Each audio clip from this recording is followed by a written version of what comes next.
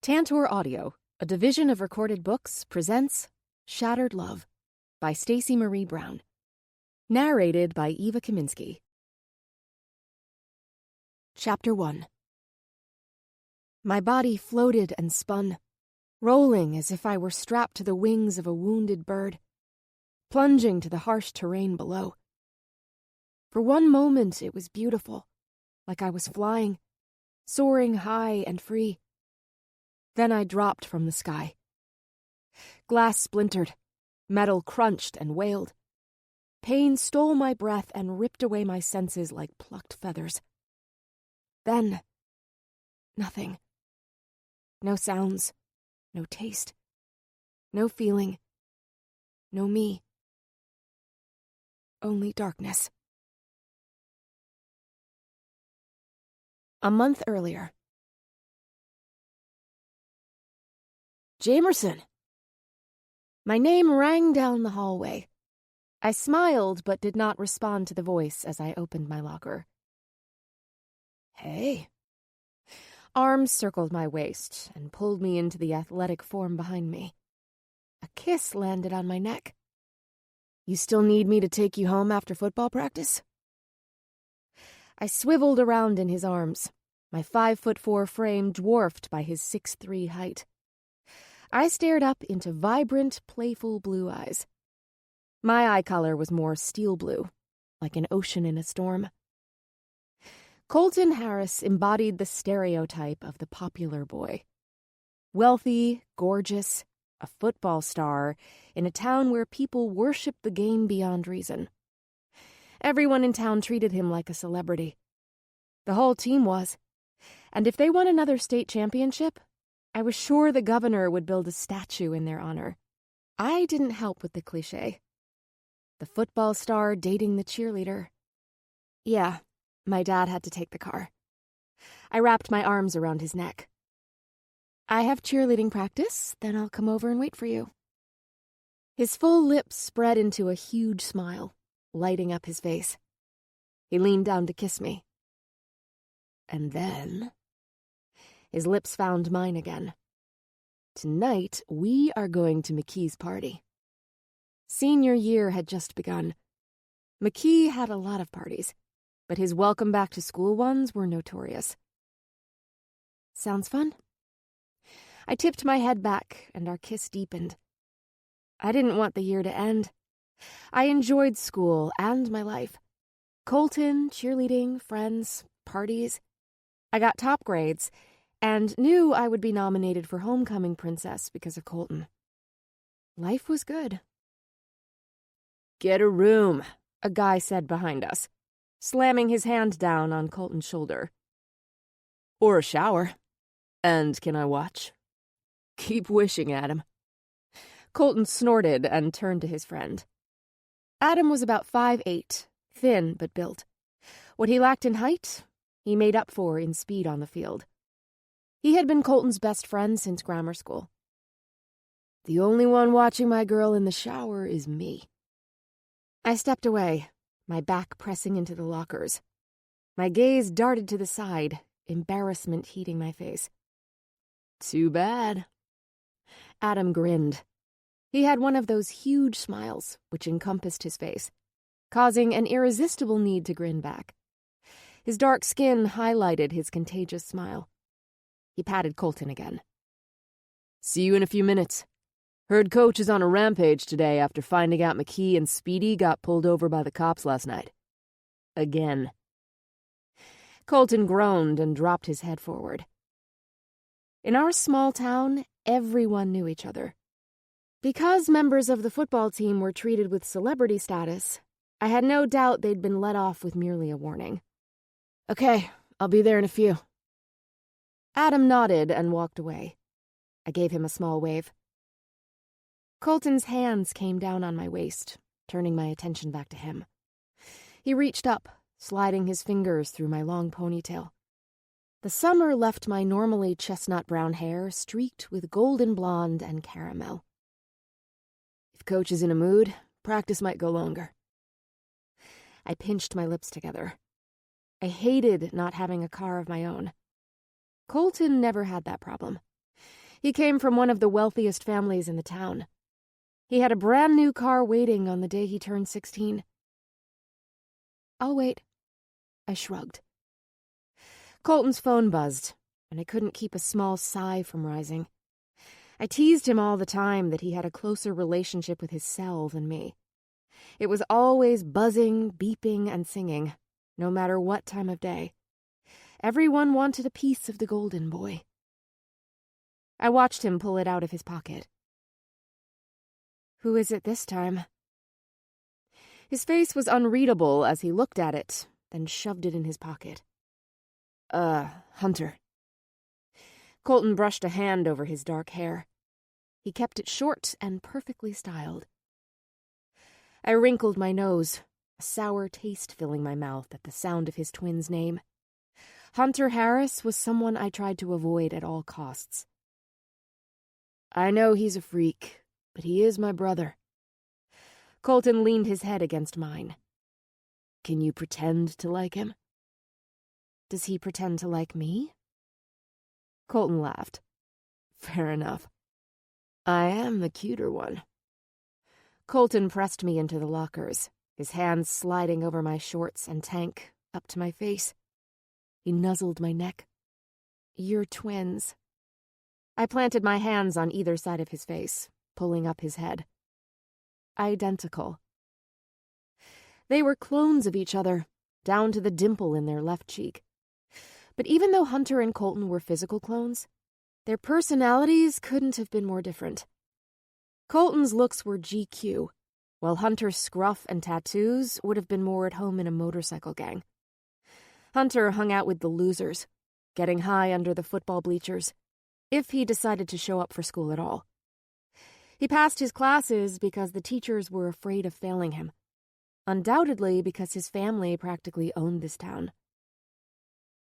We had 2 classes together last year, and we had been paired up in English to do a project together. He barely talked, and when he did, it was to disagree with me on everything. It had been a long, hellish week. Thank goodness I only had 1 class with him this year, and he sat in the back. Our dislike of each other was the one thing we both agreed on. We stayed away from each other. Far away. Not completely identical. Colton's eyes sparked, his eyes dipping to his pants. Maybe something you can fully discover tonight? My shoulders tightened, and I glanced away. Colton let out an irritated growl, and he stepped away from me. "We can't even tease about this anymore? Will you just think about it? We've been together for a year." My family moved to town the year before, and I had only been in school a week when Colton shamelessly started flirting with me. By the following weekend, we were together. I went from having no friends to a built-in group, which came with Colton. The girls in his crowd talked me into trying out for cheerleading. Within 2 weeks, my life was set and everything in place. Simple and perfect. "I told you I'm not ready." Anger shot through me, and I clenched my hands into balls. Sex was a sore subject with us. I turned to my locker and grabbed my bag, slamming my locker door before heading for the exit. The students had mostly dissipated after the last bell, leaving a few stragglers wandering the hall this Friday afternoon. "Jamie," Colton called after me. His hand clutched my elbow, turning me as I walked out the main doors into the afternoon sun. "I'm sorry." We faced each other on the top stoop. "Really sorry. Forgive me?" He cocked one eyebrow, the dimple in his cheek showing. "Please?" Damn you. I shook my head, fighting back the smile tugging at my lips. "You can't be mad at me." He circled his arms around my waist and kissed my nose. "No." I went up on my toes, pressing my mouth to his. "I can't." His lips opened mine, kissing me hard before he stepped away. A grin smothered his face. "See you later." He winked and jogged off toward the field. He turned toward me, running backward. Love you. His goofy grin ate up the last bit of my irritation. Colton turned, running faster when a whistle blew from the far end of the field, not waiting for me to say it back.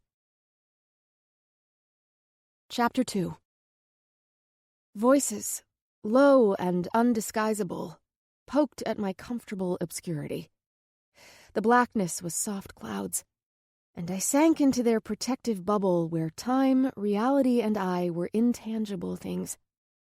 I drifted around like an atom, neither concerned nor bothered by anything. I didn't ask myself if I were dead, or if I understood the connection between life and death.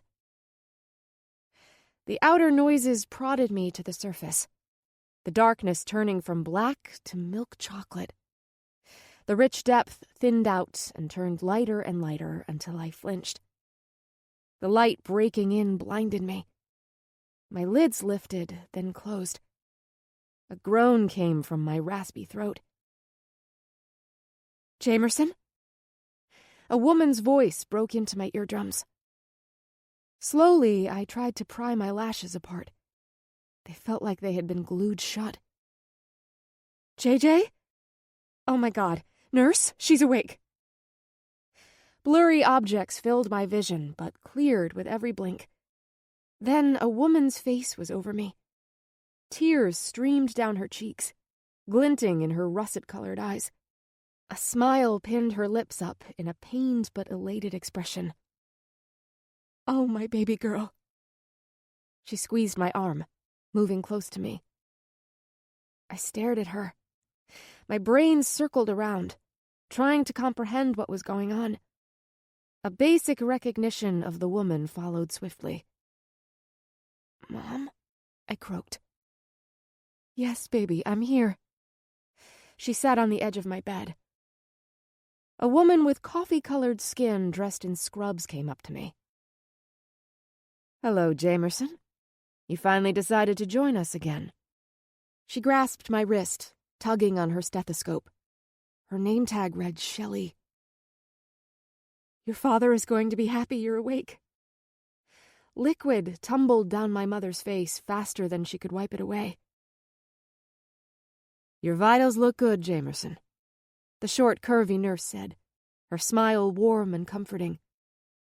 We were worried about you. She placed my arm back to my side. I watched her from a strange distance. I was here in my body, but I didn't feel completely tethered to it, as if I could still float away if someone didn't secure me. My mind wrestled to take in everything coming at me. I concentrated on every word they said and tried to make sense of it, but I couldn't. It was exhausting, like I was running uphill with a 20-pound weight on my back. I pressed back into the pillows. My lids fluttered, trying to stay up. Mrs. Holloway, she's going to need her rest. You can call from the nurse's station. I can't leave her, Shelley. My mom stroked my cheek. It was the first time I noticed the strange pressure of a tube in my nose helping me breathe. You need your rest too, Amy. You haven't left her side in days. Amy. Yes, my mother's name. Not till she's asleep. Her words were a lullaby. My eyes could no longer fight, and I succumbed to her suggestion. Colton took my hand as we went up the walkway to the imposing Georgian-style mansion on the hill Jason McKee called home. It was walking distance from the Harrises' enormous columned home, but Colton drove, because my house was across town, and picking me up was what he called his boy-friendly duties. Have I told you you look amazing? He squeezed my fingers. I glanced down at my black sundress and knee-high boots. Compared to some of the girls in Colton's group, I tended to dress less sexy and more low-key. Thank you. I moved my body closer to his. Music pumped from the house. The front door was open, and people wandered in and out freely. We stepped into the foyer. My house didn't have a foyer, or a sunroom, or pool. Actually, my entire house could fit into their kitchen and living room.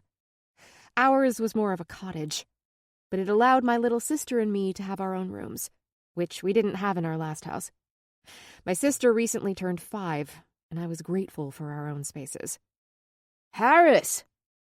Several football team members hollered as we walked in the door. Colton was quickly absorbed by his buddies.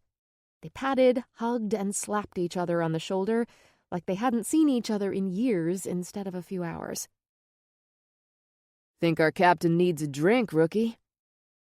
Adam nudged one of the new players. The boy's eyes widened and he nodded with eagerness. "What can I get you?" "Think me and my girl would like a beer." Colton hardly finished his sentence before the new player ran off to fulfill the wish of his illustrious captain. I didn't want one. Colton seemed to forget I didn't like to drink, and if I did, not beer. Every time I tried to drink and relax, I envisioned my parents' faces and slumped shoulders of disapproval. They wanted nothing to get between me and a good college, and the only way we could afford one was if I got a scholarship.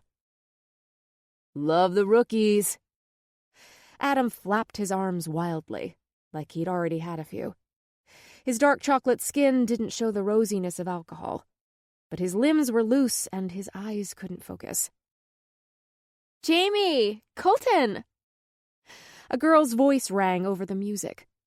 Savannah came bouncing up.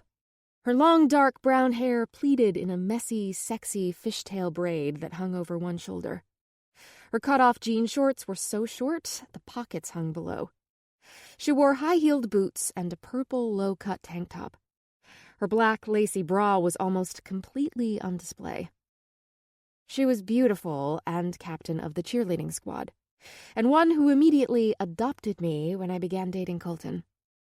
She had talked me into trying out for the squad. I had a feeling even if I were bad, I still would have made the team. "You're finally here. You took forever." She looped her arm through mine, walking with us as we made our way through the throng of people in the living room. The entire school looked to be here, along with Jason McKee's parents, Carrie and Dan. They were the type who wanted to show they were still young and cool. They smoked weed and provided alcohol. Their rule was you had to stay if you participated in those things. But with no one enforcing them, the rules were blatantly ignored. They actually made a great cover for a party. "Don't worry, Mom and Dad, his parents will be there."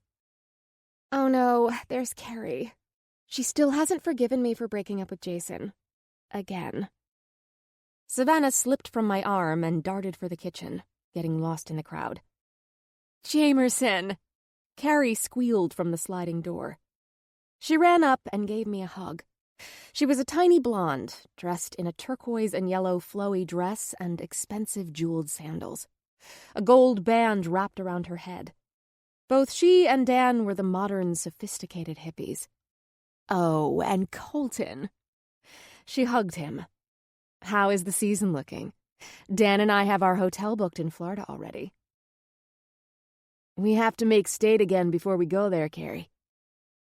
She had long ago drilled us from calling her Mrs. McKee. "Please, you boys could do it in your sleep." She swished her hand. "Jason needs to cut his running time down. Don't be easy on him this year, Captain. Especially after his stunt last night. Ugh, boys." She rolled her eyes, then squeezed Colton's arm, giving him a wink. "Now, go have fun. Be young and beautiful." She motioned us toward the kitchen. The rookie returned with 2 beers in his hand, handing them to us. Colton slammed his down in a couple of gulps. "You drinking your beer?" I shook my head. He took mine and slammed it back. "Don't look at me like that, Jamie." He rolled his eyes. "I wasn't." "Yes, you were. Stop giving me the judgy eyes and have fun. It's our senior year." He grabbed a Jell-O shot off the table and swallowed it, then handed me one. My fingers gripped the plastic cup. "Come on, let's be crazy tonight." He bounced on his feet, still full of adrenaline from practice and the alcohol coursing through his veins. I nodded and downed the gelatin mixture. He let out a whoop and tugged me out where our friends were dancing.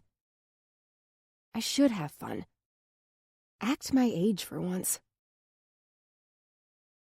Chapter 3. Jamerson, open your eyes. A smooth voice urged me awake. I opened my eyes. A striking African-American woman looked down at me and smiled with a familiarity I did not reciprocate. My eyes landed on her name tag. Dr. Felicia Williams. My mother sat in the chair next to me. I'm glad you came back to us, the doctor said. It was the second time someone said this to me. They spoke as if a lot of time had passed. I tried to speak, but words struggled to get beyond my throat. It's all right. Take your time. The tube we removed from your throat will cause it to be sore for a while. The doctor peered down at me. Do you remember how you got here? I stared at her, trying to center my thoughts. How did I get here? Why was I here? What happened? Do you know where you are, Jamerson? Nod if you do. I stared at her, my brain trying to grasp a memory. Nothing stuck.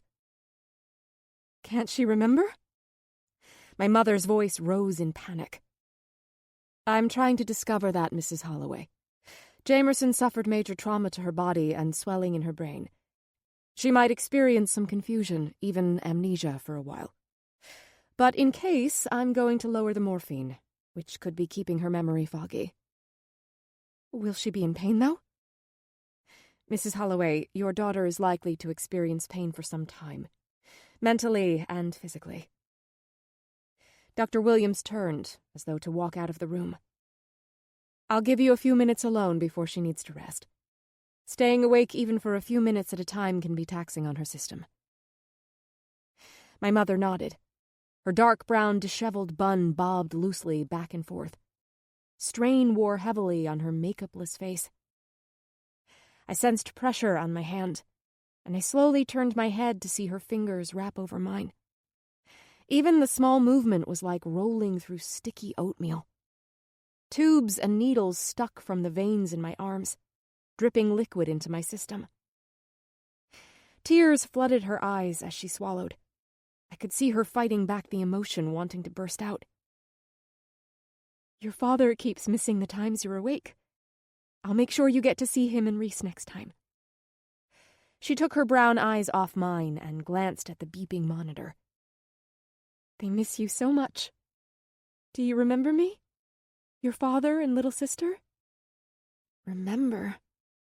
My mind couldn't focus on anything too long to remember. I understood she was my mother, but like it was instinct. Father, sister. Yes, those came with the same inherent knowledge.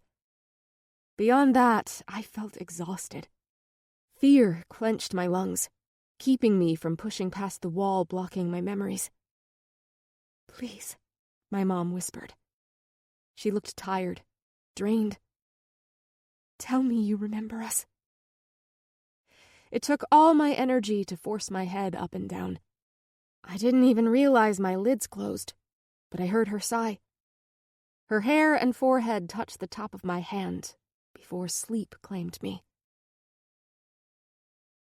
Chug, chug, chug, the crowd in the kitchen chanted, circling around the man they worshipped. I grasped the counter. The 4 Jell-O shots I swallowed spun my head. I watched Colton finish another beer and toss up his arms. Woo! Colton screamed to the crowd cheering around him. Colton is awesome. Savannah stumbled over to me and grabbed my shoulder to hold herself up. Seriously, you two are so cute. I'm kinda jealous. She laughed. Did I ever tell you we kissed once? No. My head jerked, making it spin more. Don't worry, it was like when we were 7. We were playing spin the bottle. She nudged my shoulder, I'll bet he doesn't even remember it. Even in my hazy state, I saw sadness flicker through her expression before she turned to me with a huge smile plastered on her face. Let's go dance. Without waiting for my reply, she pulled me into the living room. I swayed to the music next to Savannah, Madison, Chloe, and a few other girls from the squad. Sweat from the humid night and packed room clung to our bodies. Sexy. Colton's voice rumbled in my ear, and his body pressed into my back, moving with me. His hands wandered down my hips, my dress slipping up with his caress. Hey. I snatched the hem, pulling it back down. Come with me. He grabbed my hand, pulling me toward the stairs. You two have fun. Savannah's twinkly laugh followed me. I could feel my cheeks burst with embarrassment. With our group of friends, nothing seemed private, and everyone told each other everything, directly or through implication. Colton? I took the steps and trailed him. I could sense eyes from below watching us head to a bedroom. They would assume we were going to have sex, but it was the one thing I wasn't ready for. Not now, and especially not here. He tugged me into one of the many guest rooms and slammed the door. The moment it was closed, his hands were all over me. Colton, hey. I grabbed his face. Slow down. Sorry. He leaned his head against mine, his lids low, his cheeks flushed. You're just so damn sexy. He kissed me. I kissed him back. He slowly moved me to the bed and gently nudged me back. His lips never left mine as he crawled over me, his mouth becoming more fevered. Colton's push for sex started a few months after we started to date. We actually broke up for 2 months over it. It wasn't until a night at the lake, at the end of school last semester, Colton let down his walls, and I truly fell in love with him. It was me who instigated it that night. He was the one who halted it. He blamed it on not having protection and not being the right place. I was embarrassed and hurt, even though he had been right to stop it then. I no longer felt ready. Sex put a slight strain on our relationship. In everything else, Colton was fun, laid back, and carefree. Easy to be around and always the life of the party. Now it was easy to get caught up in the sensation of his lips on mine and the silk of his fingers sliding down my arm. Our kiss deepened. Did I want to cross the line tonight? We'd come extremely close on several occasions. All stopped by me, except one. The night at the lake. I loved him, so why did I keep stopping us? I let his hand wander, drifting up my thigh, pushing my dress up. I want you, Jamerson, he whispered hoarsely in my ear. Now. The moment he voiced his desire, the paralyzing fear set in. He sensed me tense up. No. He jerked back, cupping my face. Don't do that. I love you. I want to be with you. I know, but... Do you love me? He kept his gaze locked on mine, almost challenging me.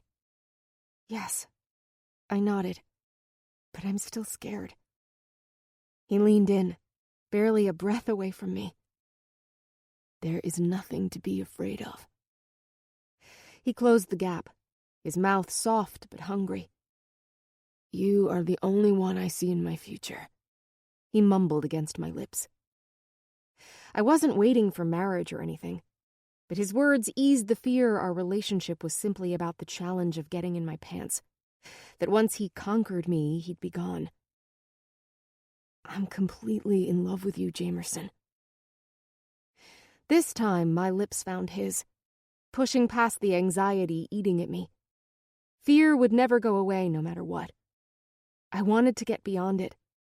For Colton. He sensed my resolve vanishing. His fingers pushed through my hair, bringing my face closer. His lips quickly moved down my neck. His hands slid my dress straps down my shoulders. My nerves rocketed around inside me, but I willed them still, focusing on his touch. He ripped off his shirt over his head, then pressed himself to me with more vigor. This was happening. Tonight I would lose my virginity. Here? At Jason McKee's guest bedroom where countless girls had lost theirs? Colton, wait. I put a hand to his chest. What? His brows furrowed in confusion and desperation. Why? Not here. I shook my head. You were the one who stopped us from doing it in the back of your car. Well, I don't want to be here, with everyone downstairs. He leaned back on his knees, a frown tugging at his mouth. I'm all for revisiting the back of my car. I'm definitely okay with it tonight. I laughed, pushed him off, and sat up. Seriously, Jamerson, you are killing me. He groaned, flopping on his back. Right then, a rap tune sang, vibrating from his jeans. He looked down and grabbed the mobile from his pocket. Yeah? He brought the phone to his ear. What? He sat up, responding to the caller on the other end. Now?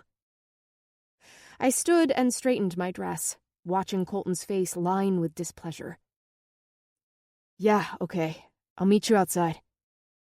He hung up. Who was that? I asked. Hunter, he replied. He grabbed his shirt and pulled it back on. He needs to talk to me. Now?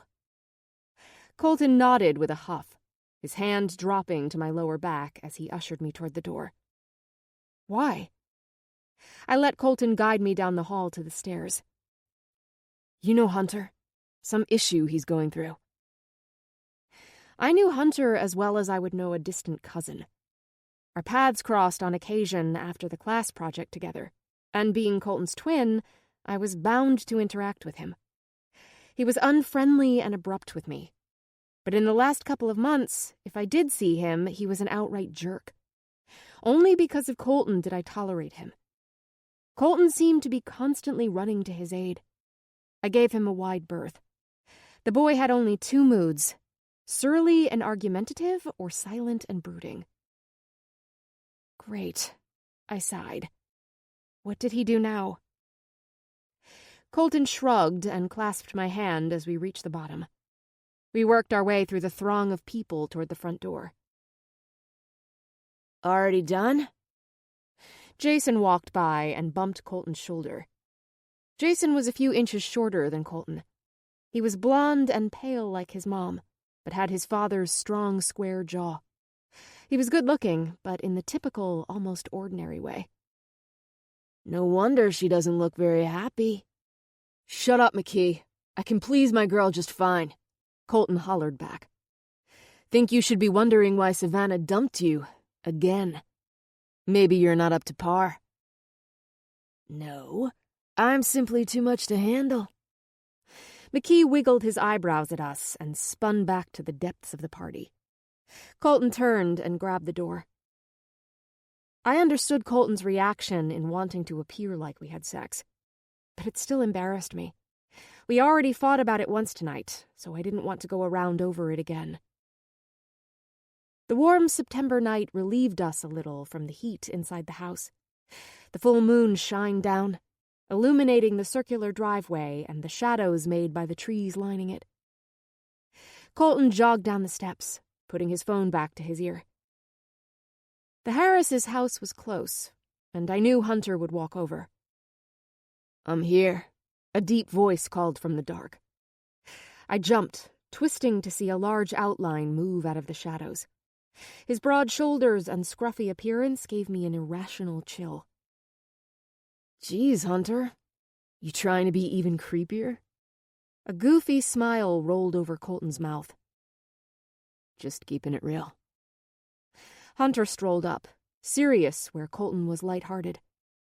I could never tell when Hunter was joking. Hunter glanced over at me, then looked away with annoyance. Yeah, the same to you, I thought. Hunter flicked his head for Colton to follow him. "I'll be right back." Colton squeezed my hand and pulled me into him. He leaned down, his lips meeting mine gently. I thought he would pull away, but instead he kissed me deeper.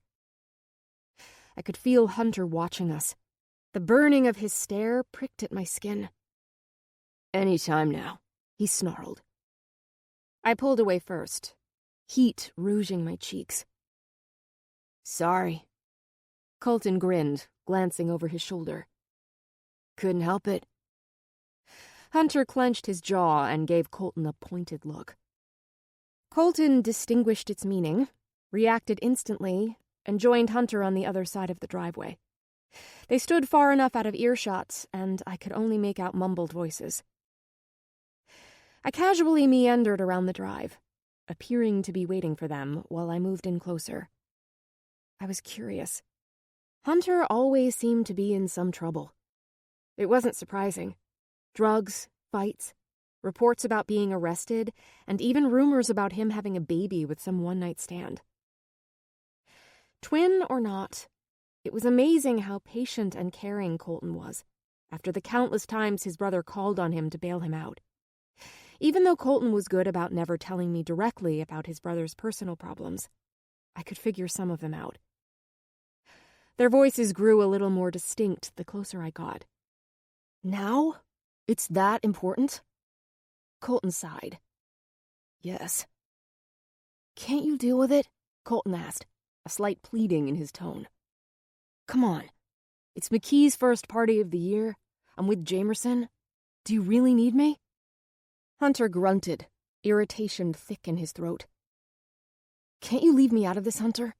I don't want any part of it." Through the murky shadows, I saw Hunter shake his head. "It's important. You know I wouldn't be here otherwise." Colton bowed his head in defeat. "Fine." What had Hunter got himself into this time? And what was he involving Colton in? Colton took in a huge breath, swiveling around. "Jamie, I've got to go." I had overheard, but feigned innocence. "What? Where are you going?" Colton loped back over to me. "I'm sorry. Hunter needs me." He thumbed back at the figure. "I can drive you home first." I tilted my head, a stab of anxiety tingling the back of my neck. "You've been drinking." "Don't start." His shoulders slumped down with aggravation, rolling his eyes. "I'm fine. I had 2 beers. "No, you had 5. And 3 Jell-O shots, I thought, as I twisted my hands, my feet shifting underneath me. Seriously, Jamie, you need to relax." He did seem okay. He even balanced on one leg to prove he was in control. "See?" He kissed my forehead quickly before heading for the car. "Hey, asshole," Hunter called out. "You aren't driving." "Really?" Colton held up his keys, wiggling them around as he opened the car door. "Looks like it to me." "Colton!" I called his name, my legs moving toward the car, wanting to stop him. The engine fired to life. "Colton!" The brake lights ignited, the car squealing as he reversed. Hunter grabbed me, pulling me to the side as the SUV veered around. The driver's window stopped in front of us. "Seriously, both of you need to chill out. Look at me. I'm totally fine." I'd seen him drunk before, and he usually got rosy cheeks and turned into a giggly juvenile. Still, I wanted to say no, refused to let him drive. Instead, I bit my lip. I didn't want to ruffle feathers or cause another fight between us. I sighed, walked around to the passenger side, and climbed in. I knew I could be uptight. Colton was constantly teasing me about my following the rules. I wasn't a goody-goody, but I didn't like disappointing or upsetting people. Playing by the rules was simply easier. "Colton, come on." Hunter's jaw clenched, trying to grab the door handle. "Let me drive." My car. Colton rolled the car forward, breaking off Hunter's hold. I clipped on my seatbelt, watching the two brothers. "You coming or not?" Colton snarled at Hunter. As he lifted his foot off the brake, the car darting forward again. "You're the one who needs me. I personally would rather stay here partying with my friends or be upstairs alone with my girl. Actually having fun."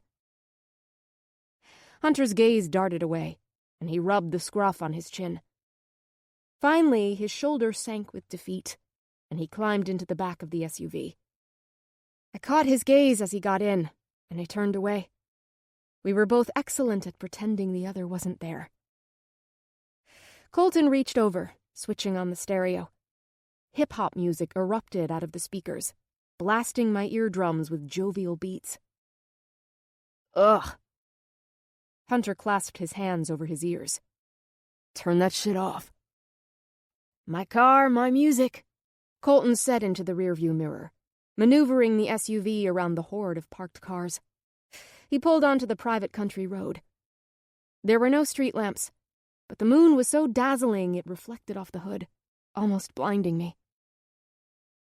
"Seriously, I think my ears are bleeding," Hunter grumbled from the back seat. My response? I leaned over and turned up the volume. I didn't care for Colton's music either, but if it ticked off Hunter, I was all for it. Colton smirked, putting one hand in the air for me to high-five. The car swayed to the side of the one-lane road. "Fuck, Colton, watch where you're going. There's a cliff straight down there, you know?" Hunter shouted over the song. "I know, jerkface. I've grown up on this road my whole life, too," Colton said, his attention on his brother through the mirror.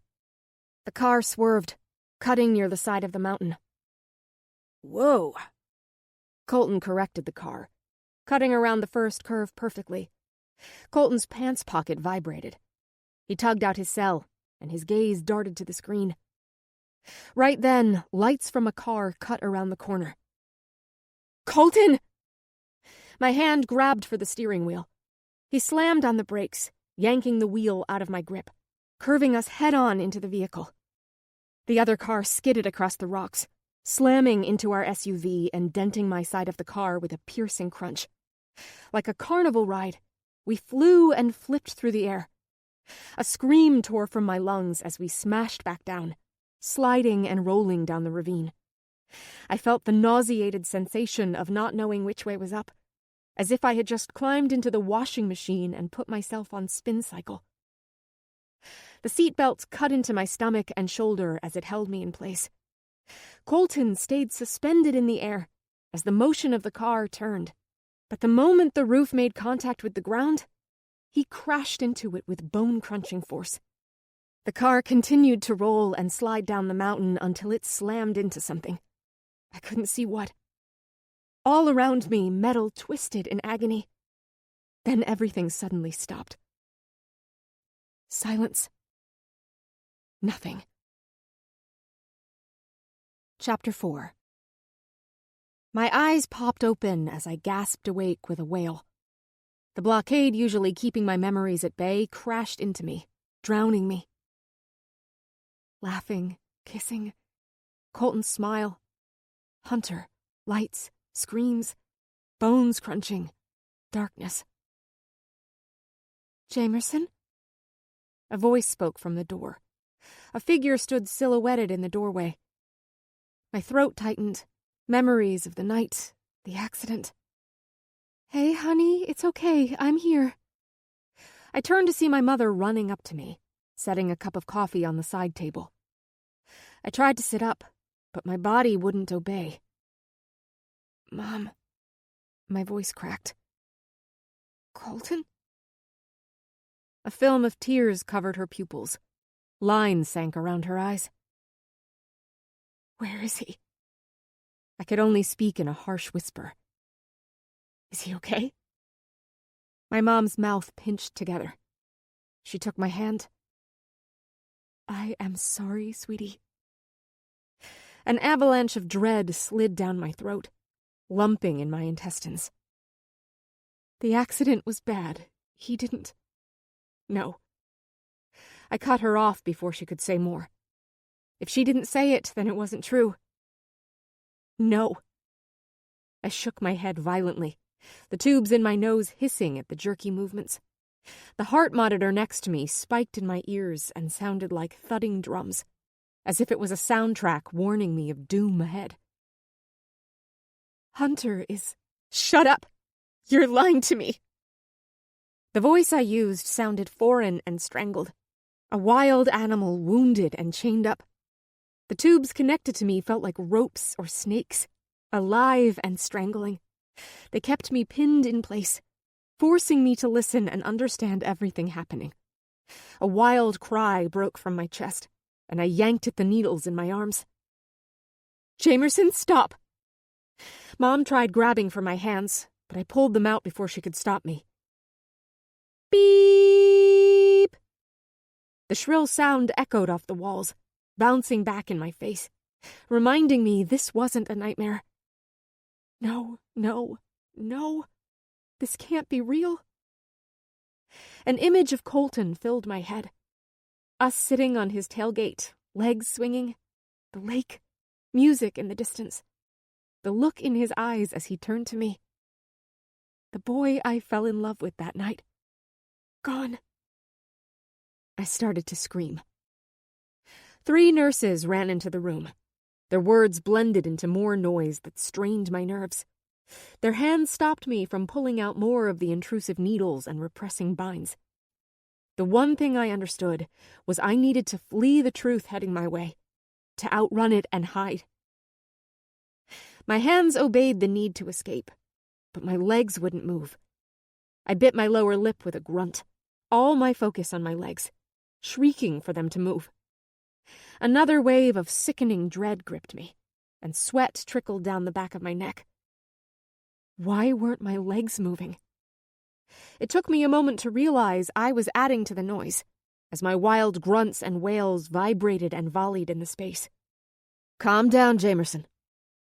A nurse I recognized from when I first woke up, Shelley, pressed down on my shoulder, pushing me back into my pillow. Why can't I move? I screeched. No one answered. My mom cried out, her hand over her mouth as she watched me. 2 nurses held me against the pillow as another grabbed a syringe, stabbing it into my arm. Only a few beats later, the fight in my body gave out, and I sank down, my head drooping to the side. She should be calm for a bit. Shelley put a hand on my mother's shoulder. Jamerson is strong, Amy. She'll get through this. A choked cry came from under my mother's hand. Her lids closed, and she nodded. The nurse squeezed her shoulder and left the room, the other 2 following behind. Amy? A man came jogging into the room. What happened? Is Jamie okay? My heart called out for my father, but no words made it to my mouth. Mom turned into my father's chest, sobs racking her body. He wordlessly wrapped his arms around her and held her. The love between them, the implicit bond, emanated off the pair, choking me. He kissed her head and glanced over at me. I remembered when I'd felt it with Colton. A connection so deep I knew I could finally let my heart go, and it would be safe. It didn't last, but even getting a taste of it made me jump in every day hoping we could get it back. My lids slid shut, and I sank into a sea of pain, slipping deep into the darkness before opening up on a memory like a movie theater. The lake. Colton glanced at me from the driver's seat. The glow from the dashboard displayed only half of his face. The moonless night darkened the road in deep shadows. Yeah. I nodded firmly. We had known each other 9 months and dated 7 of those. We didn't talk about the other 2 when we broke up. Tonight was our anniversary from when we first started dating. It was the first time he asked me what I wanted to do, and I snatched up the opportunity eagerly. We usually did fancy dinners, which only made me stiff and awkward the whole night. I hated going to those places, but never told him. He always looked so pleased with himself. He thought he was being the perfect boyfriend, and doing the thing all the other girls seemed to desire. I didn't want to take that away from him. Tonight, I didn't want to sit through another dinner that was supposed to be romantic, but only seemed to produce the exact opposite emotions from me. Let's grab a pizza and go to the lake. The night was warm, and the stars sparkled in the dark sky. Colton shook his head, his brow slightly furrowing. You don't like the fancy dinners? Damn. Caught. I looked down at my lap. I could sense him waiting for my response. No, I replied quietly. Not especially. He went mute, which was unlike Colton. No, I mean, they're great. I ran my hands down my blue dress, smoothing it out. Deep laughter burst from him, cutting off my words. I'll let you in on a little secret. I hate fancy dinners, too. He gave me a conspiratorial wink. Really? A huge smile spread over my face, laughter dashing up my throat. Why didn't you tell me? Why did you look so happy when you took me to them? We could have avoided 6 of them if we had been honest with each other. Colton shrugged, his expression turning serious, his attention on the road in front of us. He tugged at the cuffs of his button-down checkered dress shirt. He'd worn it on our last anniversary dinner, which made me smile. Even though it was far too hot and humid for the slacks and a long-sleeved shirt, he had put on his anniversary uniform. I guess I thought it's what your type would want. My type? I frowned. You mean a girl? He snorted, not giving me much more of a response. You're being weird tonight. You okay? I reached out, rubbing his arm. You're quiet. An emotion flashed over his features too fast for me to catch. Thinking about football camp starting tomorrow. Sorry. Football. Of course. It ruled his life. The town's. Here there was never a down season. State champions never took a break. Now that Colton was captain, it would be even more so. Even more pressure on him from his father, from his coach, from this town, to be the best. We grabbed a pizza from our favorite hangout and drove to the lake. Colton's focus on football didn't bother me. It was relaxing, comfortable. Strangely, in our silence, I felt a deeper bond growing. Maybe we had finally hit the level where we didn't have to fill all the silences. Summer vacation had just started, and the lake was filled with cars and people. Most were kids from our school, barbecuing and standing around campfires together. At night, most drove their cars right to the pits. Over there. I pointed to an empty area across the lake. He steered the SUV over the gravel parking lot onto the grass and parked. I climbed out and grabbed the pizza box. Music from the other side of the lake drifted over to us, their campfires giving off enough light for us to see each other. Colton grabbed the box from me, opened the back of the SUV, lowering the tailgate, and motioned me to sit. Wow, you're going to allow me to eat in your car? I teased, hopping on the back. Football and his car were the only things he seemed to take seriously. Don't tell anyone, he teased, and leaped up next to me, setting the box between us. Okay, I won't tattle on you. I grinned. To you. Thanks. He breathed out in relief and smirked. I can be a neurotic ass about this car. He patted the side. I laughed. It was good to hear him joke about his irrational obsession over his car. We dived into the delicious cheesy pie. My feet wiggled back and forth contentedly. The air was filled with warmth, music, and stars. To me, this was the perfect anniversary dinner. I often teased Colton about having ants in his pants, a saying I got from my Grandma Penny. But tonight he seemed comfortable. It was nice to see him so relaxed. I liked it. A lot. It was as if he finally let himself land, let his guard down, and allowed himself to simply be with me. I smiled and sighed. "You look happy," Colton said. I turned to him. "I am. Am I the reason?" His eyes crawled over my face, giving me goosebumps. The good kind. A little. I held my fingers a breath apart. "Only that much? Ouch." His eyes reflected his amusement. "Okay, this much." I widened the gap a hair. He bobbed his head and snickered, taking another bite of pizza. He chewed and swallowed. "What else makes you happy, Jamerson Holloway?" I paused mid-bite, turned to him, and stared at his profile. The dimple, dark hair, clean-shaven face, and mouth I'd come to know well. Colton Harris could still surprise me. "What? You're looking at me funny." He shifted to peer at me. "Sorry, wasn't ready for your question." I shook my head. What makes me happy? I gazed into the darkness, my mind going blank. I could sense Colton's intense gaze. Nothing came to mind.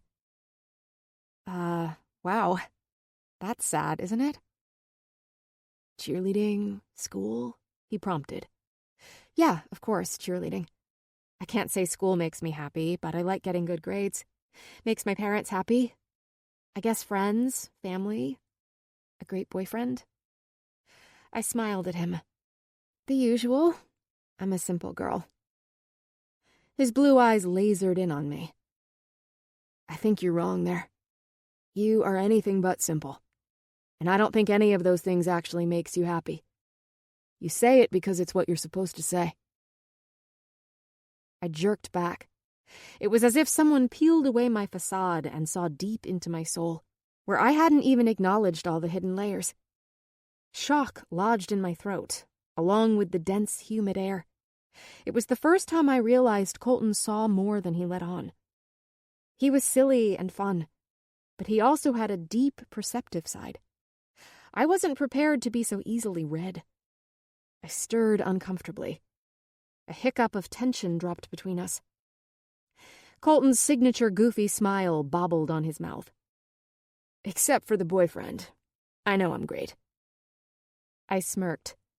"Yes, people like to tell me that daily." He laughed. "You know what I've always wanted to do?" I swung my legs quicker, feeling a nervous buzz in my stomach. Colton and I had never discussed anything past graduation. Telling him my dreams was scary. What if he laughed? Or it was something he never wanted to experience with me? "What?" Colton's voice nudged me to keep talking. "I've always wanted to travel the world. Go into every art museum I can find." "You like art?" He lifted his brows in surprise. "I love art, but not doing it. I'm not creative at all. I would like to do something more like restore or discover it." "Why don't you?" "You know my parents. It's not something they see I can do for a living. Dad really wants me to go into medical sciences. I love science, but I don't know." "Not your dream." I tipped my head, peering at Colton. He was surprising me, looping a tighter hold on my heart. "Yeah," I smiled. He nodded, looking back out at the bonfire across the lake. "I want to travel the world, too. Get out of this town and never look back." Really? It was my turn to be shocked. He always seemed content here, happy in this small-town life. It was sad it took us this long to really get to know each other. In just a night, there was a shift in our relationship, a deepening, the realization I had not given Colton enough credit. I expected him to be happy and carefree, not thinking past football, food, and sex. But I had been wrong. Here I was blaming him for being superficial, and I had been the same. My eyes riveted on the flickering fire across the way. My legs swung back and forth again. "Thank you." "For what?" I turned to look at him. For tonight, for 7 months of dating, and for you being you. This guy. I motioned to him. You like this guy? He tilted his head, peering at me. Tonight especially. The more I get to know, the more I like. My stomach clenched over the last word. I knew like wasn't the word that started to come, but I wasn't ready to say the other. Our eyes locked. His hand came up to my mouth, stroking his thumb across my bottom lip. Sauce. His voice went deep and gravelly, his focus on my bottom lip. A rush of concentrated emotion rocked through my body, like a flood crashing down my walls. I knew what I wanted to happen tonight. Sex was something I always stopped. Fear kept me from crossing the line. Except tonight, the switch, which hadn't seemed to want to budge, suddenly did. It gave me the confidence I never had. I put his thumb in my mouth, sucking and licking off the sauce. He inhaled, his shoulders going rigid. My teeth skated over his thumb gently, sucking on it harder. I looked up through my lashes. He watched me watch him. Then his hand roughly slid to the back of my neck, pulling me to him. The moment his lips found mine, desire ignited. Intense heat spread over me. His fingers tipped my head back, his tongue opening my mouth for his. A grunt came from his chest as I groaned, matching his intensity. Desire took over my body and held complete control. All the times I said no in the past seemed impossible now. I wanted this. Colton must have sensed my change of heart in my kisses. He chucked the pizza box between us out on the grass, pulling me into him. My fingers trailed up his neck and into his hair, pulling him down on top of me as I lay back. The SUV had barely enough space to lie flat, so our legs dangled out the opening. He drew away from me, reached over, and hit the seat knobs, pushing them down flat. Our chests heaved with matching breaths. I wiggled back on my elbows, pushing myself fully into the car. He crawled between my legs and propped himself over me, his eyes dilated and full of need. We crashed into each other. I curled my legs around him, crushing him closer to me, and I wiggled happily against him. Jamerson. My name came out like a craving, his hand running up my bare leg. I was dizzy and no longer wanted to think. When I didn't think, I became bold. I reached for the bottom of his shirt, unbuttoning it. Jamerson. He growled this time, almost in warning. I knew this was what he wanted. He had wanted it for as long as we'd been together. Finally, I was with him. I wanted it also. Badly. Jamerson, stop. I wasn't listening. I gripped my legs harder around his hips, and he moaned. I tilted up, grinding slowly. Fuck. He inhaled deeply, jerking away. He leaned back on his heels. Shock and confusion halted me. What? What's wrong? He panted rapidly. The part of his unbuttoned shirt revealed a peak of his toned abs. Even through his dress shirt, I could make out his firm-built chest. He was a lot more developed than most of the high school boys. Seeing the tease of skin only incited my need to explore him. I sat up, my lips finding his, beckoning him back. He let me kiss him, but did not return them. I nipped at his bottom lip, my teeth grazing and tugging. He made a warning growl and then gripped the back of my head, knotting my hair firmly in a hold, the other pressing my lower back up into him. It was one of those toe-curling kisses that obliterated your mind.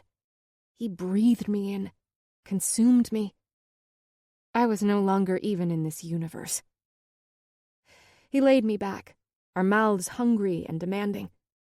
My hands went back to his shirt, working my way down the buttons, my fingers trailing over his abs as it opened to me.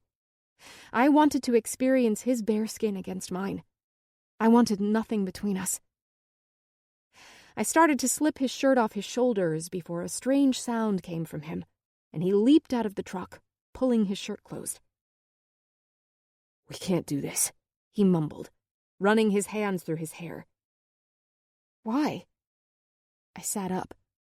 Hurt flooded in, coloring my tone. "You've been wanting to have sex forever. I was never ready. Now I am." "That's why. Not here. Not like this," he replied. "I don't understand." Embarrassment flooded through me. "You don't want to have sex with me?" "It's not I don't want to have sex with you." His gaze found mine. "Believe me, right now it's all I want to do." "Then?" I held up my arms. I couldn't believe I was suddenly begging for it and he was saying no. "What's the problem?" "For one, I don't have protection. Not going to do that to either of us. You want to be a pregnant teen mom? I don't think so." His words grounded me. Colton was being the responsible one. "And I'm not going to have it in the back of this car." Being in the SUV didn't bother me. I think movies had guys believing most girls wanted a bed of roses fairy tale. My desire was dependent on the guy and my emotions, not the place. He could have told me any wonderful, selfless reasons, but it didn't matter. The hurt clouded in my chest like a storm crackling across my heart. All I wanted was to go home and lick my wounds. I straightened my dress and scooted out of the back. "Jamerson," he called to me as I rounded the car, heading for the passenger side. "I want to go home." Rebuttoning his shirt, he followed me around the side. "I'm doing this for you. Seriously, you will thank me for it." "No, I get it. You are being respectful and responsible." I looked away, tears flooding beneath my lids. "But I just want to go home now." He stood in front of me. I kept my gaze on the ground. I loved he was actually being a gentleman, but I didn't want the gentleman. Not when he'd kissed me like that. My discomfort clouded everything, and all I could see was rejection. "Okay." He nodded. The ride home was tense and awkward, but I leaned over to give him a kiss when he pulled into my drive. It was quick, but then he grabbed the back of my head, pressing me close. His mouth told me he still wanted me, desired me, loved me. I let him kiss away my wounds. My chagrin melted, leaking out of the SUV with every nip of his mouth. It was like he demanded it, forbidding me to experience anything but desire.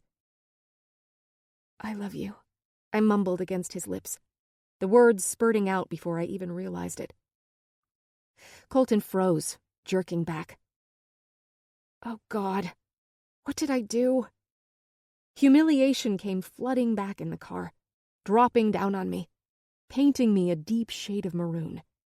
His finger stayed clipped to my jawline as he stared down at me intently. Not for the first time tonight, I could not read his mood. I didn't mean... I meant I... His mouth crashed down on mine, stopping the horrible fumble of my words. He pressed me back into the seat, his lips taking me prisoner again. His hand ran up my leg, leaving shivers in his wake. His tongue dipped over my mouth and curled around mine. Air seized in my lungs. My blood boiled and responded to him. He broke the kiss, both of us grappling for needed oxygen. "I love you too," he said against my mouth, his tone odd, like it was the deepest confession he'd ever made. "Happy anniversary." "Happy anniversary," I replied. I gave him another soft kiss before pulling away. I slipped out of the car and turned toward the house, then waved and went inside.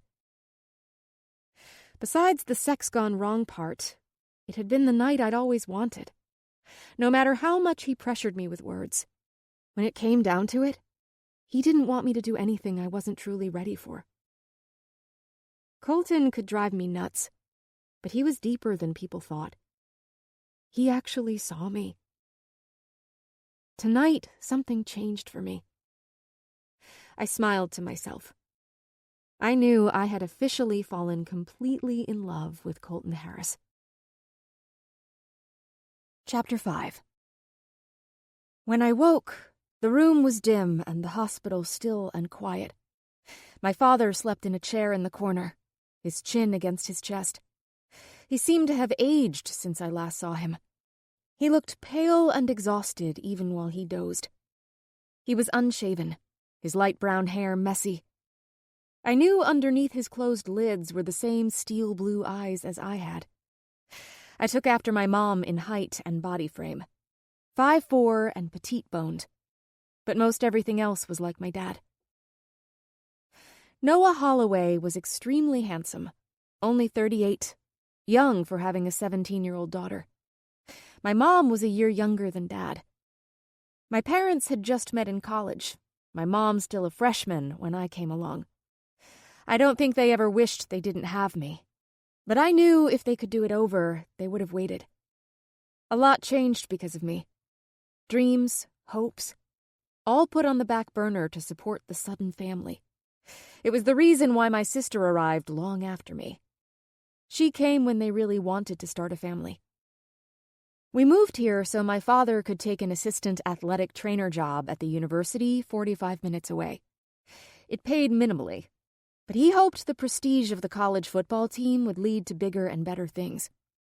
Mom preferred raising us in the small town. She worked as a secretary in a law office and hated every minute of it. But she did it while she took online classes at night toward her marketing degree. Maybe it was why I tried so hard to please them. I carried a lot of guilt for changing their lives. I wouldn't say ruining, but they gave up a lot. I wanted to be as little burden on them as possible. Now look. My back ached, and I pulled myself up to shift positions. Dad jumped up, already heading for me. JJ? He reached my side. Are you all right? I pried my lips apart. Fine, Dad. I flinched, a stab of pain shooting up my spine. He grabbed a glass of water, held it to my mouth. I clutched the side and guzzled down the liquid. You scared us, kid, he said, as he set the cup down. He blinked back tears, gently stroking the hair off my forehead. How long was I out? For some reason, it felt easier to talk to my dad. He would tell me straight. He drew in a breath. You were in a coma for almost a month. Panic sprouted in my chest, moving it up and down in frequent bursts. A month? He nodded, pain etched deep in his face. A month? My brain couldn't even wrap around the concept. What my parents had gone through must have been horrendous. The next question waited on my tongue, but the fear and the agony that would follow was unfathomable. By simply acknowledging the question, the pain seeped in. Colton. Is Colton really dead? My bottom lip started to quiver. Dad looked away, 2 fingers rubbing across his chin. He did this when he was worried or agitated. Dad? Maybe we should wait for morning when the doctor and your mother will be here. No. Tell me now. I already knew what he was going to say, but I needed to hear the words. Please. His jaw clenched. Then he took a deep breath. Colton is dead, sweetheart. I am so sorry. I shook my head. The truth only brushed up against me. I heard and understood, but it did not absorb into my heart. They tried to save him. My lids blinked rapidly with the beats of my speeding heart. No, no, no, no. And Hunter? He was in critical condition, but the doctors say he is doing better. They are downgrading him. He even woke briefly last night. Hunter was barely alive. Colton was dead, and I was too far in now. Why can't I move? What's wrong with my legs? Dad's hand went to his mouth again, rubbing ferociously. Just tell me. Everything hurt from the waist up. Nothing below. But words were powerful. Truth ignored until the words were said. Out loud. They are paralyzed. I sucked in air with a gulp, my head spinning. The doctors don't know if it's temporary or permanent because of the trauma. He shook his head. They will better explain it to you. Something about swelling of your spine. The tsunami of knowledge about Colton, Hunter, and me was crushing. I thought I wanted to know. But now the ground I had securely walked on crumbled under my feet. My lungs couldn't catch up, whirling around along with my thoughts, churning, spiraling, and twisting. Oh, God. I knew I shouldn't have told you. My father leaped over to my bed and pushed the nurse's button. I scarcely noticed when the sound of sneakers squeaking across the smooth floor announced Shelley had rushed in. What's happened? She grabbed for my wrist. I told her. My dad's voice was at panic level, and he began to pace. I know I shouldn't have. Shelley leaned over and clicked a button hanging from one of the drips. Immediately, warmth swelled over me, like I'd stepped into a bathtub. My muscles relaxed, I sank back, and my breathing deepened. I did not want to think of the horrific, devastating crash. Actually, I didn't want to think at all. My gaze tracked my dad's jolting movements. You need to calm down, Mr. Holloway, or I'll give you a morphine drip too. The nurse sassed my father. Actually, that would be great. He stopped, placing his palms on my bed, and leaned forward. She snorted. And please, Shelley, I've told you to call me Noah. We've been through too much together. She nodded, looking down at me. Yes, we have. But it's going to get better now. Deep under the influence of drugs, my heart heard her words and twisted with pain. Even part of my conscious brain was saying the opposite. It wouldn't get any better. Maybe for them, but for me, it was only going to get worse. Chapter 6. Jamerson, do you understand what I'm telling you? My gaze drifted over the room. Balloons and cards decorated the space with cheerful colors and soft sentiments. They meant little to me. I understood people didn't know what else to do, or how to communicate their sympathy and goodwill. The fact was, there was nothing they could do or say. JJ, are you listening to the doctor? Mom grasped my arm, pulling my focus to her. I turned my head back to Dr. Williams, shifting uncomfortably. The morphine was wearing off, and sharp aches were shooting through my nerves. I was nauseated, and engulfing weariness yanked on me from all sides. It had only been a few days since my father told me the truth. From then on, they lowered the dosage of drugs and kept me awake for longer periods of time.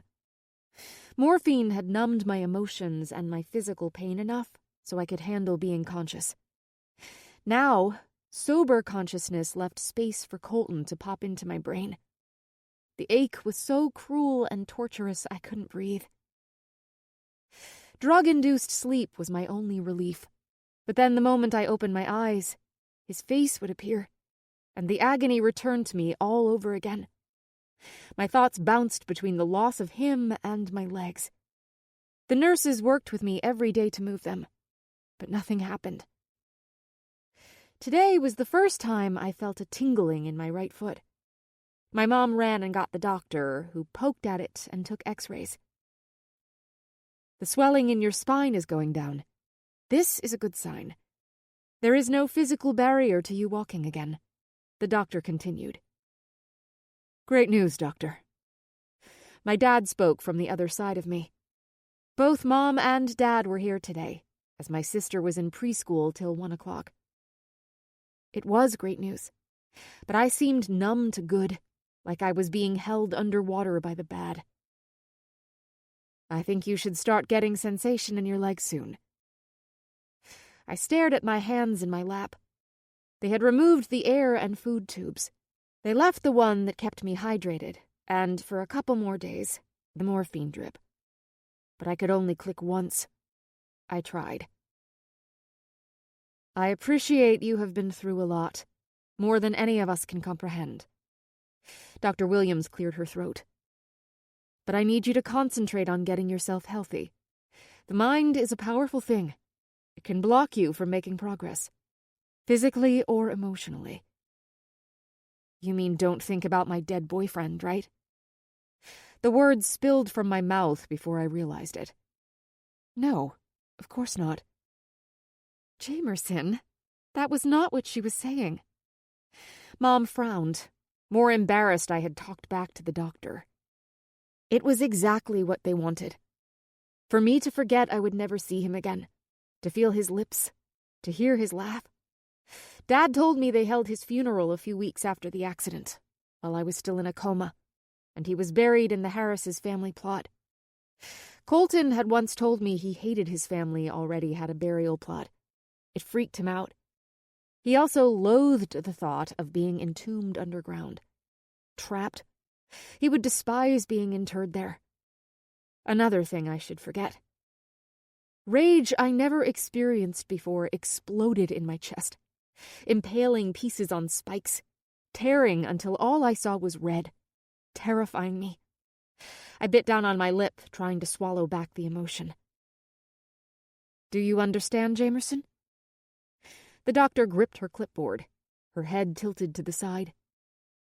I nodded, not trusting myself to speak. She acknowledged my answer and glanced at my parents. "Mr. and Mrs. Holloway, I'd like to speak to you about finding Jamerson someone to talk with." She motioned for them to follow her into the hallway. "We'll be right back, kiddo." Dad swiped his hand over my head and kissed the top of it. Mom hugged me, making me flinch in pain. Then they both followed the doctor.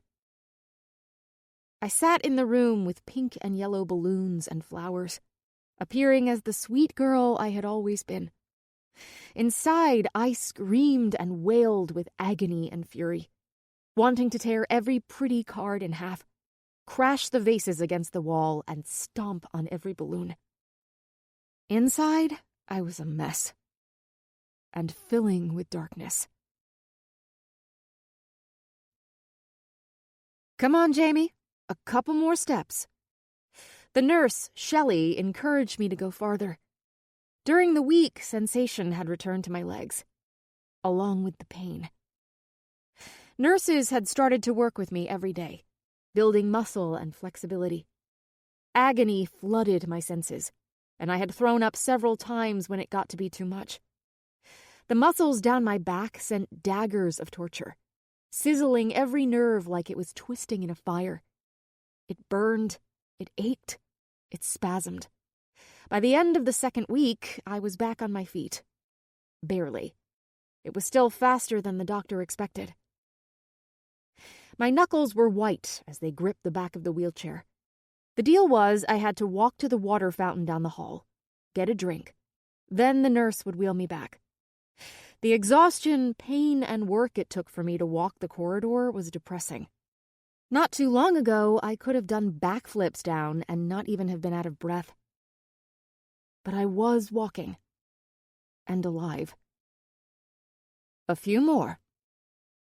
"Shelley, you said a few more a few steps ago," I growled through my clenched teeth. Sweat trickled down the side of my face. Both my legs and arms shook with effort. "And I will keep saying it till you get to the water fountain." I glared at her. She smiled, enjoying tormenting me. I liked Shelley. She was sassy and honest. She didn't sugarcoat things, which was refreshing. And at the same time, she was comforting without being smothering. My parents had teetered over into suffocating with their constant nearness, excessive enthusiasm, and overly inspirational cheers for me to get better. Sometimes my dad turned into a coach, priming me for a big game, while Mom tried hard to pretend she was all right, overdoing the positive thinking. She wanted to paint me a picture of perfection, like a true marketer. I completely understood their reasoning, but simply wanted everyone to be honest, to say whatever they truly felt. My family teased and loved each other, but so much was left unsaid. It had never bothered me before. Maybe I never noticed how much we hid previously. "I'll bet you are thirsty," Shelley taunted, walking backward in front of the wheelchair. Her brightly colored scrubs hurt my eyes. "Cool, refreshing water would feel great down your parched throat." "Actually, I would love the water fountain to be full of morphine," I grumbled. She frowned. "You know you are being weaned off. Don't want you to become an addict on top of everything." "You're making me want to be an addict." "Oh, someone's feisty today." Her eyebrow curved up. When she said that, I realized it wasn't simply today. This was how I felt and thought most of the time now. I rolled the wheelchair a couple more feet with zombie steps. I might not have been dead, but I didn't feel alive either. "Okay, this time it actually is only a few more." She tapped on the fountain. My teeth sawed together. The back of my neck was soaked. My robe seemed more like a heavy wool jacket than a cotton one against my skin. "Your reward, Miss Holloway." She motioned to the fountain with a game show host's flair. "Wow, all for me?" I shuffled up to the spout and gulped down the cool water. As I enjoyed the refreshing liquid, I heard a crash behind me and turned to look over my shoulder. "Fuck you!" A deep voice boomed from the room, plowing down the hallway past me. "You can take your wheelchair and shove it up your ass." Ice coated my esophagus. I straightened up, staring through the open doorway. My eyes locked on him, sitting on the edge of his hospital bed. His face, his voice. Grief covered my throat and spun me like a whirlwind. "Whoa!" Shelley grabbed me, my knees buckling. The movement drew the attention of the shouter. His head jerked up, and familiar blue eyes caught mine. Shelley placed the wheelchair near me, but my gaze never left his. Agony wailed through my body as I dropped into my wheelchair. It was like seeing a ghost, but I knew it wasn't. Hunter. Shelley turned the chair around, pointed me back toward my room, and pushed me forward. Hunter's gaze stayed on me, and he bolted up, his hand clutching the bedrail. He looked skinnier than I remembered, pale, sickly, and frail. Those words were not something you ever thought when you said the name Hunter Harris. His tall, burly male nurse leaped for him. "What are you doing? You can't walk yet, man. Baby steps." Shelley rolled the wheelchair past the doorway, out of view. My attention stayed on the doorway until his piercing eyes disappeared. Seeing him was like someone took a pair of pliers and ripped out my lungs. Colton's dead. I would never see the man I loved again, but I would see Hunter's face every day, an excruciating reminder. Why couldn't it have been Hunter? A voice in my heart screamed. The truth in the twisted thought chilled me. But anger at him, and myself for thinking it, won out.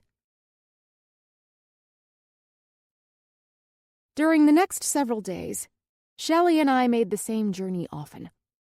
Hunter's door was always shut after the first time, as if he knew I would be coming down and didn't want to see me. But today it was open, the lights off. I tried to ignore the shot of terror. "Where is he?" "Who, baby girl?" Shelley asked, and followed my gaze to his empty room. "Oh, he's having another operation today. He was in a lot worse shape than you." I gulped.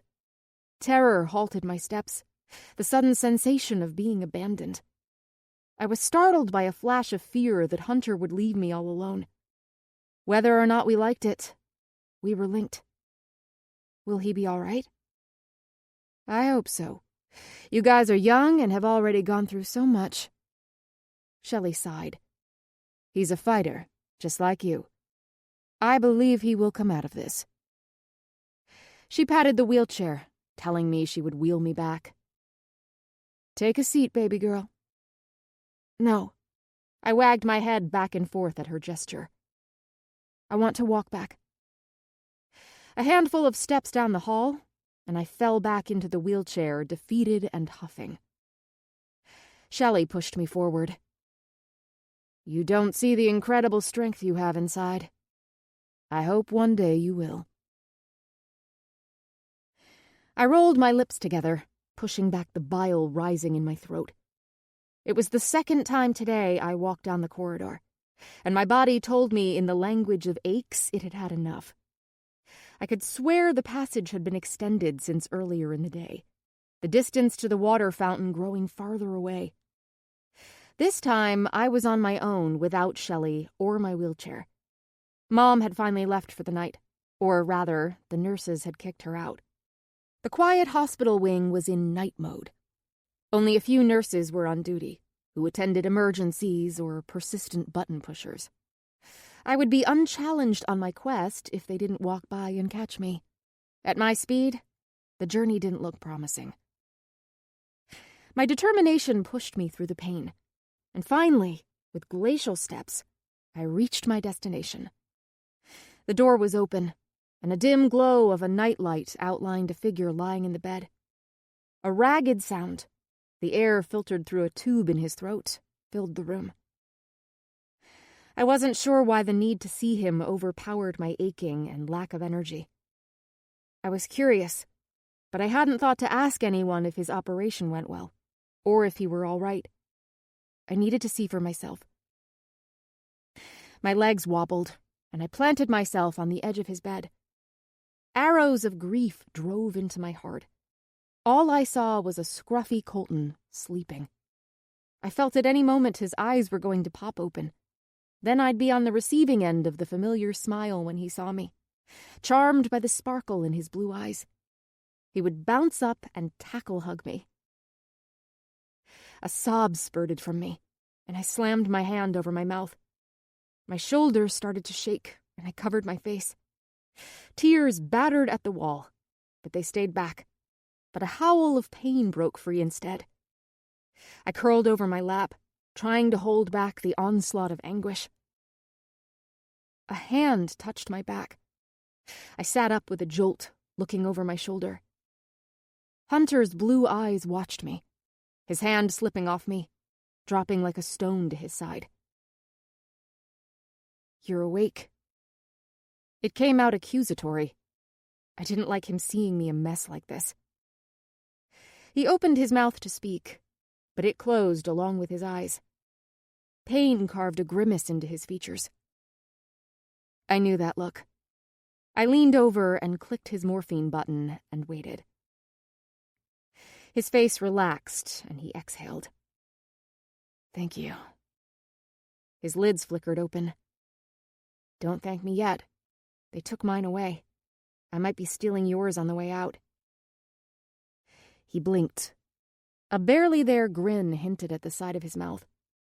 It reminded me of Colton, provoking an inferno of animosity inside me, and I glanced away. I heard you had another operation today, I said coolly. Yeah, he croaked, pushing himself higher on the pillow. Wasn't like the brochure. I don't recommend it. I snorted. So far, nothing about this vacation has been like the pamphlet. The crushing, shattering reality of what happened to us, who we lost, hurtled down on me, like I was actually being crushed underneath Colton's car this time. It took hold of the air, consuming the space between us. I felt like I might buckle underneath it. I've got to go. My words strangled in my throat, keeping the tears at bay. I only wanted to see if you were all right. Jamerson. He grabbed my arm. What? His lids drooped, and he wiggled his head back and forth. Nothing, he whispered, but his hand didn't leave mine. Hunter mumbled something I couldn't understand. Then sleep consumed him. I started to unwrap his fingers, but a need for comfort danced around my broken heart. It was sick and twisted, I knew. But for a moment, I needed relief from the guilt, anger, and agony. I wanted Colton back. Shocked at my own audacity, I crept in beside Hunter and curled next to his warm body. I reached out and touched his face, letting myself believe it was Colton. "I love you too," I whispered, saying the words I'd never told him the day of the crash. And now I never would. My hand brushed over his face. The boy next to me let out a sigh, his body relaxing into me. In some way, it was the goodbye I'd been denied. Chapter 7. A couple days later, Shelley and I made the long loop. Every day she added on a few more rooms to pass before heading back. It was painful and slow, but I pushed myself to keep going. Usually, I only encountered Mr. Goldstein, with his hip replacement, on my expedition. Today, it was not Mr. Goldstein when I turned the corner. I stopped, oxygen locking in my lungs. Hunter and his male nurse were heading directly for us. Using the wheelchair as his walker, Hunter's face was beet red, perspiration dripping down his forehead. "Keep going, baby girl," Shelley encouraged me to continue walking. My slippers slid across the floor, nearing me to Hunter. After the night I said goodbye to Colton, I avoided going near his room, asking Shelley to take me around the other way. The farewell closed one door and opened a dam. The thought of Hunter, even hearing his name, sent venom into my blood. Resentment coiled in my gut. He lived, but Colton was dead. Anger at his survival over Colton's drove resentment through my thoughts. These emotions stirred through me now, watching him. "Come on, man." The nurse motioned him forward. "A couple more steps." I scoffed at that phrase, having heard the lie so much myself. Hunter lifted his head to look at me. His expression held zero sentiment. But his eyes flashed, and a nerve in his jaw twitched. "Keep going. You're doing great." The male nurse motioned for Hunter to keep moving forward. "You're almost there. See? Only a few more steps to the nurse's station." Hunter had more than 4 more rooms to pass before he made it to the destination. Way more than a few painful steps. "Screw you, Carl," Hunter growled and shuffled his feet over the smooth surface. "I have trouble walking, not seeing." "Wow, someone's grumpy." Carl shifted backward, a smirk on his face. "Maybe if you didn't cut off the painkillers," Hunter grumbled. "Need to wean you off them now before you become an addict." All of this felt like déjà vu. "Too late," I snorted. The stories of Hunter being heavily into marijuana and harder drugs was frequent chatter around school. Colton never confirmed it, but he didn't deny it either. The muscles along Hunter's neck strained, his lips pressed against each other, turning white. He rolled the wheelchair forward and blocked my path. "Get your chair out of my way," I snarled as I stared at him. "No." A drop of sweat tracked down the side of his face. "Get out of my way." The words broke over my tongue with incense. "Get out of mine," he snarled back. Hey, let's not have any of that." Shelley grabbed my elbow, steering me around him. I pinned my feet to the surface, hunching forward. "No. For once, you are not going to get your way." I pushed at his wheelchair, making him wobble. "For once? My way? What are you talking about?" "You snapped your fingers and Colton ran, no matter what. You'd get yourself in a mess, but your brother always got you out." My mouth wouldn't stop. My wrath boiled and popped. "You're a selfish bastard. All you ever thought of was yourself." The words kept coming. This is all your fault, I seethed. He wouldn't have gotten in the car drunk. If it wasn't for you, he'd still be alive. Hunter jerked back as if I slapped him. If he weren't jumping to your aid again, running when you beckoned, none of this would have happened. It might not have been true, but it didn't seem to matter. My arms and legs shook with emotion. He was always getting you out of trouble, and you continued to use him. Hey, baby girl, let's calm down. Shelley tried to pull me away, but I yanked out of her grasp. He loved you so much, and now he's dead, I sobbed. You don't think I loved him? I wouldn't have done anything for him? Hunter's face flushed, and his cheeks dotted with red specks. You know nothing about me. I know enough. Hunter's face twisted into a fevered sneer. You're a selfish asshole, a loser. Rage spat from me. Both Carl and Shelley tried to step in, but we didn't budge, staring each other down. You're shallow and blind. He leaned into my face. I hate you. In a tightly controlled, cold tone, nothing like my own voice, I heard myself say, I wish it had been you. So do I. He met my intensity. Okay, that's enough. Shelley stopped mid-sentence as Hunter clasped his chest. He sucked in a sharp breath, leaning over the wheelchair. Hey, what's wrong? You okay? Carl stepped up to him. Hunter nodded, coughing into his hand. Blood sprayed out of his mouth, coating the floor in a foamy pink liquid. Oh no. Shelley let go of me and ran for Hunter, but she was too late. Hunter's body dropped, and he fell face first into the wheelchair, sending it flying against the wall. I jumped with a cry.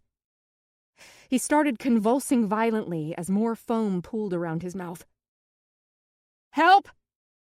Shelley squatted next to him, yelling down the hall toward the nurse's station. Code Blue! We have a Code Blue! What's happening? Both she and Carl ignored me, their attention on Hunter. 3 more nurses ran to us, pushing me out of the way. Panic and fear strangled my vocals, making it hard to catch my breath. His body continued to jerk on the tile, blood leaking from the side of his mouth. A flash of the night of the accident came back. A brief memory of red and blue lights and people calling out around me. Me, hanging upside down from my seatbelt, turning my head and seeing Colton. His body bloody and broken, twisted in an unnatural position against the roof of the car. Now people shouted medical jargon around me, like a foreign language, their voices intense and constant. Tell me what's happening to him! Again, no one acknowledged me. Carl and 2 other nurses got him on a gurney. The entire team sprinted down the hall, driving air into his lungs with a handheld pump. They curved around the corner out of sight. I stood there in the vacated hallway, staring at empty space. It all happened so fast my brain was trying to catch up. Dampness nudged my toes and drew my gaze down.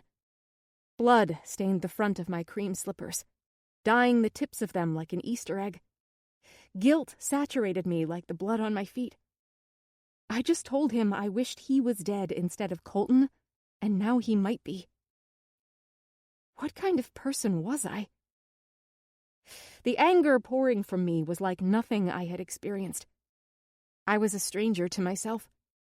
It forced an unsettled, unsure emotion inside me. But it also made me feel alive. Chapter 8. You ready to head home? Dad clapped his hands, stepping into the room. I nodded, not sure if it was true. The hospital felt safe, and I feared the moment I walked through the doors where reality waited for me. Come on, JJ. Dad picked up my bag of personal items they had brought over the weeks. Your mom is talking to the doctor about your medications and physical therapy. I stood the same moment Shelley rolled in the wheelchair. Your last ride." My lashes fluttered, and I walked over to her, wrapping my arms around her. "Thank you," I mumbled. "I will miss you." "I will miss you too, baby girl." She squeezed me back. "But I am happy you are leaving here." I knew what she meant. I had survived. Shelley told me Hunter had suffered a pulmonary embolism, a sudden blockage in a lung artery. The cause is usually a blood clot in the leg. It was nothing I did or the doctors could have foreseen.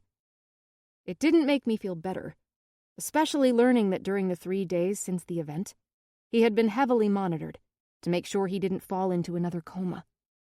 They had moved him back to intensive care, so I didn't see him. Not that I wanted to. "Let's get you home."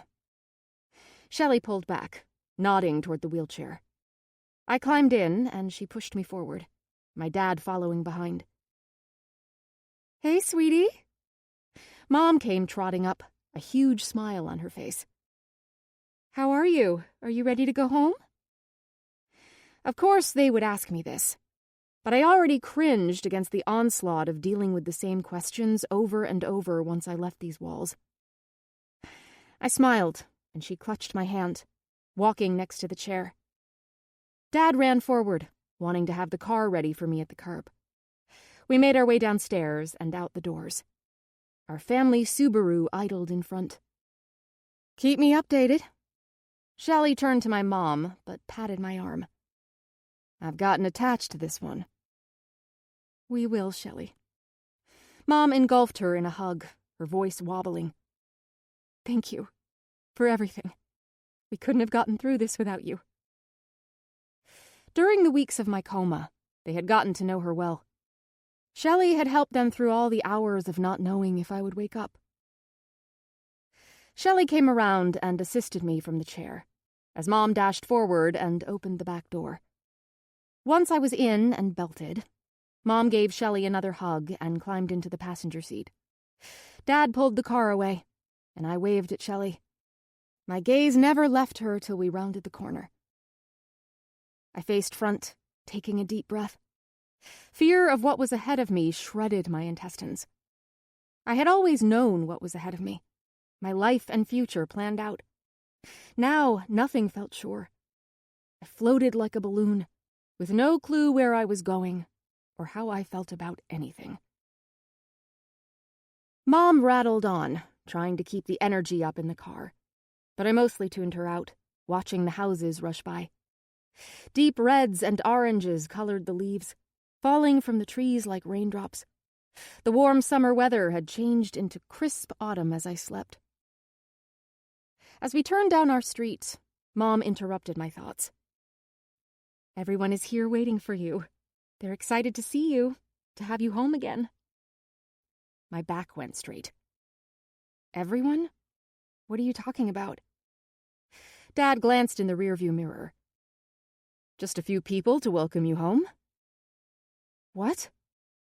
Seeing people was the last thing I wanted. Dad pulled into our driveway. A huge "Welcome Home Jamerson" poster hung across the garage. Cars lined the curb all around our house. "We thought you'd love to see everyone. Your grandparents are dying to visit with you. So are your sister and your friends." Dad set the car in park, ran around to my side, and helped me out of the back, handing me a pair of crutches. The doctor wanted to limit the amount of time I was on my legs. I swung them forward, my stomach coiling as we moved up the path. No, no, no. My mind rang. I did not want to see anyone. But how could I tell them? It would hurt their feelings. The front door swung open, and Grandma Penny, my mom's mother, came running out, her arms spread open. My grandpa died in the war before I was born. He was who I was named after.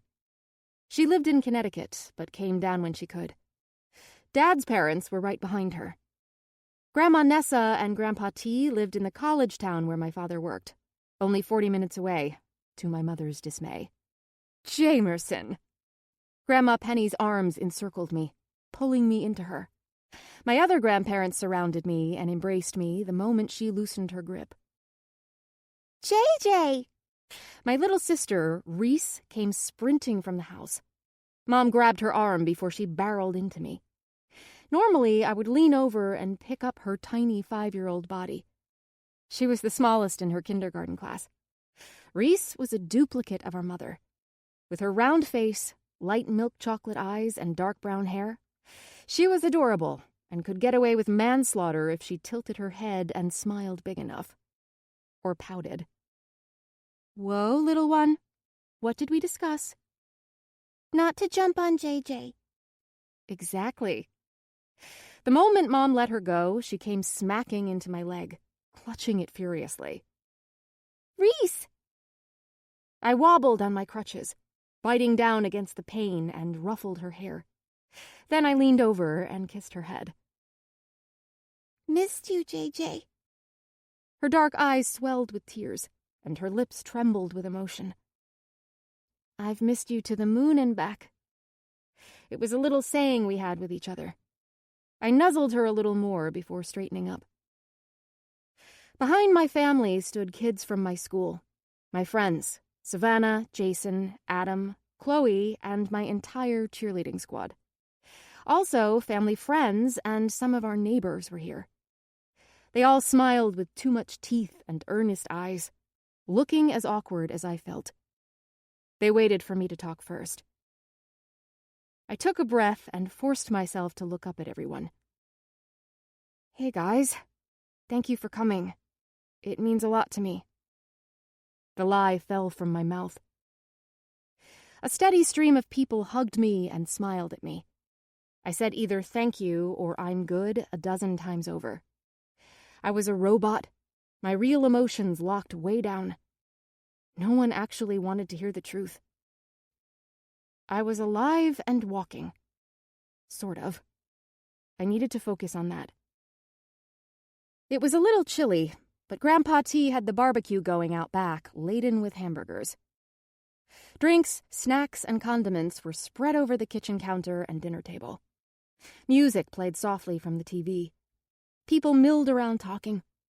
My school friends quickly grouped around the sofas, eating and drinking, no longer paying any attention to me. After a bit, exhaustion drained me, and I snuck off to my room to escape the parade of people and sympathy. I timidly opened my bedroom door as if I were a visitor, dropping my crutches against the wall. Mom said she'd only gone in to grab some clothes and personal items for me. I expected to see clothes flung over my bed. A whisper, a ghost, left of the night I went to the party with Colton. But it was spotless. Like Grandma Nessa spotless. She couldn't help herself. Growing up with her had never been relaxing, unlike Grandma Penny, who encouraged me to be a kid and get messy. Grandma Nessa was a neat freak and always had her house spotless. My fingertips brushed along my bedspread. The soft duvet was fluffed and neat. At first glance, everything looked as it had before. Books on the desk, jewelry boxes, knickknacks, and pictures. Then I realized what was missing. My dresser had been filled with pictures of cheerleading competitions and Colton. My favorite one was of us kissing the night he won state championship, the entire team cheering around us. Gone. I limped out, ignoring the shooting pain in my legs. "Where are they?" I bellowed the moment I hit the living room. The entire room went silent, all turning to me. "What did you do with them?" Mom moved toward me first. "What, JJ? Where did you hide them?" I demanded, anger flaming my throat. "Did you think I wouldn't notice?" "Hey, calm down." Mom rubbed my arm as if I were mentally ill. I only screamed louder. "The pictures! You think taking the pictures of Colton away is going to help? Like if you remove him, then he never existed? I would simply forget?" My voice was high and shaky. "I want them now!" Grandma Nessa rushed from the kitchen. "I'm sorry. I thought it would be better if they weren't there. If the reminder wasn't right in front of you. Why? You think this is as simple as out of sight, out of mind? Merely taking the pictures away would take away my pain? Tears filled my eyes, but I held them back. She thought she was helping, but sometimes I felt older people didn't think younger people experienced real pain or love, as though we could easily rebound and move on. Shh, it's okay. Mom spoke slowly and quietly.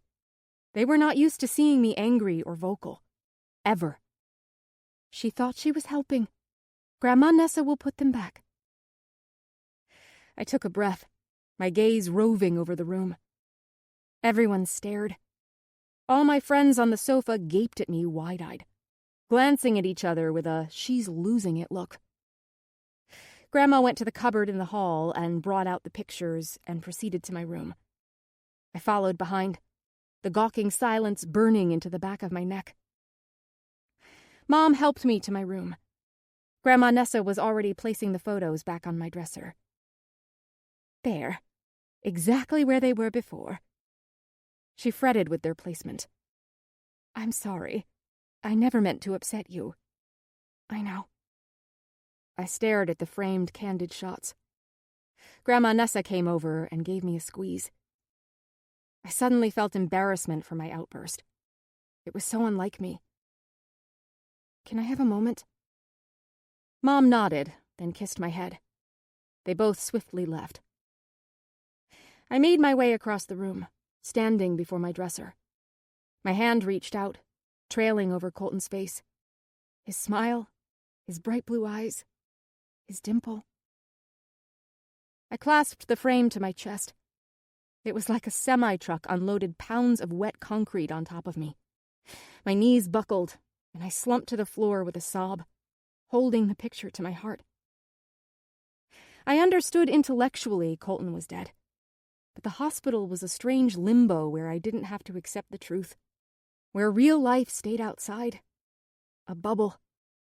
Being home thrust me back into reality, where I could no longer deny or push aside life while I healed. He was gone. Forever. Now that the pictures were back in place, I found I no longer wanted them there. Looking at them was like shredding my heart with glass. But at the same time, if anyone tried to take them away, I would attack them like a wild animal. Protecting him. Us. A choked cry broke free. The body could heal, but the vast emptiness inside was beyond anything I could mend. It was too intense. A black hole. People could sympathize, but could not understand. They didn't like sadness. They wanted to move on and not talk about it. My sadness and I were one. Music from the living room ventured into my room. Snippets of laughter and talking mingled around. It made me aware I was even more like an alien, a foreigner in my body, alone. The noise suddenly became louder, the whoosh of my door opening. JJ? My sister's voice sounded scared and unsure. I lifted my head. Once she saw my eyes, she ran to me, her arms wrapped tightly around my neck. Don't be sad, JJ. My heart almost burst as this little 5-year-old comforted me. I love you. I love you too. I drew her in, burrowing my head into her neck. The smell of strawberry shampoo wafted from her hair. So much. To the moon and back? I pulled away, brushing her brown hair from her face. To infinity and beyond. She grinned. Grandma Penny made a cake. Her eyes grew big and sparkled. But we can't have any till you do. A smile tugged at my mouth. Okay, tell them I'll be right out. She nodded frantically. And you can have the biggest piece. Her face lit up and she ran out of my room screaming. She's coming! JJ says I can have the biggest piece. With ice cream. My sister could be a pain, but now she reminded me everyone outside those doors was here for me. I dropped a wall down on the darkness, banishing it away. I wiped away the few tears that escaped.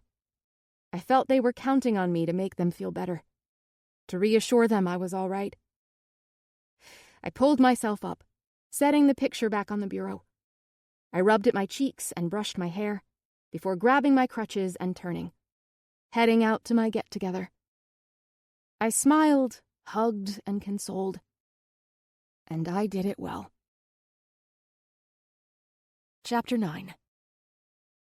Do you want to go to a movie? Maybe go shopping after your physical therapy? Mom set my oatmeal in front of me. No thanks. I shook my head, picking up my spoon. Come on, Jamie. You need to get out. You haven't left this house since you came home 6 days ago. I don't want to go out. I took a bite of my cereal. Savannah has called you 12 times. Are you ever going to return her calls? She had only called once and texted twice. I will, I promise. I'm simply not ready. Not ready? She's your best friend. Best friend was a stretch. We hung out, but Colton had been my best friend. Savannah and I only saw each other at practice, parties, or when she wanted to go shopping for something and Chloe was busy. Nancy called to see how you were, wondering when you'd be back. Nancy was my cheerleading coach. She was tough, but fiercely loved her girls. She was the one who had called 12 times. Reese, breakfast! Mom filled a bowl of dry cereal for my sister. This week, she liked her cold cereal without milk. I thought it was sweet. Everyone misses you and wants you back. I stuffed another spoonful into my mouth so I didn't have to respond. Reese! Mom shouted again, placing my sister's bowl in front of the seat next to me. Footsteps pounded down the hall, and my sister bounced into the room full of energy and life, jumping onto the chair. I was envious of the innocence, the complete blissful naivete to her world. Everything and anything was possible. Simple, magical, and innocent. It was that way only a few months ago for me. It made me want to protect Reese even more. I wanted her to enjoy it as long as she could, where Santa Claus and fairies existed. No pain, no death, no sadness you couldn't find the bottom of. Nancy said she'd love to have you there, help with the routines and stuff. I don't think so. Jamie. Mom let out a big sigh. It seemed as if her patience was thinning. You need to do something besides sit here in your PJs watching TV. Get back into a routine. AKA normal. You love cheerleading. I think it would be fun to be with your friends. I wish it sounded fun. I had enjoyed cheerleading, but the thought of sitting there, watching them learn new dances and cheers for football games, made me want to crawl in a ball. It felt meaningless. Mom, let me start with physical therapy first and go from there. I was tired all the time anyway. Therapy was going to be a huge challenge. La la la la, my sister sang out, trying to bring attention back on her. Reese, don't talk with your mouth full, Mom said. I wasn't. I was singing. Mom glowered at my sister. Technically, she has you there. I tried to hide my grin. Mom's glare moved to me. My sister giggled, holding out her spoon to me. I clanked mine against hers in victory. Dad had taught us this move. Whenever we chose his side or he won a banter at dinner against my mother, he would clink our utensils in triumph. Reese did it all the time now. Mom sighed and rose from the table. I wonder if I can still run an ad in Craigslist to sell 2 insubordinate children. Dad got off work early to take me to physical therapy. We walked into the building near downtown, an old strip mall that had been gutted and fitted with a gym. There were a handful of rooms for massage and private training, but we headed for the main reception area. The woman there took the medical paperwork from Dad and signed us in. Justin will be right with you. She smiled, Dad and I nodded and turned to view the room. Treadmills lined the window area facing the parking lot. The opposite wall and the spaces in between were equipped with weight machines for every muscle group you could think of. A brawny man walked up to us, dressed in workout pants and a tight-fitting shirt. Hi, Jamerson. I'm Justin. I'll be your trainer here. His large hand enveloped mine, shaking it. His thin t-shirt showed every bulging muscle in his chest and arms. "Hi," I squeaked. He was average height and looks, but his smooth bald head, bright green eyes, and fit body caused me to stumble over my words. Susie is the other trainer here. He nodded to a woman in the corner supervising a middle-aged man on the leg press. He was missing his left leg from the knee down. Susie was striking, possibly of Hawaiian descent. She was short but fit and curvy in all the right places. Her long dark hair was pulled back in a ponytail, showing off her cute round face and bronzed skin. I was glad Justin was my trainer. She'd make me want to slap myself thoroughly. Let me give you a rundown of how we run things here. Justin continued on. My father stood diligently next to me. I could see questions already forming in his head.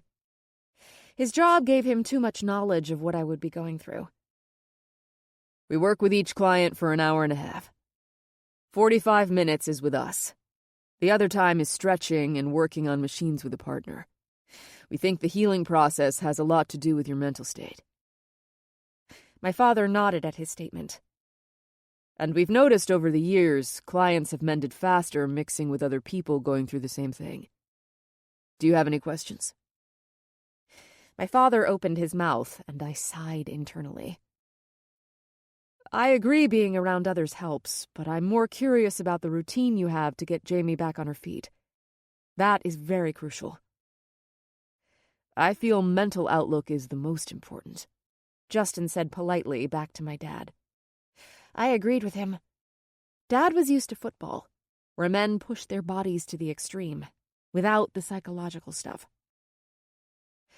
As Justin obliged my father and went into detail about my workout routine, my attention wandered over the room, taking in the people and machines spread through the space. There were only a few people here, and most were older. A girl lounging on the mat caught my attention. She seemed to be around my age, maybe a little older. She was about 5'7". Her body was average, more on the skinny side, but not at all toned. She definitely wasn't a gym rat or fitness freak like Susie. Her hair was a white blonde with red, pink, and green streaks underneath. Her eyebrows looked almost black, and she wore thick black eyeliner. A handful of different style necklaces hung from her neck over a white t-shirt. She had on gray cotton leggings and black Nike shoes. She noticed me staring at her and rolled off the mat to stand. She waved me over, and I drifted away from the buzz of my father's questions and walked to her, my steps stiff and awkward. "Hey, newbie." A wide, playful grin crossed her face. I could sense confidence radiating off her. "Welcome to Justin's and Susie's torture chamber, where their pleasure is in hurting you. Sounds like fun." The girl snorted. "I'm Stevie Colvin." "Stevie?" My mom was obsessed with Stevie Nicks. She shrugged. "You kind of look like her." "Yeah, why not simply embrace it? Think my mom was hoping I would be able to sing, too. No such luck." I smiled. "I'm Jamerson." "Were your parents obsessed with whiskey?" "No, that's Jameson. I was named after my grandpa." "Well, your hair is the color of whiskey. Bet you'd go down as smooth." She winked. "So what's your story, Whiskey? Why are you here?" "Car accident." I glanced down at my leg. The brace under my sweats strangled any sensations from my nerves. "Hit and run," she said, pointing to herself. "Walking across the road near campus on a Friday night." "Seriously? They didn't stop?" "Probably some drunk frat boy who didn't want to get into trouble." She tightened her tri-colored ponytail. Now I'm back living at home till I'm all healed. Hips and back are all messed up. Her lips twisted down in a frown. Just love living at home with my mom again. She shifted around, grimacing, not putting her weight anywhere for too long. How long do you have left? The doctors say another 3 months if I keep diligent. A wicked smile enveloped her features. But I'm not good at being diligent. Unless it's sex. Her bluntness took me aback for a moment, but then I realized I liked it. It was refreshing. Speaking of... She nodded her head behind me. I mean, seriously, his ass can't be for real. Love to lick it. I turned to look over my shoulder. Justin was talking with my father, his profile to us. His butt and chest bulged and curved almost obscenely. Also, that one. Now, I'd really like that one in my bed. Stevie motioned with her head over my other shoulder. I twisted to see our other trainer, Susie, bending over, helping the man to stretch out one leg. My eyebrow curved in surprise. You're bi? I couldn't help blurting out. I had never met anyone around my age open about being bi, or even gay. I knew there were, statistically speaking, and I'd suspected about some kids at school. But few in my high school had admitted it. Stevie seemed to have no such reservation. I'm an opportunist. Stevie grinned. Why limit myself when I can have both? I thought it might make me uncomfortable, but it didn't. It seemed to fit her. I suspect you're as straight-laced as they come. No, I responded, my voice unsure. Please. She tilted her head. You are the stereotype goody-goody girl. Sheltered, sweet, and obedient. Kinda boring whiskey. Ouch. I frowned and pressed my lips together, wanting to object, but my mouth stayed closed. Not to worry. You've met me. She motioned to herself. I will soon purge those faults out of you. She winked and laughed. Speaking her mind seemed to go with her character, and for some reason, even though it was directed at me, I liked her even more for it. If I did anything similar, people would be aghast and upset. JJ, my dad called over. I'll pick you up at 4:30. I waved to him as he headed for the door. Justin walked over to us. Okay, girls, we are here to work, not talk. How about we watch a movie and eat popcorn? I've heard it's very therapeutic, Stevie said hopefully. And how about you grab a yoga ball and weights instead? You are no fun. I mean, zero. Stevie rolled her eyes. But hey, I've heard having sex is a workout and mentally beneficial. You in? Justin didn't even flinch. I had the impression he was used to her frankness. He lifted a dark brown eyebrow, his demeanor no nonsense. Yeah, yoga ball. Stevie turned to the far wall, where the yoga stuff sat heaped in piles. Doing tantra fitness moves over a large ball, and he doesn't want me to include him. Just mean, she mumbled to herself. Jamerson, you are going to start on the machines with me. He turned toward the treadmill. Be prepared. This is going to be an uphill battle for a while. You are going to be in a lot of pain, and you are going to have to work especially hard. Way to sugarcoat it, Stevie yelled from across the room. He shrugged. I don't sugarcoat things. Stevie wagged her head. He doesn't. Even with dread of what was in store for me, I chuckled at Stevie's comment. I knew I was going to like her. She was different from anyone else I knew. It was exactly what I wanted. Chapter 10. Justin was right about the effort. The excruciating pain and grueling work during the next 2 weeks was more than I ever imagined.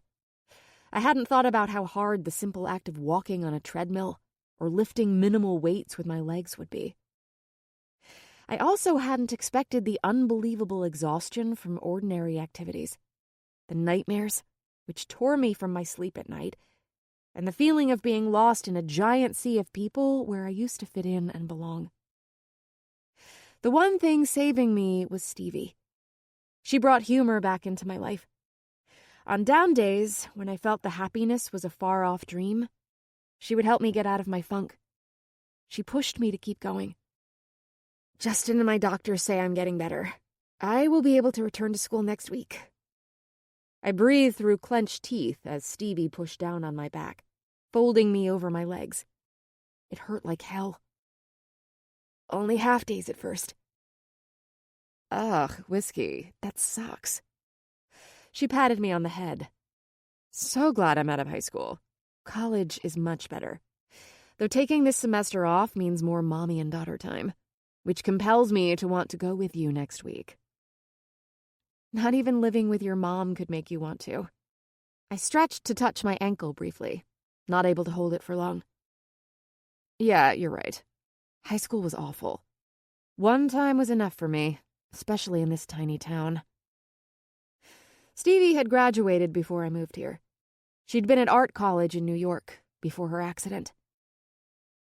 You're probably one of those people who likes high school, don't you? She gave up on pushing me forward and plopped down on the mat with an exaggerated huff like she had been the one working out.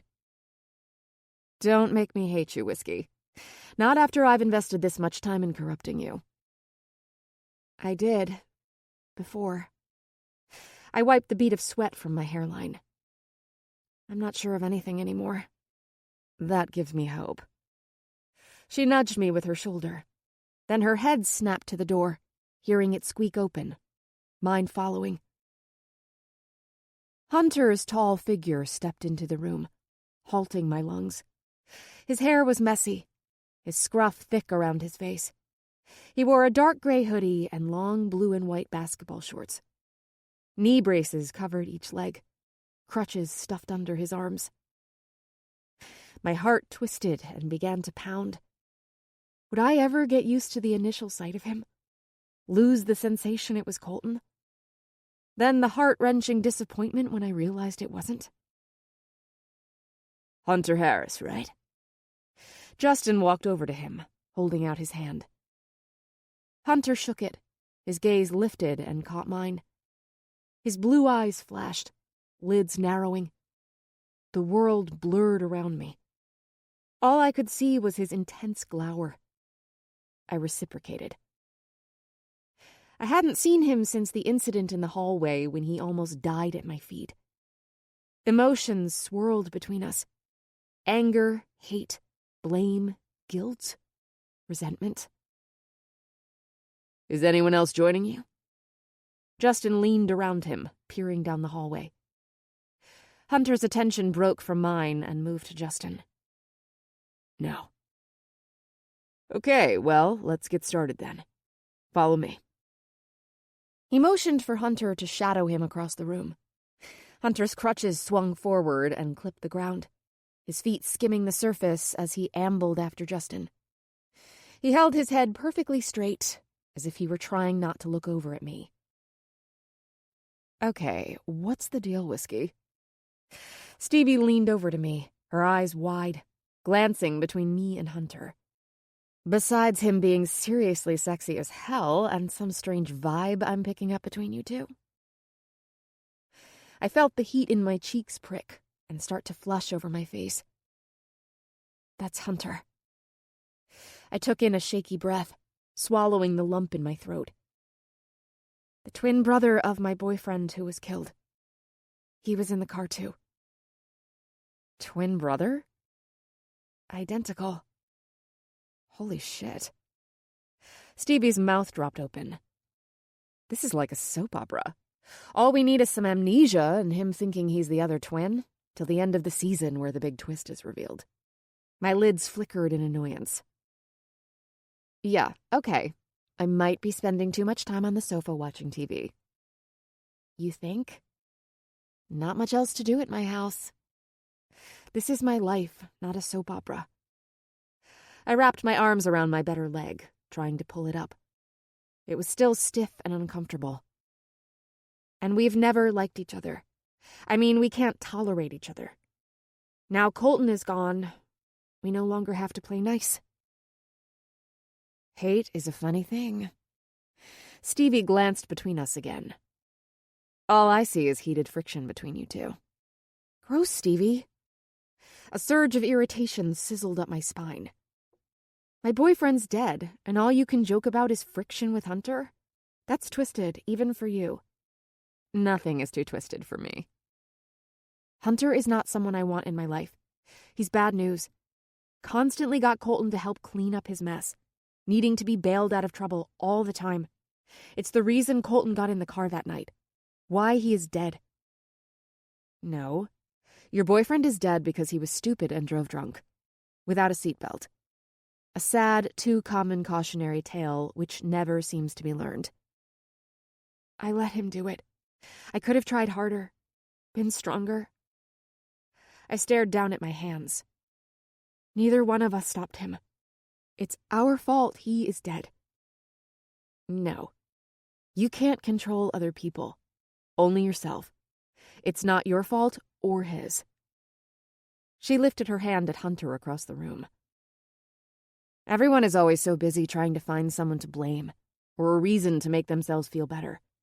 But sometimes things just happen. Unfair and pointless. But good or bad, this is life, and we have to deal with what it gives us. She stared down at her hands, her forehead furrowed. It was the most serious I'd ever seen her. My dad battled cancer for years and finally won. He was in remission. The doctor said they didn't see signs of it anymore. Then he went to work and died of a heart attack. Now tell me the fairness or reason in that. She played with her chipping nails. There isn't. And there is no one to blame. It's just life. Sucks, but we go on. I'm sorry. She shrugged. I'm simply saying it's useless to be angry or blame Hunter for something out of your control. He probably hates himself more than you ever could anyway.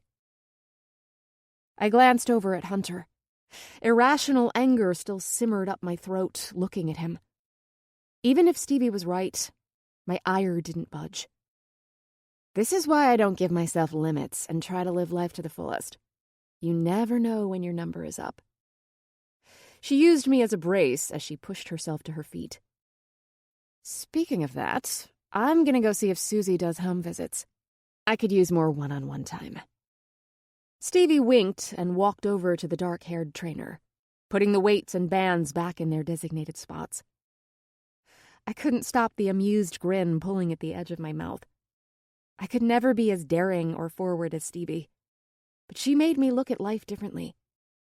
The version of me before the accident didn't want to look outside of the box, stay safe and uncomplicated. But the box was broken into pieces, and I was roaming free in this huge world, feeling lost, scared, and alone.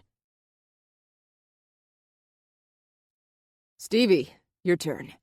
Justin called from beside the treadmill. Hunter stepped off. Sweat ran down his face, falling onto his t-shirt, soaking it. He had been a part of our group for a week now, and both of us had been able to avoid each other. We had yet to exchange a word. Hunter, stretch out with Jamerson. Your legs are going to cramp. Until now. I dropped Stevie's leg, turning to Justin, my mouth open to object or come up with some excuse.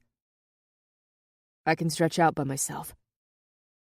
Hunter wiped his face with his shirt, beating me to it. That's nice for you. Justin's tone conveyed Hunter better walk his butt right over to me. Quickly. Stevie, now. Stevie rolled up. Keep your panties on. She sauntered over to the trainer. Or better yet, don't. She laughed and winked at him. Hunter's forehead furrowed, the sides of his mouth inching down in annoyance. He limped over, keeping his gaze from me. He made a noise and lowered himself onto the mat. A wince of pain cut across his features. He lay on his back, staring up at the ceiling, but otherwise didn't speak or move. "Your leg," I huffed, lifting my hand. His eyes darted to me.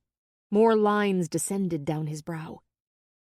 It was a moment before he lifted his leg, placing his heel in my palm. A nerve twitched in his jaw, and he blew out air. The fantasy of shoving his leg back toward his head, inflicting tremendous pain, blasted through my head, flinching my hands. I wanted to hurt him, to cause him agony, the same that consumed my heart. Most of the time, I could block my emotions, but Hunter stirred them like an electric beater. I bit down and lifted his leg to the limit. "You want to hurt me right now, don't you?" His gaze burned into me. I almost dropped his leg with surprise. "It's all over your face. I know you hate me." He kept his voice even, staring blankly at the ceiling again. "I don't really care." "I think it's better if we don't talk, or I might do something I'll regret." It was so subtle I almost missed it, but his lips tilted with amusement. "Go for it." His smile was replaced with a stiff-lipped challenge. "Do your worst." My nails dug into his shoes. I took a staggered breath, trying to calm the raging beast inside. There was so much anger all the time. "Always well behaved," he taunted. Something deep in his eyes, an emotion flittered through. "But I know there's another side. Go ahead." I dropped his leg. It slammed down on the mat. A grunt came from deep in his throat, and his jaw snapped together. "Feel better?" "Shut up," I growled. "You think me hurting you is going to make me feel better?" It was exactly what I wanted to do. Agony beaded in sweat along his hairline as he pushed himself up to his feet, his body leering over mine. "Yes," he seethed. "You blame me for Colton." "No, I don't." Lie. I could sense the attention of others in the room, but nobody stepped in. "Okay, I did, but I don't anymore." Hunter laughed sardonically. "Jesus, you can't even be honest with yourself." "What do you mean?" "Hit me, kick me, get it out, because nothing you do is going to make me feel worse than I already do." I could see Susie move toward us out of my peripheral vision. Justin shook his head, halting her. "Now you're sorry? When it's too late?"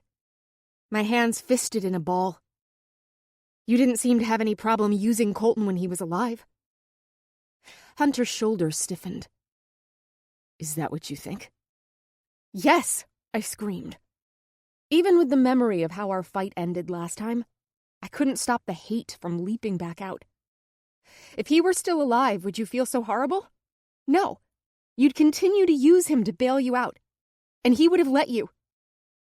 Hunter's entire body went rigid. "You righteous bitch," he growled. "You know nothing, and see even less."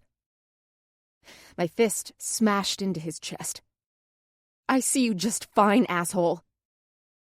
"Do it," he sneered.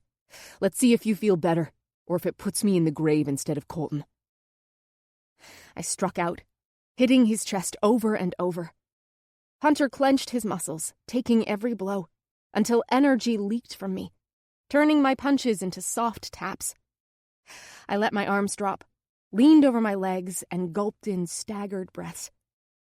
I still wouldn't let a tear fall from my eyes, but my throat quaked with unreleased sadness. The room was silent and still around us, as everyone waited and watched. The tension choked the air between us like smoke. "I'm sorry." Hunter's voice was deep and controlled.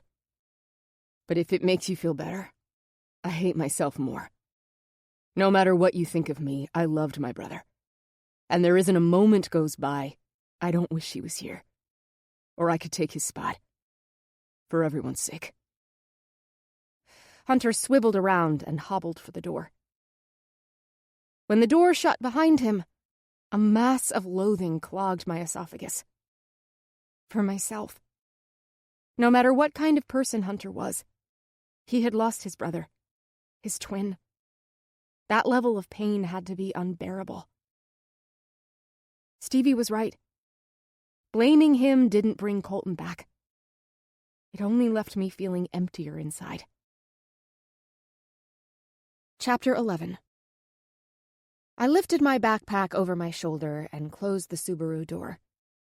The front of the school loomed over me, filling me with trepidation.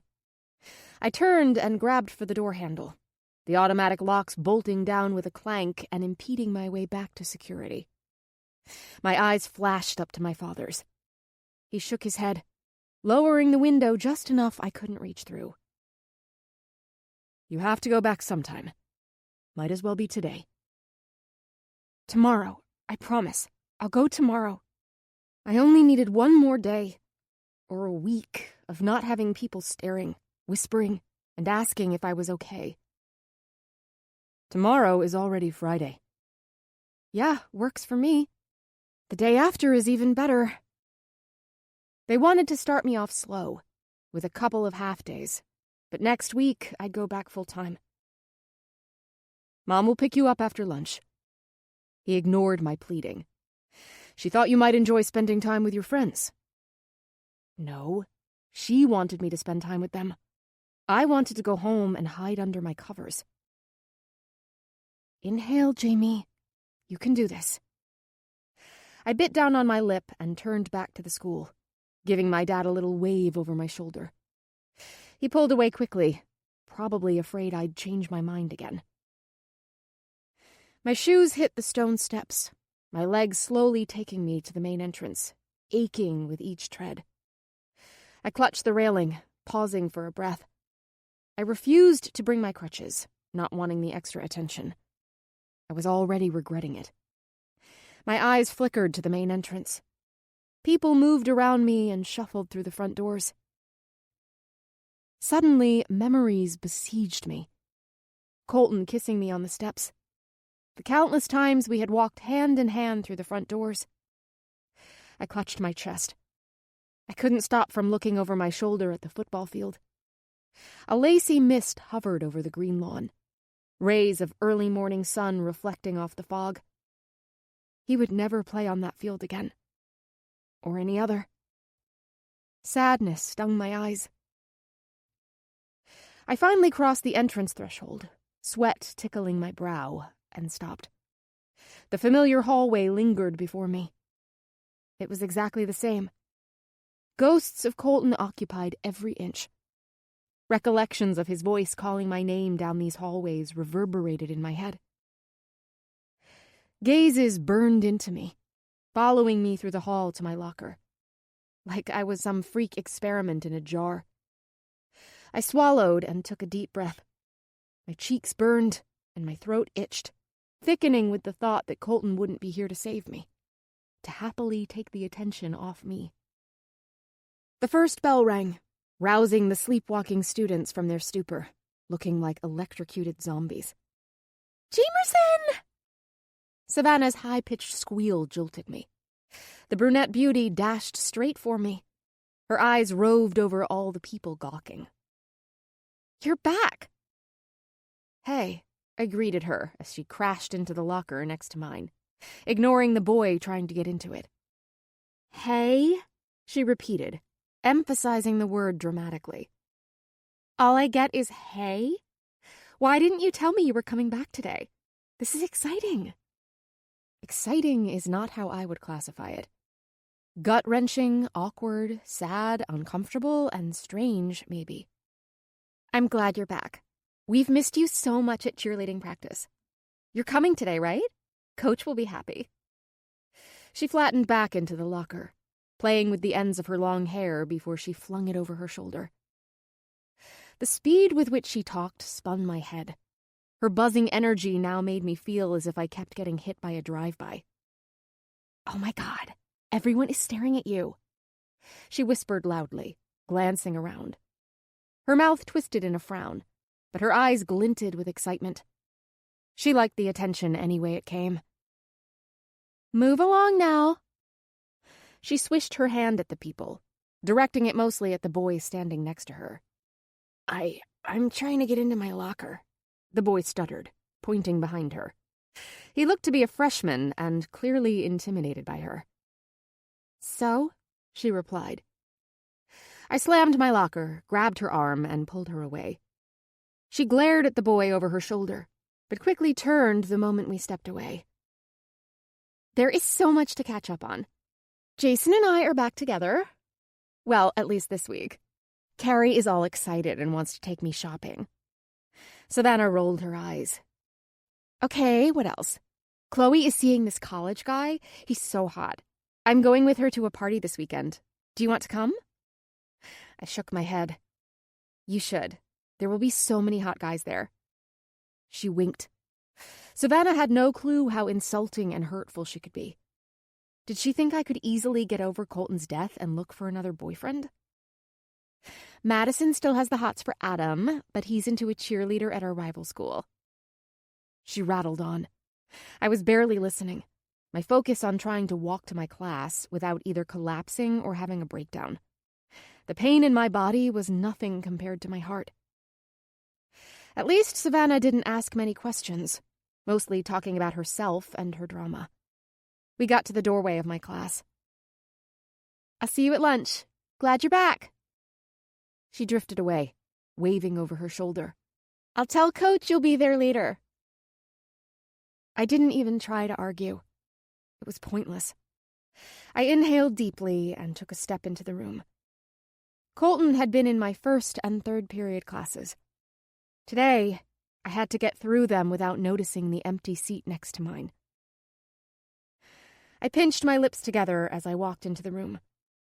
Mom had sensed this would be a tough day and set up an extra counseling session for later.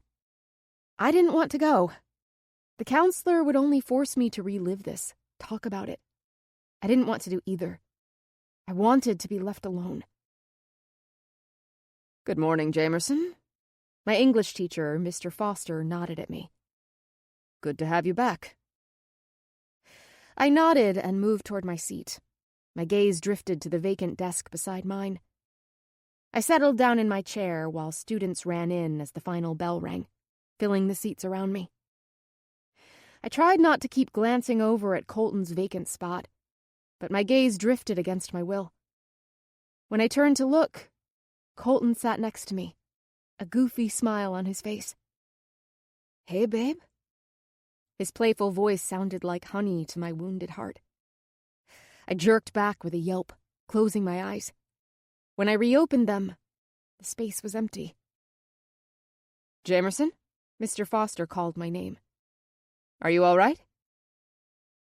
I nodded, suddenly overly aware of everyone in the class staring at me. Yes, fine," I replied, heat rushing over me.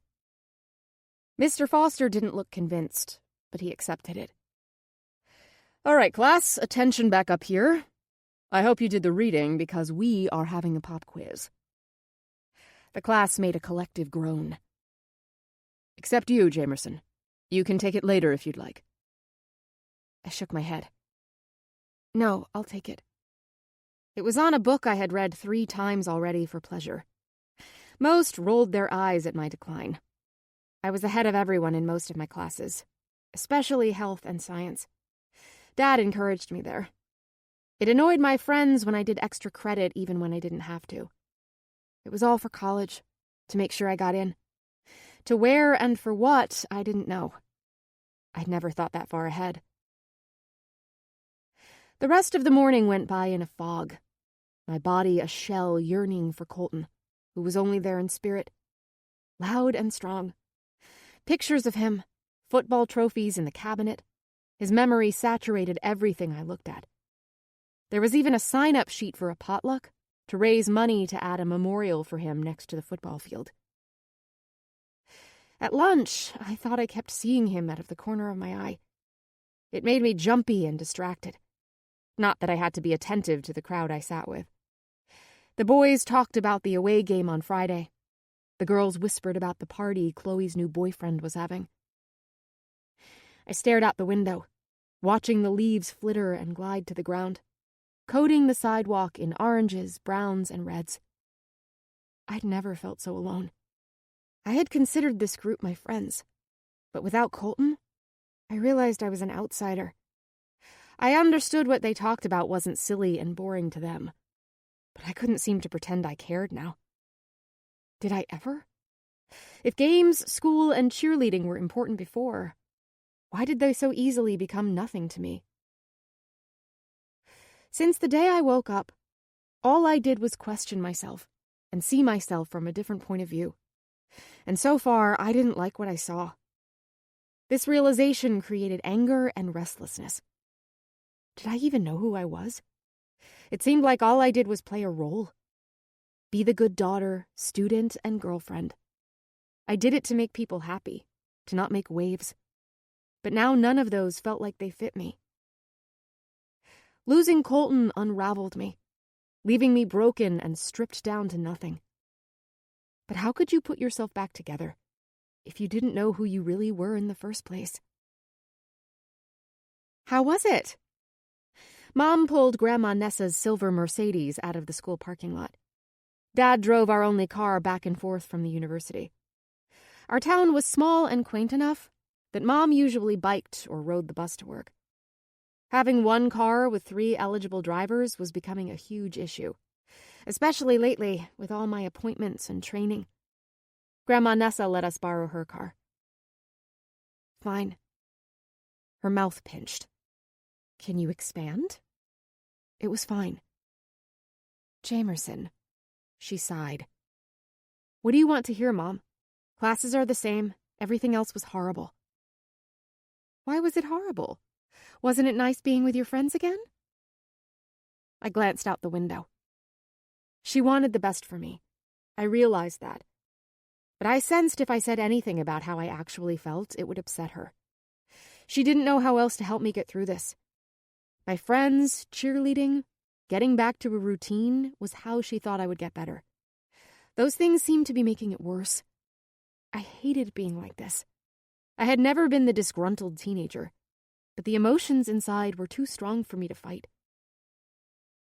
Nancy called again. She was hoping you'd help with a potluck. It's not a simple potluck, Mom. It's for Colton's memorial. Yes, she said sadly, keeping her attention fixed on the road. It might be nice for you to be a part of it. They want to leave a lasting monument in his honor. A strange laugh belted out of me. Sorry your boyfriend is dead, but here is a bench your ass can sit on instead. Jamie, it's more than that and you know it. Is it? I responded. It's a plaque, a thing people do so they feel better about themselves. Jamerson, Vanessa, what has gotten into you? It doesn't mean anything, Mom. It doesn't bring him back. It only means something to the ones who didn't really know him. Mom gripped the steering wheel, her brows furrowing. She went silent, and I knew she was upset. The tension in the car built. I didn't regret what I said, but I didn't like hurting her. I knew she took off work to pick me up, losing much-needed money. I had heard my parents fighting about money and asking my grandparents, all of them, for help with the medical bills. Insurance only paid so much, and the time they took off work while I was in a coma put us deeper in debt. Guilt overrode my true emotions. I'm sorry, Mom, I said quietly. She took a moment before letting out her frustration in a heavy exhale. I only want the best for you, JJ. I thought being a part of Colton's dedication might help you have closure. A monument to Colton would not give me any kind of closure, but I let it go. I know you do.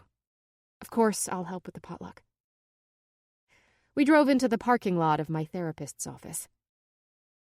You've been by yourself so much lately. It's not good for you. You need to be with your friends and be part of things again. She pressed her mouth together like she wanted to say more. What?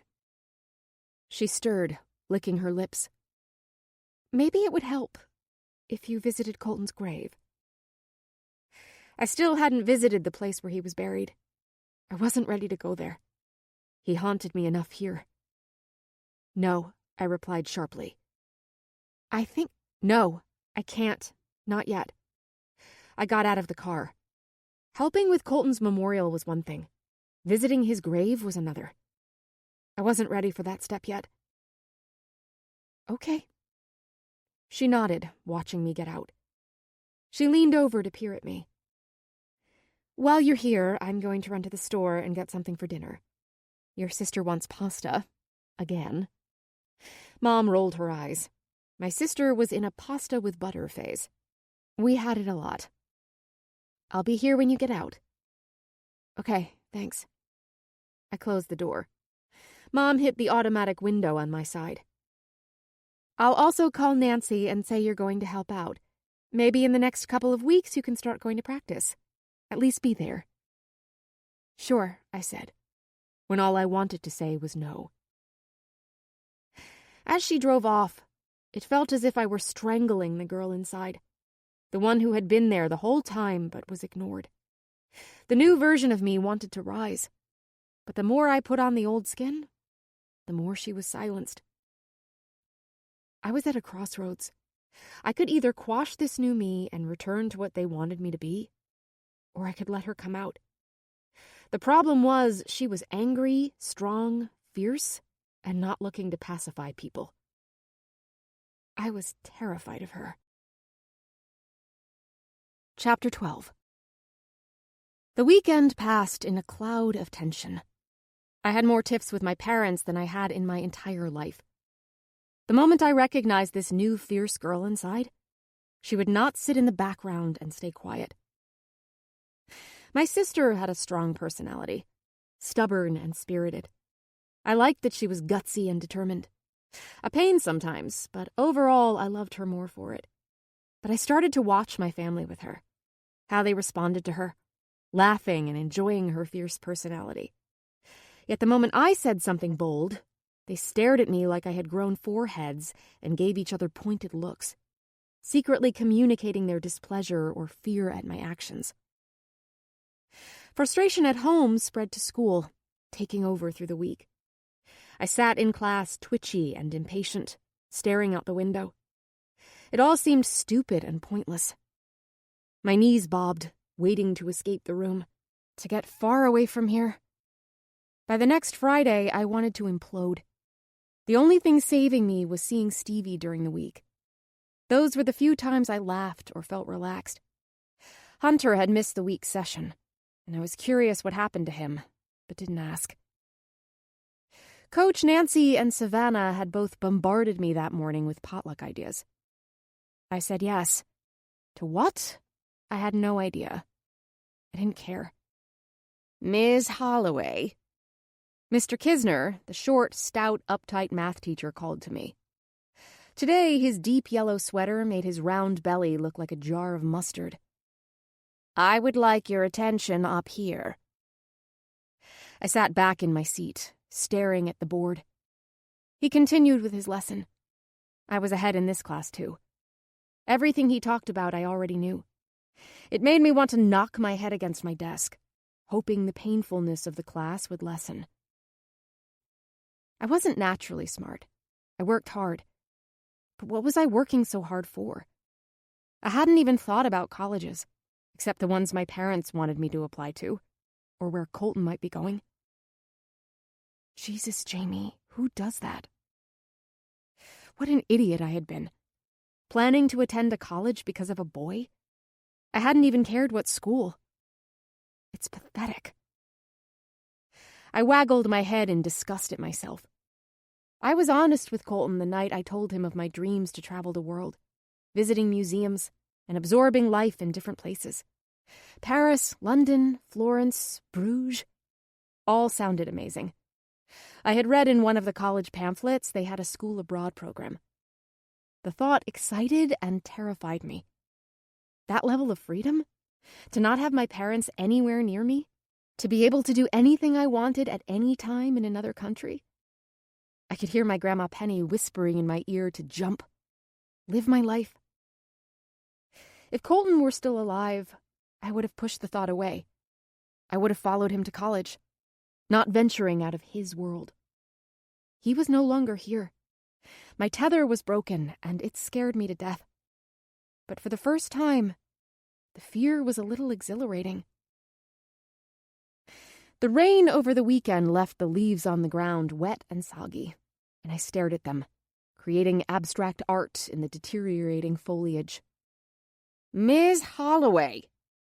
Kisner's nasal voice bounced off the glass into my face. I snapped forward. "I will not ask you again." "Good," I mumbled, and turned my head out the window again. "Excuse me?" 2 red splotches formed on his cheeks. I forced my gaze to stay on him, but didn't respond. "Well, Miss Holloway, if you are sure you will pass this exam, which is worth half your grade, then please." He swept his hand toward the door, his tone snide. "Be my guest. Go find something that holds your attention more. I hate to bore you. I'm here to teach the students who want to learn." My feet itched to move, to get up and leave, to call his bluff. But outright disrespecting a teacher was a line I never thought I'd cross. Even Mr. Kisner. However, lately I wanted to do a lot of things I never imagined I would. I stayed in my seat. A smug smile quivered at the edges of his mouth. "Now, as I was saying before I was rudely interrupted," the round man arrogantly stated. I wanted to punch him. When the bell rang for lunch, I blended in with everyone. I could sense Kisner wanted to speak with me, but I didn't trust myself to be left alone with him. I might say or do something detrimental. It wasn't going to be long before someone hit my trigger. "Oh my God, did you hear Aubrey hooked up with a sophomore at the party Saturday?" Chloe leaned over the table with a conspiratorial whisper. She glanced over her shoulder at the girl in question, who was sitting at the next table. "She's a senior. I mean, yes, he's on the football team, but he's like a kid, a bench warmer. It's so gross." "Seriously gross." Savannah let her whisper ride through the air. I looked over at Aubrey. Her eyes darted to our table, then looked down, her cheeks turning red. She knew she was being talked about. I had never liked to gossip, even when I was dating Colton, tuning it out, ignoring their chatter. Sitting here, watching tears fill the girls' eyes, I realized my silence was just as bad. Letting them be mean, because I was too scared to stand up and say something. Now their cruelty was like a hot poker. I growled in my throat, shaking my head, shoving my tray away. "You okay?" Savannah raised her eyebrows. "Not hungry. Suddenly feeling sick to my stomach. And I don't want to be here." "Well, please start eating soon because you're making me feel fat." She laughed, circling my wrist with her fingers. "Seriously, hospital food might be the best diet." Frenzied anger ballooned my chest, and I bolted up, ignoring the pinching sting in my muscles. "Yes, Savannah," my voice vibrating with derision. "I also recommend having your boyfriend die, be in a coma for a month, and go through the most horrendous pain to walk again. It does wonders for your figure." The table went silent. Everyone stared at me. "Geez, Jamie, I was only teasing." Savannah's brows snapped together. "What crawled up your ass today?"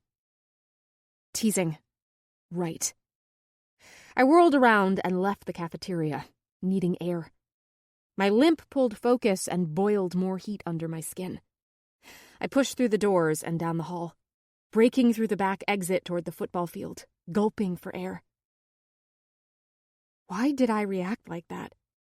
Ever since coming out of the coma, I almost believed I had been put in the wrong body. The girl on the outside didn't fit with the girl on the inside. I was lost, belonging nowhere and to nothing. The muscles in my legs twitched, and I strolled across the tennis courts, stretching them out.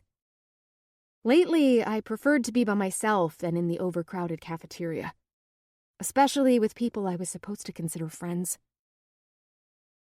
Reaching the field, I took a deep breath, my gaze catching on a figure alone in the stands. My lungs and feet stopped. I recognized him instantly.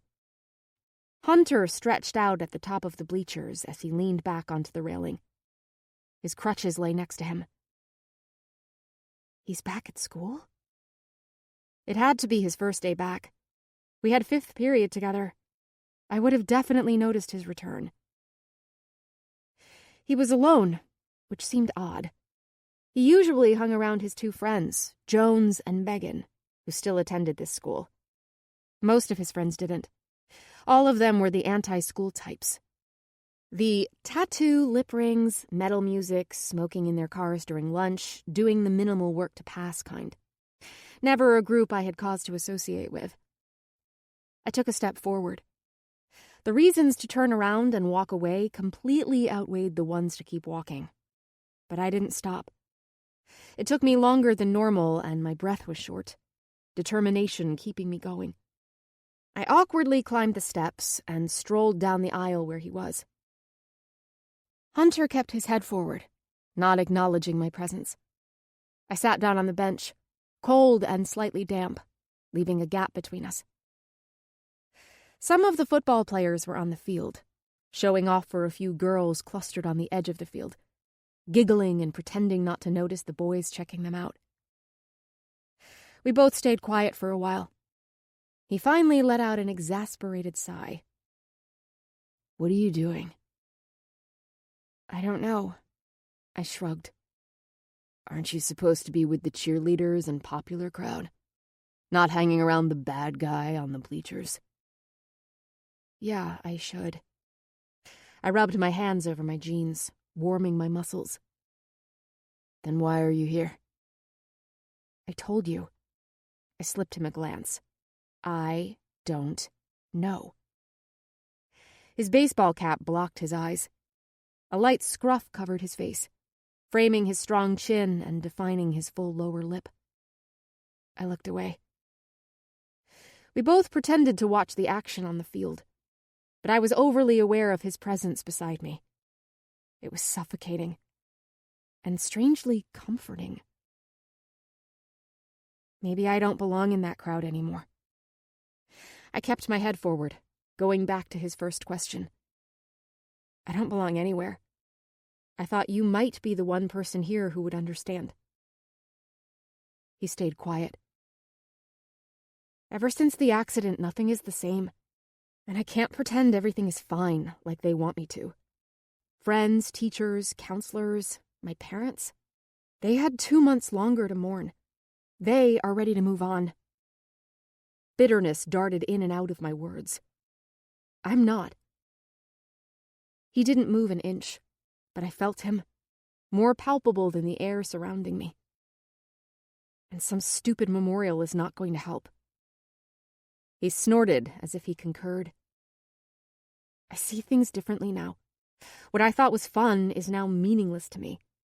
I can see everyone struggling to understand me, thinking it's simply a phase, hoping I will be over it soon. Then we can go back to how it used to be. I swallowed the lump in my throat. I couldn't even talk to my parents about this. As much as they loved me, I knew they wanted the same thing, to have me back to normal, before the accident. Yet I didn't have a normal anymore.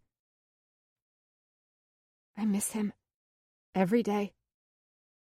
My fingers twisted around each other, aware of the intensity of Hunter's gaze on me. I miss being comfortable in my bubble, blindly happy, content with my life. But it's not who I am anymore, and I can't pretend to be. So can I sit here, not pretending to be okay for a while? Hunter's gaze held mine for a moment, then turned back on the field. Yeah. I leaned back against the railing, both of us content not to talk. He tossed a bag of chips down between us. I tugged out a chip, munching quietly. They asked me to be part of the memorial. I told them to fuck off. He grabbed a chip. My parents loved the idea, of course. like it's some consolation prize. People don't know what else to do. Then I wish they would do nothing. Leave me alone. Wow, it was exactly what I had thought. I agree. We both went quiet again, staring at the action below. Being here is torture, he said softly. He's everywhere. I looked over at Hunter, his blue eyes peering out from under the hat, locking on mine. A common thread existed between us, an awareness no one else in the world had. He'd lost a brother, I'd lost a boyfriend, but we both lost a best friend. We lost the life we knew, an innocence to the life only death robbed you of. The bell signaled the end of lunch. I huffed, pulling my jacket in tighter around me. Better get going, Jamie. You don't want to be late. What about you? This was the class we shared. He stared over the now empty field. I'm good here. Have you made it to any class today? No. I had never cut school, but the idea suddenly was appealing. Then why don't you go home? He tipped his head against the railing. Because, sadly, this place is still better than being home. It must be hard to be there, to have so many reminders of him. Yeah, it is. But that's not the only reason. His mouth twisted as he chucked the bag of chips toward a garbage can below. It hit the lid and fell outside the can, curling his lip up higher. Let's say it's not a warm, comfortable place to be. I'd been to their house enough and heard Colton complain about his parents. Mr. Harris was extremely strict with the boys and seemed constantly at war with Hunter. One time, I heard Mitch screaming at Hunter about what a failure and fuck-up he was, wishing he was more like Colton.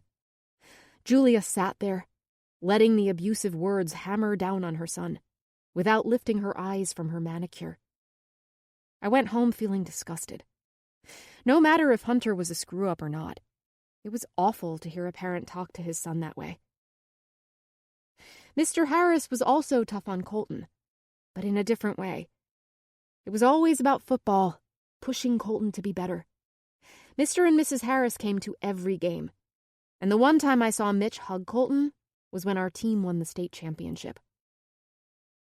Let's say I'm not the son they wish lived. I had no response. Time ticked, and I knew the second bell would be sounding soon. Go, Jamerson. You don't want to get in trouble. He glanced at me with scorn before he turned back to the field. I pressed my lips together. I kind of did. A huge part of me wanted to know what it was like to actually rebel, to follow my desire rather than ignore it. Instead, I got up and did what I was supposed to. I watched him through the safety of glass. He continued to sit on the bleachers all of fifth period, staring off. The history lesson ceased to hold my attention. The window facing the field was too much temptation. Jamie? Mrs. Ambrose softly called to me. Here we go again. I angled my head back to her. I liked her enough, and yet history was the only class I didn't excel in. I enjoyed the subject, but sweet as she was, her teaching style was dry and dull, never venturing off the set curriculum. No more, no less. My body was listless and heavy after lunch, and her soft-spoken voice had a sedative effect. History should be exciting, almost conveyed like a drama. I'm sorry, but could I please have your attention up here? I hadn't realized till then how timid and unsure she was. I nodded, yet it wasn't long till her voice numbed my brain again, returning my gaze to the field. Hunter was still and silent, but he demanded my attention. He pulled a phone from his pocket, putting it to his ear. Who is he talking to? What is he saying? What did I really know about Hunter Harris? He shoved the phone back in his pocket, taking off his hat, rubbing his head, then shoving it back on. Jamerson? Oh, for crying out loud. Why can't anyone just let me daydream? Do you have your assignment? Mrs. Ambrose held a bunch of papers in her hand, students passing them forward. What? I glanced around. Assignment? No. You don't have it? Her eyes widened in surprise. I was one of her hardest working students. Always turned in assignments on time, passed every test, did extra credit. No, I don't have it. I stirred in my seat. What about yesterday's? Not that one either. Mrs. Ambrose's mouth pinched. She adjusted her glasses. Come speak to me after class. No, I did not need this today. I stood up, reaching for my bag. Jamerson, what are you doing? Sorry, I'm not feeling well. I'm going to the nurse. I headed for the door. You can't simply leave. You need to ask for a pass. I walked through the door, ignoring her calls for me to come back. I couldn't stop. Didn't they see? I was tumbling into a void with no way of stopping. Chapter 13. I spent the rest of the period under a tree, near the spot they were dedicating for Colton's memorial. Sitting here didn't make me feel better, or closer to him. This would be the last place he'd want to be. But I knew memorials weren't for the dead. They were to help the living. When the bell rang for the last period, I went. Health and science was the only class I still enjoyed. Probably because at age 6, my dad bought me a microscope, encouraging my interest in science, and I begun dissecting and examining things. Mr. Frederick, the teacher, was cool. He made class exciting. Here my mind was occupied, giving me peace from the relentless churning of grief. After class, I walked to my locker, anxious to leave. Jamie! My name echoed down the hall, Savannah's voice ping-ponging off the lockers. I hobbled as quickly as I could, but knew it was pointless. When she had her sights on you, there was no escape. Jamerson! I twirled my locker combo, preparing myself for her assault. Girl! Savannah plastered herself over the same boy's locker, cutting him off from getting in. I've been screaming your name. Did you not hear me? No. I swung the door open. Did you go deaf, too? She shook her head, her ponytail swishing her brown hair back and forth. I heard you walked out of Mrs. Ambrose's class.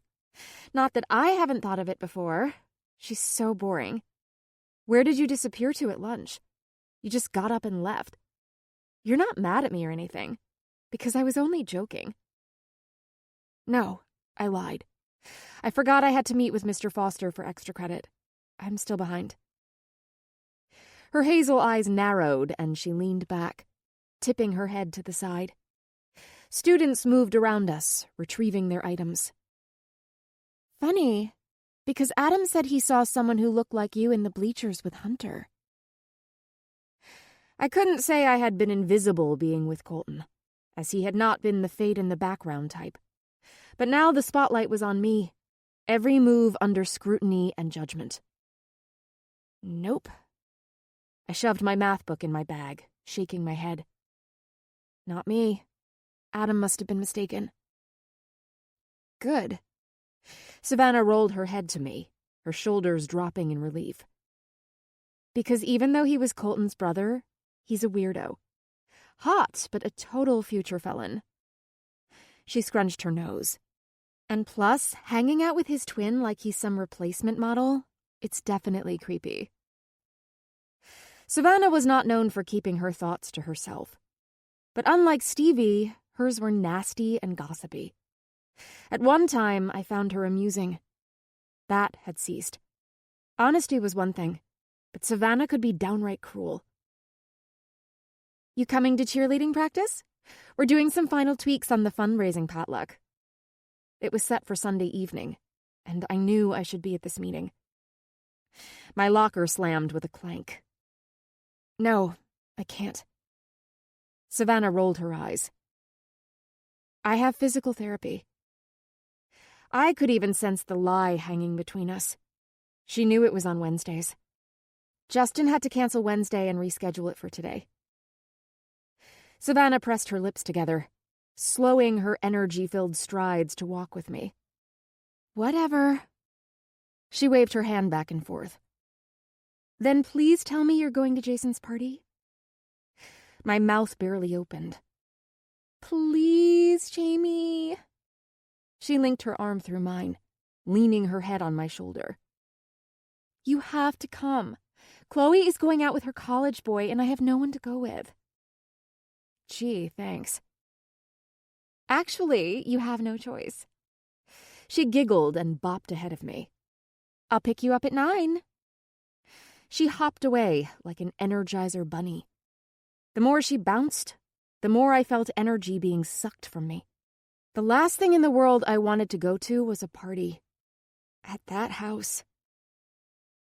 I reversed the fizz of anxiety, swallowing it back. I hitched my backpack higher on my shoulder and strolled into the late afternoon sun. A chill hung in the air, the holidays nearing. The parking lot was clearing out quickly. I made my way down the school steps, heading for the bus. My gaze drifted to a guy bending over a bench, his firm ass outlined clearly in his jeans. Almost as if he sensed my eyes on him, he straightened, bouncing on one leg, stuffing his crutch under his arm, and glanced over his shoulder at me. An intense blush crawled over my face. He still had his hat on, but now also a pair of aviator sunglasses. He should have blended in with his dark jeans, t-shirt, glasses, jacket, and hat, but it only did the opposite. I looked down at my feet. Hey. Hey, Hunter said, keeping his focus on the cars in the parking lot. The veins in his arms popped under his skin, his hands clutching the handles of the crutches. I felt like an idiot, but my feet would not walk away. Getting picked up? I knew the answer. He wasn't allowed to drive yet. His legs were still too damaged. My lungs clenched with crippling fear at the thought of getting behind the wheel. Clearly, Hunter curtly replied. So, you're back to being a jerk? I gripped the strap of my bag. He scoffed, turning his head to look at me, my reflection catching in his glasses. I was never not a jerk. You want to hide behind the douchebag image you created. Don't confuse me for my brother. I am not the nice twin, remember? Believe me, Hunter, I could never confuse you two. Really? He scoffed. Definitely. My lids narrowed. You're right. It's not an image. You're just a douchebag. He smirked, shaking his head. I thought you hated me, and it was better if we stayed away from each other. I did. I fumbled. Walk away, Jamie. The silence grew between us, but I didn't budge. Move, feet. Move. What is wrong with me? Why am I still standing here with this jackass? He shifted, hobbling a little, his mouth pinched. What do you want from me? Like a bolt of lightning, emotion flooded my eyes, clogged my throat. I don't know, I whispered. A connection, a lifeline, someone who understood. A piece of Colton back? It wasn't fair to Hunter, or to me. Colton was gone, and I needed to deal with the loss, not substitute his twin. A pimped-out blue Pontiac skidded into the parking lot, music blaring.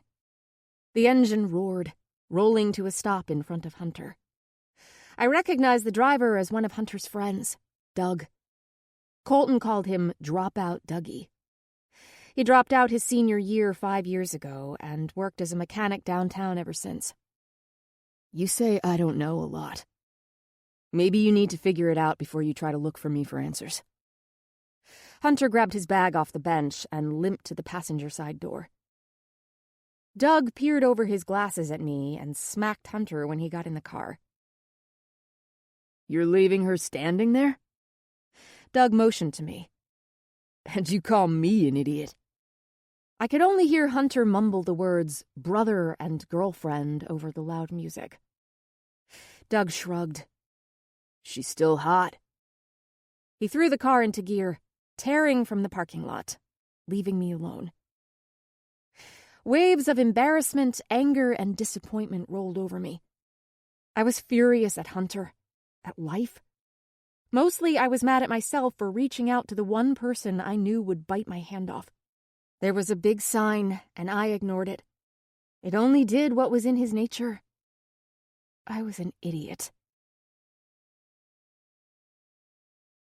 It sounds like fun, JJ. I think you should go. Mom set the salad bowl on the counter. You need to have a little fun. Relax. Be a teenager. But it's at Jason's. I understand, and I won't force you. She put her hands on the counter. Your father and I think you need to face it. Maybe this is the opportunity. And if at any moment it's too much, you can come home. She rubbed my hand. You will get through this. I know you will.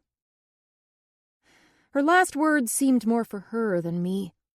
As a mother, she needed it to be that way. I picked up a fork and stabbed at a dried cranberry, popping it into my mouth. I'd rather stay home and watch a movie with you guys. I dug my fork into the bowl, searching for another. Mom frowned. Stop picking out all the cranberries. She turned back to the stove, clicking the burner off. The smell of spiced chicken filled the house. Believe me, you don't want to stay home. It's your sister's choice of movies tonight. She lifted her glass of wine with a knowing smile. I grimaced. Let me guess, it has a Disney princess in it. I can't wait till she gets out of this phase, Mom said, taking a sip. Who out of what phase? Dad strolled in, setting down his stuff. Your youngest has movie choice tonight. Mom leaned against the counter with a chuckle. Dad collapsed over the table, groaning dramatically. I leaned over and patted my father's arm. He lifted his head. It's not too late, right? We can escape, crawl through the window. He fake whispered at me. I'm in this, you're in this. Mom shook her head. Like hostages. Dad dropped his head again. I need provisions. Quick! He opened and closed his hand. Mom grabbed the beer off the table and dropped it into his hand. Thank you. He looked at Mom with adoration. You two are dorks. It runs in our family DNA. But this, Dad pointed at his beer, will get me through another musical cartoon with princesses. Whose idea was a movie choice night? Mom grabbed a hot pad from the drawer. Yours, Dad and I said in unison. Oh, right. She grabbed the pot of vegetables. That was dumb. Yes, it was. Dad came behind her, kissing her shoulder. She smiled, looking over at him. He leaned in, kissing her again. Ugh, I groaned. Please stop. I will need more than therapy. Speaking of, Mom stepped back, bringing the pan over with her, and turned to Dad. Jamie is going to a party tonight, getting out. Mom, I growled with annoyance. I hadn't said I was definitely going. Really? A familiar glance transpired between them. Relief, delight, and a little uncertainty. Scared if they said one wrong thing, I would go back into hiding like a frightened animal. That's good, JJ. You need to get out. Be a teenager. We finished together. It was the same spiel everyone was telling me. Plus, you're the lucky one. He came over, kissing my head. You get to escape. Your mother and I are the ones to pity. Wait, can I come? I'm not too old, right? They need a chaperone? No, no, and definitely no. Do you need a ride? I grinned. Sorry, but you'll have to keep trying to find another way out of here. You're going to drive? Mom raised an eyebrow. No, Savannah said she'd pick me up. Damn, I just committed myself to this. Daddy! My little sister came screaming in the room like a tornado, already dressed in a princess costume with a pink swirly skirt and bright blue top with crystals all over it. She had a sparkly tiara on her head. Hey, Trouble. He leaned over, picking her up. She wrapped her arms and legs around him in a hug. It's my movie choice tonight. She bounced in his arms excitedly. Yes, I know, Dad replied, giving me a look. Do you want to know what I picked? Does it have princesses in it? My sister's short ponytail bobbed in a yes. And fairies. Oh, goody. His sarcasm floated over her to us.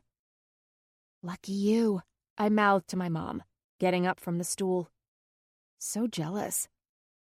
She shoved the salad bowl at me with a mocking sneer. Set the table, ungrateful child. Someone's bitter. Go away. My lightened mood quickly dissipated as I changed clothes. The old and new me battling for dominance. I loved my family. My parents were cool, and we got along great. I appreciated how lucky I was. Still, there was a part of me I had to hide from them. The good, teasing, happy, carefree girl was acceptable. The dark, angry, troubled girl was not. At 9:30, Savannah finally pulled up, honking her horn. Bye. I grabbed my jacket. Take me with you, Dad whispered hoarsely to me, as chipper music played from the TV. My sister lay on her belly on the rug, singing along. Or send more provisions. Have fun. I winked and laughed, heading out the door. I moved towards Savannah's Mini Cooper. Her family wasn't extremely wealthy, like Jason's or Colton's, but they still spoiled her. She had an older brother who had left home several years ago, so they treated her like an only child. Pop music filled the tiny car, almost deafening me. Hey, she sang, her eyes roaming over me. You're wearing that? Yeah, why? I looked down at my dark skinny jeans, simple black top, and brown lace-up boots. She had on leather pants, a low-cut red top, and black-heeled boots.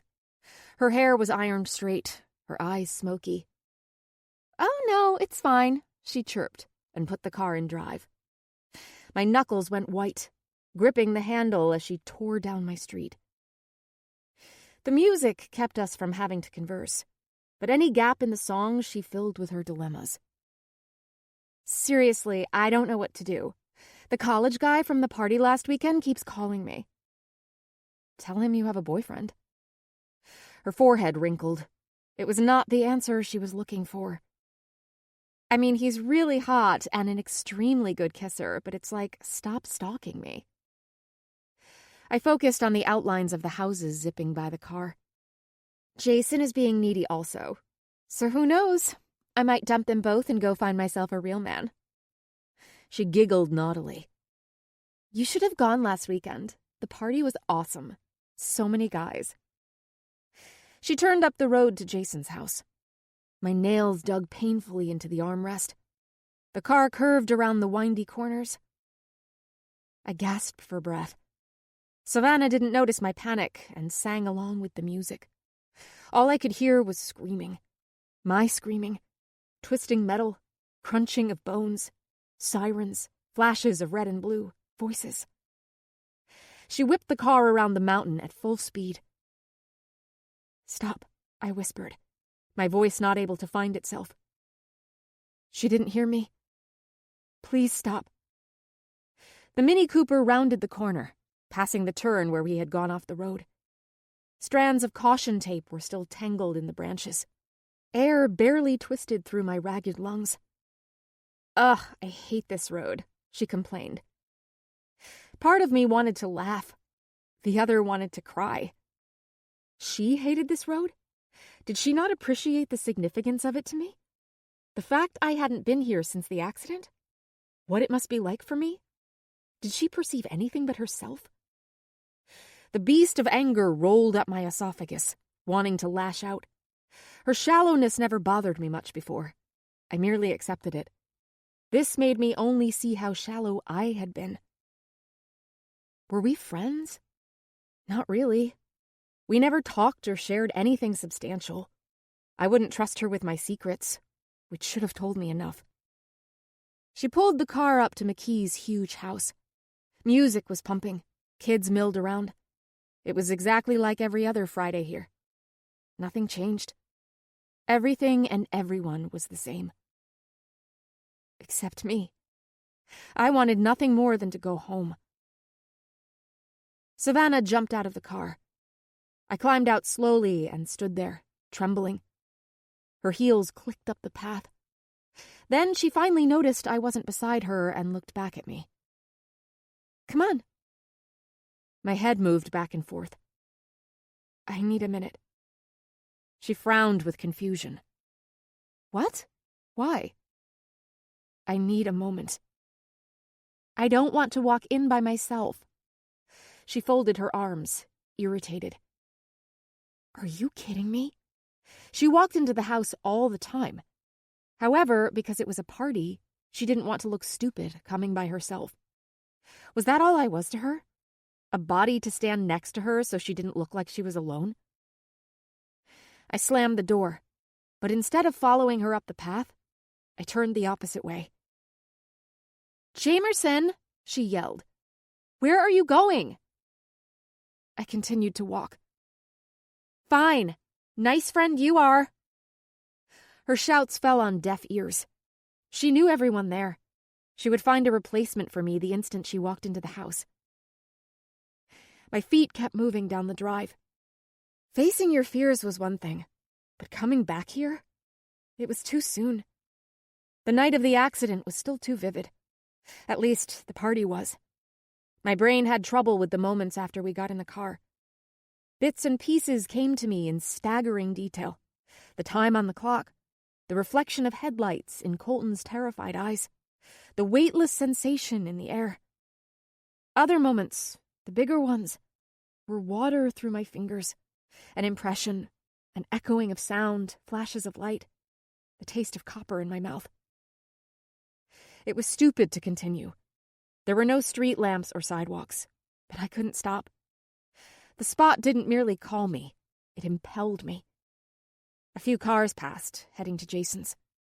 I knew I must have looked freaky, like a ghost haunting the road. I prowled the area where I almost died. Maybe a part of me had. Distant music from Jason's house rolled over the hill and floated in the air. Clouds drifted across the moon, dimming the already dark lane, but nothing seemed to stop me. My eyes adjusted enough, spotting bits of Colton's prized SUV memorialized all over the asphalt. Chunks of glass and plastic from the car's collision sprinkled the road like ashes. Caution tape still boxed in the scene like a gravestone. A string of it went from a tree near the top all the way down the steep ravine. The car was long gone, but brush and small trees bent or torn from their roots showed the SUV's path where it flipped and rolled, until we slammed into a huge oak tree.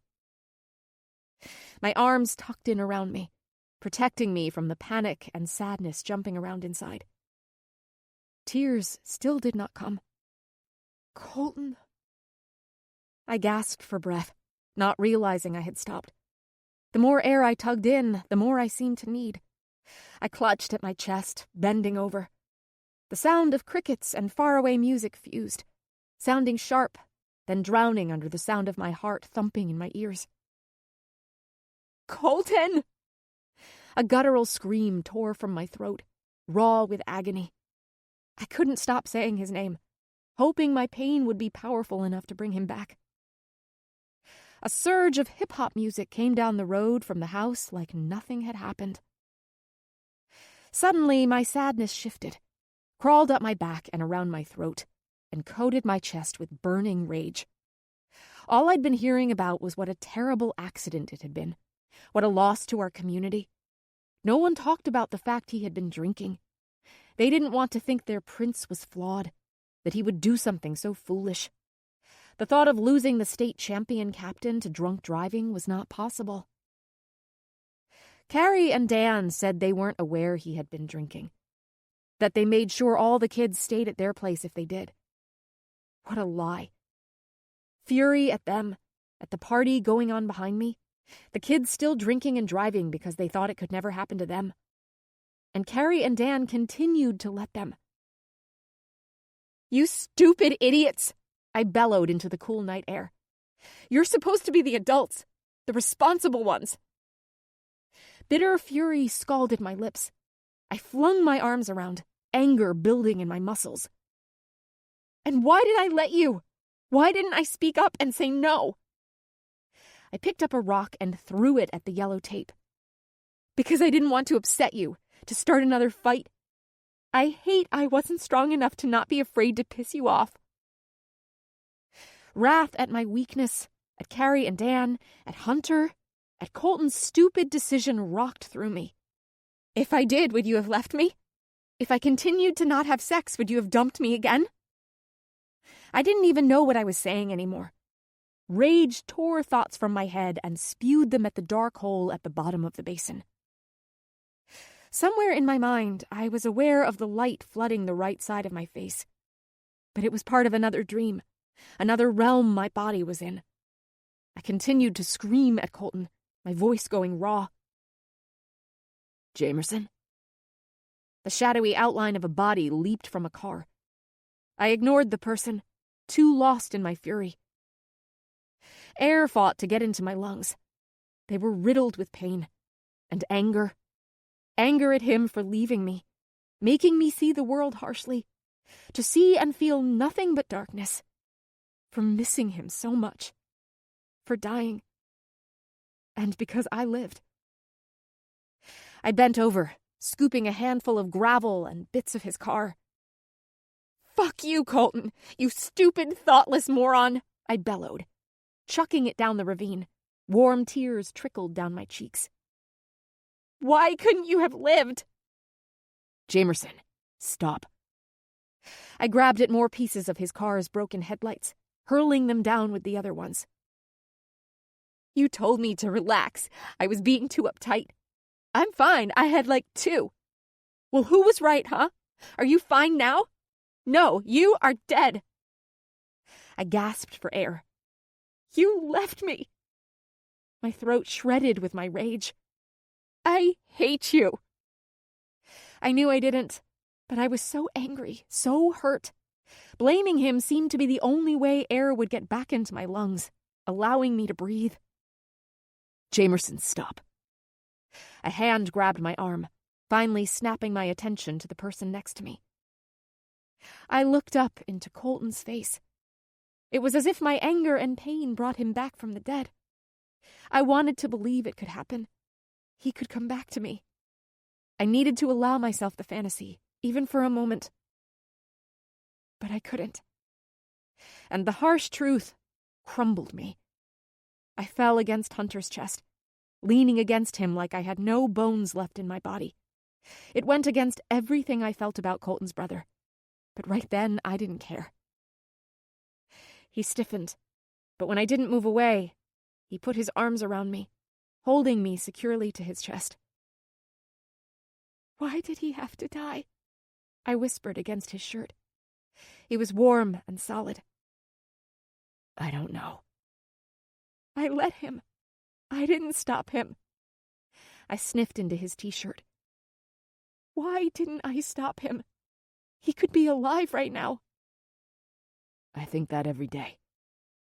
"He left me." "He left me too." "I feel so alone." "You're not alone," he said softly. I almost didn't hear him.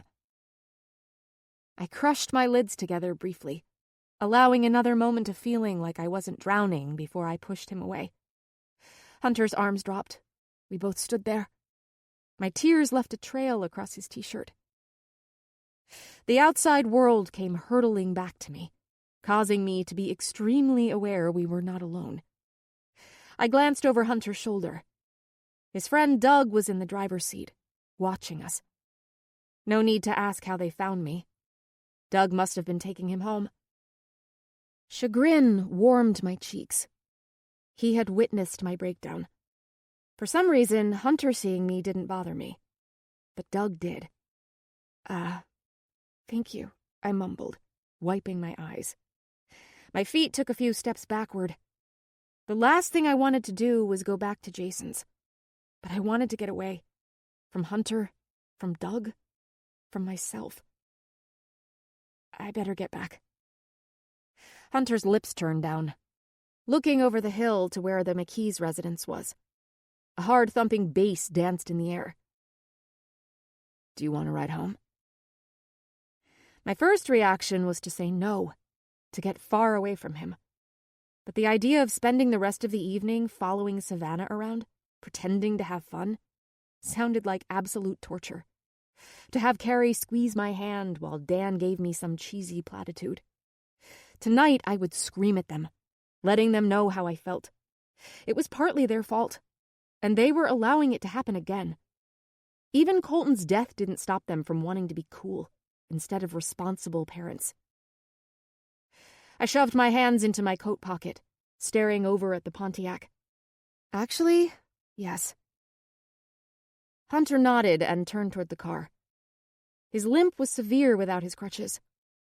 I trailed after him, reaching the car in time to hear Hunter mutter something to Doug. Yeah, sure, man. Doug nodded, giving me a smile. Thank you. I appreciate this. My fierce energy was now filled with awkward embarrassment. Hunter tilted the front seat forward to let me crawl in. I dived in the back, settling into the corner. No worries. Doug glanced in the rearview mirror at me. It's Jamerson, right? Yeah, I responded. So you are... Dougie? Hunter cut him off, shaking his head, warning him to shut up. Doug smiled, closing his mouth. He cranked the wheel, pulling us back on the road. Hunter turned up the music. Pink Floyd erupted from the speakers, almost making me snort. It seemed to fit Dougie perfectly. I knew every song. It was one of my parents' favorite bands. At the first driveway, he turned the car around and drove back down the hill, away from the McKees. I curved my body farther into the corner of the car, wanting to disappear. The night encased me as I stared out the window, lost in thought. Hunter's presence was strangely calming. He sat leaning back in the front seat and didn't ask me what I was doing on the dark strip of road. He seemed to understand. Doug hummed to the tunes, happy and content. A few times I caught myself smiling at his childlike contentment. I texted Savannah I got a ride home. I wanted to put "I'm sorry" after, but for once I was sick of being sorry. She would never apologize for doing something like this to me, so why was I always tiptoeing around her? Hunter knew the way to my house. He'd been in the car enough times when Colton came for me. Doug guided the car up to the front of my house. Hunter got out, bouncing on his stronger leg. Be careful not to stress the ligaments in your leg. You don't want to damage your muscle tissue. I slipped from the back seat, pointing at the leg taking most of his weight. He grunted in response, but gripped the door to ease off his favored leg. Thank you, Doug. I leaned over to look in the car. Anytime, pretty one. He winked at me. It wasn't creepy, just his charm. I straightened and did not let my gaze land on Hunter. Thanks, I grumbled. Bye. Bye, he responded as curtly. I moved around him, and he got in the car and slammed the door. Walking up the path, I gave them a last glance. Doug smiled as he pulled the car away. Hunter didn't look at me at all. We would probably never like each other. There was much resentment and animosity even before the accident. But our shared loss connected us. I hated he was the only one who understood me. No matter what I felt, I would be forever linked to Hunter Harris. And I wanted nothing more than to unlink us. Chapter 14. Steam from the casserole my mom made wafted in my face as I set it on the table. Dishes, cold and hot, covered the long surface running down the school's auditorium. It should be illegal to have to be at school on a Sunday evening. In only a little more than 12 hours, we would be back, blurry-eyed and wishing for Friday again. Jamerson, that goes down with the entrees. Mom pointed to the area where she wanted me to move it.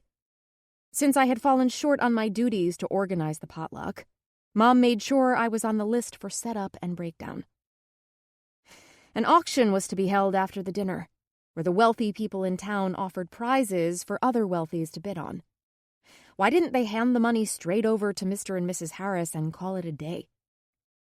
I took in a deep breath. They mean well. They mean well. They did, but I still felt this was being forced on me. Jamie, Nancy arrived with the cupcakes. Be sure the dessert table is ready, Mom called over her shoulder. As she walked through the open doors, I could see Nancy's white blazer at the curb. I was kept from heavy lifting or walking a lot due to doctor's orders. Physical work would help me not to think, but I was more the mascot. Fluffing napkins, rearranging dishes, stacking cups, standing at the table, looking pretty in my dress, showing how strong and amazing I was through this awful time. I felt anything but strong or amazing. I tucked these thoughts away, plastering a smile on my face. Savannah huffed, sighed, and looked anywhere but at me. She was doing her best to act as if she were mad for leaving her Friday night.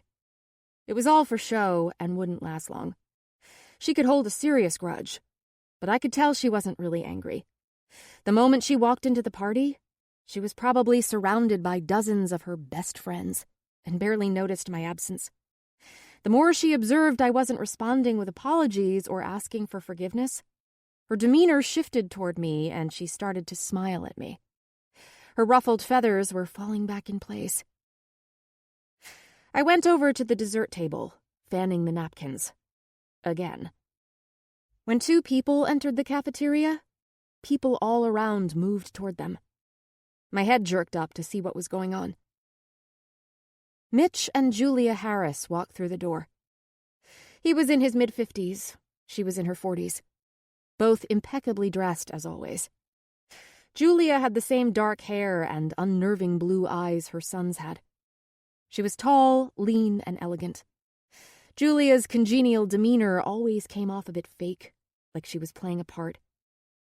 Mitch was mostly gray-haired, which he kept short.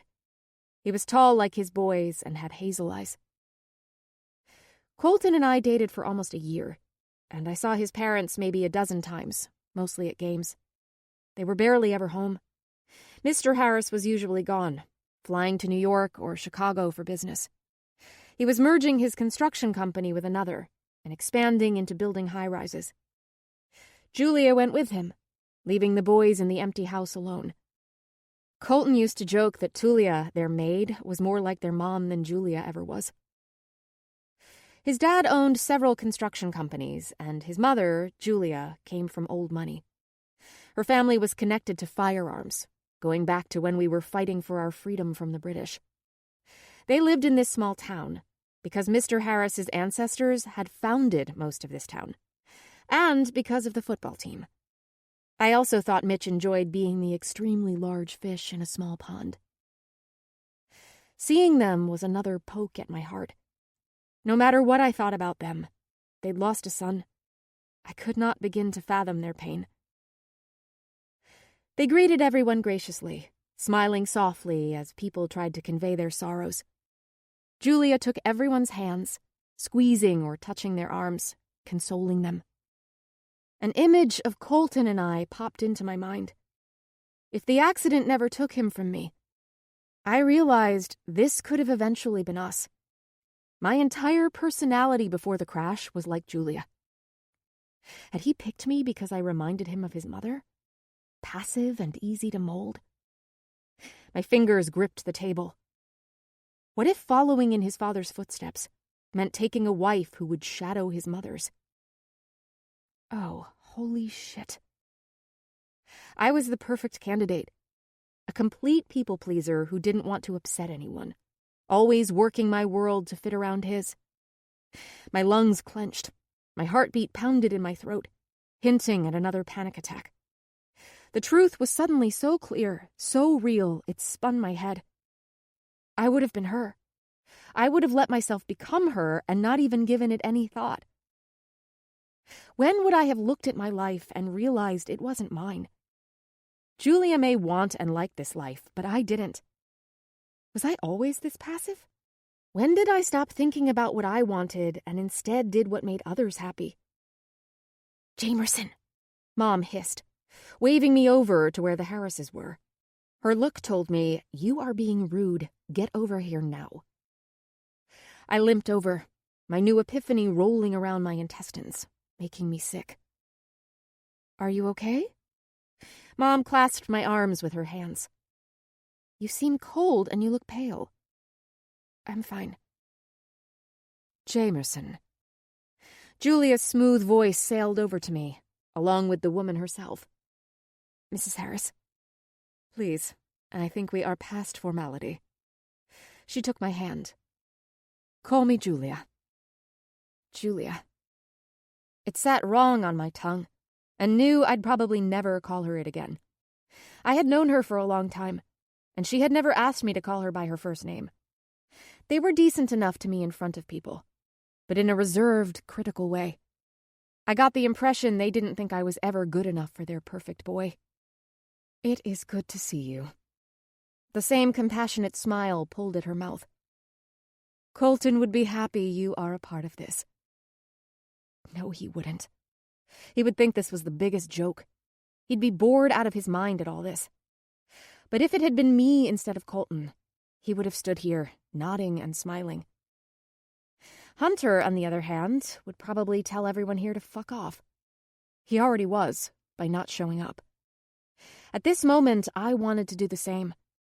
But instead, I hugged Mrs. Harris and conveyed the genuine sadness I felt to her and her husband. Like Julia, I went on with the evening playing a role, while on the inside I was screaming.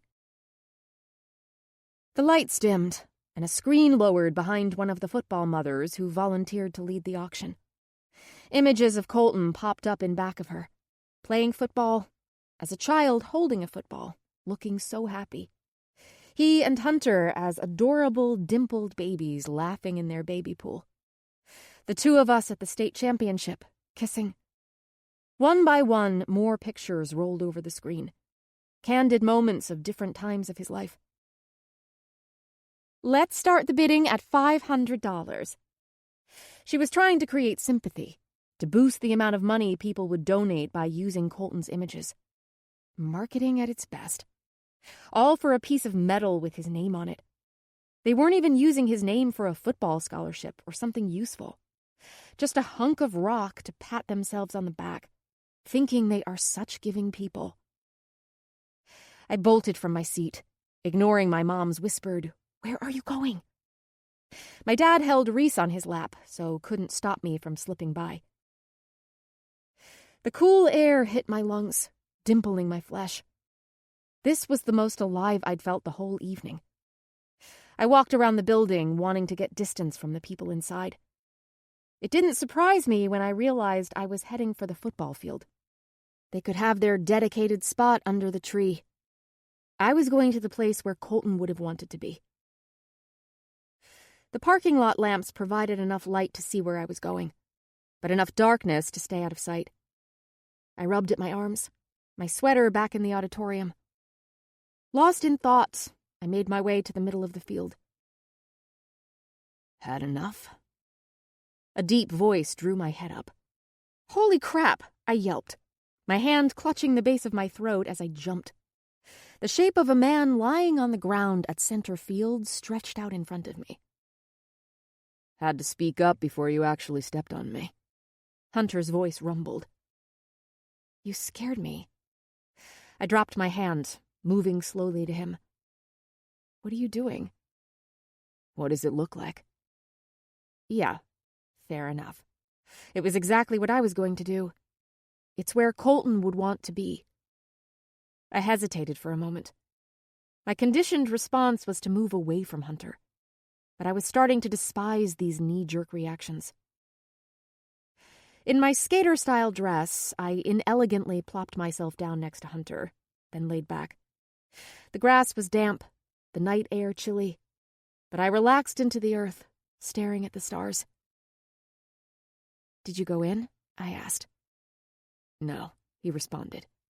"I'm surprised I even made it here." I tilted my head to peer at him. "Why did you? You don't seem like the kind who would come to something like this, even if your parents asked." "They didn't ask. They demanded. But you're right. I told them no way in hell. But somehow I still found myself here anyway." "Here, I appreciate." I tapped at the dirt. "In there? None of it's for Colton. I had to get out before I imploded." "Now that'd be something I'd love to see." "What?" "You. Actually losing it. Telling those pompous asses what you really think of them."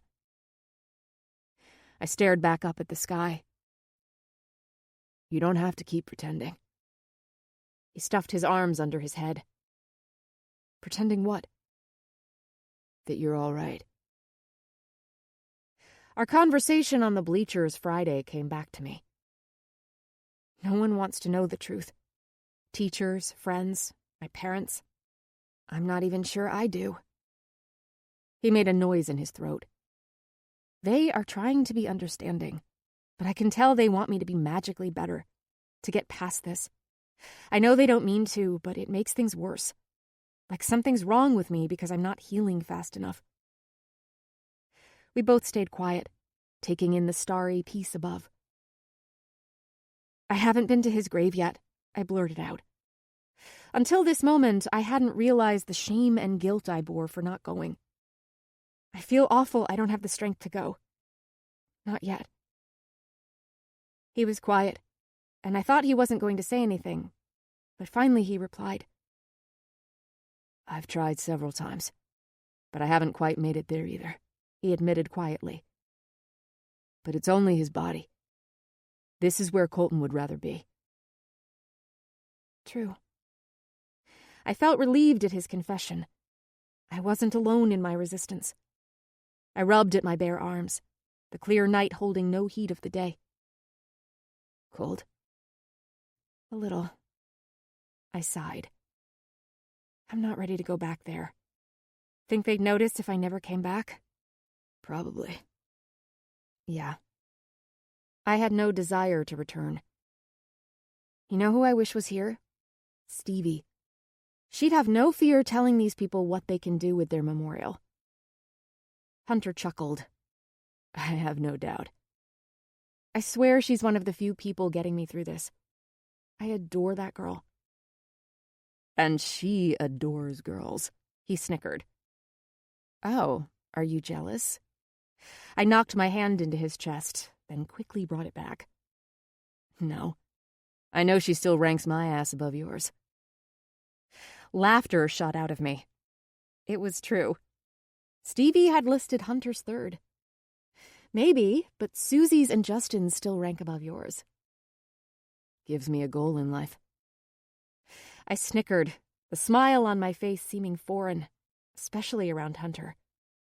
I let my eyes drop so I could look at him without being obvious. Hunter was hot, no doubt about it. Because of his personality and demeanor, I never truly looked at him as anything other than Colton's pain-in-the-ass brother. Intimidating, scary, and trouble. Qualities people tell you to stay away from. And I did, because anything outside of my known circle frightened me. The balloon had popped, and now I was seeing everything through new eyes, including Hunter. He turned his head, catching me staring at him. I jerked my head forward, analyzing the night sky, feeling a strange sensation pattering around inside. Heat climbed up my neck to my cheeks. Why was I blushing? His gaze burned the side of my face, but I pretended not to notice. "Jamie." Anything he was going to say was cut off by my father hollering my name from outside the auditorium. I sat with a start, looking over my shoulder. My dad walked in our direction. Shit. I got up with a sharp ache, my tendons struggling to adjust to my speed. I gotta go. Yeah. Hunter didn't sound like he was surprised at all. Go do your duties. Shut up. At least I'm being supportive. He snorted. How's it working for you? Not very well. Say hi to my parents for me. Give them my condolences. I crossed my arms, my lids narrowing. You really are an asshole. So people tell me. Maybe this should convey something to you. Oh, it does. The way he said it made me think it wasn't against himself, but what idiots people are. Dad got to the edge of the field, and I hobbled angrily away from Hunter, reaching my father. Who's that? Dad's chin flicked to the figure.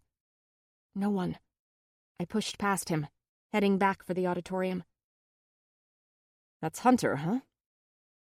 Dad kept staring at the figure on the field, but walked with me. A frown turned down my father's lips and tugged at his brows. The town was small, and he knew Hunter's reputation. It's cold out here. I rubbed my arms and hurried my stiff steps. I wanted my father far away from the topic of Hunter. Hunter could inflict wrath in me quicker than anyone. It was because he went straight for the artery, spilling out the truth. Truths I was starting to see, but not ready to face. I wanted to hate him for it. However, the more anger he invoked, the less I seemed to hate him. Chapter 15. Savannah and I were on speaking terms Monday. It surprised me how little I cared either way. Grabbing books for my first 2 periods, I spotted Hunter walking through the doors from the corner of my eye, finally making it past the bleachers. Nowadays, I was acutely aware of his presence. Our encounter Friday and then last night replayed in my mind persistently. Adam stepped into Hunter's space, drawing my attention. What is he doing talking to Hunter? They hate each other. A strange protectiveness stirred in me. Instinct flexed, signaling trouble. Adam's back was to me, but his body language was aggressive and taut. Hunter shook his head and turned away. Hey! Adam's voice sailed down the corridor, spinning everyone's heads. Did you hear me? Hunter's jaw twitched, but he didn't respond. He stuffed his crutches under his arms. They hit the smooth surface in clipped movements. Dude, what's your problem? I'm trying to say sorry about Colton. Adam held out his arms, following Hunter. He was my best friend since we were kids. My teammate, Adam said. Hunter kept going, his neck muscles straining with tension. What is wrong with you? Adam stepped around Hunter, blocking him. Colton always stepped up for you, man. Always had your back. Unlike you. He shook his head, glancing away. Fucking loser. It was scarcely a breath, a split second of palpable pressure before Hunter's crutch dropped to the ground, the aluminum ringing off the tile. Hunter grabbed Adam's collar, slamming him back into a locker. A collective gasp spread down the hall. My body jerked forward, and my book bag dropped from my arm as I rushed to the guys, disregarding the twinge in my legs. What the fuck, man? Adam glared, but didn't fight back. Hunter was at least 6 inches taller. Don't talk to me, especially about my brother. Hunter seethed and pushed his forearm into Adam's neck. Hunter. I grabbed his arm. Stop. He kept his gaze locked on Adam, not lifting his arm away. Hunter? I tried again, one hand staying on his wrist, the other traveling to his back. Hey. The moment my fingers slid over his spine, his eyes darted to me, full of ire. Come on. I tugged his arm away from Adam. The veins popped along his arms, but he let me draw it back. Eyes watched us, the feel of their curiosity itching my skin. It seemed like they were all holding their breaths, waiting for what was next. Hunter pushed his shoulders back. His hand dropped from Adam, and his nostrils flared as he breathed in and out. He bent down, swiping up his crutch. He moved away, heading for the exit. Freak. Adam spat at Hunter's receding form. Don't think everyone doesn't wish it was you in the grave instead of Colton. Reflex drove through me, responding to the rush of anger. My hands slammed into Adam's chest. Unprepared for my force, Adam flew back, and lockers rattled as his body collided into them. He looked around in disbelief, his mouth agape. What the hell, Jamie? You call yourself Colton's best friend? You think he'd like you talking about his brother like that? I leaned in closer, seething. Oh, please. Like you haven't thought the same thing. His surprise was wearing off, and his expression twisting into spiteful disgust. Or you did. Once. Adam's eyes flicked toward the exit and back to me. Switching brothers, Jamerson? You are revolting. We all see what's happening, and you call me the revolting one. Another wave of abhorrence commanded my muscles.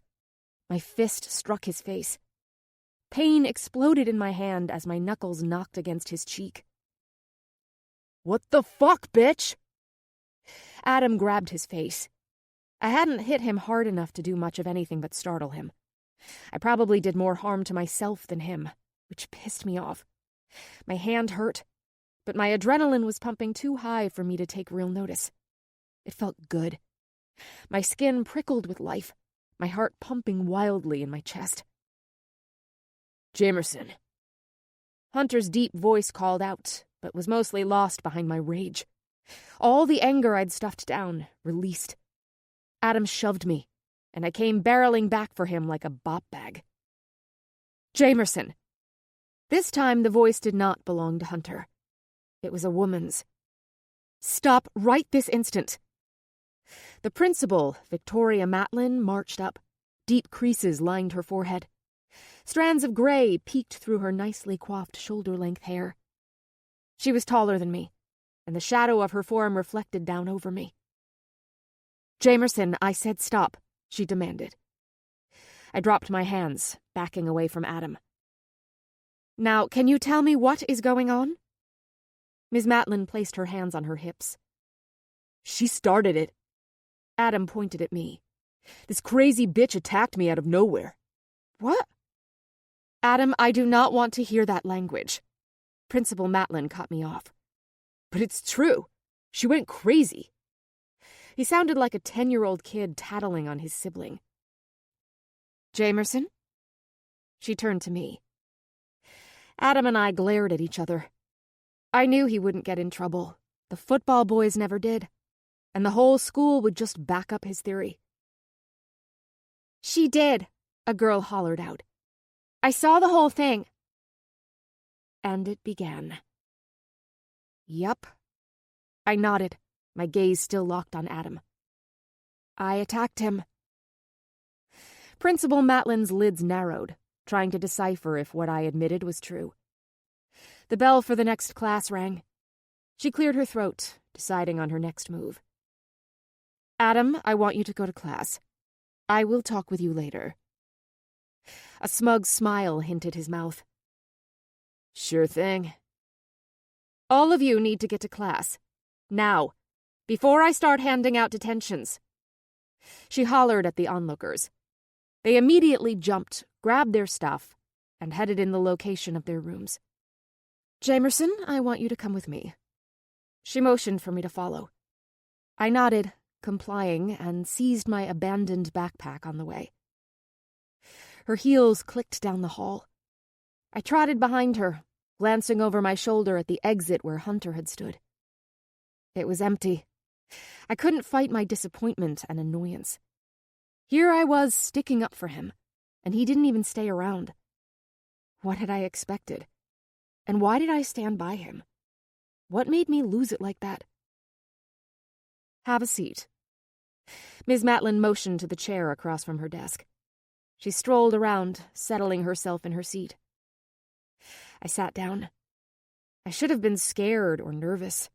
I never had been called into the principal's office. Not like this. Previously, it had been because of an award or special honors. I don't know what to do here. This is so unlike you. I was getting tired of that phrase, so unlike you. Jamerson. She sighed heavily. I can't imagine what you've been going through. She shook her head. Compassion coated her face and words. I know you need some time to adjust, but this isn't the first complaint I've received about your attitude lately. My head jerked up. Most of your teachers have stated your demeanor in class has changed drastically. Your manner is combative, quick to temper, and insolent.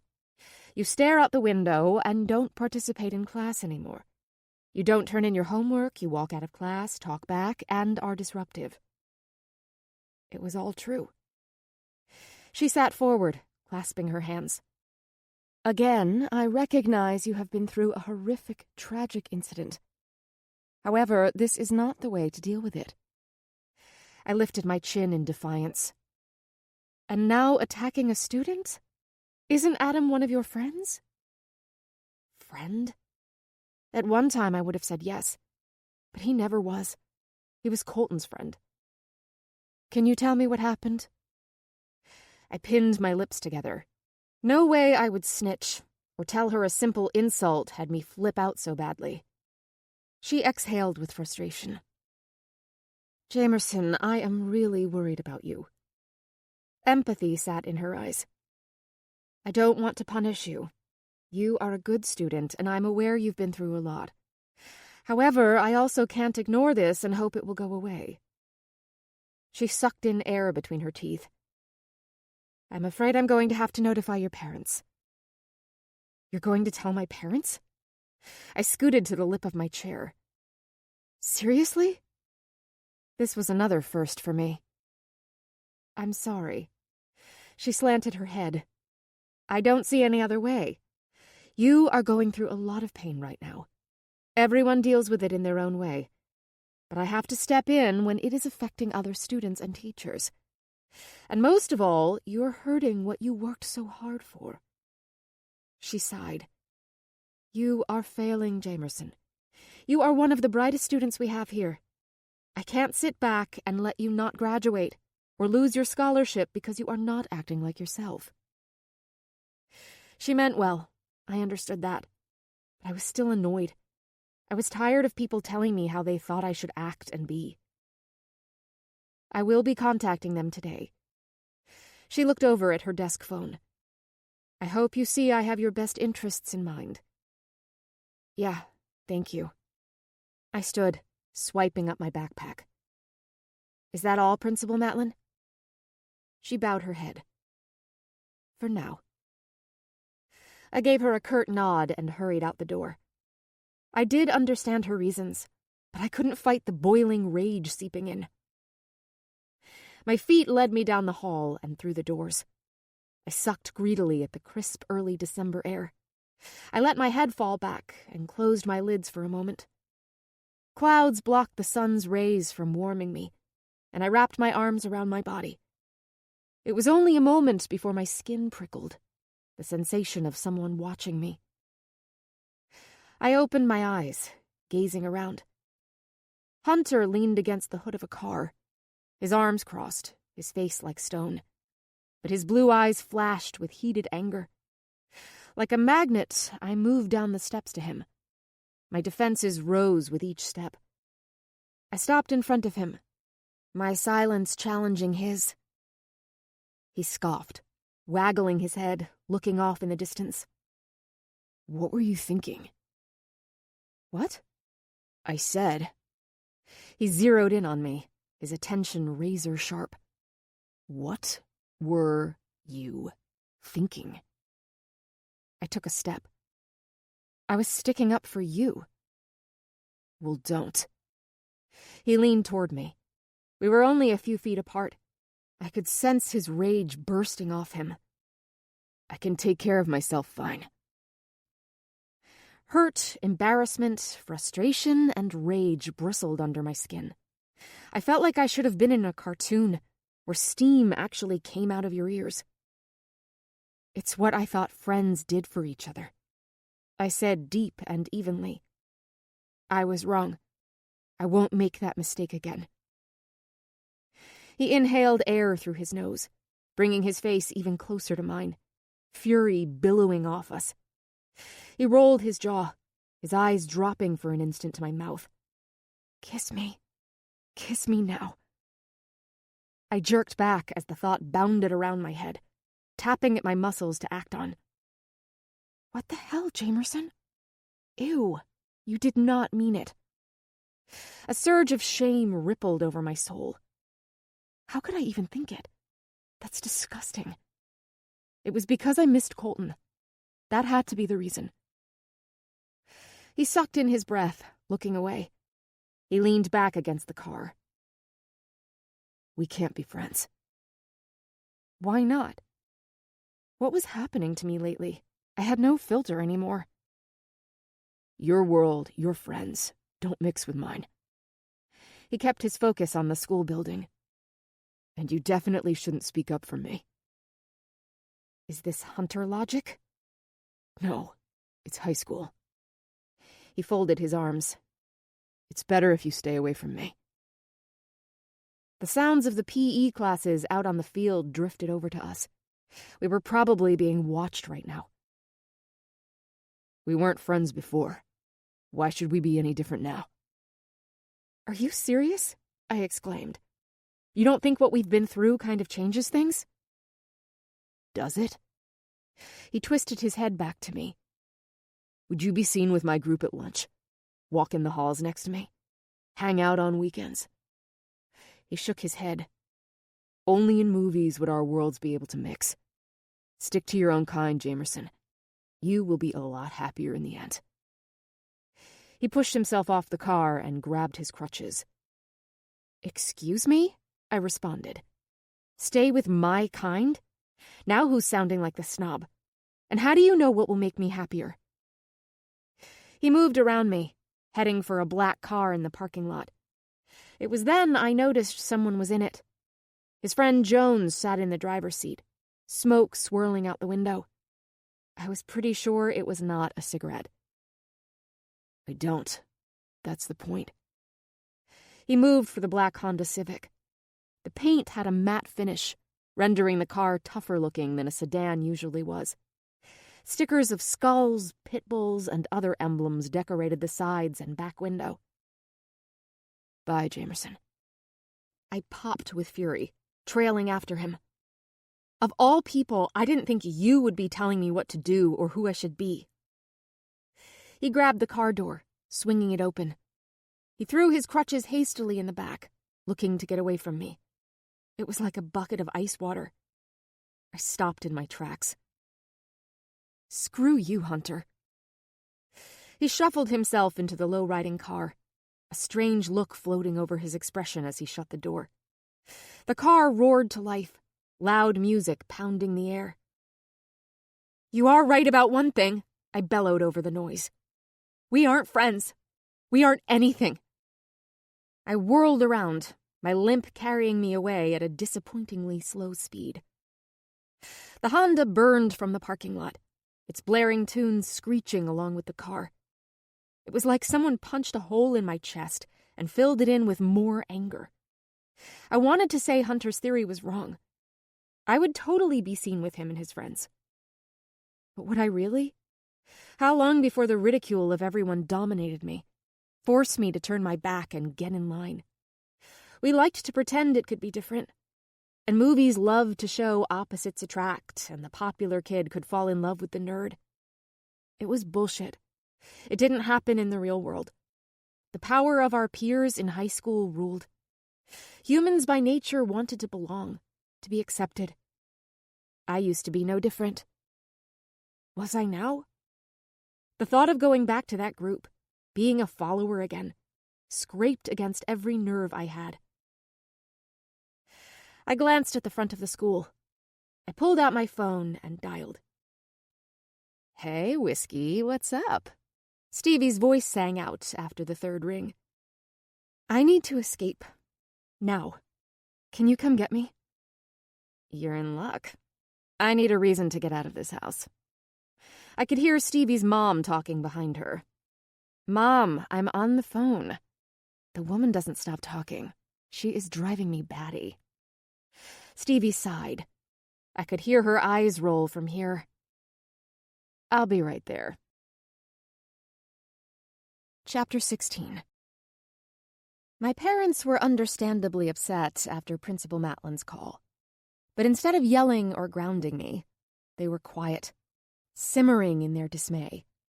Their calm, firm voices were more painful than any shouting. After our chat with Ms. Matlin, we are going to talk to your therapist. Clearly, she is not helping you. Dad rubbed his chin. Clearly, because I should be fixed by now, all healed and happy. I lifted the bag of ice to look at my swollen, scraped knuckles. I had to force back a grin. My parents would not appreciate my satisfaction over hitting Adam. Behind his contagious smile, he was kind of a pompous jerk. That's not what your father meant.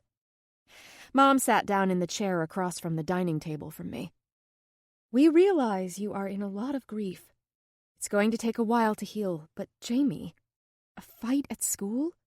Disrespecting your teachers? Walking out of class? I kept my gaze down. I was not sorry for any of it, and I wouldn't be repentant, which was new for me. Though I still felt bad for making them upset. My father gripped the back of Mom's chair, inhaling through his nose. We don't know what to do here, JJ. We know you're suffering, but acting out like this is not acceptable. A heaviness, like a weight fastened to my soul, tugged me further into the chair. They might as well have said I was not acceptable. The way I was dealing with Colton's death wasn't up to par. It might be our fault. Mom put her hand to her chest, patting it in emphasis. You've been on your own too much. We let you have too much freedom to dwell on things and weren't firmer in getting you out with your friends. Activities. What? My head jerked up. Starting tomorrow, you will be going back to cheerleading practice. Justin told me you need to pay attention to your body, but you can slowly start getting back into it. Dad stood firm. We've called Nancy and let her know you will be back tomorrow. You called Nancy? I gaped. Without talking to me first? No. Sorry, but we are going to use the parent card, Dad responded. I squeezed my eyes closed, holding back my reaction. After cheerleading practice, you will come straight home and all homework is to be done out here. We want to make sure it is completed. This is not the time to mess up your grades. I clamped my teeth, grinding them together. The sound of little feet thumped behind me. Reese came around my chair, grabbing my knee. Her head bobbed between our parents and me, and her face twisted. Is JJ in trouble? No, sweetie. Mom shook her head. Not with us.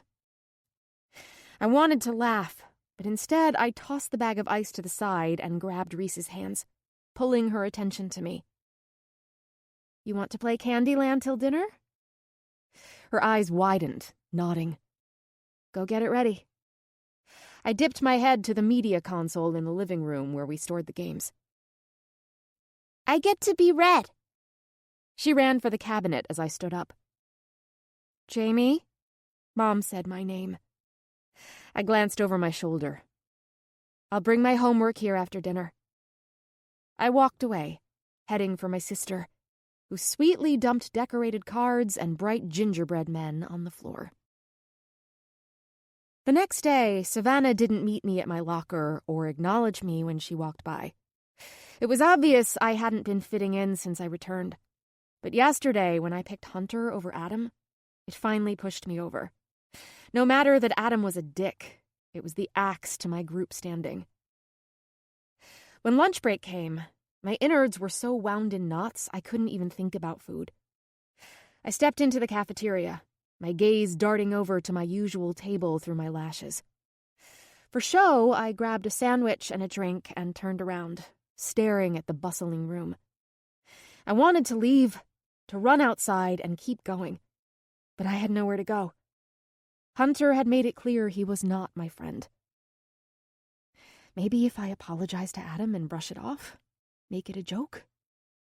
The idea tipped my feet forward, but instantly flopped, splatting sourly in my gut. No, I couldn't be untrue to my feelings. But what else can I do? I inhaled, rolling my shoulders back. Savannah looked up, seeing me. My raw red knuckles clenched around the bottle of water in my hand, crinkling the plastic. She leaned over and whispered into Chloe's ear. Both their glares landed back on me. Adam and Jason stopped eating, watching me with bitter regard. The four of them seemed to govern the entire room's focus. Gazes from everywhere sizzled my back, sending flames to my face. I was being cooked on an open fire pit, while the group in front of me chilled my heart. What am I doing? My shoes clipped the floor, inching toward them. I can't believe after yesterday she'd even think about sitting here. Chloe's voice purposely leaked over to me. Her curly black bobbed hair brushed her shoulders as she shook it. She better not. Savannah's lip hitched, her eyes full of hate. Keep walking, bitch. Adam snarled at me. When I saw the light bruise on his cheekbone, my right hand tingled, like I was proudly boasting I did that. I kept my head high as I walked by them, moving toward the back. I pushed through the door, giving them a brief look back. The entire table watched me, scowling. Then Adam turned his back on me, and Savannah followed suit. I had definitely exiled myself from the kingdom of popularity and friends. I was completely on my own, eliminated from their world, a displaced vagabond who would be openly targeted. The arrow came swiftly. Having Hunter in fifth period was far too tempting for my ex-friends and their followers. A guy I didn't know well, who had been on the football team with Colton, sniggered the moment Hunter walked into the room. I had gotten to class early after spending lunch in the library, turning off my phone, avoiding people and social media. I couldn't ignore the way Hunter took up space in the room. His dark jeans were relaxed, but his navy blue t-shirt fit nicely across his chest. His hair was slightly untidy, but it worked on him, made him more rugged. I turned my attention to my notebook. My pen pressed firmly, indenting the paper with loopy designs. Out of the corner of my eye, I saw him move deeper into the room, heading for his seat in the back, a row off and two back from mine. So, you need a girl to protect you, Harris? Maybe next time you can hide behind your mommy's skirt. Hunter didn't respond. He dropped his bag heavily on top of his desk. Your brother's girl, huh? He twisted his tone, making it sound lewd. Shut up, Lewis, Hunter growled. Without looking at him, I could still sense Hunter's anger building. Oh, someone's a bit touchy. Need Jamerson to come beat me up for you? Lewis taunted. The teacher and some of the class had yet to arrive, but every moment another trickled in, shooting their gazes at the circus ring. What about you, Holloway? You can't seem to stay away from the Harris boys. Bounce from one dick to the other? I whirled in my seat, angry words about to shoot from my mouth. But my tongue halted when Hunter's desk barreled across the tile floor, squealing at a deafening pitch. Hunter's shoulders and neck twitched with energy.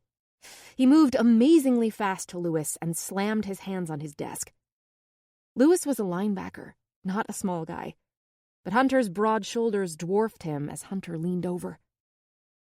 I told you. Shut up. Hunter's voice was low but frighteningly menacing. You flap your mouth again about her or my brother and you will deal with me. Then we will see how fast you hide behind your mommy.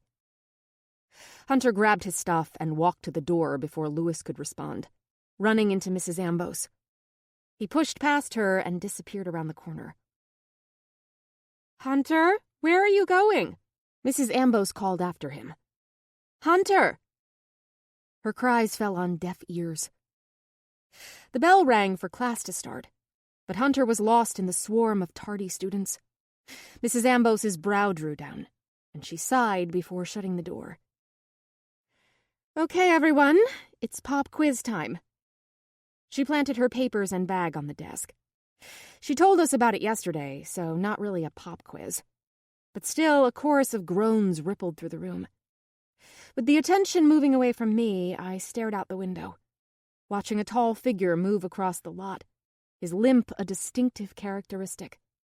He flung his backpack on top of Jones's car, brought a phone to his ear. To anyone else, he would appear like a guy waiting for his friend. I saw more. The slight brisk movements of his arms and shoulders, the way he brushed his hair back. Anger coiled in him like a viper.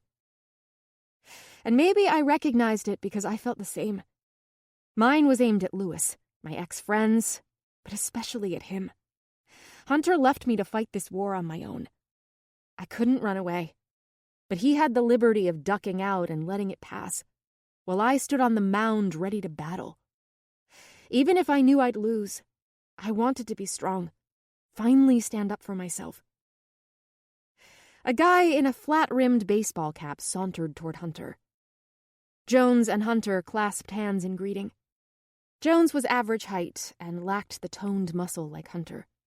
His wide-brimmed baseball hat was like a uniform, but from his sideburns, you could see his hair was a reddish blonde. His pale skin was covered in tattoos up his arms and neck. A stud pierced his chin, and black circular earring plugs. They stood talking, and then their other friend, Megan, joined them. She was my height, with a creamy chocolate complexion and dark eyes. Her black hair was naturally curly and hung past her shoulders. She wore skinny, ripped black jeans and an army green jacket. All three got in the car and drove away. I wanted to throw my books at the window. They're probably going somewhere to get high, drink, and play video games the rest of the day, foreshadowing the rest of their pitiful lives. It was the anger in me speaking, curling into spiteful words. Deep down, I knew Hunter was more than that. When the last bell rang, I only experienced trepidation. My footsteps moving toward the gym were less than eager. When I walked in, Coach Nancy opened her arms, bringing me in for a quick hug. "Jamerson, we are happy to have you back. Now, I know you need to be careful, but I thought we could use you in front and coordinate it so you don't have to go up in a stunt or be used as a base." I would basically do fluff moves and chant. Before, I'd been the one doing flips in the air or tumbling on the floor. Dad had encouraged gymnastics at an early age. I had given it up when I turned 12, but I tumbled pretty well for our routines. Not anymore. I hadn't considered it a loss until now. Thinking about not doing the stunts rendered cheerleading even less appealing.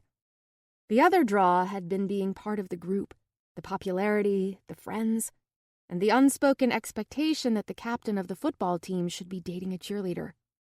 I recognized why girls wanted to do it, but it wasn't my kind of fun anymore, and the camaraderie I once felt was now strained animosity. "Oh, look who is back." Savannah walked off the mat, crossing her arms, to grace us with her presence. Coach Nancy's gaze darted over to Savannah in confusion and then back at me. She had no idea our friendship had dissolved into gooey tar. "How lucky are we?" Savannah glared at me, her voice full of condescension. "To have you back." Let the harassing begin. "Well, let's get started." Coach Nancy clapped her hands together, trying to end the strange vibe in the room. "I'm going to throw you in. I am sure you will catch on quick. Madison can help you." Out of the girls, Madison was the nicest, but even she looked less than thrilled at being volunteered to be my tutor. I picked up the routine quickly, but with little enthusiasm. My mind began to wander, and I lost count. "The other way," Madison whispered, knocking her shoulder into mine. I stumbled, knocking into Chloe at the base of the pyramid, who teetered. Savannah's feet slipped from Chloe's hold, and she crashed to the ground. Her butt hit the mat with a thump. It was a little fall, something she would normally laugh off, jumping right back up. She and I were used to going up in the stunts. We both had fallen from 2 to 3 tiers up, but the redness blistering Savannah's cheeks told me she would not brush this off like she normally did. "Did you see that?" Savannah leaped up, pointing at me. "She did it on purpose." "No, she didn't, Savannah." Coach Nancy swished her hand. "She accidentally hit Chloe." "No, I saw her. She didn't trip." Chloe, not surprisingly, backed Savannah. "Are you hurt, Savannah?" Coach sighed. "No, but..." "Then we'll continue on. The state championships are soon, and I want you girls at your best." Savannah continued to protest. "Enough, Savannah," Coach snapped. "All of you take a 5-minute break, and whatever issue you have, I want gone. Your problem does not return to this mat. Understand?" The group nodded in consent and wandered away to get water or check their phones. I headed for the water fountain, knowing the problem wouldn't go away. "Why don't you do us a favor and leave? No one wants you here." Savannah came up behind me. I took a drink, wiped my mouth, and turned around. She stood with her hands on her hips, a snarl curling her top lip. Savannah was treating me like I had betrayed her. She could be flaky and vapid, but when she narrowed in on something, a boy, a pair of jeans, a grudge, she got what she wanted. And she wanted me gone. "We brought you into our group, let you be a part of us, and this is how you treat us?" "Let me?" I scoffed. "Yes. You wouldn't even be a cheerleader if it weren't for me." She tapped her chest. "You can't dance. You can barely cheer. The only thing going for you was you're little and could tumble. Oh, and you were dating Colton." Be honest. Colton was the deciding factor, not the rest. I put my hands on my hips. "He was our friend. It's what friends do," she hissed. "But you wouldn't appreciate the concept." "Yeah, Savannah. And you are the epitome of a true friend," I said so sincerely her eyes narrowed in confusion. "When it suits you." I saw it a little too late. Savannah's hot temper coming at me. It was a combination of a slap and a push. What she lacked in technique, she made up in ferocity. I flew against the wall, another blow creaming the side of my face. My arms flew up, defending and fighting back. "You bitch!" Savannah screamed. The air split with the sound of a shrill whistle. Coach ran for us, followed by the rest of the squad. But my fury was centered on Savannah. The anger building in me for so long was finding its way to the surface. I was shorter and smaller than Savannah, but I held my own, retaliating with a fierceness that overpowered hers. The anger ran deep and strong. I struck her face, and my already sore hand throbbed harder. "Stop it!" Coach Nancy jumped in between us. "Both of you, stop!"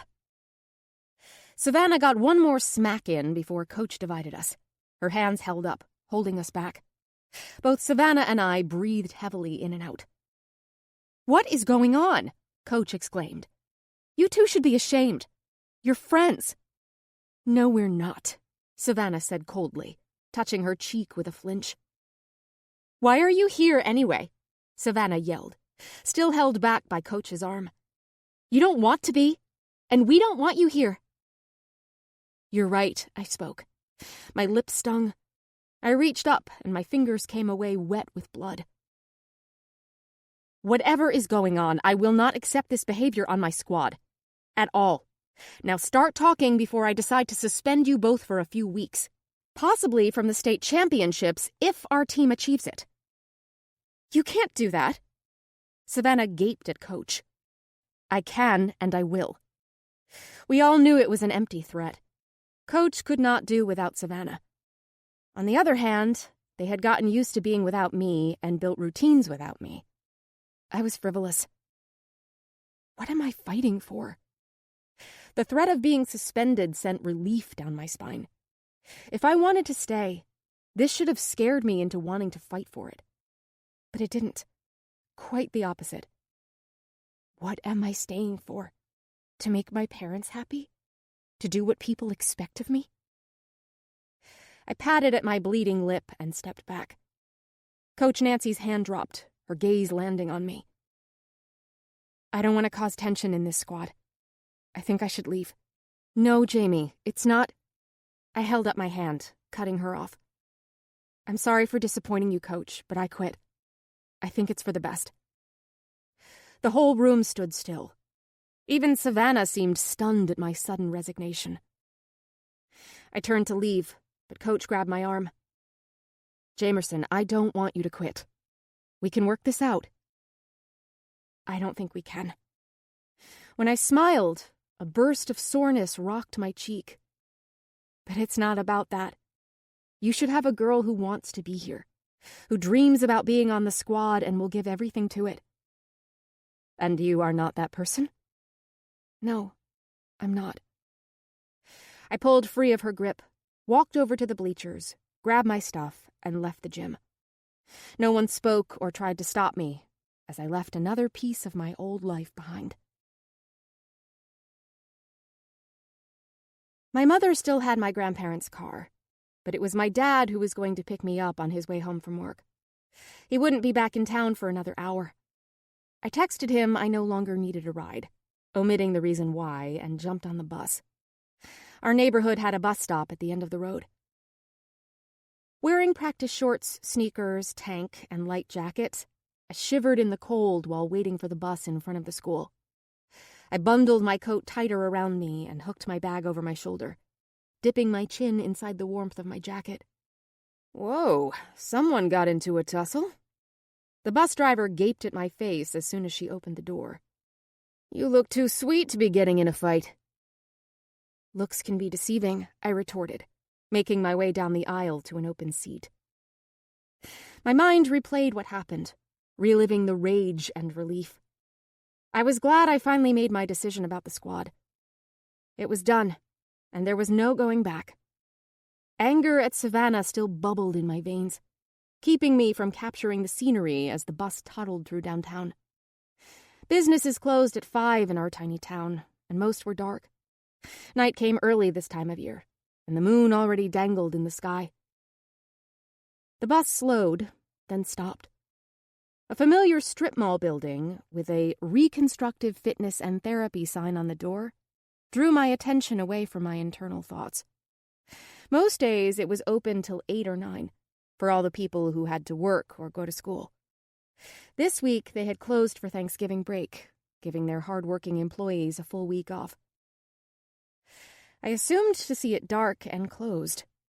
I did not expect to see Hunter's blue pickup truck in the parking lot. What is he doing here? Does he not know it's closed? He was standing right next to me when Justin informed us. Is he driving again? Is he allowed to with his leg? But all those questions were pushed aside by a current of rage. The cut in my lip, nail scratches over my chest, and the bruise penetrating my cheek were suddenly his fault. The bus doors closed, the driver stepping on the gas. I reacted without thought. Stop, I yelled. The bus came to a screeching halt, rocking the bus back and forth. I tumbled into the aisle, almost falling with the violent sway. Grabbing my bag, I moved to the back doors. When they opened, I rushed down the steps, trying not to think about what I was going to do. Chapter 17. The front doors were locked, so I went around to the alley, trying the door in the back. The handle twisted in my hand. The knob rattled, telling me the lock inside had been broken. I smirked. Hunter could break into a building. Why was I not surprised? I slunk down the unlit passage, nerves heating my body. The sound of a treadmill rolled into my ears the closer I got. He broke in to run? How demented is that? I opened the door and slipped in without him hearing me. Hunter wore basketball-style shorts, a t-shirt, and sneakers. Beads of sweat formed along his forehead. He grunted in pain, pressing the arrow button up another level. His muscular back rippled through the thin t-shirt.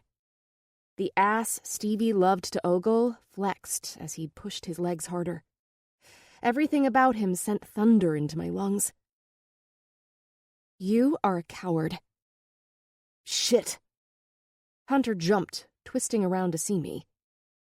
You scared me. Good. What are you doing here? I could ask you the same thing. His lids narrowed. What the hell happened to your face? I stood up for myself. Who hit you? Each word was a demand. Does it matter? We aren't friends anyway, right? He sucked in a deep breath and twisted his head back around, stabbing at the buttons. His legs moved to match the treadmill's pace.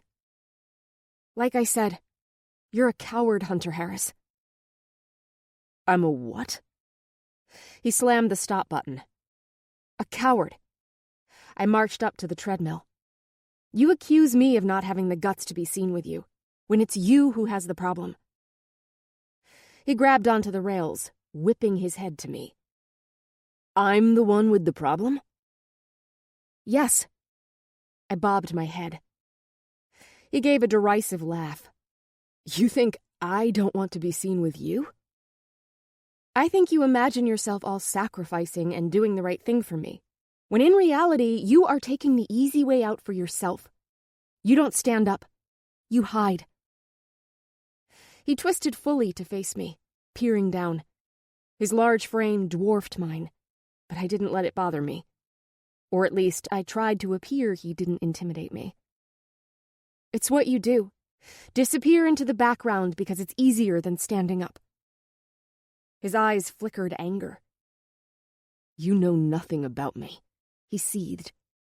Because you won't let me. You don't let anyone. I realized I only know rumors about you. Little things Colton said, what kids at school say. What's true? What's false? I have no idea. I threw up my arms.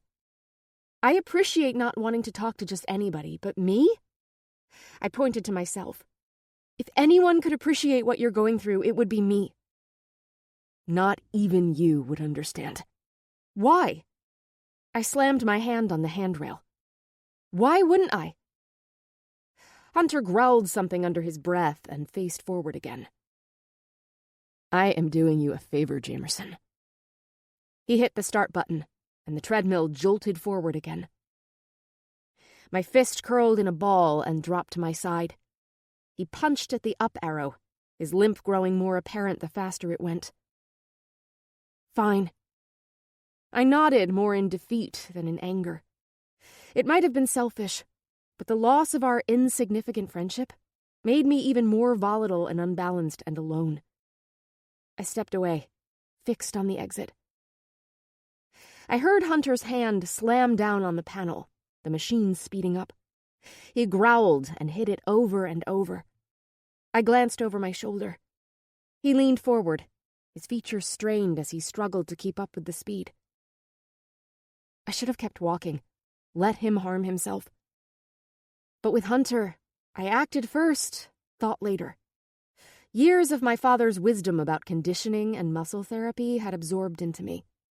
All I could see was the damage he was doing to his leg, pushing it so hard it would never recover. Hunter, stop, I called out, but he upped the motion of the machine. Hey! I trotted back over to him, reaching for his arm. He brushed me off, pushing his legs faster. His face contorted and he grunted in pain. Hunter, you're only hurting yourself. He ignored me, a strangled cry vibrating deep in his chest. His legs suddenly collapsed underneath him, and he crashed down on the machine. The treadmill flung him off and back against the wall with a loud bang. Hunter! I dashed over, crouching on the floor next to him. I'm fine. He pushed himself to sit as I persisted in helping him. "I'm fine." He batted my hands away and collapsed against the wall, his injured legs stretched in front of him. He tilted his head against the wall, staring at the ceiling, breathing laboriously. "What the hell were you thinking? You could have hurt yourself." "Yes, Mom." A smirk hooked up the side of his mouth, but sadness reflected in his eyes. His shoulders lowered, and I sensed his barriers lowering. I slid next to him, my legs barely reaching his calves when I extended them out. The parking lot lights streamed into the dark room, generating murky shadows around us. The treadmill continued to roll, creating a soft, rhythmic grinding sound, like shaking maracas. We stayed silent.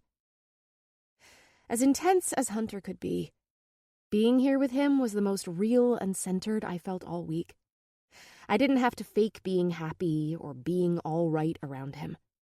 For one moment, I was simply me. "I keep thinking I'm going to wake up." His voice was low. He rubbed the sweat from his face, brushing his hair back. "This is all some nightmare, and my brother is actually alive." I lay my head back with a sigh. "Yeah, me too." "But you know what really gets me? Most of the time, I'm so fucking furious at him. I hate him for leaving me alone, for driving drunk, for looking at his phone. Then I get mad at myself for blaming him when he was the one who died. I was the one who let him die." I kept my mouth shut, hoping this rare moment with him opening up would continue. "Selfish bastard." Hunter slammed his head back against the wall. "Everyone is right. If one of us should have died, it should have been me." My head jerked toward him. "You said it yourself," he jeered. "Everyone, according to Adam, feels this way. Fuck, even my parents think it. Colton was the golden boy, the football star, great student, loved by everyone, on track for an Ivy League school. Model son. All they see when they look at me is the screw-up and said it's too bad I wasn't more like my brother. Even as a baby, he was always the one they favored. The one who was the perfect charmer and would follow in dear old Dad's footsteps. I never wanted that life, seeing my parents and their shallow, fake existence. I hated it. I hated them. I could never pretend. Colton was great at making them happy. I gave up trying after a while. Decided I'd rather piss them off instead. Something I was good at." A pained smile wobbled on his mouth. I opened my mouth. "Don't." He shook his head, anger steaming under the surface. "No matter how stupid people think I am, I can see and hear. I know what they say about me." "You are not stupid." "When did that change?" he scoffed. "I think I recollect you saying something to Colton one time about me being an idiot. Scary, mean, and a loser also came up numerous times." I cringed and glanced down at my hands. I had said those things.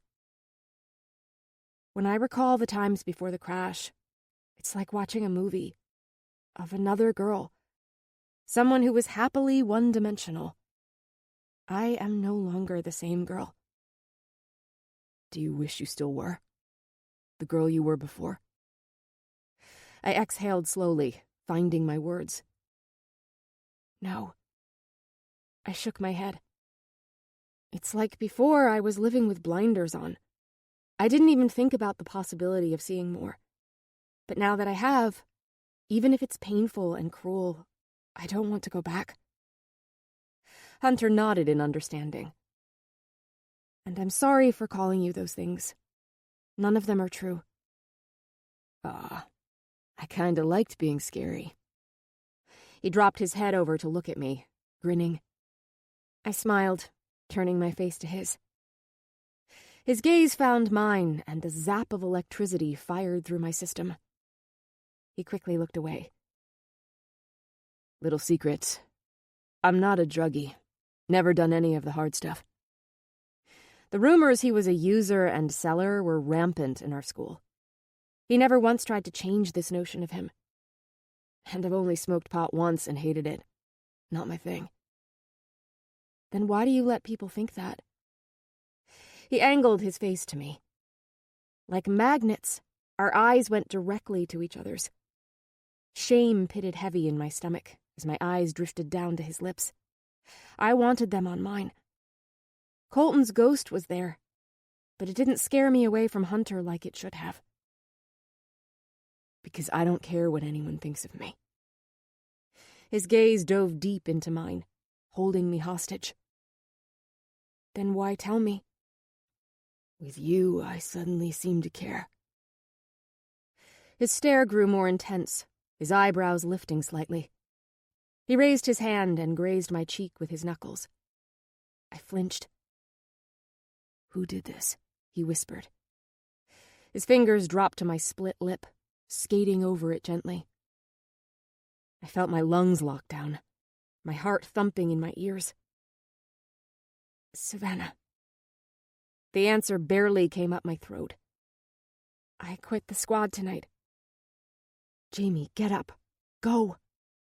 My back stayed plastered to the wall. Really? Hunter's eyebrows curved up. I nodded. No one, including myself, wanted me there. It was time to stop forcing something no longer making me happy. I need to start letting go of my past. The space between his eyes wrinkled. What? Nothing. He shook his head, looking down. How's your hand? He reached over and picked up my fingers, rubbing his thumb over my bruised knuckles. Okay. My voice cracked, his touch stealing oxygen from me. I'm sorry, he muttered, his eyes coming back to mine. I should have backed you up.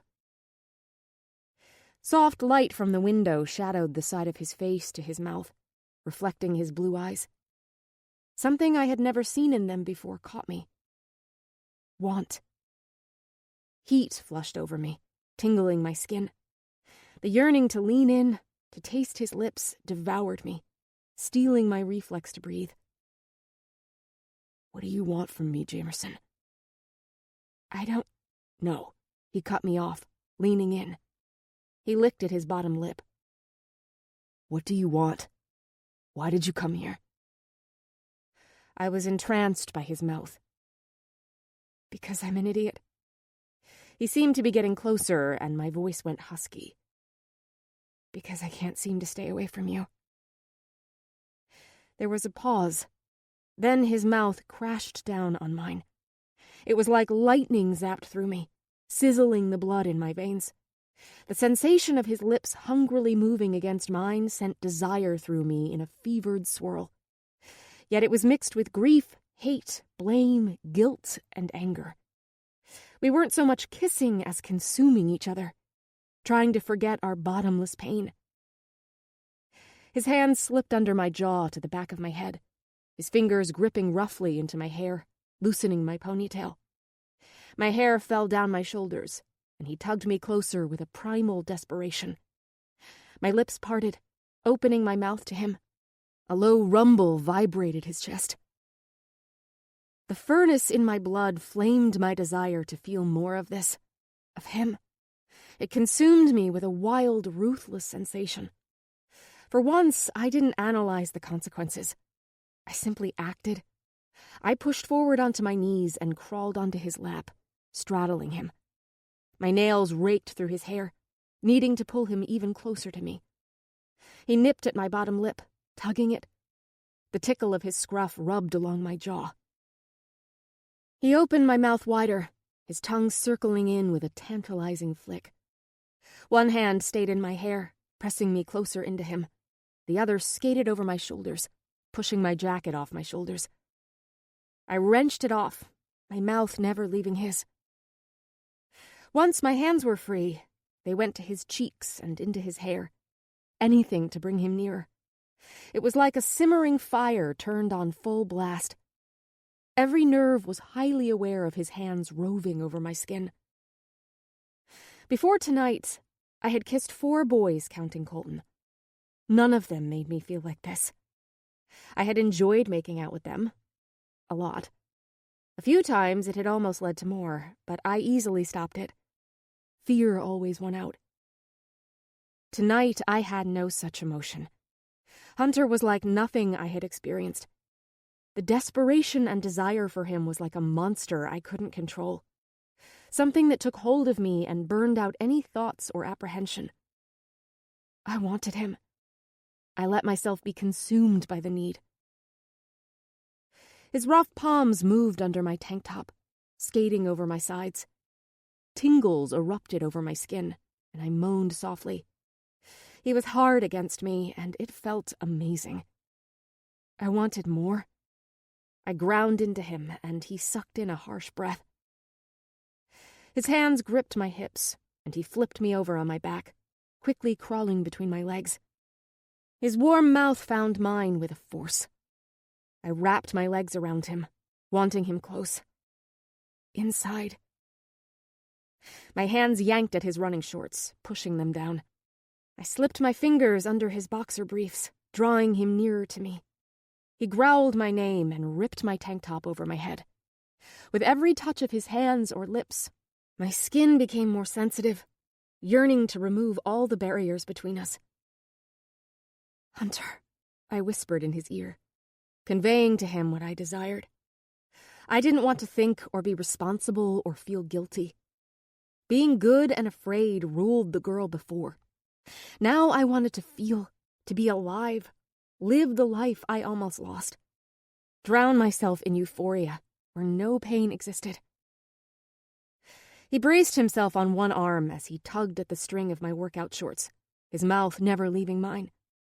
His knuckles brushing so low, my body reacted.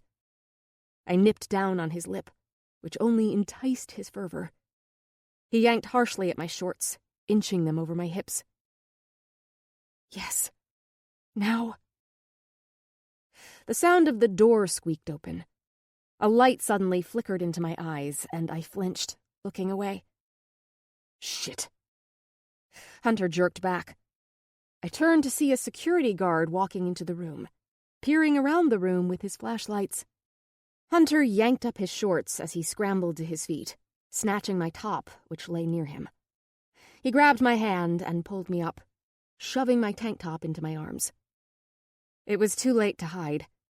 The man shined his light on us. Don't move. Jamerson Holloway? My name rang briskly through the holding cell. A woman cop motioned me forward. Upon hearing my name, I jumped to my feet. Part of me thought staying here would have been safer. My parents were cool, to a point. Explaining this to them? Not so much. The charges have been dropped. Your father's here to take you home. There were snickers from some of the working women in the corner. I thought when the women saw me, in my little purple cheerleading shorts and tank, they'd descend on me like sharks, but most of them fiddled with their nails or tried to sleep. 2 homeless women curled up in the corner, reeking of body odor, piss, and alcohol. Fear had kept me primed on the edge of the bench, trying not to touch anyone or make eye contact. At 18, they said Hunter would be processed as an adult, and I didn't see him once they took our fingerprints. Not that he would have given me comfort. He didn't speak the whole ride over, keeping his focus out the window, or while they stained my fingers with ink. If anything, he seemed to get more and more angry and irritable. His muscles along his shoulders rippled under his shirt every time I moved too close or bumped against him when we got our digits doused in ink. The cop unlocked the door and slid it open. I slipped out, following her down the hallway. I spotted Hunter as soon as we entered the main area. He sat across from a balding police officer, shaking his head, his dark hair falling down into his eyes. As if he could sense my gaze on him, he lifted his head and looked over. Our eyes caught. He held my gaze for a moment, then frowned. Anger flashed in his eyes, and then he turned away from me. I clenched my teeth as I walked past him and tried not to look at him. The cop led me to the waiting area, where my dad leaped up the moment he saw me. "She's all yours." The cop nodded and returned to the main station. My dad opened his mouth, his arms slightly lifting, like he didn't know if he wanted to hug me or scream at me. "Oh my God, are you all right?" He clutched my chin, taking in my shiner. His eyes widened as he took in more of my cuts and scrapes. "Did he do this?" "No, of course not." I stepped from his grip. "Is this from your fight with Savannah?" My eyes widened. Wow, Coach didn't waste any time. Dad clenched his teeth, scanning me.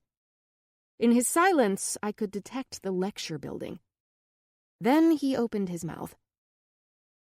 "What the hell happened, Jamerson? Do you know how sick with worry your mom and I were? What we were going through? Do you have any idea how it felt when I got home and you still weren't there?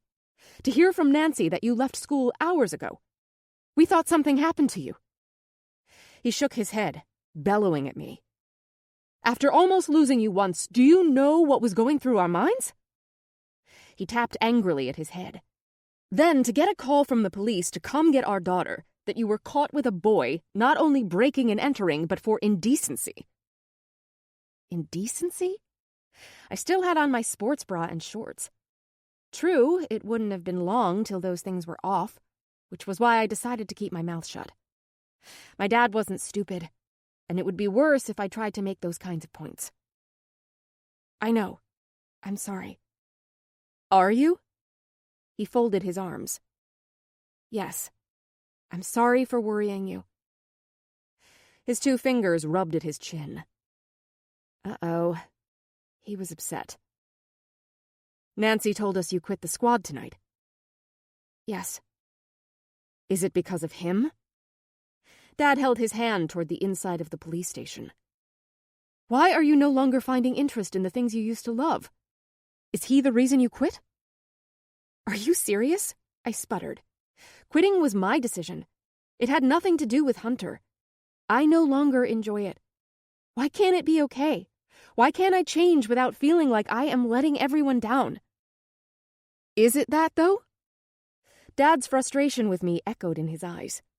"Because it seems since he has become more a part of your life, the more the things you used to enjoy are falling away." Dad only saw my change as being connected with Hunter. Not the accident, not losing Colton, or me growing up. He was scared of Hunter. In this small town, you couldn't help but know about everyone, especially the Harris twins. One good, one bad. "I know you've been going through a lot. More than most teenagers should, and it is probably natural to want to bond with someone else who has gone through the same thing. But Hunter?" He looked up, trying to choose his words carefully. "You know what your therapist said about confusing intense emotional situations for true feelings. For you, it's even more so. You tragically lost someone you genuinely cared about, and you share this loss with his twin brother. No one can blame you for getting a little confused." "Confused?" "Honey, both your mother and I think you shouldn't see him anymore." "Not see him? He goes to my school. We have physical therapy together." "At school, I can simply ask you to keep your distance. But starting next week, we are moving your therapy to a different time." "What?" "It's for the best. You need a little space and time to get over what happened, to heal, inside and out, and move on. It is almost impossible to do when every day you spend time with him." Dad motioned to the door where I came out. "Who looks exactly like the boy you recently lost." I looked away, feeling both anger and guilt roll up my shoulders like a sleeping bag. "I know you don't want to listen to me. Hunter is trouble, dangerous, and will lead you down a bad path." His eyes flicked around the police waiting room. "You are my little girl, and I don't want to see you get hurt. You've already suffered enough." He pulled me into a hug. "I love you, and I want to keep you safe. Forever. Is this too much to ask? I'm not a little girl anymore." You and your sister will always be my little girls, and I will always want to protect you. He kissed the top of my head. Now, let's go home. Think there's some chocolate ice cream in the freezer. Yeah, like Mom will let me have ice cream. He put his arm around me, steering me through the door into the cool night. Let me handle her. Really? I looked at him in shock. No, I'm throwing you to the wolves, grabbing the ice cream and running. What I figured. As Dad pulled the car out of the lot, I watched the front of the station. I couldn't see him, but I knew he was in there. Alone. I doubted he called his parents. Legally, he didn't have to. But I wondered if they would have even come if he did. Dad might think the topic of Hunter was finished, but I couldn't walk away so easily. I'd always listened to my parents and did what they asked. I was their good girl. Not because they demanded it of me. It was what I did. Honor roll, check. Cheerleader, check. Did chores unasked, check. Did my homework, watched my sister, never got in trouble, check, check, check. I didn't even think about rebelling. I never needed to. Take this all away, and who was I? What did I really want? Now I was staring down an endless road of questions with no clear answers. Chapter 18. What is this gibberish you're sending me, Whiskey? It's way too early to be cryptic. Stevie demanded on the phone the next morning. I knew this call was coming. I had texted her an enigmatic message about not seeing me at physical therapy anymore. Her call came swiftly after. I didn't want to talk, because I couldn't get around this without telling her what happened. It would be difficult to admit my protests of hating Hunter had completely changed. After my mother's silent treatment ended in tears, I crawled into bed, my mind going straight to the kiss, replaying it over and over in my head. The way his lips devoured mine, the hungry way our mouths claimed each other's, the feel of his fingers skimming over my bare skin, the weight of him between my legs. I had a very sleepless night. Not all of the restlessness was because of Hunter. I held a lot of guilt for hurting my parents. My mother didn't talk to me for the first 2 hours. Then, after putting Reese to bed, they sat me down. After an hour of lecturing, Mom still struggled to look at my black and blue face and the ink stains on my fingers. She burst into tears and shut herself in her room. Dad gave me a hug and told me we'd talk more in the morning. What do you mean you're no longer going to physical therapy? Stevie exclaimed, bringing me back to the present. Her voice was filled with confusion. She knew I was months away from being done. The Tuesday-Thursday sessions. I'm being moved to Monday-Wednesday. And why? Words died in my throat. Whiskey? She emphasized my pet name, knowing a story lay behind what I wasn't saying. My cheeks stung as dots of embarrassment peppered my face like freckles. Well, my parents think it is best I'm not around Hunter any longer. There was a lengthy silence. And again, I will ask, why is that? I could have lied and said it was for my mental health. Being around a duplicate of my dead boyfriend was stunting my recovery. To my parents, this was true. But I couldn't lie to Stevie. She was my only friend, and I had no doubt she would either figure it out or hear about our little break-in from the staff. Hunter and I were arrested last night for breaking and entering. Another pregnant pause. I'm sorry. Can you repeat, please? Oh, and we were charged for indecency as well. I couldn't help the slight impish smile that formed. What? I only had my tank top off, so I'm not sure what was so indecent. The security guard was a bit of a prude. Top off? Stevie repeated slowly. Holy shit. I knew it. Did I not call this from the moment he walked in? She demanded. Now tell me every single detail, especially the indecency part. Do you want to hear about the brawl between me and my ex-best friend that ended in a fistfight and me quitting the squad before ending up in jail? Oh, holy bejesus. Her throat croaked. I am so proud of you. My little girl is growing up. Because I got into a fight and ended up behind bars? No, because you are finally being your true self. Most people might see this as a cry for help or you having issues, but those people don't really know you. Geez, the worst you did was get caught. You are anything but ordinary whiskey. You just need to let yourself be okay with it. You have a freak flag, girl. Wave it. Talking to Stevie was like ointment to my soul. Sounded cheesy, but it was true. She was the one person who accepted me the way I was. A mess. My mouth weaved around the story, telling her everything that happened. I didn't hold back or hide any of it, even down to Hunter's rejection later. And as much as the kiss replayed in my mind with giddy revival, I had many doubts and much guilt. Our attraction was no doubt from the heightened emotions getting the best of us. It would make the most sense. All those complicated feelings needed a way out. And it did. Through a kiss. Actually, through an incredibly hot makeout session. Thanksgiving break was awful. It was still tense around the house, and my grandparents descending on us for Thanksgiving only created more friction. Grandma Nessa criticized everything my mother did, then made little jabs about how tired and skinny I looked, or how willful Reese behaved. I felt like dry pasta, ready to snap. But it wasn't my family which caused me to lose sleep or stop eating. The moment I quit cheerleading, officially ending my friendships, I got attacked. Virally. Welcome to growing up in the internet age. Nasty posts and cruel tweets dominated my social media.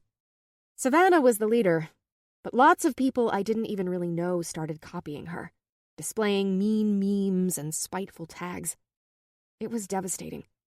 I became so sick to my stomach by the assaults, I stayed curled in my bed most of the vacation. I talked to Stevie a lot, just to keep my head above water and not drown in my own tears. But I didn't admit even to her the thing which hurt the most was I hadn't heard a word from Hunter. When school began again, I had convinced myself kissing him was the worst choice I had ever made. With most of the school using me as a pincushion, he was the last thing I had time to think about. My certainty lasted till Monday, 5th period. I ignored the crunching nerves in my abdomen, but it was harder to overlook the shaking of my hands as I tried to hold my pencil. I had seen him hanging out by the bleachers with his friends on my way to the library at lunch. Waiting for him to enter the class transformed my nervousness into annoyance. Just get here. Then it could be over. The initial seeing each other for the first time since going at it on the therapy floor, then ending up in a holding cell encounter. You know, like most first dates. My hand rattled over the paper as I tried to distract myself by working on the history report, due before the next upcoming holiday break. But I could write no words. Hunter had walked in. I sighed, stirring in my chair, keeping my head down, pretending I hadn't noticed his entrance. Nothing about him blended in with the walls or other students. As much as he tried to appear to be non-existent at school, he couldn't. Not to me. Not anymore. Under heavy lashes, I watched him. He wore faded jeans and a short-sleeved, steel-gray t-shirt, as if he were defying the cold air outside. A blue cap covered his head, hiding his eyes from view. But once again, it only seemed to pinpoint his strong jaw and mouth. The same lips I could still imagine on mine, moving, exploring. I shook my head, dislodging the thought, trying to prevent the heat from creeping up my body. Hunter strolled down the aisle, and against my better judgment, I looked up. Under the shadow of his hat, I saw his eyes.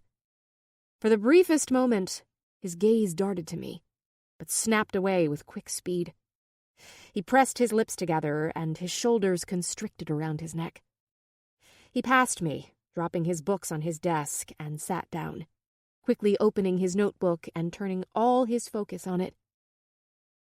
My heart pounded in my chest, impelling the disappointment from my thoughts.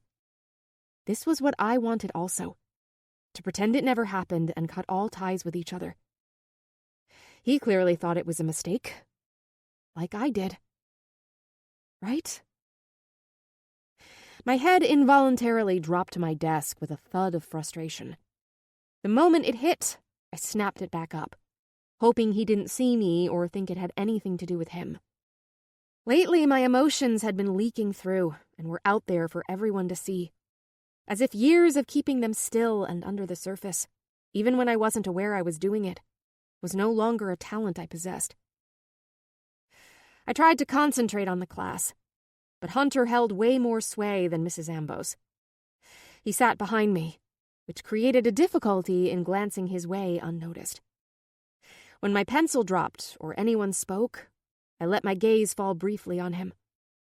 All I saw was the top of his baseball hat, his gaze never leaving his paper. Okay, stop, Jamerson. He does not feel the same. The problem was, I didn't even know how I felt. I couldn't deny I longed for him to look at me and give me an indication to how he was feeling. Embarrassed? Ashamed? Remorseful? When the bell rang and he darted from class before most others had even closed their books, I made a decision. I was going to forget all about what happened with Hunter Harris, concentrate on staying out of trouble, getting my grades back up, and running off to college the first moment I could. I jumped wholeheartedly into my plan in the following weeks, using all the breaks to study in the library and do extra credit in my health and science class, the only one I still somewhat enjoyed. My fall from grace had lost its novelty to some people. I was not lucky enough, however, to go unnoticed by my old friends, or those trying to be part of their group. The daily viral assaults on my different accounts became too much. I ended up closing all of them, something I kept from my parents since they couldn't do anything about it. Hopefully, with no outlet for them to insult me directly, and football season gaining more of their attention the closer they got to the state finals, the more the jabs would diminish. Stevie helped me get through. She had moved her schedule to accommodate mine, to Justin's dismay and delight. He saw how much we supported and helped each other, but he also saw how distracted and inattentive we were with the actual exercises. I'm not kidding. I'm happy you're helping each other, but I will separate you if you don't finish your reps, Justin hollered at us, preparing the mat with bands and weights for our next round of strength training. Stevie scoffed, knowing he would never follow through with it. He will torture us more, though. With my arms behind my head, I lifted my head off the yoga ball, crunching up. True, but that's later. Stevie did a tiny curl forward. You mean in 2 minutes from now? Like I said, in the future, she reaffirmed. Anyway, before he rudely interrupted us, as he seems to do a lot when we are here, she grumbled in mock bewilderment. I'm worried about you. All my work on you seems to be dwindling slowly. I did another sit-up, ignoring her. She rolled forward on the ball. I'm serious, Whiskey. Sorry I haven't been arrested lately. Taking a break from the jail scene, I said. She crossed her arms, then squinted. You know it's not what I mean. You are sliding back into your old habits again. Indignation drove my spine straight, sitting up. What are you talking about? You're becoming the boring shell of a girl again. Excuse me? The fact you're getting pissed at me right now tells me you know it's true. Stevie moved her finger, motioning around me. Behind that extremely smart brain of yours, you can feel it happening. You're letting your true character die. What if this is really me? I snapped, sitting straight on the ball. She licked her lips, a newly pierced eyebrow hitching up. Would you be so angry with me if I weren't right? I opened, then shut my mouth. You have been miserable lately. Angry, irritable, vacant, but doing everything you think is expected of you. I see you shutting down again, letting them win. Who wins? The Savannahs of this world. Your parents, even Hunter. I stared down at my hands the moment she said his name. A steady fury burned in my lungs. He left me alone in hostile waters. I doubted he got hounded on social media, if he was even on it. Nor was he laughed at and ridiculed in the hallways. He stuck to the safety of his friends, far from the inner circle of the school. I gritted my teeth, realizing my anger wasn't at him. It was at me. I put my head in my hands. This is why you have me. Stevie patted the back of my head. To hold up a mirror every once in a while.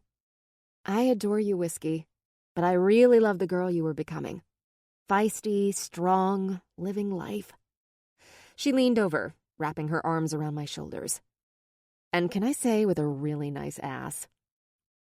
A snorted chuckle leaped from my throat. No, I'm not kidding. It's amazing. Who knew exercise would do that? Susie amazing? I twisted my head to peer at her. Oh, well, let's not get carried away. She winked. Her ass is epic. Laughter released from deep inside me, and immediately the muscles along my shoulders relaxed. Stevie was right. It was easy for me to fall into the rut of living under the radar, not causing trouble, or upsetting the flow of everyone around me. But it really didn't make anyone happy. Most of all, myself.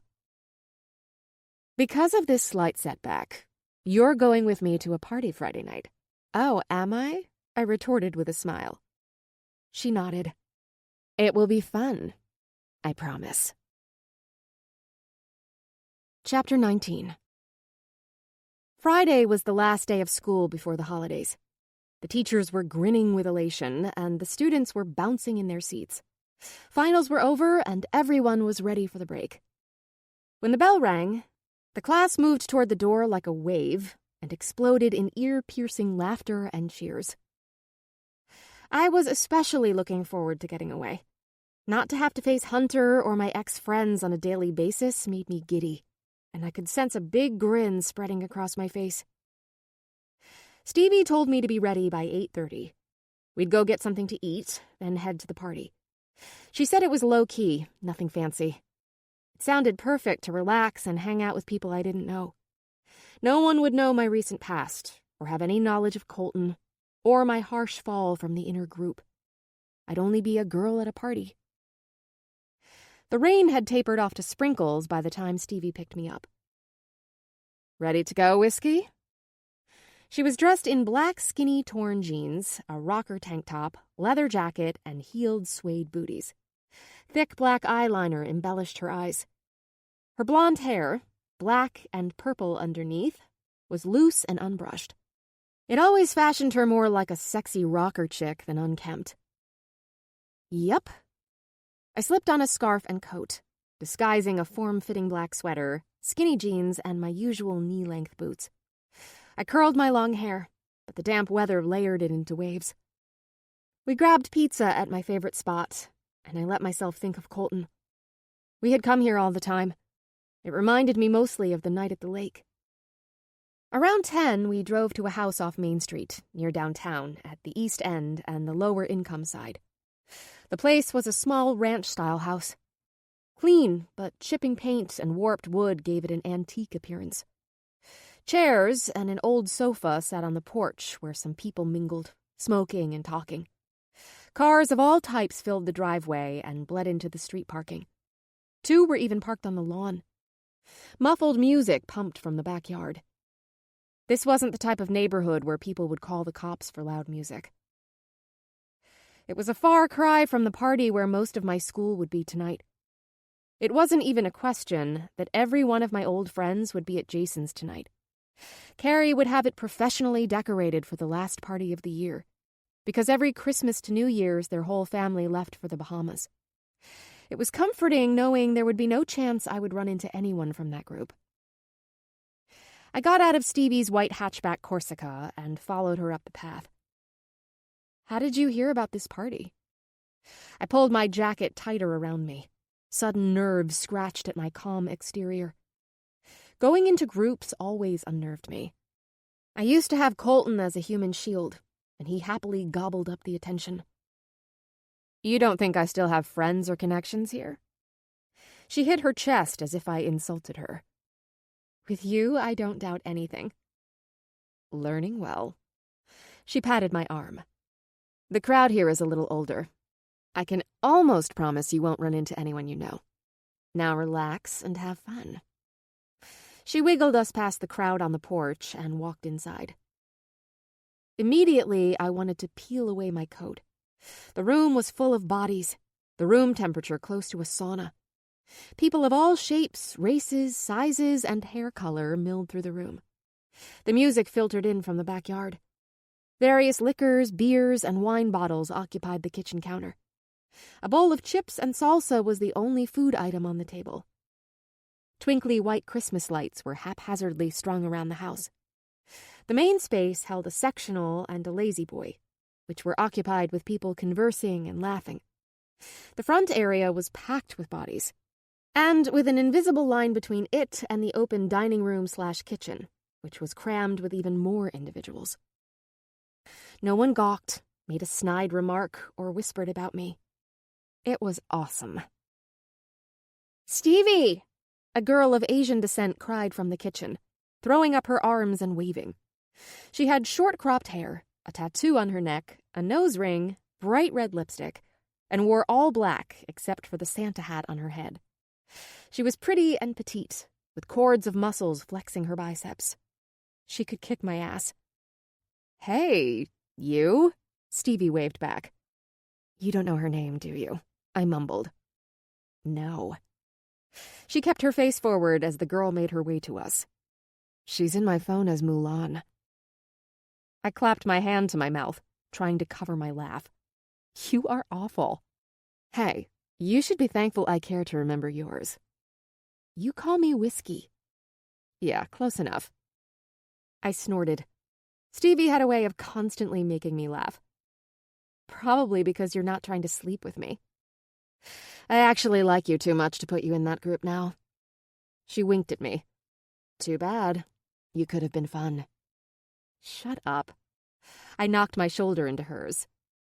She laughed, opening her arms to greet Mulan, who leaned in and gave her a quick kiss, her eyes sparkling with joy. I suddenly felt like the baby pink crayon in a box of neon-colored ones. It wasn't like I wanted to dye my long caramel hair black or green or get a nose ring. But the sweet, dismissive girl in the mirror didn't match the girl inside. She was rapping against the cage, wanting to fly free. "This is my friend, Whiskey." Stevie motioned to me. Mulan's black eyes rolled slowly over me, a slight hitch in her upper lip. Oh man, she really was going to kick my ass. "Friend, only friend," I clarified. Mulan seemed a bit possessive of her toys. "Hi," she said, then turned back to Stevie. "Want a drink?" "Of course." Stevie turned to me. "You want one?" "I'm going to be our designated driver. I'll take a soda." Stevie nodded. She knew drinking and driving was not something I would even remotely consider. I was going to have one, then water. I shook my head. "Give me your keys. I'm not a huge fan of beer or liquor." "You sure? The whole point was for you to have fun." "Yes, and I can still enjoy myself." She placed the keys in my palm. "Next time, I'm being the good one and you're having fun." "Fine. We'll tag team it." "Tag team who now?" Mulan stepped up. "Not that kind of tag teaming." I shook my head. Mulan huffed and turned toward the kitchen as we trailed behind. Stevie stopped to greet quite a few people as we moved deeper into the room. People she knew from when she went to school here. "Here, a closed can of regular soda." Stevie handed me a Coke. "If you can't get drunk, you might as well get so pumped on sugar you're hanging from the chandeliers with me." I love we set such lofty goals for ourselves. It's good to have a higher calling. I cheered her glass and took a sip of the overly sweet liquid. Eck. My parents weren't big on us drinking soda in the house. so we usually had natural sparkling lemonade or juice. This tasted like I had put a dozen sugar cubes on my tongue. Mulan's friends moved in, stealing Stevie's attention as they asked her about her accident and how she liked New York. She tried to keep me involved, but quickly the conversation got away from me. As they switched topic to some naked woman's art show in the city, my attention drifted to the small bonfire in the back. People hung out near it, drinking and being silly, wiggling their butts to the music. A guy squirted some lighter fluid on it, sparking it high. My gaze landed on him, taking in a familiar flat-brimmed hat, black t-shirt with a marijuana symbol on it, and tattoos.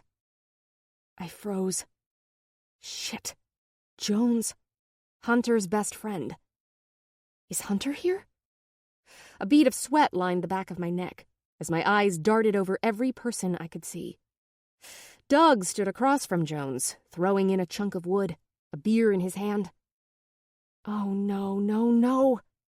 There was no way they would be here and he wouldn't. I wasn't sure if I were experiencing a zing of excitement or the effects of caffeine and sugar in my system. Stevie. I grabbed her arm. Whose house is this? She bit her lip.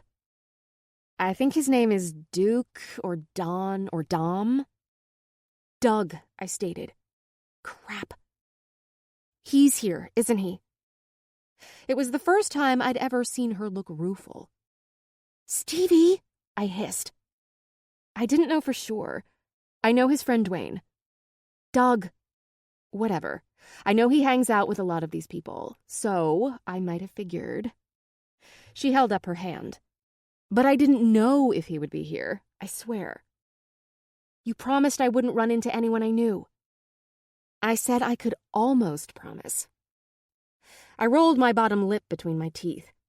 I wanted to be mad, but I wasn't. I wanted not to care he was here, but I did.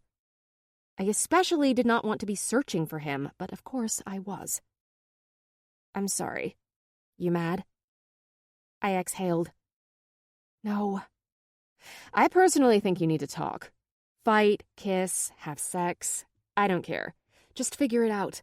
You have been especially tense and grumpy. It's not because of Hunter. She tipped her head. Maybe not entirely, but a good chunk.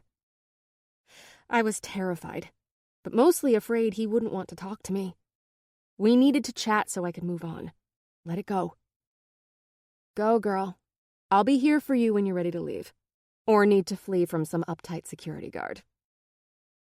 I nodded and walked from the kitchen, pulling on my jacket. A few people were heading out back, and I attached myself to them, using them as a cloak. I scanned the space, trying to distinguish individuals in the darkness. He wasn't there. Hunter was distinctive. His physique was tall and extremely fit, with broad shoulders and a narrow, toned waist. And, as Stevie put it, an ass that made you want to lick frosting off it. None of the guys here came close. Being with Colton so long, I could pick out the twins' forms instantly. And Hunter had an even more distinguishing way of holding himself. A primal sexual magnetism and quiet confidence Colton never had. I went back in, staying on high alert while wandering through the living room. A bit of doubt started to seep in. What if he didn't come? I stepped onto the front porch. The blockade of people who were here when we first arrived had moved back inside. Now it was empty. My chest sank in disappointment as I walked to the porch rail, where I sucked in a gulp of night air. Of all the parties he'd probably go to, it would be Doug's. But of course, he wasn't at this one. I sighed, my breath evaporating into the sky. Drops of water from the earlier rain pattered from the trees and roof onto the ground in a soft, repetitive beat. Too crowded in there for you? A low, deep voice came from the shadows behind me. Shit. I swung around, the familiar voice rattling me. At the far end of the porch, Hunter hunkered in a low porch chair. The light pointed outward, drowning him in shadows. He wore what he had on at school. Dark jeans, biker boots, and a black t-shirt under his jacket. I gulped and exhaled, my hand touching my chest. You're good at blending into the background, huh? Letting yourself disappear. I am. His mouth wavered in a bemused smile. It's easier, you know, the coward's way out. I pinched my lips together. You do prefer that? Uh-oh. I sense another lecture coming. He stretched out farther in his chair. What would I have to lecture you about? Yes, I was being coy, playing games, trying to get him to talk first. As usual, he stayed quiet. I strolled over to him. For weeks, I held on to a lot of anger. Now, as he sat in front of me, I felt nothing but a serenity, which I hadn't experienced since the day we stopped talking. You hiding out here? I settled on the railing, letting my legs dangle. Yeah. He shifted in the chair, his gaze dropped from me. Too many people wanting to small talk or tell me again how sorry they are. Needed to get some air. This was something I could understand and relate to. A few beats passed before he spoke again. What brought you to a Dougie Rowe party? Stevie. Ah. He nodded. I guess she knows your friend Doug? I crossed my ankles, sitting farther back on the rail. They went to school together briefly. She was a freshman before he dropped out. He took a swig of his beer. Wouldn't think this would be your scene. Because you know my scene? I challenged. He lifted his eyebrow. Don't make assumptions. You know nothing about me. Do you? I inhaled deeply at his words. I had been asking myself the same question lately, and he called me out on it in 30 seconds. Screw you, Hunter. I jumped off the rail. I don't know why I try. I spun and rushed to the back door. Jamie, wait. Hunter leaned out of his chair, his fingers wrapping around mine. He tugged at my hand, turning me to face him. He looked up. Look, The screen door whined as it opened. Hunter stopped talking, but didn't let go of my hand. Hunter, there you are. A woman's raspy, deep voice poured over us like bourbon. The door banged behind her. I've been looking everywhere for you, sexy. Hunter dropped my hand the same time I glanced over my shoulder at the intruder. Enough light shined through to show the woman had to be in her mid-20s. Tall, with dark blonde hair, and skin which looked like it was constantly exposed to the sun. Heavy black eyeliner popped her blue eyes. She wore cut-off jean shorts, cowboy boots, and a Led Zeppelin t-shirt. In December. She was the cliché of sex, drugs, and rock and roll. As she sauntered up, her brash confidence had me stepping back, hitting the support beam. Her eyes moved up and down me, deciphering my threat level. You're adorable. She winked, tilting her head at Hunter.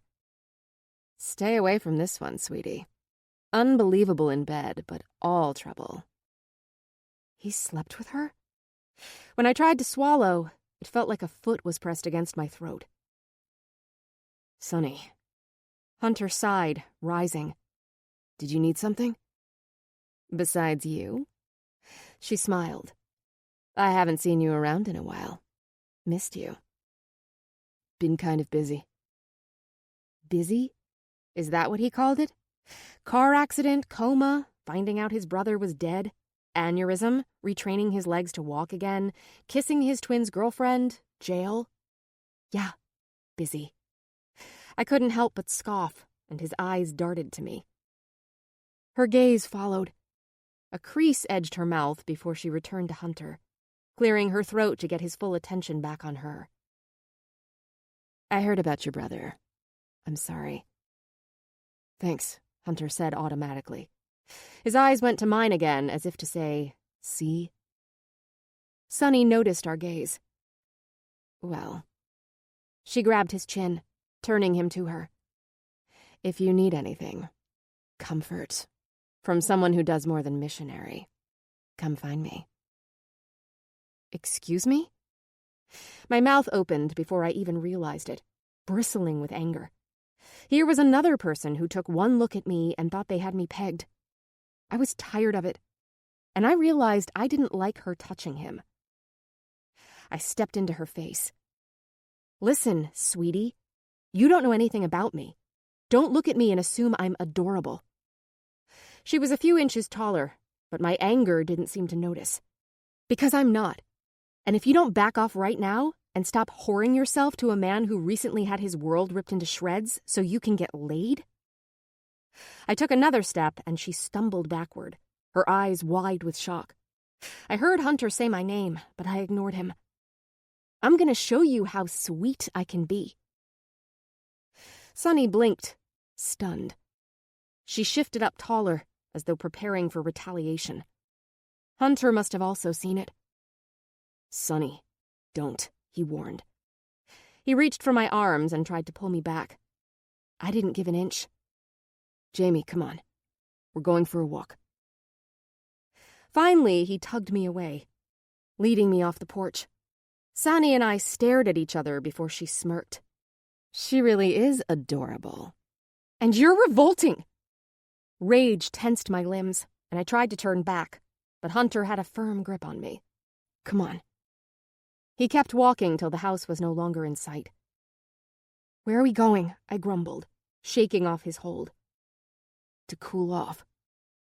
He glanced over at me and chuckled. Wow, I thought your little scuffle with Adam and Savannah was a fluke, but there's a bit of scrapper in you. A smile grew on my mouth. Yeah, I wanted to punch her. A buzz ignited through me, making me feel lighter. Alive. Hunter and I kept moving, a comfortable silence falling between us. Colton hated silence, and he constantly filled it with talk, music, TV, or sleep.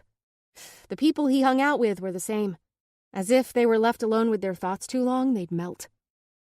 Hunter was comfortable with being quiet. I had to admit it was nice. Relaxing. Well, as comfortable as I could be with a guy I almost had sex with and hadn't talked to since. I still didn't know if I was relieved the security guard stopped us, or disappointed. Relieved. Definitely relieved, I told myself. His limp made him slow enough for me to match his steps, clouds of air billowing out of our mouths from the brittle night. The rain from earlier still pooled the streets and sidewalks. How have you been? I finally asked. He glanced over at me and his brow furrowed. Without a word, I understood. We were asked constantly how we were, but nobody actually wanted to know. They wanted to hear, good, thank you, not the truth. It's me. I wanted honesty. He stared far down the road. Some moments are okay, like I might make it to the next one. Other times, I wish a car would come along and finish the job. End the pain and remorse. Yeah. I shoved my hands deep in my pockets. You know what's strange? What? I'm scared I won't stop feeling this way. And even more scared I will. I looked up at the night sky. A few stars poked through the clouds. I'm terrified if I really let myself think about what happened, I won't come back. The pain will be too much and it will break me. I moved my focus to the streetlights glinting off the wet cement. But then I experience horrendous guilt for wanting to move on, like I'm over his death so easily. So, where do I live? In a perpetual state of numbness? A zombie in life? Doing what I always did? Let myself forget the sound of his voice? His laugh? I hadn't told anyone these thoughts. Not even the therapist. Hunter stayed quiet, our boots clipping over the road. Will his death be what defines me? It will shape you, not define you, he said quietly. A dash of hope lifted me. He amazed me. Here was this guy holding so much agony and grief inside, but he could still make things better. Tell me yours, Hunter. I want to know. What's your fear? A strange, scoffing laugh came from him. His gaze went to me, then quickly darted away. Everything, he finally said. Then he turned his head to look behind us. You want to turn back? No, I automatically responded, my hair tumbling around my shoulders. Not yet. You hungry? He pulled one hand from his pocket, motioning for me around the corner onto Main Street. Possibly. I shrugged. I better let Stevie know. I tugged out my phone and texted her. I'm with Hunter. Not like that. Just walking. Maybe second dinner. How is Mulan? It was only a minute before I got a text back. Moved on from Mulan. Too clingy. Ugh. Found me Pocahontas. Hot and flirty. Just the way I like 'em. You call it dinner. Some people call it eating out. A blush heated my cheeks, and I quickly shoved my phone away. What? Hunter asked. Nothing. Stevie being Stevie. That leaves a lot of room for interpretation. Tension still hung between us. Like pros, we skirted the topic of our makeout session. We walked down the sidewalk full of shops and cafes. Then my eyes landed on the front of a shop, the glowing neon sign lighting up my face. The girl I kept contained inside flapped with eagerness. She filled my body, urging me forward, telling me exactly what she wanted. It was time to let her out. Let her fly. Chapter 20. The grin over my face grew, hurting my cheeks. Are you sure? He lifted an eyebrow. It's permanent. Yeah, so? I bounced on my toes. You have one? Several, actually. He rubbed at his chin. But I'm less likely to regret mine. What? I burst out in a laugh. What kind of sexist logic is that? It's not sexist. It's about the person you are. And what kind of person am I? I put my hands on my hips. Wow, if that's not a loaded question. He snorted. Is there any way I can answer without finding myself in trouble? I grinned. Probably not. He looked down, his upper lip hitched on the side. Our eyes latched onto each other. Fire scalded my airways, making it difficult to breathe. It was as though a break in the atmosphere waited for us to collide. My gaze drifted to his mouth. The bad boy grin fell from his face and turned serious, sparking the intensity between us. Neither of us moved, but the space between us tapered. He lifted his hand, slowly running his fingers over my ear, tucking my hair behind it. He let his hand slide, slowly trailing down the side of my neck. We watched each other. His fingers moved to my jawline, sliding back, his hand cupping my cheek. Who's next? A man stepped from behind the curtain, his voice gruff. We both jumped, jerking away from each other. I swiveled around to see a 6-foot, barrel-chested man in front of us, dressed in shorts and a white t-shirt. Did no one get the memo it's winter? Hey man, you're back. He nodded at Hunter. The man was bald, and tattoos covered his arms, legs, neck, and half his scalp. Hey, Benji. Hunter tilted his head back in acknowledgement. This time it's for her. Really? The man's brown eyes ran up and down me with an assessing stare. Yeah, why? My shoulders tightened defensively. Let me guess. You don't think I'm the tattoo type? Honestly, no. But I've seen your type here before. Tipsy and feeling rebellious. He shrugged. Usually end up with a pretty butterfly or heart. But if you've got the cash, then I don't care if you get Donald Duck inked on your forehead. Oh, please tell me that's your next one. I turned to Hunter. He gave a throaty chuckle, something I rarely heard. You look too sweet to be with this guy. Benji smirked, nodding to Hunter. Why does everyone keep saying that? I threw up my arms. I'm not sweet. She's really not. Hunter shook his head. I elbowed him in the ribs. Ugh. He rubbed at his side. See? Benji glanced between us, his forehead frowning like he was trying to figure something out. I knew no matter what I said, I'd get hit. Hunter nudged me. Go. I followed Benji into the back room. 2 black leather chairs sat next to each other with a padded table and a recliner. The place had red brick walls along with cartoon-style artwork and images of a grotesque Alice in Wonderland, death, Beetlejuice, and dogs from the underworld. They were cool and kind of pretty in a twisted way. I handed him the design. Not a butterfly or a heart. His mouth pinched, amusement hinting around his eyes. Good choice. I know, I said, and I won't regret it. Life is too short, and I won't waste mine on not being myself anymore. Benji considered us, his gaze jumping from me to Hunter. He nodded, as if something suddenly made sense. He stenciled the design on my wrist. There were many cool places it could go, but I wanted to see it every day, be reminded of what I had gone through and where I was heading. You ready? Benji was poised with the ink needle, humming with a high-pitched dentist drill sound. I nodded. Definitely. I love it. I looked down, my eyes wide. Only an hour later, my forearm had an everlasting mark etched on it. Let me see. Hunter tenderly cupped my arm, looking at it. It fits you. It did. The solid black raven was inked in mid-flight. Intricate feathers shed off it, growing more and more detailed the farther they went up my arm and away from the bird.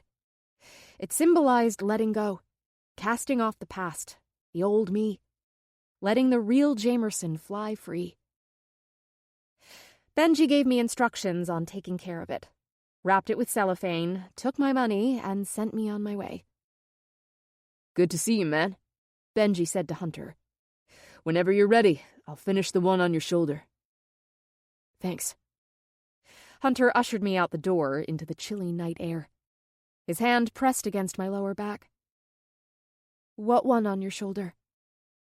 Hunter's hand dropped from me, stuffing them into his jacket pockets. We walked down the street, heading back toward the house. I eventually want to finish filling one in, he said ambiguously. Why are you being evasive? I'm not. He kept his attention on the street, the cars driving by. Then tell me. I got something. I watched his profile, his head remaining forward. To represent Colton. The name was like ice on the mood and conversation. The enormous elephant in the room came stomping back in, breaking all the good china. I slipped my frozen hands into my pockets. We both continued down the street in silence. It grew more and more awkward. We neared the house where people sat on the deck. Spurts of laughter and murmured voices reached us. I could sense the opportunity slipping by. If we didn't talk now, we never would. Okay, I can't take this. I suddenly stopped, almost tripping him. Are we going to talk about it? He pressed his mouth together, looking at his feet. In one gesture, my heart started to pound. I didn't even know what I wanted him to say. I certainly wasn't sure what I wanted, but I already sensed the goodbye on his lips, the rejection. Spikes of trepidation and sorrow stabbed at my heart. Don't worry about it. My throat constricted. It was a mistake. We can both forget it happened. Jamerson, we... Seriously, Hunter. I cut off any emotion from my voice. It's understandable. My therapist calls it transference or something like it. We've gone through a lot together. Emotions were high and we got caught in the moment. It meant nothing. His eyes darted to mine. His nostrils flared, but he didn't respond. His muteness hurt more than anything. He was silently agreeing, letting us, this, go without a fight. It certainly didn't mean anything to me. Anger stacked a barricade against him, shielding myself. I used you because I was sad and missing Colton. I saw Colton in you that night. It was wrong, and I apologize. And it was a lie. His face was emotionless. His dimple twitched, straining against his jaw. He watched the street. The sound of tires rolling over damp pavement echoed around us, slushing and crunching. You know what I fear? He said. I'm afraid I will never break free from Colton's shadow. I'm the brother who shouldn't have lived. I hated when he told me this the night we kissed, that even his parents wished it had been him. How could anyone live under such a weight? It was crippling. I don't agree. I turned to him. You don't wish Colton were still alive? Of course I do. I grabbed onto his jacket. I want Colton alive more than anything. But it doesn't mean I'm not grateful you lived. This choice wasn't ours to make. He's gone. It's awful and horrible. But you can't feel guilty for surviving. Do you think he would? Hell no. That wasn't Colton's style. He clenched his jaw. I'm glad you're here, I uttered quietly, dropping my arms. With me. Hunter sucked in air. Funny. Those are words you probably never imagined saying, huh? He mumbled. No, I agreed. But a lot has changed. I've changed. And that's the problem. What do you mean? Everyone wants us to move on, but no one wants us to change. He backed away from me, clearly ending our conversation. I think we need to return before you decide to get Donald Duck on your forehead. It wouldn't be Donald Duck. I was quite aware he had avoided talking about our kiss, but I got the hint. Only friends. What would it be? We aimed back for the house, his body language guarded. It would be Daffy Duck. Now that would be cool. We walked a little more. His phone buzzed in his pocket. He pulled it out. A slight frown creased his forehead. I've got to go. Where? He walked backward toward his truck. When Stevie and I drove up, I hadn't noticed it a few cars down on the street. If Doug or Jones ask, tell them I had to go. They'll understand. Oh, okay. Disappointment crept into my voice. You good? He looked between me and the house. Yeah, I snorted. I have like 20 yards. I think I'm good. There was still a slight hesitation in his step, but the cell chirped again and he took off for his truck. Who is calling him? Where does he have to go in such a hurry? I longed to have an answer to these questions, but at the same time knew it was better if I didn't. The less I got involved with Hunter's personal business, the better. My heart had already been shattered by one Harris. When I walked into my house, my mom sat at the table with a glass of wine, playing solitaire on her laptop. The TV was on in the living room, my dad asleep in the chair. Reese would have been down hours earlier. This was my parents' cherished time to relax. Hey, you're back earlier than I thought. Mom glanced over at me. Yeah, felt like coming home. I took off my jacket, keeping my sweater pulled down my arms. I knew it was pointless to hide my ink from them forever, but I wasn't in the mood to show them tonight. Mom seemed to have some psychic intuition. Her gaze grew more concentrated. What's wrong? Nothing? Jamie, you're yanking at your sleeves and dancing around like a nervous chicken. Ugh. I was bad at hiding things from them. I didn't have much experience in doing it before. Never needed to. I huffed and walked over to her. Promise you won't get mad? Immediately, she became wary, her head slanting to the side. Now I'm really curious. Spill, girl? She leaned back in her chair, picking up her glass as if she knew she would need the wine soon. I rolled my lips together, then exhaled, Shoving the fabric of my sweater up my arm, I twisted it to face her. What is that? Mom's eyes widened as she stared at my wrist. A tattoo. It better be henna or temporary. Her shoulders rose several inches. No, it's real. She slammed down her wine glass, liquid spilling out the top onto the table. Are you joking? She stood up. No. I planted my feet firmer underneath me. You went to a house party. She blinked several times. Tell me how you came back with a tattoo? They were giving them as party favors. She glared at my insolence. What? The house was close to Main Street. I walked over there and got one. Don't get smart with me. Her voice rose with the realization this was not a joke. You got a tattoo?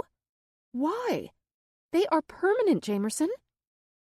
I know. My lids narrowed. And I love it. I turned and moved down the hallway for my room. I'm not done talking to you. Mom trailed behind me, her voice straining against her vocal cords. What the hell were you thinking? For once, I wasn't. I walked into my bedroom.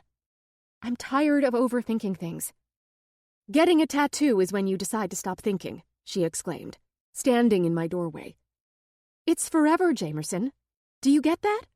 They are painful and expensive to remove.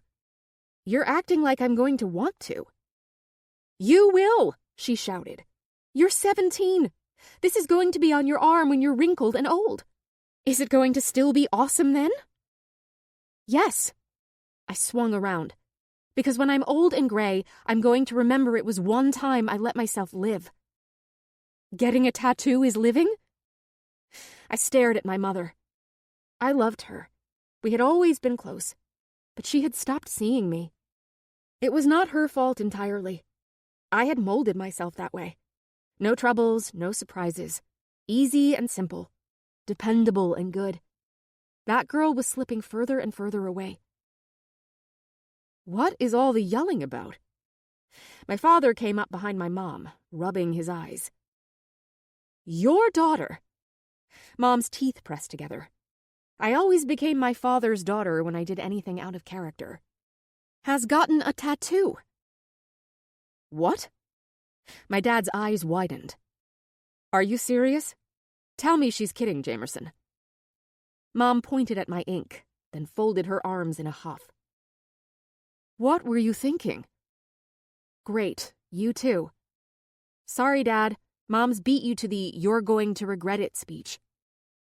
He pushed past her, striding deeper into my room. Do not give me lip, young lady. I want to know what possessed you to mark and mutilate your body. Mutilate? A laugh bolted out of my throat. Did Stevie talk you into this? Mom asked. No, of course not. She wasn't even there. What do you mean? Who were you with? She tossed out her arms. I paused a little too long. You were with him, weren't you? Hunter. Dad snarled his name. He began to pace the room. Did he get you to do this? Because I know you wouldn't have done it otherwise. Don't blame this on him. Hunter had nothing to do with it. He actually tried to talk me out of it. Anger coated my tongue, tasting harsh. I'm my own person. I can make my own decisions, even if you don't agree with them. Not under my roof, Dad hollered. And for another month, you are still underage. I stood staring at him with surprise and bewilderment. Mom came to my bed. We're worried about you. You're acting so out of character lately. I growled with frustration. They could sympathize, but they hadn't gone through what I had. Felt the moment life had left me, or the desperate need to really let myself live. No one understood but Hunter.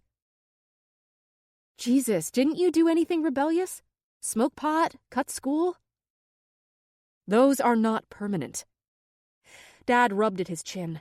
His warning, he was angry. And we? He motioned between himself and Mom. Never had the luxury. We were too busy raising a baby and trying to earn enough to keep food on the table and you in diapers. We never got to be kids because we already had one. A knife full of guilt drove deep in my chest, and I took a step back with a sharp inhale. There it was, the unspoken topic. Why I always walked the straight and narrow. Noah. Mom called my father's name sharply. Shame immediately crimped his features. I didn't mean that. Yes, you did. My chest rose and lowered in shallow movements. Don't you think I haven't felt it all my life? What you guys could have done and been if you hadn't had me? No. Mom shook her head feverishly. There is not one moment we regret having you. You are the best thing that happened to us. I was forced on you earlier than you wanted. I stepped back away from them. I get it, believe me. I couldn't imagine having a baby at my age. But don't lie to me. I was not the best thing. Not then. Mom and Dad both stayed quiet. I know you love me. I've never doubted it. But I also know if you were to do it again, you wouldn't. That is not true, Dad replied. I tilted my head. Dad and I watched each other in some kind of standoff. Jamerson, we don't regret you for an instant. We love you more than anything. But if you want the brutal honesty, then you're right. We would have waited. We were too young. It's why we want better for you. Go to college and have all the chances we didn't then. You guys act like college is the answer to everything. Like if I go, life will be perfect. Sometimes I think you want me to go so badly so you can live vicariously through me. Have the college experience you never had. I put my hands on my hips, readying myself for the response of my next statement. I don't even know if I want to go to college. Dad's shoulders rolled back. What? I don't know if I do or don't. I've never asked myself. I simply did what you guys wanted me to do. You are going to college, Dad said, enunciating each word through gritted teeth. Jamerson, what is going on? Mom's arms went fluttering again. Now you don't want to go? I want to decide for myself. Maybe take an art class, travel or something. I have no idea what I even want to do. Art class? When did you become interested in art? Dad threw up his arms. What happened to medicine? Nothing. Irritation pressed my mouth together. And I've always been interested in art. You never let me think an option existed outside of medicine and science. Art is a hobby. What career is there in it? I don't know. I want to figure it out. Find what I really want to do. That's what you figure out in a university. Take an elective in art if you want, but you are going to college. Dad folded his arms. Tension twitched the vein in his neck. Waste thousands of dollars you worked hard for me to figure it out? Basically, paying for me to drink, party, and have sex with random guys. Dad sucked in a sharp breath. Sorry, Dad. It's going to happen. I'm almost 18. And just because you guys skipped over that part and went straight to family and a job, doesn't mean most kids aren't doing those things. I don't know what's gotten into you. Dad almost panted with fury. But this new attitude of yours is going to stop. Because I'm actually sticking up for myself? Figuring myself out? I'm sorry if I'm not up to par, if everything I do isn't something you want. But I'm tired of being the perfect daughter to keep you happy. We only want you to be yourself, Mom exclaimed. No, you don't, I barked back. You want me to be the person you think I am. The girl before. The girl who would go to college, not get a tattoo, or question what she wanted. Well, I'm no longer that girl. And I'm sorry if it's what you want. I'm not going to feel guilty because you two didn't use protection. My words went too far. I knew this, but I had kept my hurt for so long knowing I was a mistake. It was like I punched them both in the face. Pain, distress, and anger flashed over their features. I can't talk to you right now. Dad's voice was eerily calm. He was trying to rein in his temper. "And you're grounded. Indefinitely. You are not allowed to see that boy. Ever," he yelled, and strode from the room. He slipped by Mom, who stood with her arms folded over her chest. She was quiet, the silence growing tense. "This is not Hunter's fault. I wish you guys would stop blaming him." She sighed heavily. "Jamie, we don't want to see you hurt. You haven't even mourned Colton. You merely jumped from him to Hunter. It's not healthy or right. You can't blame us for worrying. Since you've been hanging out with him, you've been to jail and gotten a tattoo. It's not like you." I glanced down at the wooden planks. "Maybe it is," I murmured. Mom took another breath and nodded with defeat. "I'll talk to your father, try to calm him down. But you are grounded for at least 2 weeks, during which you cannot see him. I want you to focus on yourself. Get healthy again." She turned, sadness riding her shoulders down. She closed my door softly behind her. The moment she stepped from my room, tears pricked at my lids, warning me of their rush to my face. It was horrible to fight with my parents and cause them pain, but I could no longer be quiet. Unrestricted emotions attacked my body. I grabbed onto my dresser to steady myself. All the trinkets and cutesy items decorating the surface, pictures of cheerleading, Colton, and sweet, delicate pink boxes full of jewelry, felt like another jab at me, telling me who I should be. Step back into this role, Jamerson. It would be easy and everyone will be happier. Except me. A cry wailed from my throat as I swiped all the items off of my dresser. With a crash, items clattered to the floor. Porcelain, glass, and ceramic items splintered into tiny pieces across the wood floor. I fell back on my bed, curling in a ball. A few tears wiggled down my cheeks, but I bit the rest back. I could sense the turbulence underneath. Like I told Hunter, if I let go, really let in the grief, it would overtake me, pulling me down in the far depths. What if I never came back? Chapter 21. The first half of the holiday break passed with numb awareness. Christmas had always been my favorite holiday, but this year I struggled to feel the joy. I was grateful to be alive and have this time with my family, but sorrow trailed me like a shadow. My sister's excitement was the only thing I indulged in, wanting her Christmas to be even more magical. "Reese?" I wiggled my finger, motioning her to follow me. She was dressed in her Christmas Eve present, holiday-themed pajamas. Mom got us all a set. I smiled when I saw Dad open his Heat Miser flannel bottoms. This year I got Rudolph, and Reese got Holiday Tinkerbell. "What?" She stepped off her stool at the sink. "Come with me. I have a surprise." She bolted from the bathroom. What? What is it, JJ?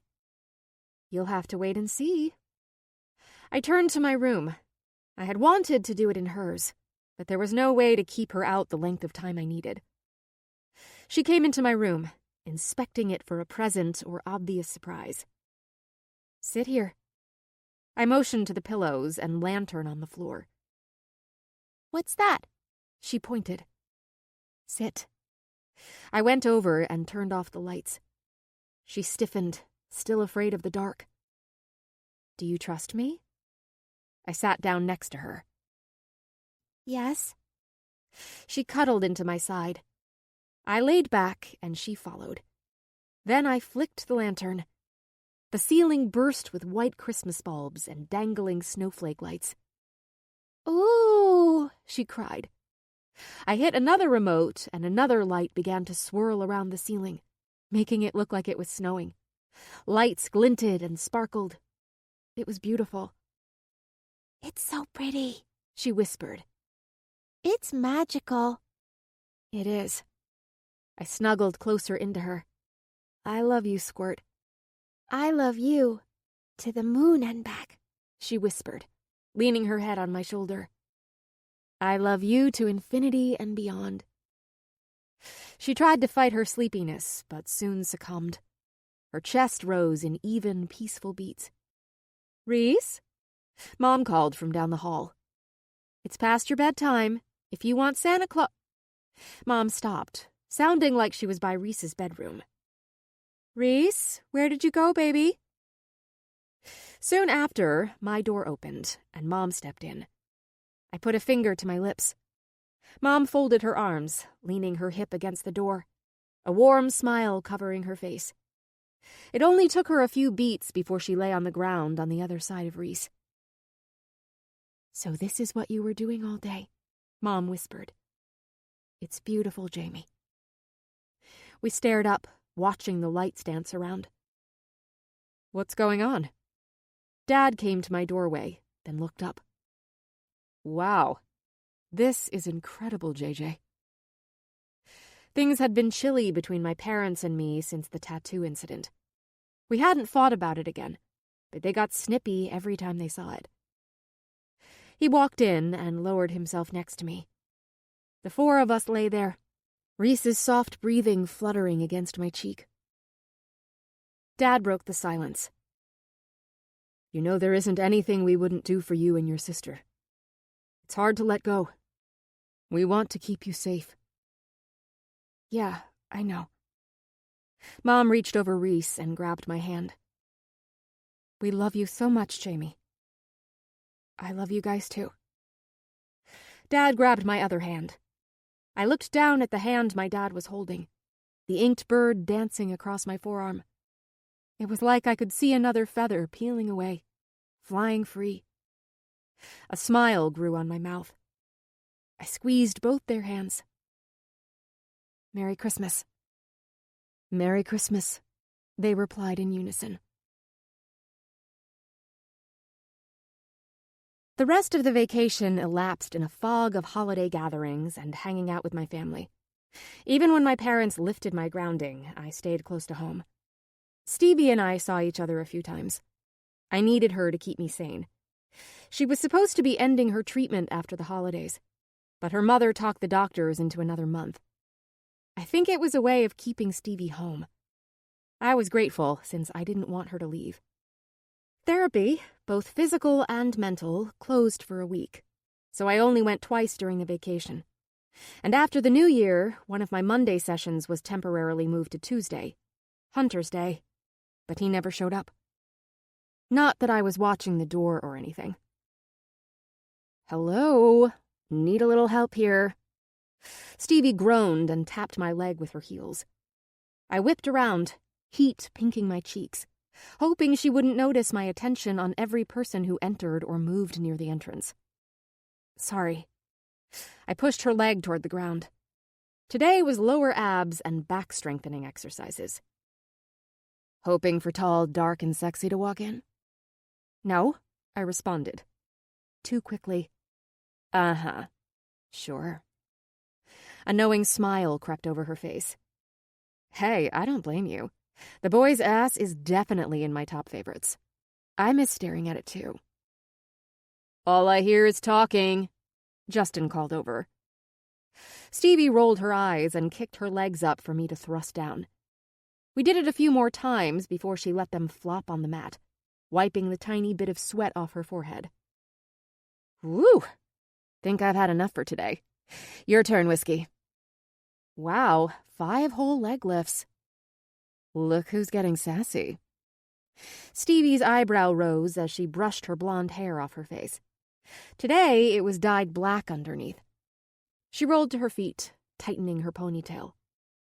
I am training you well, young apprentice. I approve of this new attitude. You're the only one. I sat down on the mat, dreading this exercise. My injury extended into my lower back, and my muscles along my spine always ached. Aw, are school and the parents still struggling with the new and improved Jamie? Struggling is a good way of putting it. I lay back, kicking up my legs. I could already notice the strain in my back. My parents have decided to ignore the tattoo. If they don't acknowledge it, it's not there. Mom keeps trying to urge me back into my cheerleading or trying out for volleyball. Anything to get me involved again. They'll come around. She lazily pushed at my legs, but it was enough for my jaw to clench down. Straining. It's an adjustment period for all of you.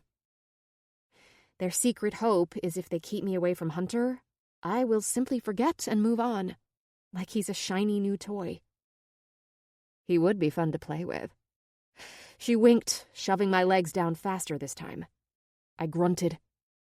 Actually, both of you would be. I rolled my eyes. They have turned insanely protective lately. Like if they let me out the door, I will run to Hunter and turn to a life of crime. Mom calls me every 5 minutes. If I walk in the door a minute after what I said, she freaks out. Stevie snorted. My mom basically threatened the doctor so he would say I needed another month in physical therapy to keep me at home with her. I know they mean well, but I feel smothered. What it sounds like to me is you need another night out.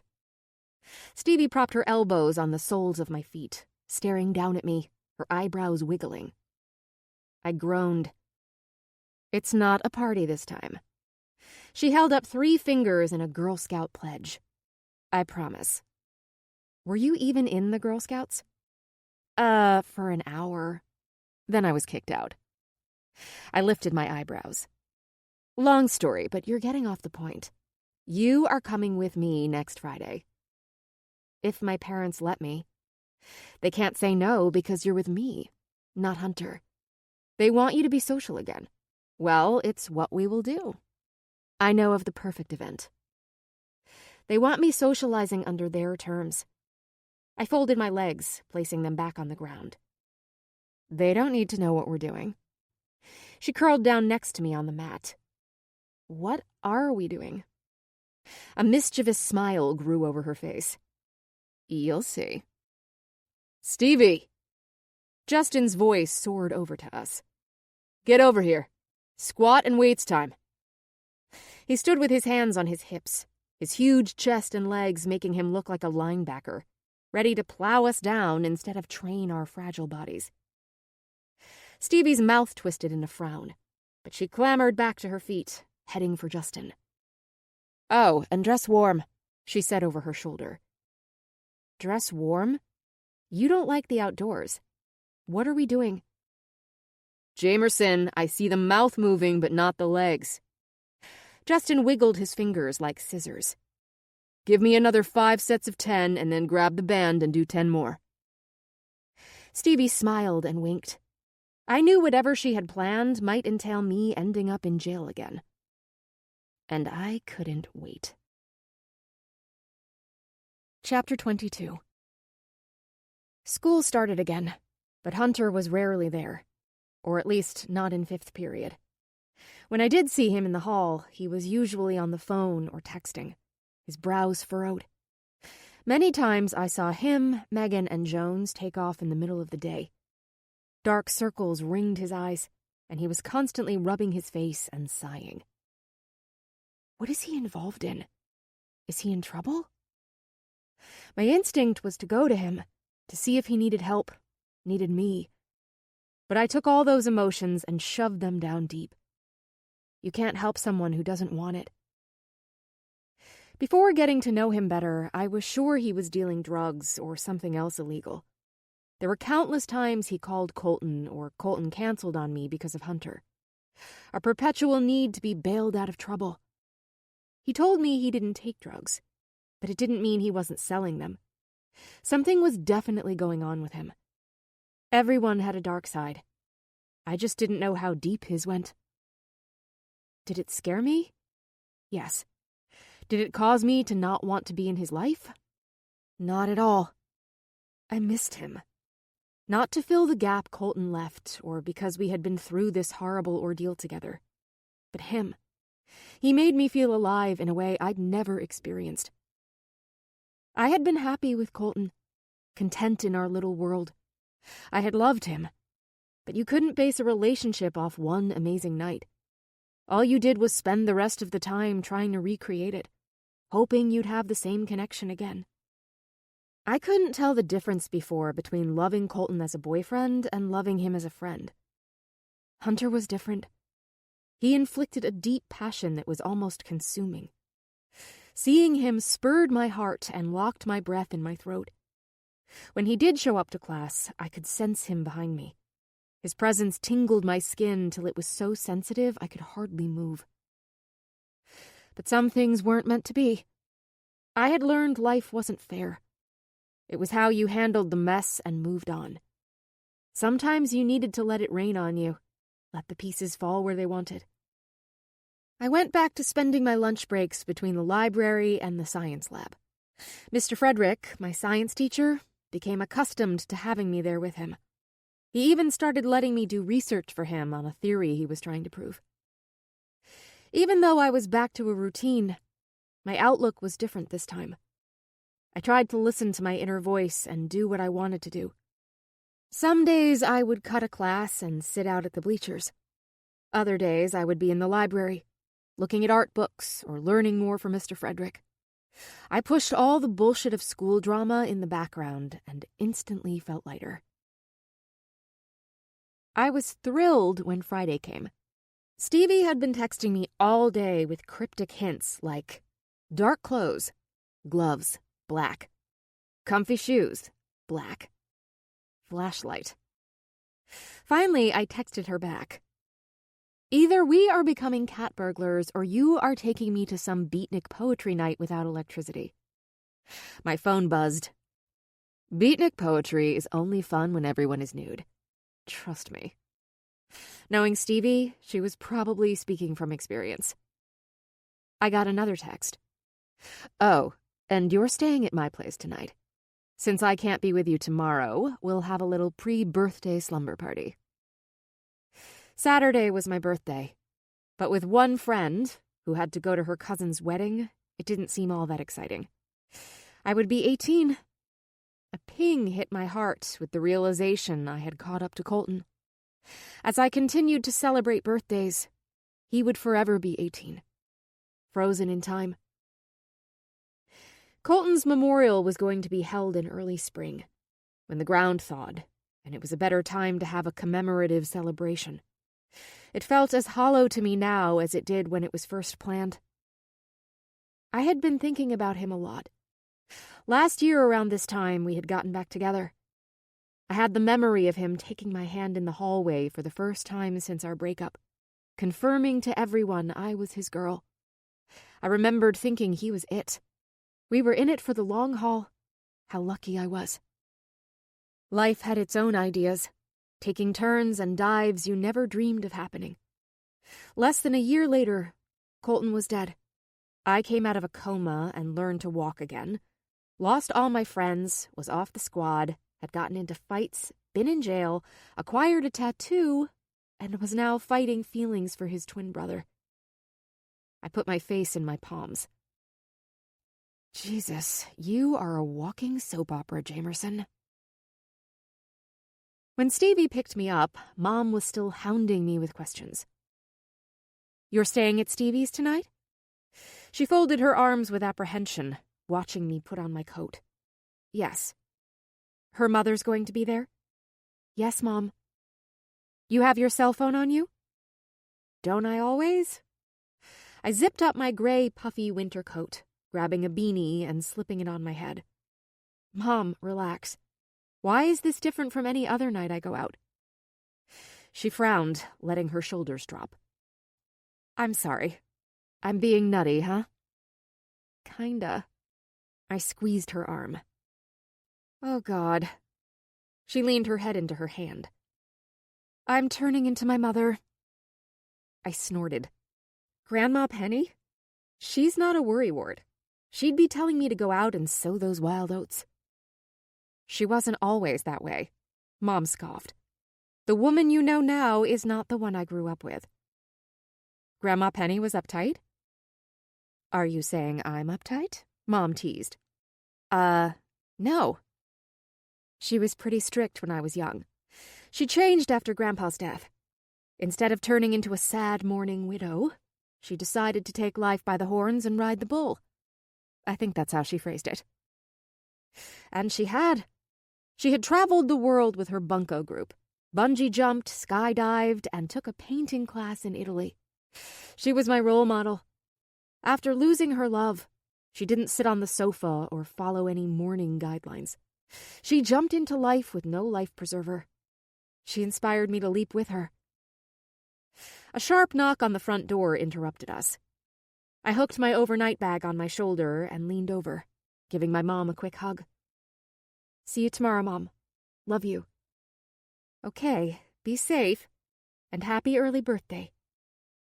She touched my face as I leaned back. "Have fun. I know I worry, but I do want you to have a great time." "Thanks, Mom."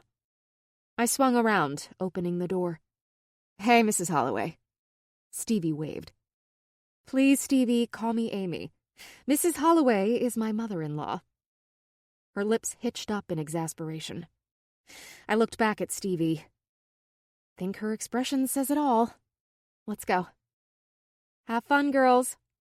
Mom motioned from the door. "We will. Don't worry, I've got her back. I'll protect it with my life." Stevie walked backward, tripping over a flower bed. Oh, crap. Now I'm even more afraid. Mom shook her head with a chuckle. We gave our last goodbyes and got into her car. Okay, what adventure is in store for us tonight?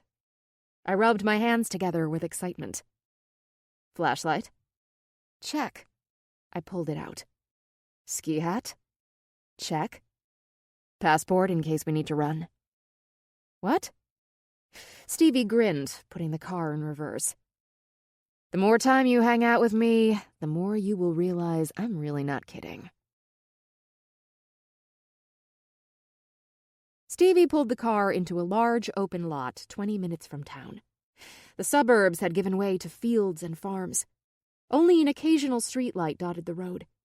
Gravel crunched under wheels as she parked the car next to a row of other cars. 30 or more people mulled around a red barn with an old sign displaying Pumpkin Farm and Corn Maze on it. Okay, you have me thoroughly confused. I tried to see through the dark. One lamp on the barn bled over into the lot, giving the place an eerie glow. And a little creeped out. You brought me here to kill me, huh? Children of the Corn style. Stevie grabbed her black ski hat and put it over her black and blonde hair. Trust me, you will love it. I popped open the door, getting out. Her lips held a mischievous smile as she locked the car and proceeded toward the group. Now I'm terrified. I pointed at her expression, walking next to her. We inched closer to the group huddled around the barn against the cold. Everyone was dressed in shades of black or dark gray, making it hard to differentiate between them. Stevie turned to me and grabbed my hands. Just don't murder me. I'm too pretty to die by brats in Amish clothing. My stomach dipped. What are you talking about? She turned me forward, and my eyes landed immediately on the source of her worry. I'm going to kill you, I muttered to her, my gaze never breaking from the figure across from me, talking to his friends. Doug, Jones, Megan, and Sonny. Did you know he was going to be here? I asked. Yes. I learned about this from him. Stevie, I exclaimed, turning to face her. I know. I'm sorry. Okay, that's kind of a lie. I'm not. How am I supposed to move beyond Colton, beyond Hunter, if you keep bringing him around? I hissed. I think you have this all wrong. What do you mean? I think you have moved on from Colton, which may be the problem. She held up her hand, blocking my protest. Of course you miss him. You always will. Your problem is you are afraid to let go of him. To be okay being with another, and you feel guilty about wanting to. I shook my head. I'm not ready to meet someone else. Because you already have. She clutched my arms, forcing me not to turn away. I've seen you two together. The fact he's Colton's twin is awful luck. But look beyond his dashing, panty-dropping good looks and unfortunate family ties. She winked playfully. Are you happy around Hunter? Do you laugh? Do you miss him when he's not around? I gulped and looked down at my shoes. The situation sucks, but life is messy, babe. Don't cut yourself off from something because you are afraid or worried what other people think. You like this guy, I can tell. It just happens to be Colton's brother. She squeezed my hands. I never knew you with Colton, but even the way you talk about him sounds more like a friend. You should see how you come alive when Hunter is near. I took a deep breath, lifting my head. Want to kill me a little less? Maybe. Only a little less. She grinned, causing me to laugh. Geez, girl, you could sell ice to an Eskimo. I should hire you to be my therapist. Ugh, no. Listening to other people whine all day? I only want to hear myself. And occasionally you. Wow, thanks. What are friends for? She shrugged. Now let's go have some fun. She grabbed my arm and tugged me into the group. Stevie, you made it. A tall, lean girl with long, silky brown hair, olive skin, and dark eyes waved at her. She was gorgeous. Wow, is that Pocahontas? I muttered. Yep. Stevie fluttered her eyes dreamily. Hot, isn't she? And she likes you? Stevie jabbed her hip into mine, and I chuckled. Hey, girl. Stevie went over to her, giving her a hug. As they talked, the side of my face began to prickle. I swiveled my head to see Hunter staring at me. My stomach plunged, reminding me of slipping down a huge water slide. Fun, exhilarating, but terrifying. I lifted my hand in greeting. He dipped his head in acknowledgement, his eyes never leaving me. It was cold enough to snow, but my body blistered with heat. The jacket clung to my frame, suffocating me. Oh, crap. I'm so in trouble. Hello, everyone. Most of you know me, but to the newbies, I'm Will. A guy broke my gaze from Hunter, pulling it to a large hay cart on the side of the barn. He looked to be in his early 20s and dressed in all black like the rest of us. He pitched himself on top of the railing of the cart for everyone to see him clearly. Welcome to the 4th annual Flashlight Tag Scavenger Hunt. A round of cheers erupted from the group. As many of you know, this is a secret, and we change locations each time because the cops do not like us having any fun. The crowd booed. This year, the hunt is taking place in the maze. The object you are searching for is a key. The prize is in what the key opens. I could feel the excitement building in the air, bustling through me, and I bounced on my toes with anticipation. See, what did I tell you? Stevie leaned over to me. This is going to be fun. I nodded eagerly. Okay, now for the rules. Groans flowed over the gathering. I know, but they are simple enough. First, there are 2 on each team. Second, each one of you has to wear a light-sensing monitor. Will pointed down to 2 guys holding boxes. If it goes off, you are out. No exceptions. Perry here is a computer genius and is tracking all the monitors, so no cheating. Other than that, let's have fun. Cheers burst up, creating an eagerness through the throng. Okay, everyone pair up. We will begin in 5 minutes. Will jumped down from the cart, and the crowd moved with intention and excitement. Stevie. Pocahontas grabbed her arm. You have to be with me. Stevie's gaze darted over her shoulder to me. Oh, I can't. No, go ahead. I waved at them. Stevie's mouth thinned into a line. Then she looked behind me. I instantly sensed what she was planning. The moment felt like someone pushed the slow motion button on me, but sped everything else up.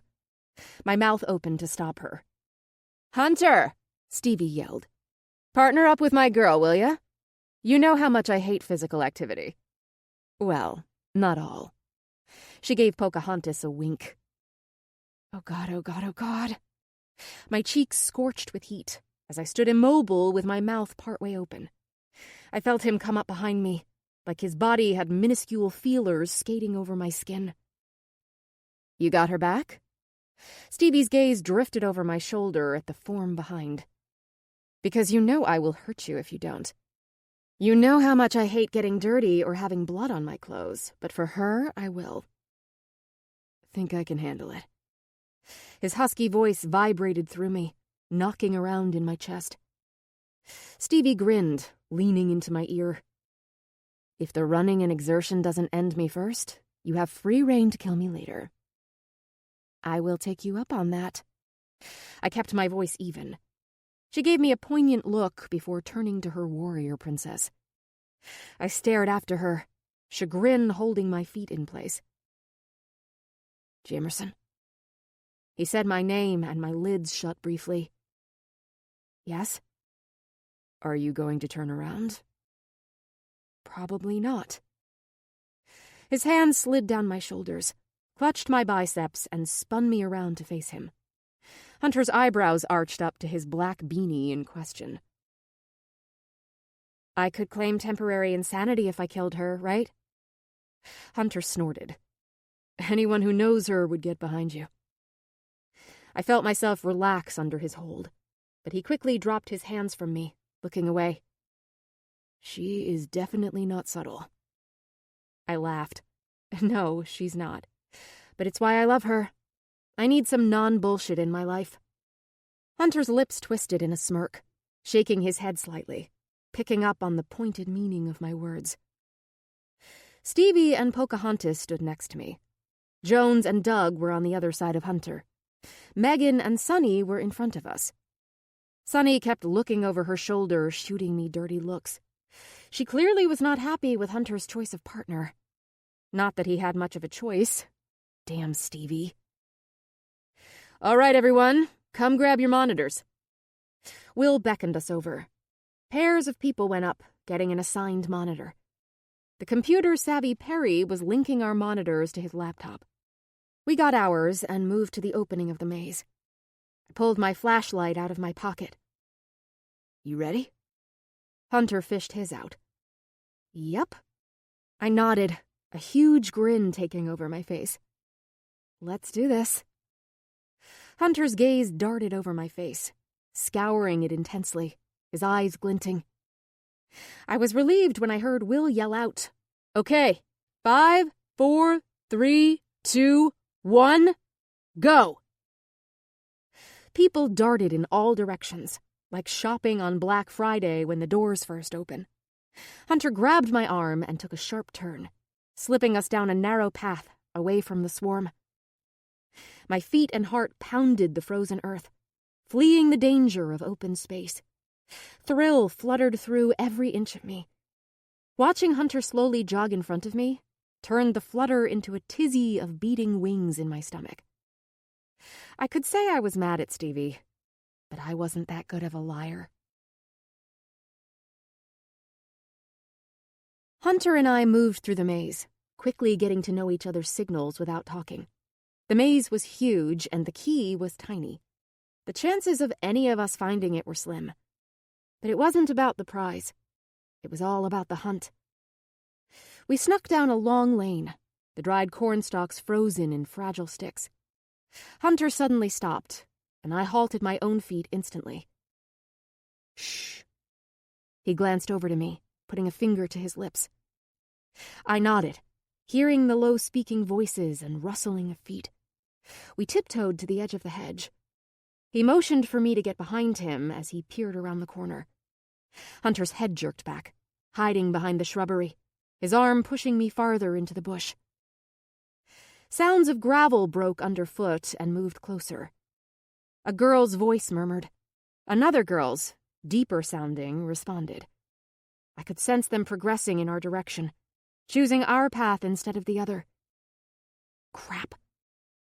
Hunter looked over his shoulder, his head flicking up, preparing me for the attack. I nibbled on my lower lip, my finger rubbing over the on button of the flashlight. A ray of light shot across the ground from a different angle than the pair coming our way. "Got you!" a guy yelled, his voice emanating from another path, directed on the other pair. I quickly realized we were well hidden. He couldn't see us. Yet. Hunter swiftly turned, grabbed my hips, and shuffled us deep into the shadowy corner, driving me firmly into the stalks, his body pressed against mine. He tucked his head down, his breath trickling down my neck. "No, you didn't get me," a familiar girl's voice yelled back. Sunny. Anxiety immediately bolted through my veins. If she saw us like this, not pretty. "My monitor didn't go off." "Dude, I totally got you." I knew immediately it was Jones. "No, you didn't, and you're not going to. You can't even beat me at Wii," Megan jeered back. A snicker escaped Hunter, his head slightly shaking. It made me believe this might have been a running competition between the two of them. "Are you seriously dissing me right now?" "You won once." Irritation sang through Jones's words. "4 times, Megan replied. "But come on, Jonesy. Let's see if you can now." Strobes of light, feet pounding the gravel, and shouts circled around us. Doug let out a battle cry as both he and Jones ran into our area. Hunter's form pushed harder into mine, shielding me completely from view, dissolving us into the shadows. I held my breath as the commotion stirred, coming around us. Hunter's fingers dug into my hips, holding us still. Even with everything going on, I was highly aware of our aligned bodies. My chest pressed to his ribs. The feel of his muscles and taut physique smashed into every inch of mine, stabbing a dozen shrub branches into my back, through my jacket. I lowered my lids, my pulse thumping in my ears, oxygen locked up tight. It was exquisite torture. "Come on, Megan," Sonny shouted, forcing my eyes to flare open. Pairs of feet hit the ground, driving away from the area. "Cowards!" Doug and Jones gave chase, advancing past us. We both held still for another few moments, our shallow breaths in sync. Twisting his neck, Hunter looked over his shoulder. "Are they gone?" I whispered. He snapped back to me. His finger came to my mouth, hushing me, then gazed back over his shoulder. I went still. Heat raced up my back, flooding over my shoulders and up my neck. He dropped his arm, his hand slipping slowly over my lips. I sucked in a breath. My heartbeat faltered, rushing blood through my system. He took another moment, his head cocked, listening for any sounds, then turned back to me. "I think they're gone," he whispered, his mouth barely a few inches from mine. "We're clear to go." He didn't move away. Tension expanded in the air around us, growing, poking at us, reminding me of the night we kissed. The nearness of our bodies became the only thing I could think about or feel. We should move away from each other. Neither of us did. His gaze dropped down to my mouth. Thoughts stopped. The world stopped. Ever so slightly, he leaned forward, diminishing the gap between. My head tilted up, not wanting to stop what was coming. His breath tickled my lips, my lids fluttering closed. His lips lightly grazed mine. The crunch of gravel sounded behind us, snapping our heads away from each other. Hunter went rigid, his back straightening, his head tipping to listen. Footsteps bordered the edge of the hedge, nearing us. Hunter's eyes went to mine, his forehead crinkling in a worried expression. "Let's go that way, the far passage," said a man's voice I didn't recognize. Of course, it was the exact passage we were near. There was no way we wouldn't be seen this time.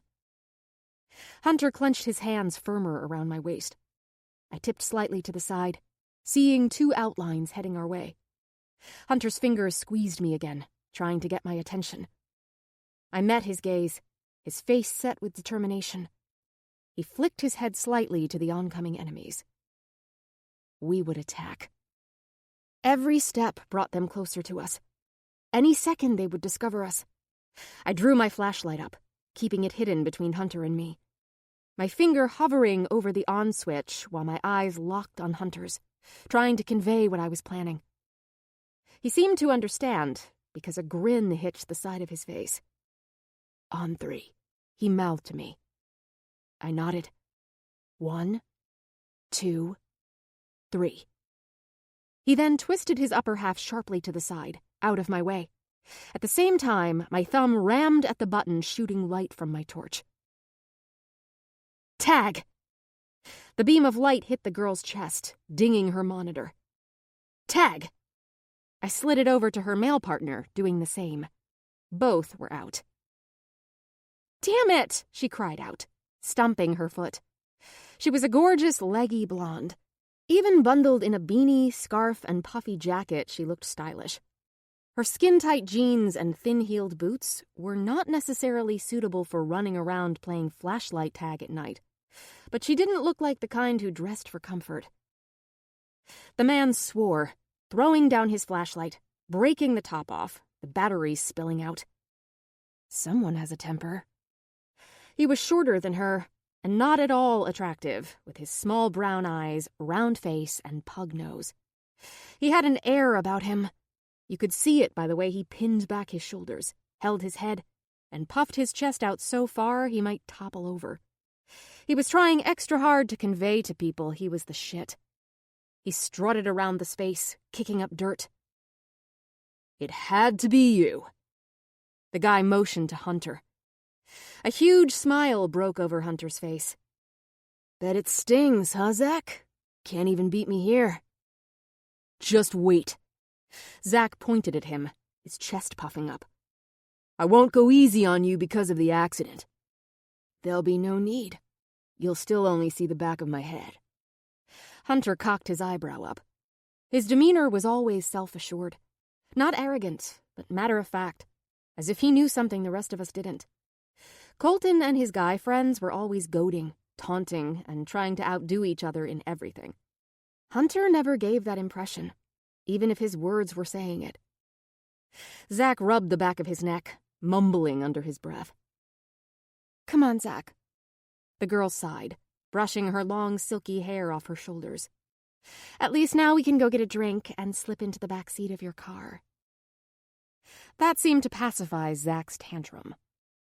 "Yeah, you actually did me a favor," Zach said to Hunter, grabbing the back of the girl's neck, steering her away like a pet. The possessive ownership turned my stomach, but her brown eyes glinted at his touch, letting him lead her. Zach stuck his finger at Hunter. "Expect a different outcome this weekend." Zach and the blonde strolled down the path heading for the exit. His hand moved to her ass. What a douchebag. The words fell out of my mouth before I even thought. A snorted laugh came from Hunter. "Yeah, you could say that." What was he talking about? About not going easy on you? Hunter frowned in the direction Zach disappeared. "Everything with Zach is a competition. Ignore him." He didn't actually answer my question, but I didn't pressure him to explain. Hunter was secretive, unlike Colton, who had been an open book. Silence expanded between us. We shouldn't have been partners. Being near each other was asking for trouble. Hunter cleared his throat, glancing around. "Let's get out of here." "Which way?" The moment the question came out, loud pounding feet and a cry from the path where we were headed came hurtling our way. "I see you, Whiskey." Stevie's familiar voice sang down the lane. A spray of light flickered at our toes. I jumped away from the light with a chirp of alarm. Hunter instinctively grabbed for my hand, swiveling us around, and we ran down another path. Adrenaline blasted into my legs, so I didn't experience any pain or stiffness. I still hobbled a little, but Hunter's limp was a lot more noticeable. I glanced over my shoulder as we escaped. Stevie had stopped, bending over her legs. "Damn all this running," Stevie gasped. Her girlfriend patted her back. "Who voluntarily does this?" I giggled. I loved that girl, They got away, I heard Pocahontas say to her. Oh, good. Does it mean I can stop running now? You ran 2 feet, her partner responded dryly. Yeah. Whew. I'm exhausted. The grin on my face only grew and turned into exhilaration as Hunter and I escaped again. I had never felt so free, so happy. This way. He took a severe curve, getting us away from them. The lane was empty and dark, but we could hear voices and yells of other teams close by. With our hands still locked, we went down the trail, coming to a 3-way fork. He slowed his pace, both of us out of breath. Yells from behind jolted us again. I yanked his arm, taking us down the path closest to me. His bad leg was not ready for my change of direction. Shit! He pitched forward, his feet tangling with mine, tripping us. I yelped as he hit my back, and both of us went down in a heap of arms and legs. The impact of his body dropped me hard, skating my face and hands over the rocks. He stumbled over me, trying not to fully fall on me. His face planted over my shoulder, half of his frame covering mine. We both lay there for a moment. I lifted my head to look at him. Are you okay? He twisted his head to look at me. Damn, that hurt. A slight smile played on his mouth. He rolled off me onto his back. You don't provide a lot of cushion there, girl. Then next time I recommend you being on bottom. I instantly bit my lip. The blatant sexual insinuation hung in the air. Hunter stared at me. Slowly, a bad boy grin hinted along his mouth. Take turns? We watched each other. I burst out laughing. Nerves and humor at the entire situation surged from deep inside, inducing the kind of laughter which hurts your stomach and pulls tears from your eyes. Hunter's chuckles joined mine. The two of us sprawled out, giggling till we couldn't breathe. When our laughter turned to spotted gasps of air, I heard him call me. Jamie? He rolled over to his side, flicking his chin to the hedge in front of us. Look. I picked up my head, glancing to where he pointed. There on a bush across from us hung a key. Are you kidding me? I exclaimed, guffawing at the luck of our fluke plunge. Seriously. Hunter shook his head, rolling up. That's a little strange. Freaky.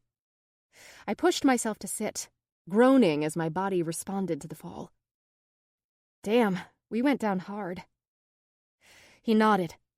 I wiped at the tears dampening my face with my knuckles. Dirt covered my hands, and I rubbed my palms together, dropping embedded pebbles from my palms. You're bleeding. He reached out, touching my cheek, then quickly let his hand drop. So are you? I pointed at his forehead. War wound. He grinned, my mouth responding in kind. He pushed himself to his feet and held out his hand, helping me to mine. Come on, let's grab the key and claim our prize. I stared at him with a huge, impish smile. What? He eyed me curiously. You have gravel up your nose. Chapter 23. Our prize ended up being a car trunk full of beer, various bottled cocktails, and a few sodas, which we shared with the whole group in the parking lot. See, wasn't I right? Stevie threw her arm around my shoulders, coming up to Hunter and me. Pairing you two up? You work well together, like two fine-assed ninjas. I shot her a warning look. She winked back. Think it was more gravity than our ninja skills. Hunter chuckled, playing with the wilted label on his beer someone forced in his hand. He had yet to take one sip from it. It was more like a prop to him, something to hold. Drinking and driving wasn't even a fleeting thought to us anymore. We had been forced to learn that lesson painfully. The light from the barn lit the side of his face that was scratched up. The incident of our tumble flashed in my mind. As if I were a marionette being controlled, my lips tugged at the corners of my mouth, instantly covering my face in an enormous grin, until a snicker escaped. Hunter caught my gaze, his eyes glinting with the shared joke. Lightning cracked up my spine. I looked down at my feet, nudging at a rock. Yeah, what did happen? Stevie motioned between our scratched faces, with one eyebrow curved. Things tend to get really physical when you two are left alone together. Shut up, my eyes conveyed to her. I didn't want him to know I told Stevie about the night we made out on the floor of the physical therapy room.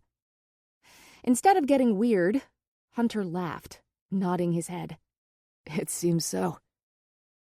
Where is your girl? I asked Stevie, wanting to distract her from the topic of Hunter and me.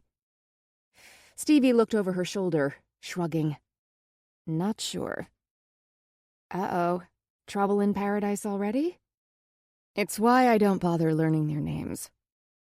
She nudged me with her hip, dropping her arm from me. She's too sweet, not experimental enough. She only likes girls. Stevie winked, tapping both mine and Hunter's butts. And with asses like his, I can't leave either out. It would be too selfish and cruel of me. You good here for a bit? She took a few steps away from us. Good. Awesome, because I already have my eye on Tarzan over there. I loved, instead of learning their names, she had Disney nicknames for them. I looked at the bonfire to see a tall guy with broad shoulders and long brown hair, which waved past his shoulders. Very fit. Nice ass. I gave her a thumbs up. I know. She nibbled on her bottom lip and smiled mischievously, then lifted an eyebrow in seriousness. I promise I will not drink, leave, or abandon you. Friends first. And if you want to go, let me know. When she saw me nod, she turned to Hunter. You take care of my girl till I get back. Of course. Hunter tipped his bottle at her. She twirled around, sashaying up to her new conquest. I feel bad for him, I sniggered. Don't. Hunter leaned back into the car, propping his leg on the bumper. She might have met her match. I know him. Chris is a serious player. At least a girl a night with him. Then they'll both be fighting to escape through the door first tomorrow morning. Try the car door in 40 minutes. Hunter smirked, and I laughed. He was probably far more accurate. Hey, sexy.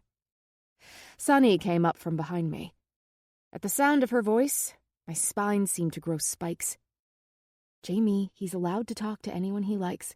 You are only friends. Why was I getting jealous? I never got jealous with girls flirting with Colton. And they did. All the time. Hey, Hunter responded neutrally. She didn't even look my way as she sidled up next to Hunter against the car. A beer in one hand, a cigarette in the other. You haven't been around much. Nope. Again, I couldn't pick up on what he was feeling. He wasn't inviting conversation, but he also didn't sound put out either. You gonna be around later tonight? I'd love to see you. Her voice went low and full of intention. Not sure. He shrugged, his gaze going over my head. Muscles along my jaw clenched. Hello? Was I even here? Sunny looked over at me and her head bobbed. Ah, got it. She shuffled her foot over the gravel, taking a drag of her smoke. Hunter stayed silent, not meeting my gaze. I wanted her to go, which made me want to go. Run, Jamerson. You know it's for the best. I took a step back. Hunter's eyes darted to me. Where are you going? I think I'm gonna go find Stevie. I pointed over my shoulder. Thought she put me in charge of you tonight. My eyebrow curved up. Are you saying I need a babysitter? Definitely. A barely there grin crept up his mouth. You should talk, I teased back, motioning toward his face. Cuts and grazes covered one side of his face. You should see yours. He used his beer bottle to point at my face. Out of the corner of my eye, I could see Sunny watching us, her face hard. She flicked the ashes of her cigarette on the ground with a snap of her wrist. We should probably clean the one on your cheek. Looks kind of deep. He dropped his foot from the car bumper.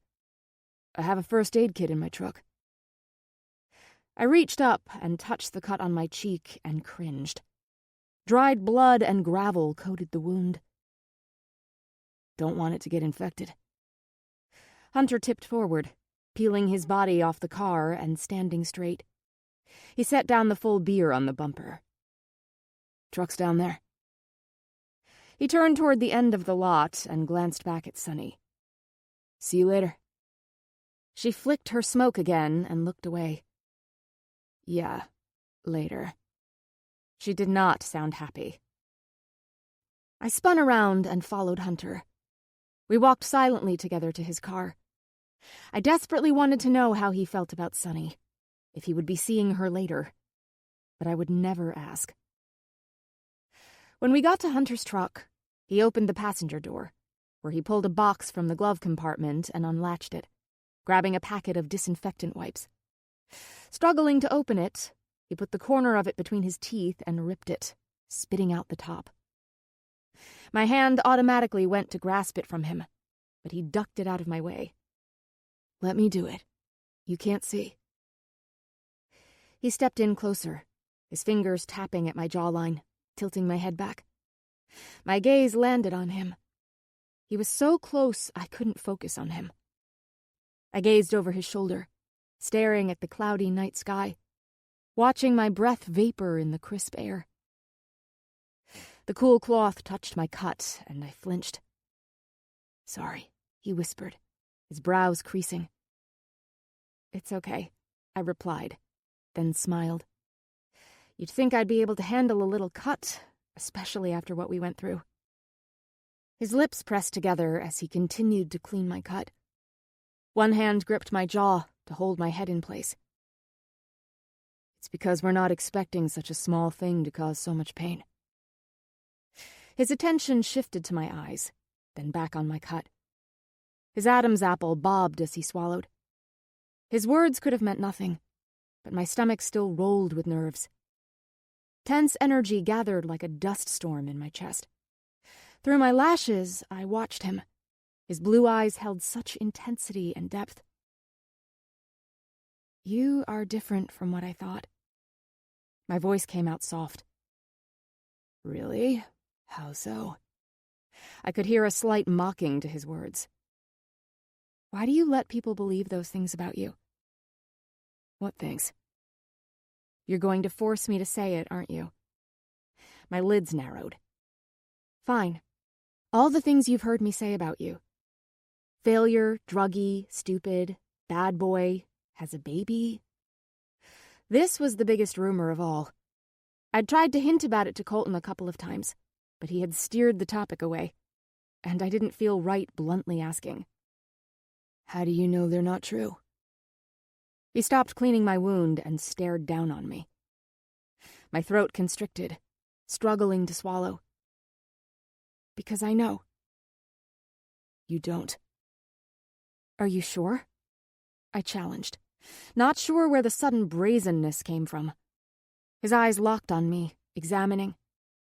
The moment became intimate, terrifying. A hint of emotion flashed over his face, but disappeared quickly, making me question if I even saw it. His phone buzzed, shattering the tense moment. His gaze dropped away from mine as he plucked his cell out of his pocket, looked at his message, and shoved it back into his pocket. The boy was constantly being texted. By who? For what? I had no idea. He leaned past me, grabbing a small butterfly bandage from the kit, and placed it gently on my cheek. There, he breathed out, taking a step back. Thank you. I touched the binding. We should clean yours too. I'm good. He shook his head, moving around me. I'm used to being cut up and bruised. I stepped to the side as he stuffed the kit back in his glove box and shut the truck door. The dark encased us in a private world. His phone vibrated again, but this time he ignored it. Hey, you two. Stop making out over there and join the party. A slightly accented man's voice, sounding to be Australian, hollered over at us. Embarrassment immediately struck my cheeks like a hammer. I jerked my head to see the guy, Chris, a.k.a. Tarzan, beckoning us over. Seriously? What did I just say? Stevie smacked him. Oh, right. Sorry. Carry on. Tarzan gestured for us to stay put. With everyone opposing our friendship, it was nice to have one person encouraging it, even if she was not sly about it. Stevie was blunt, loud, direct, and non-apologetic, and I liked her for that. She wouldn't stab you in the back or betray you. She'd tell you what she thought, straight to your face. Embarrassment still controlled most of my emotions, and I looked through my lashes at Hunter. He cleared his throat. Probably should get back. Yeah, I agreed. He moved to let me walk past him first, then got in stride with me. Music abruptly blasted from Jones's black Honda, filling the air with energy. It slipped over my skin, giving me a bounce in my step. You want a drink? Hunter pointed to the huge trunk full of alcohol. Technically, it is half yours. No. My automatic response mindlessly replied. I paused. Was I saying no because I really didn't want one, or because my parents would disapprove? Had the word no been programmed in me? Stevie said she would not drink tonight. What was stopping me? Because I did want to have a drink. Not get drunk or anything, just relax. Actually, yes. But do they have anything else than beer? Let's check. Hunter's shoulder brushed mine, steering me toward the ice chests. He leaned over, going through the hodgepodge of bottles. Think you'll like this? He palmed a bottle and stood up, twirling it before he twisted the top off and handed it to me. Impressive. The dew from the bottle trailed down the dark glass, dampening my already cold hands. Thanks. Part of the service. Part of what service? Babysitting. He winked. Future Father of the Year award here. I felt my foot being inserted into my mouth before I even finished. Hunter glanced away, a nerve in his jaw twitching. What if the rumor is true? What if Hunter does have a baby with someone? My intestines clutched with the thought. I stared down at the label of the drink. A ripped apple cider sticker hung loosely from the bottle, showing signs it had been sitting in melting ice for too long. The beverage met my lips, and I swallowed a huge gulp. The sweet liquid cascaded down my throat. I smacked my lips together. Like it? Yeah. I read the label. It's good. I took another sip. Thought you'd like it.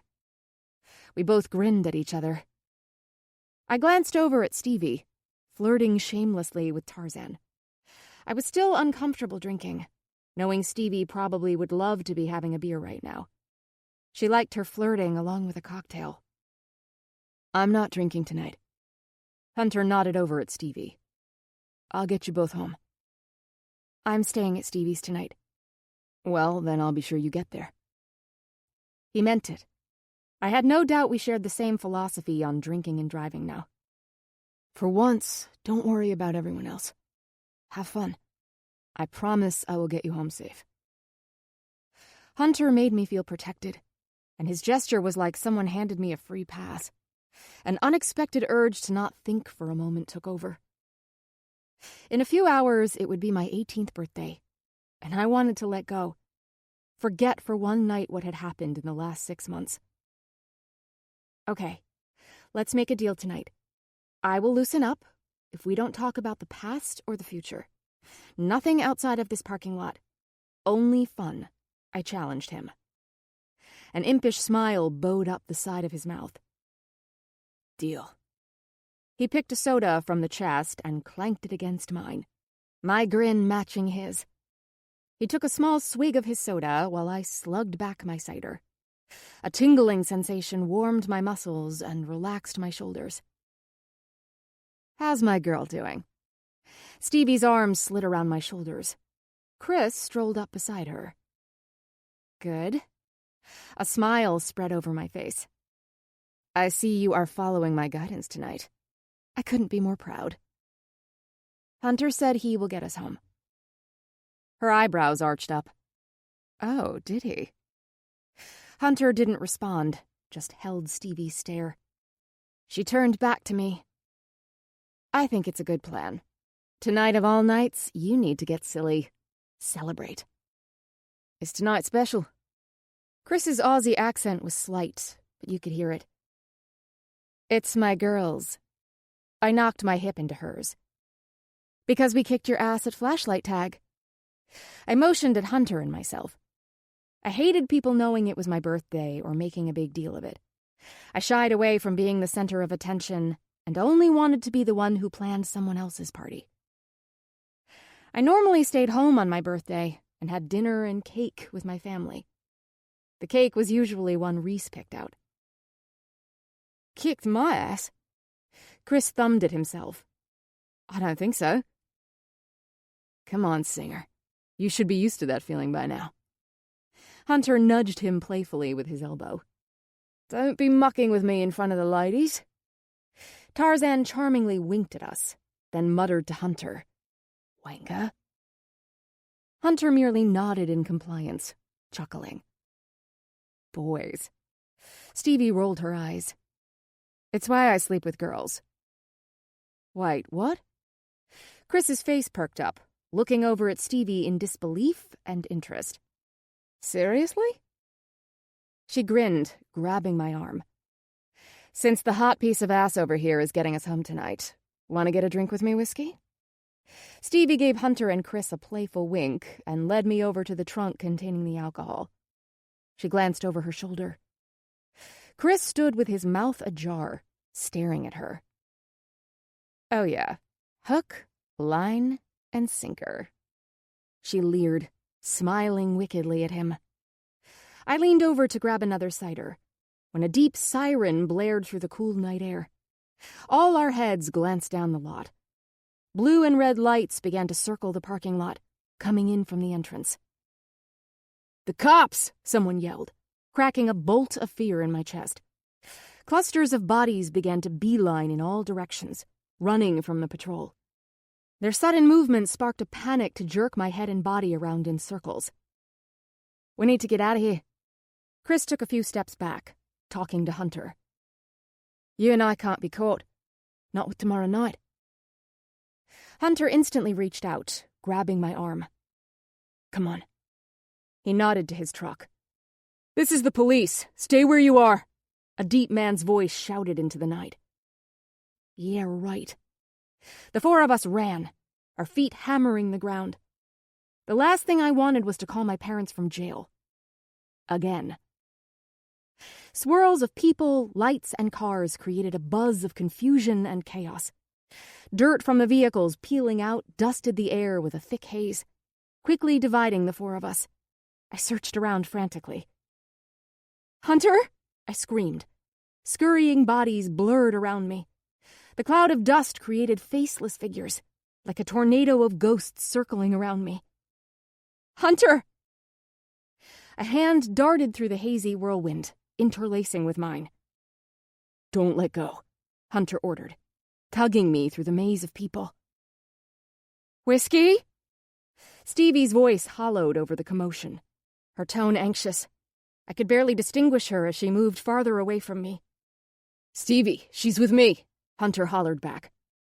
Head to my house. Chris knows where it is. We darted for his truck, scrambling in. He tore from the parking lot and down the road, away from the red and blue flashing lights.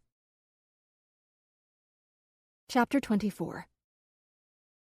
We pulled into his long circular drive, which was illuminated by white lights trimming the roof and bushes along the path. I sucked in a sharp breath. It was the first time I'd been back to the house since the accident. Hunter glanced over at me, but he didn't say anything. He didn't need to. We both knew how strange and awkward this was. For both of us.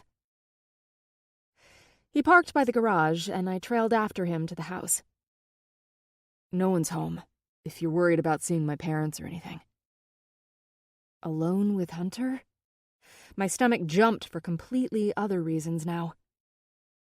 He opened the front door, turning on the inside lights.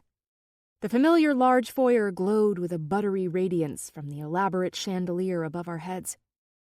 Trying to ignore the flood of emotions and strangeness, I hurriedly shed the top tier of clothes, placing my jacket and hat on the foyer bench. I tugged off my muddy boots and left them by the door. Every time I had ever entered this house, it had been on Colton's arm. Now it was his brother I trailed into the house. A boy who created such nervous butterflies in my stomach I could hardly sit still. A ribbon of guilt wrapped around my gut like a present. I sucked in a breath and forced myself to move forward. The holiday decorations were still up and drew me into their formal living room. The 12-foot frosted Christmas tree glistened with white lights and ribbons, looking elegant and regal. "How was your Christmas?" I touched the tree, rubbing the plastic needles between my fingers. I was all for the environment, but a real tree was a must. Fake trees didn't feel, smell, or look right to me. Must have been hard. Yeah. The space between Hunter's eyes wrinkled. But not spending it together is how the Harris family celebrates. My parents head off to the Caribbean every year. Colton and I would either hang out and watch movies or go with our friends. They left you guys? At Christmas? And all of January. They invited us to come at first, but Colton and I learned at 10 we'd rather be home with the housekeeper than stuck on a boat with them and a bunch of their elitist friends. After that, they stopped asking. He stared at the lit tree. We could tell they'd rather we not be there. They liked the freedom of not having kids around. My family was so different from theirs. Christmas was centered on us kids, especially Reese. I couldn't imagine my parents choosing to leave us behind to go off by themselves. Maybe sometime during the year, but not at Christmas. Never knew that. Colton and I were broken up at Christmas last year. He never said anything, even when he called me. Colton ended things with me in November, but he called me on Christmas saying he missed me, and we slowly started to talk. We were back together a little after school resumed mid-January. Where did you go this year? The thought of him being utterly alone drilled a hole in my heart. My friend Krista's and then Jones's. Hunter folded his arms. His house is always a good place if you want to forget your problems. He has 3 older sisters who all have kids. 1 married, 2 who aren't, but they all live at home. He smiled, staring down, looking to be lost in a memory. It's so loud and hectic you get lost in the chaos. Their house is like the Wild Kingdom. Well, you're always welcome at mine. The words fell from my mouth before my brain realized what I was saying. His blue irises glinted as he lifted his chin, catching my gaze. His lip hitched up. You and I both know that isn't true. My parents didn't want me hanging around him, but they'd never turn anyone away if they had no place to go. But I understood his meaning. I nodded and looked down at my blue and black striped socks. The door opened, turning both of our heads toward the entry. "Hey, honey, we're home!" Chris's voice hollered from the front door, echoing off the high ceilings. "You better have something to drink in this pitiful excuse of a house." I heard Stevie snort at his comment, coming in behind him. Hunter headed for them. "Toilet water. It's all we can afford here." "And let me guess, your toilet water is Evian." "Perrier." "Of course," Stevie responded, taking off her coat, scarf, hat, and shoes, placing them with mine. She ventured into the living room where I was, her eyes growing a bit. Wow. Wait till you see the kitchen and the pool, I said. Stevie slanted her head. Oh, right. She nodded. I forgot you've been here before. Yes, I had been here before. I shifted, feeling the uncomfortable moment pressing down on the room, creating walls between Hunter and me. Okay. Awkward. Chris came up behind Stevie, wrapping one arm around her shoulder till his hand covered her mouth. Think this one needs a drink. Maybe then she'll stop talking. Hey. She laughed, tearing away from his grip. But I heartily agree with this sentiment. My mouth needs something to do. Chris's eyebrows went up, fully facing her. I'll give it something to do. He stepped up to her with a grin. Okay, wow. It went from awkward to nauseating. Hunter twisted, heading for the kitchen/family room. I quickly followed him, but out of the corner of my eye, I saw Chris lean down and kiss Stevie. The Christmas lights dusted her face and cast a glowing light on her hair. My heart twisted in my chest. I was jealous. How easy it was with them. She liked him, he liked her. Simple, sweet, no baggage or obstacles. Stevie and Chris came into the kitchen a few moments after me. Holy shit. You were right. Stevie slid her hands over the white marble worktops. This kitchen is gorgeous. I could have sex on these counters. She laid her head down on the surface. Chris opened his mouth, but Hunter pointed at him. Don't even think about it. Too late. We had all thought of it already, and it wasn't Stevie and Chris I imagined there. The image was so sharp, I inhaled and walked from the room, heading for the family room. I curled on the large sectional sofa. What am I doing here? No matter how stupid I deemed being here, there was no way I would leave. The path may have been on fire, but still I took steps down it, knowing I was going to burn. Are you kidding me?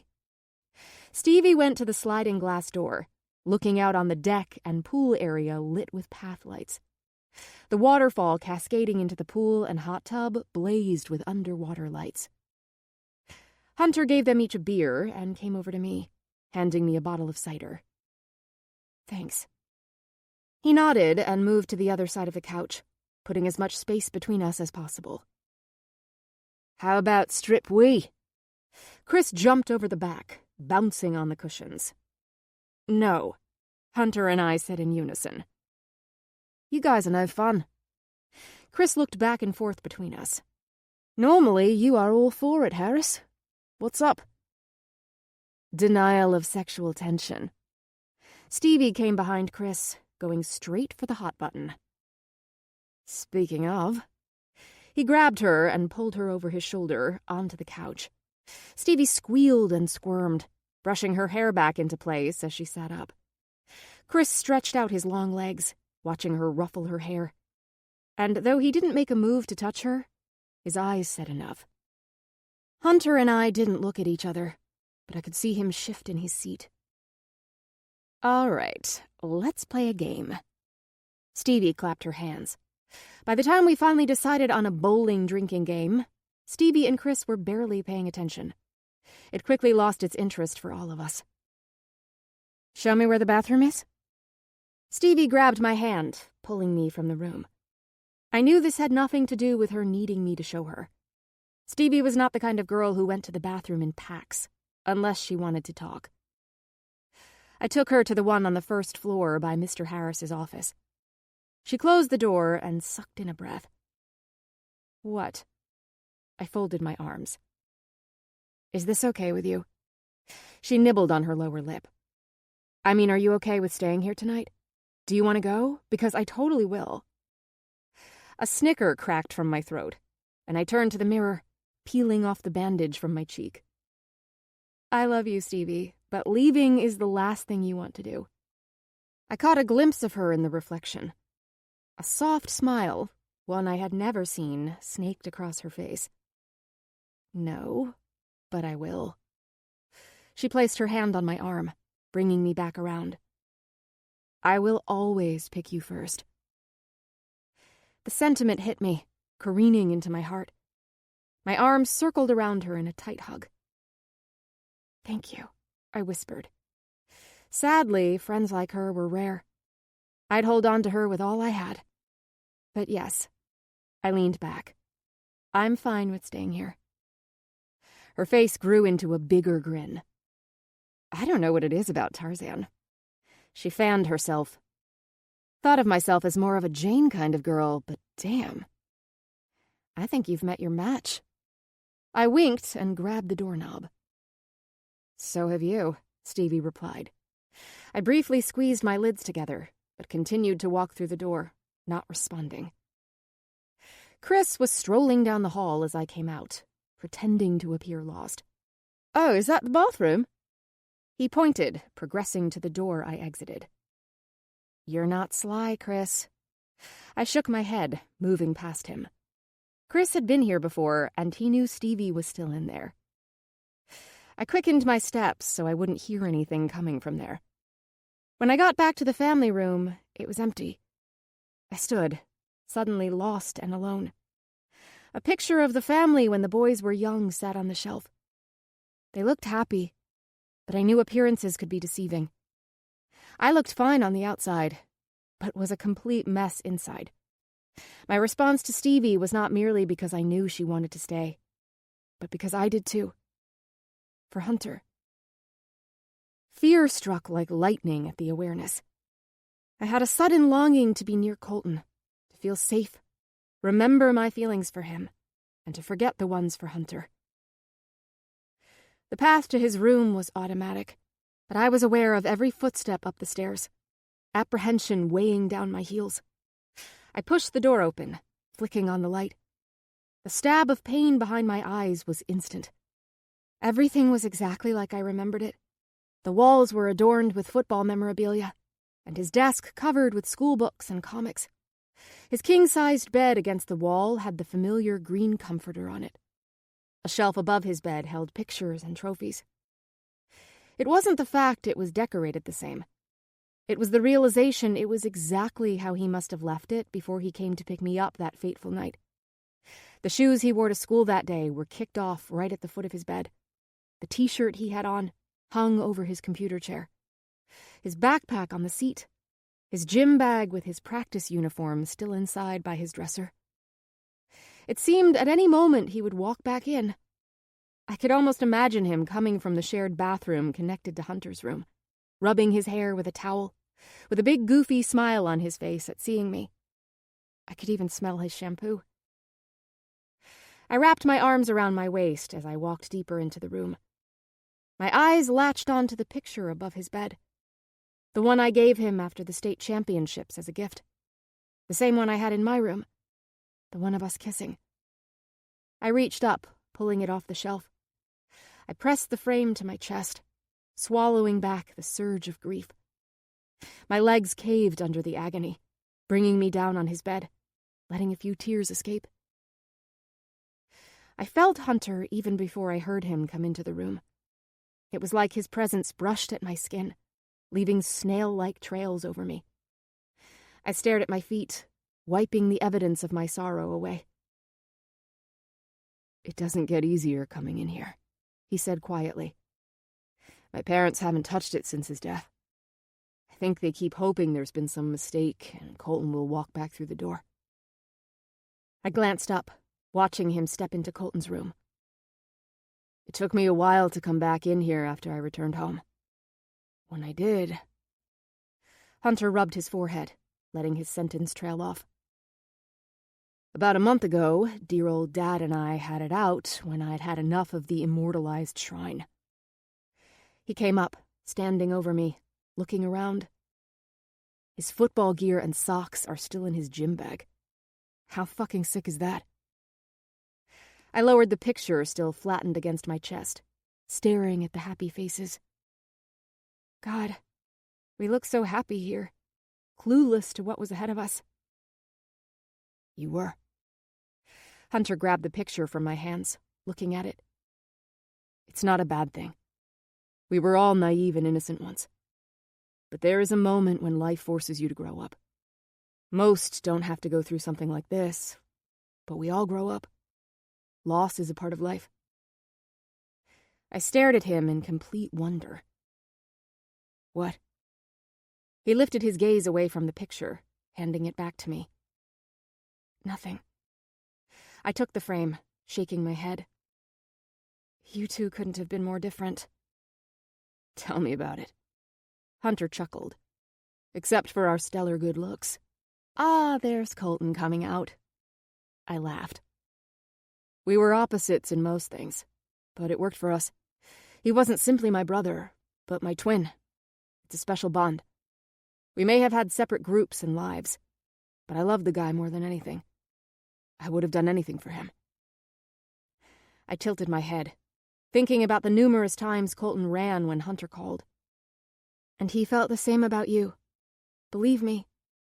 Out of his friends or me, when it came down to it, you would always win. His lips pursed, and he turned, walking away. Stevie and Chris are getting into the hot tub. Did you want to join them? His sudden switch in conversation was not lost on me. You're asking if I want to get into a bacteria-breeding cesspool with two people who will proclaim bathing suits optional as a declaration to go naked and do things I don't want to see a friend doing. It's a no, then? He turned back around to face me, a smile tugging one side of his mouth. I smiled back. What do you think? No. I agree. But I swear, you are probably the one 17-year-old girl who thinks of a hot tub as petri dish. Instead of a seduction mechanism leading to sex? Girls aren't stupid, you know. We realize when a guy asks if we want to go hot tubbing, it's basically code for, I'm hoping this warm water and lack of clothes leads to sex. Hunter popped up an eyebrow at my comment. We're guys. We're always hoping it leads there. My cheeks flushed. The topic of sex should have been off limits between us. I sound like such a prude. I swear I'm not. Once you learn stuff like that in science class, you don't unlearn it. I know you're not. Hunter stood in the doorway. A strange expression I couldn't decipher extended over his features, and then quickly disappeared. I'm actually not a hot tub guy either. Never liked it. I eyed him. Please don't tell me you never used it as a lure to get a girl in a very tiny bikini, or nothing at all, to have sex with you. Never, he answered, a sexy bad boy side grin on his face. Liar. Jamerson. He stared straight into my eyes. I don't need a ruse to get a girl to want to have sex with me. He dipped out of the doorway, leaving the room, walking down the hall. Air sucked noisily through my nose. No, Hunter did not need any kind of trick. He was a walking seduction. With another shaky inhale, I lifted myself from the bed, placing the picture back on the shelf. I needed to get out of the room. It seemed terribly wrong for my heart to be pounding, my skin flushing over Hunter while sitting on Colton's bed. This was really fucked up. I stepped into the hallway, shutting the door behind me. I looked toward the stairs. I could hear Stevie and Chris play fighting on their way to the hot tub. The sounds of giggling and yelping, echoes of towels snapping before the door closed. I turned to stare at the light coming from the open door on the other side of the joining bathroom. Hunter's room. Fear and logic battled in my heart. Fear was a strong ruler, dictating most of my actions. Also, the terror of rejection pinned my toes to the floor.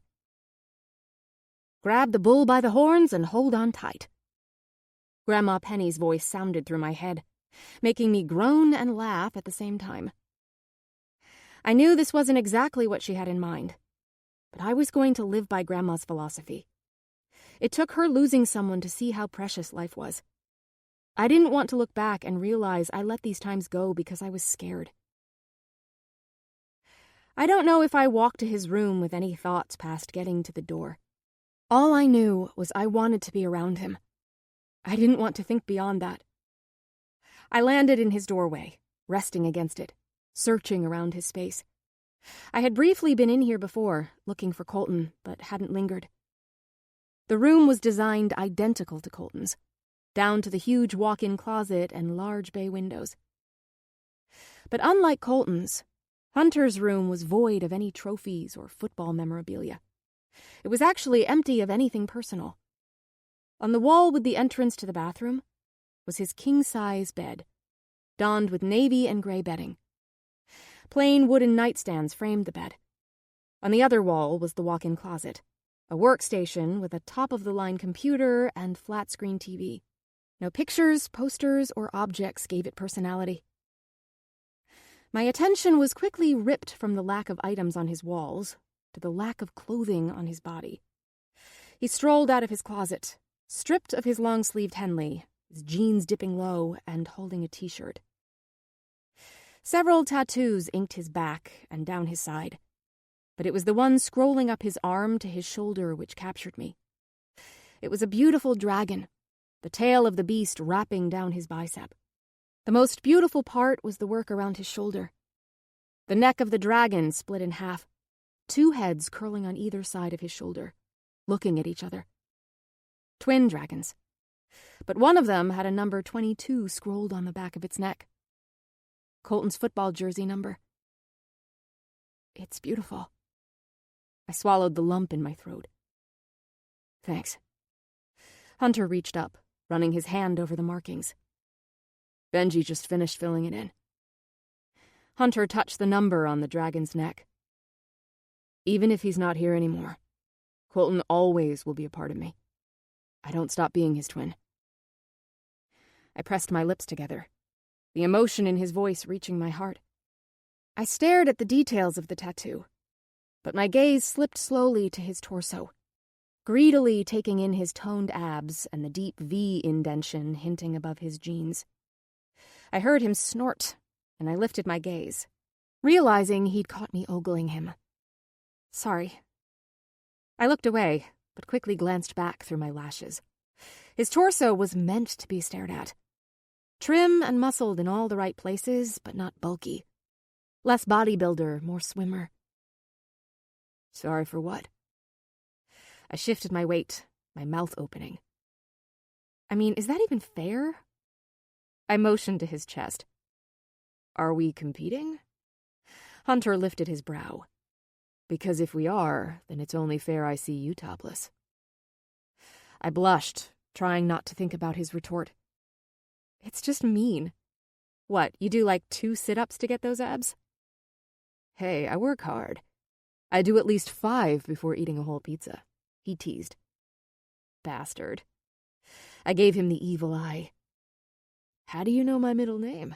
He joked, covering the beautiful canvas with a gray shirt he tugged on. Damn. What is your middle name? I asked. You don't want to know. Yes, I do. He sighed, straightening his shirt. Browning. Browning? Like the guns? Hunter Browning. Seriously? Seriously. Wow. I chuckled. My parents wanted to make sure everyone knew we came from famous lineage. Old money. He scoffed. Manufacturers of rifles. Talk about a lineage of blood and death. Not an ancestry you should be proud of. But that doesn't matter around here. It's about the prestige and pedigree. I tucked my arms over each other. And if you don't have status, they name you after every grandparent you have. Jamerson is your grandfather's name, right? He sat down on his bed. Yeah. How did you know? I must have overheard you tell someone. He shrugged. Jamerson what? Jamerson Vanessa, I said. Covered a grandparent on either side of the family. It's pretty. Thanks. I shuffled my foot, patting it into the rug. Jamerson Vanessa. His husky voice wrapped around my name. I looked up. Are you going to come in? Or should I put a pillow at the invisible line at my doorway for you to sleep on? Fire bloomed through my entire body. How could he read me so easily? I took a step, breaking the hidden thread that held so much weight. I kept my arms folded, watching my socks move over his carpet, until I arrived in front of him. "You want to sleep here?" he asked, almost in a whisper. I knew he meant only sleeping, not sex. My voice couldn't find the way to the surface, and I nodded. He stood up, brushing past me, and went into his closet. He returned promptly with a pair of cotton shorts. "Here." He threw them at me. I actually had a pair of pajamas in my bag, locked in Stevie's car, along with a toothbrush, but I wasn't going to interrupt Stevie to get her keys. Plus, I didn't want to leave this room. I might come to my senses and run. For once, I didn't want logic coming into play here. I grabbed the shorts and walked around to the opposite side of the bed. I sat, slipping off my jeans and socks, pulling up the borrowed shorts quickly. I stood, clasping them at the waistline so they didn't drop back to the floor. They were huge on me. I turned to him. "Come here." He chuckled, wiggling his finger for me to move to him. He sat while I strode over, stopping in front of him. He inched me between his legs, corralling me close. "There is a tie on the inside, but it's double knotted." He reached up, flipping the large waistband to face him. His knuckles swept along my lower abdomen, flaring my body with tingles. He tugged at the cord, bringing the shorts closer around my hips.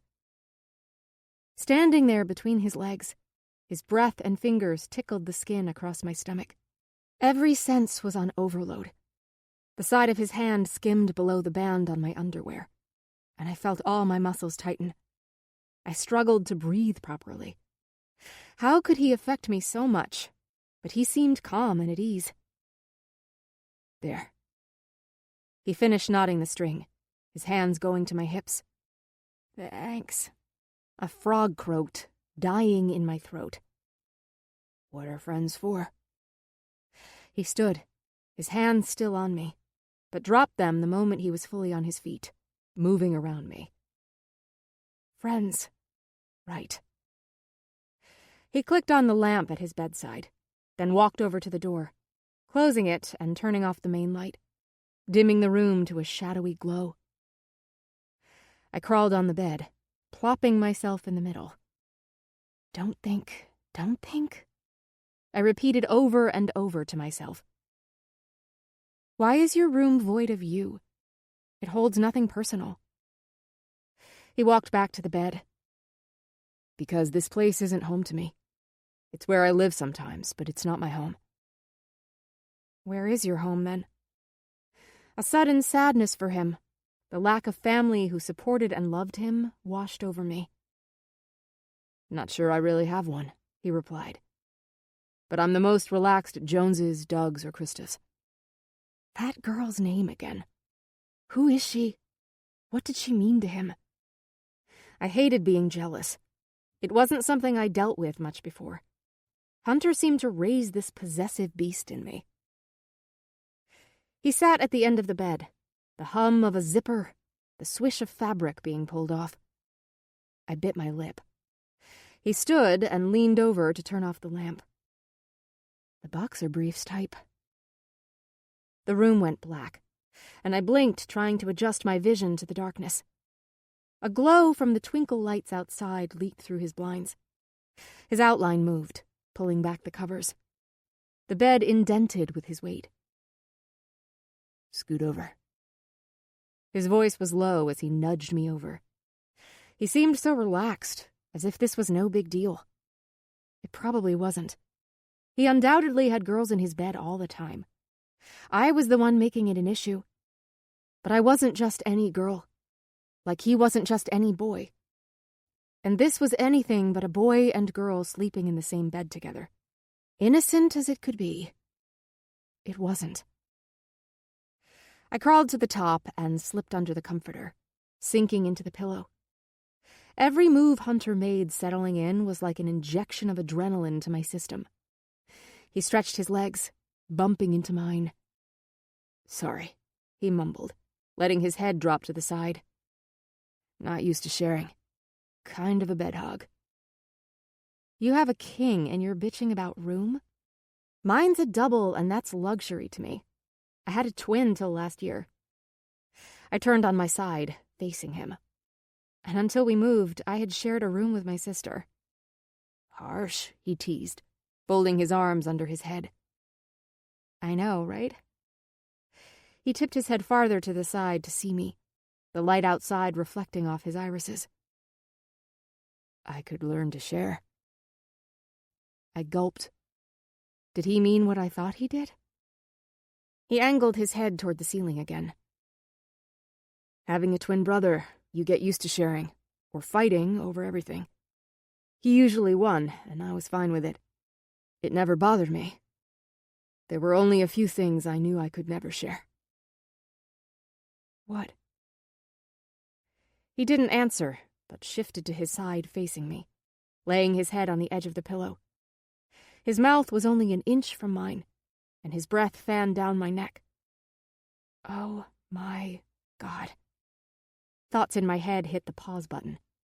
His lips and body were too close and warm to let logic enter my mind. We both lay there, watching each other, hesitant to cross the invisible line, step over the edge and let ourselves fall. It was too dangerous and forbidden.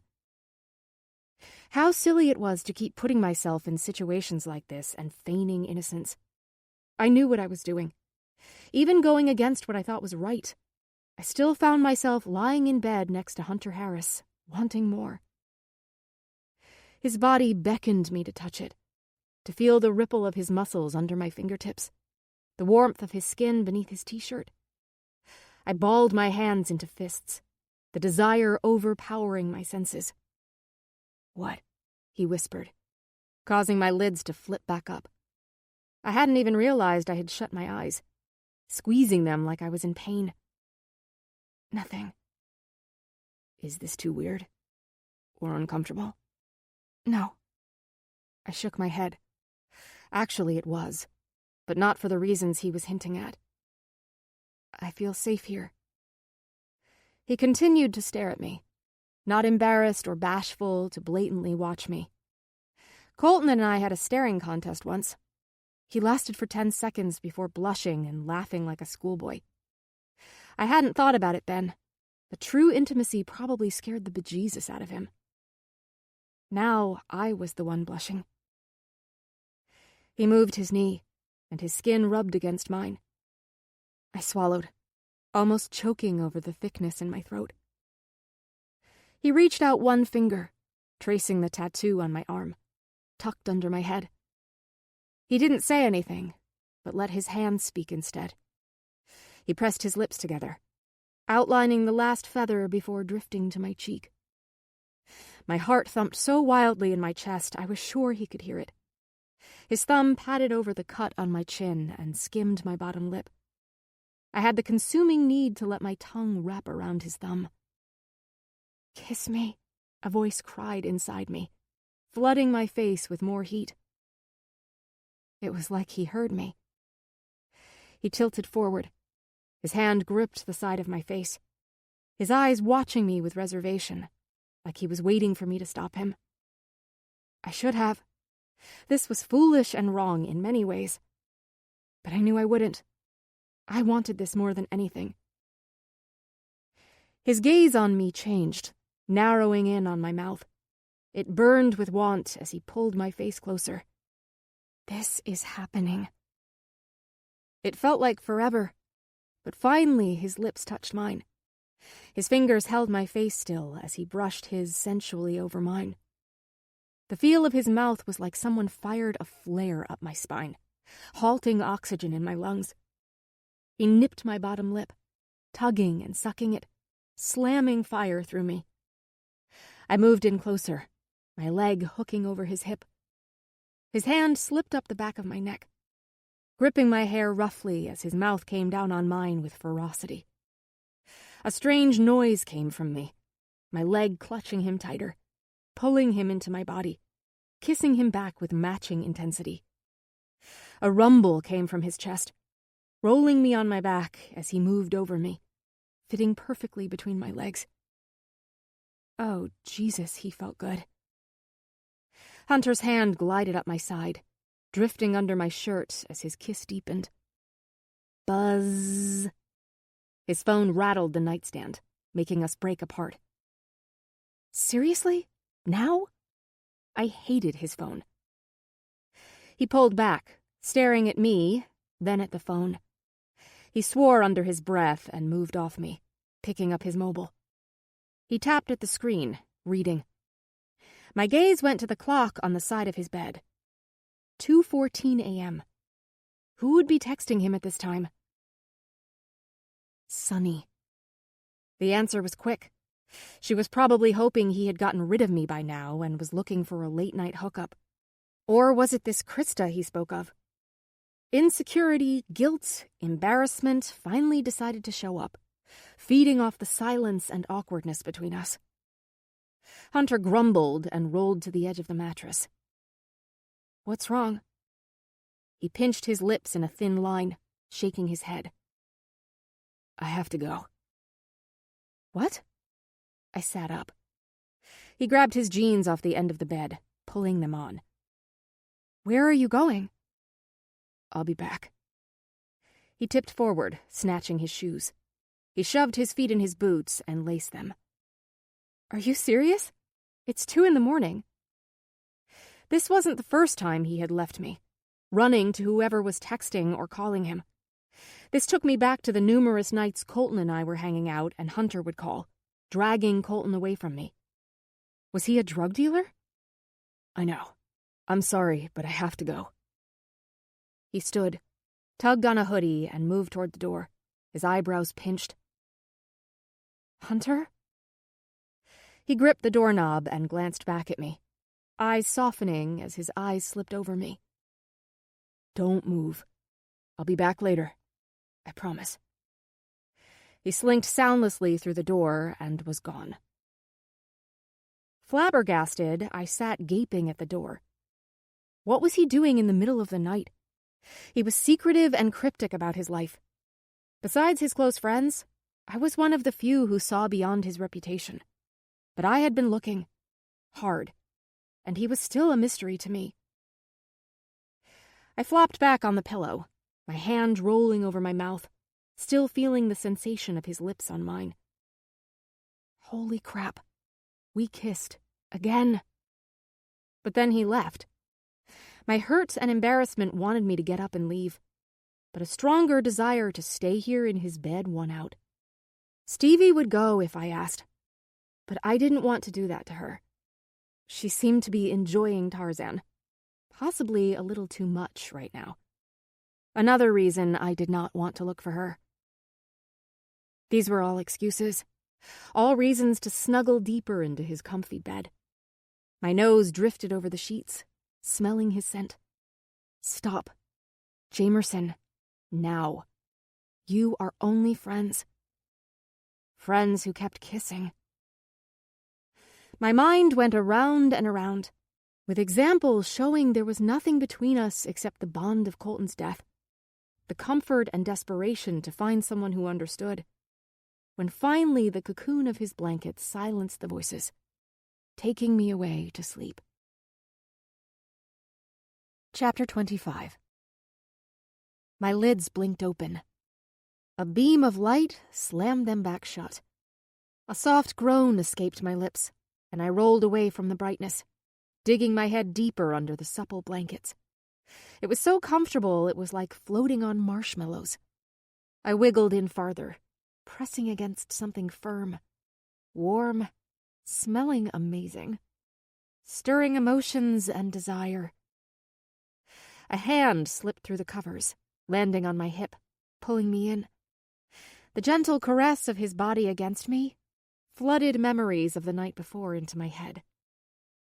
My eyes shot open. Directly in front of my face was Hunter's bare chest. The muscles along his abs moved in and out as he breathed. My gaze dipped lower. All he wore was a pair of boxer briefs. They dipped enough to see the V indentation carved into his lower torso. The fabric did nothing to hide him. All of him. Oh my God. A zing ran through me at seeing him. Again, the desire to touch him was hard to ignore, but the thought of waking him stopped me. When did he get back? How did I not wake when he crawled into bed with me? I was a light sleeper. I could hear my sister's footsteps from down the hall, coming for me the moment she stepped out of her bed. I was always ready to jump up and go if anyone needed me.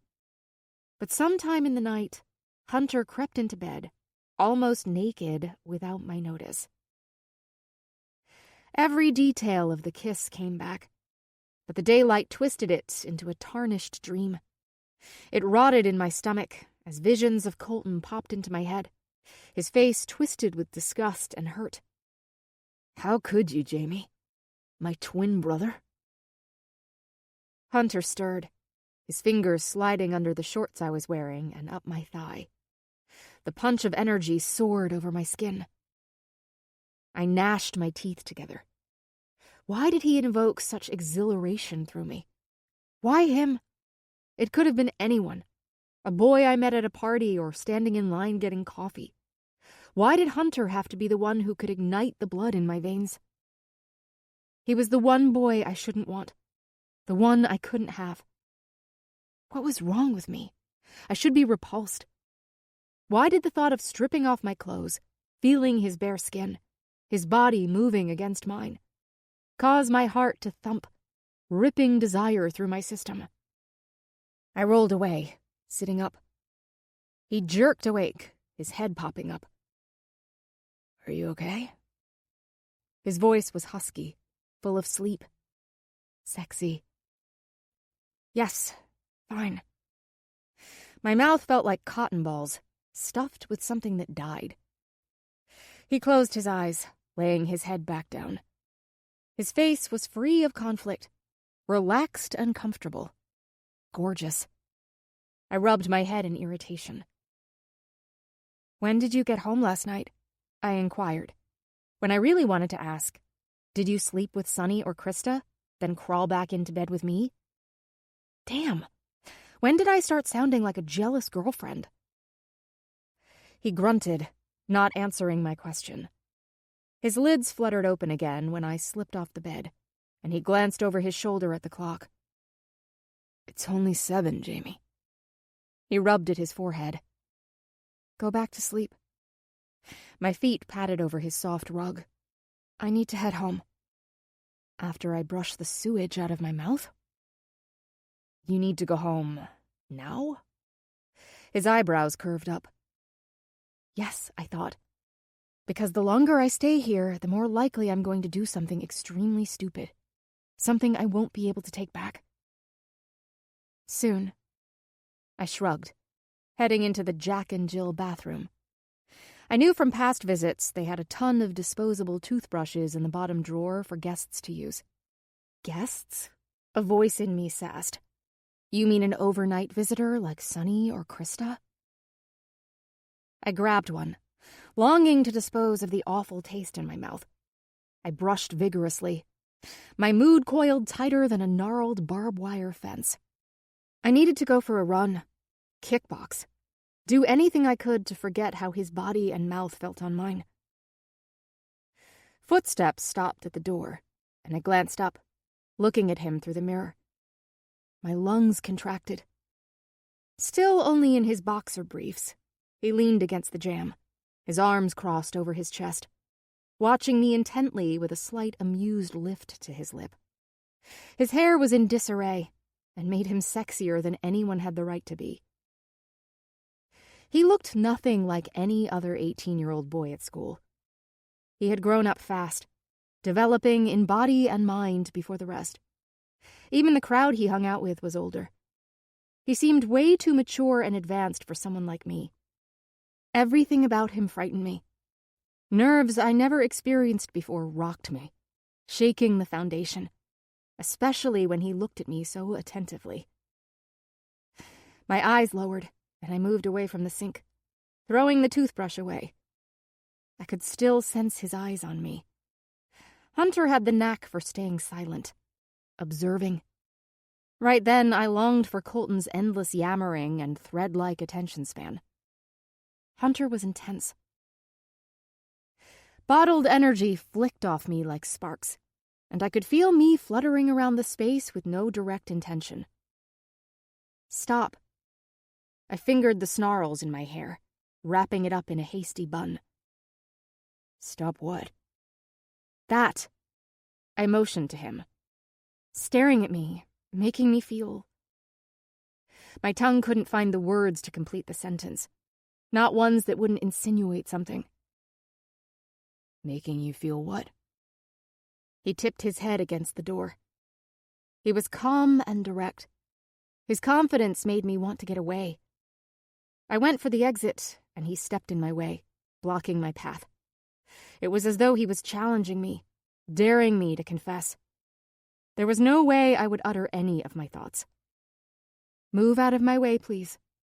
Say the magic words. I said please. Not the magic words. Hunter. Desperation filled my eyes. What did he want from me? Hey. He grabbed my arms. Relax, okay? There is nothing to be upset about. Was he telling me the kiss meant nothing? To forget it? It was the best thing to do. But why did it sting so bad to know he didn't think it was that big of a deal? It's all right. He gazed down at me intently. I nodded, forcing myself to exhale. He let me go and turned back for the bed. Don't tell me you're a morning person. He strolled to the bed and flopped face first onto it. I tried to ignore the curve of his ass.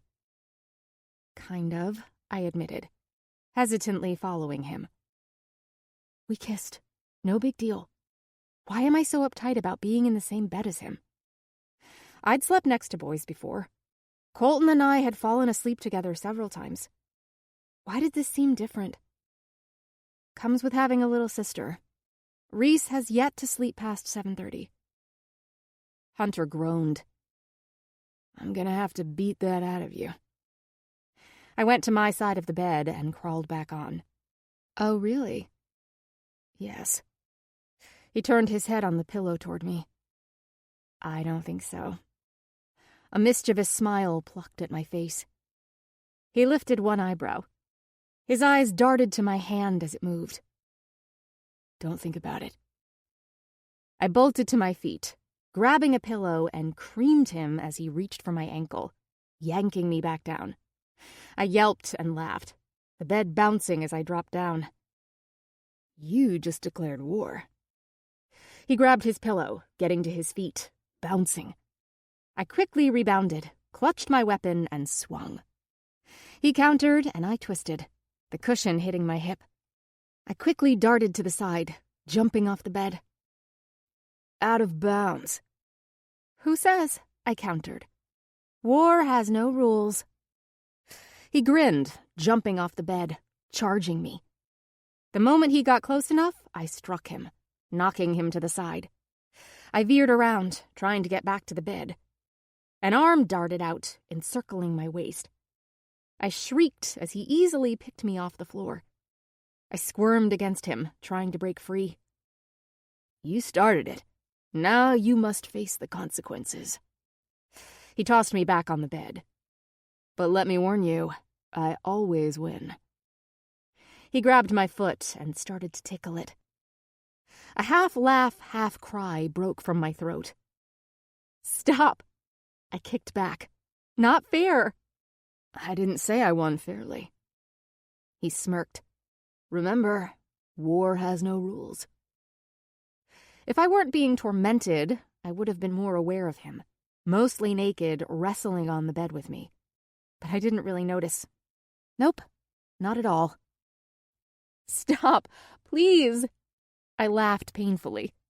My feet were sensitive, and it was torture when someone tickled them. I wiggled around, clasping a pillow, and swung my arm back. His grip loosened, and I slithered toward the end of the bed, slipping over the edge. He caught my calf to bring me back, but my motion pulled him over the side with me. We both landed in a heap on the floor, laughing. Once again, Hunter lay across me.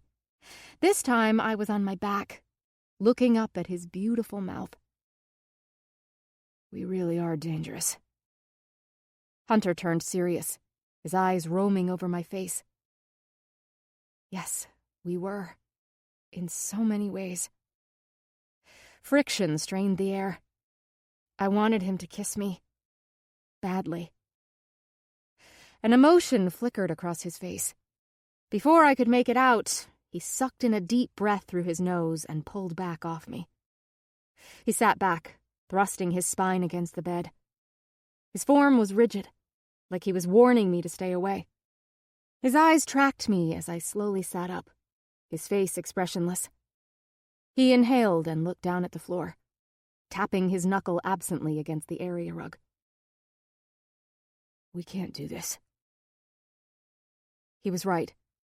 It was the same I had been thinking, but to hear it from him twisted my heart in my chest. I know. An eruption of awkward silence gushed between us, neither of us seeming to know what to say or do next. Thankfully, we didn't have to. Hunter's bedroom door swung open, slamming into the wall, hauling our attention to the figure in the doorway. There better be rampant sex going on in here, or I'm gonna be pissed.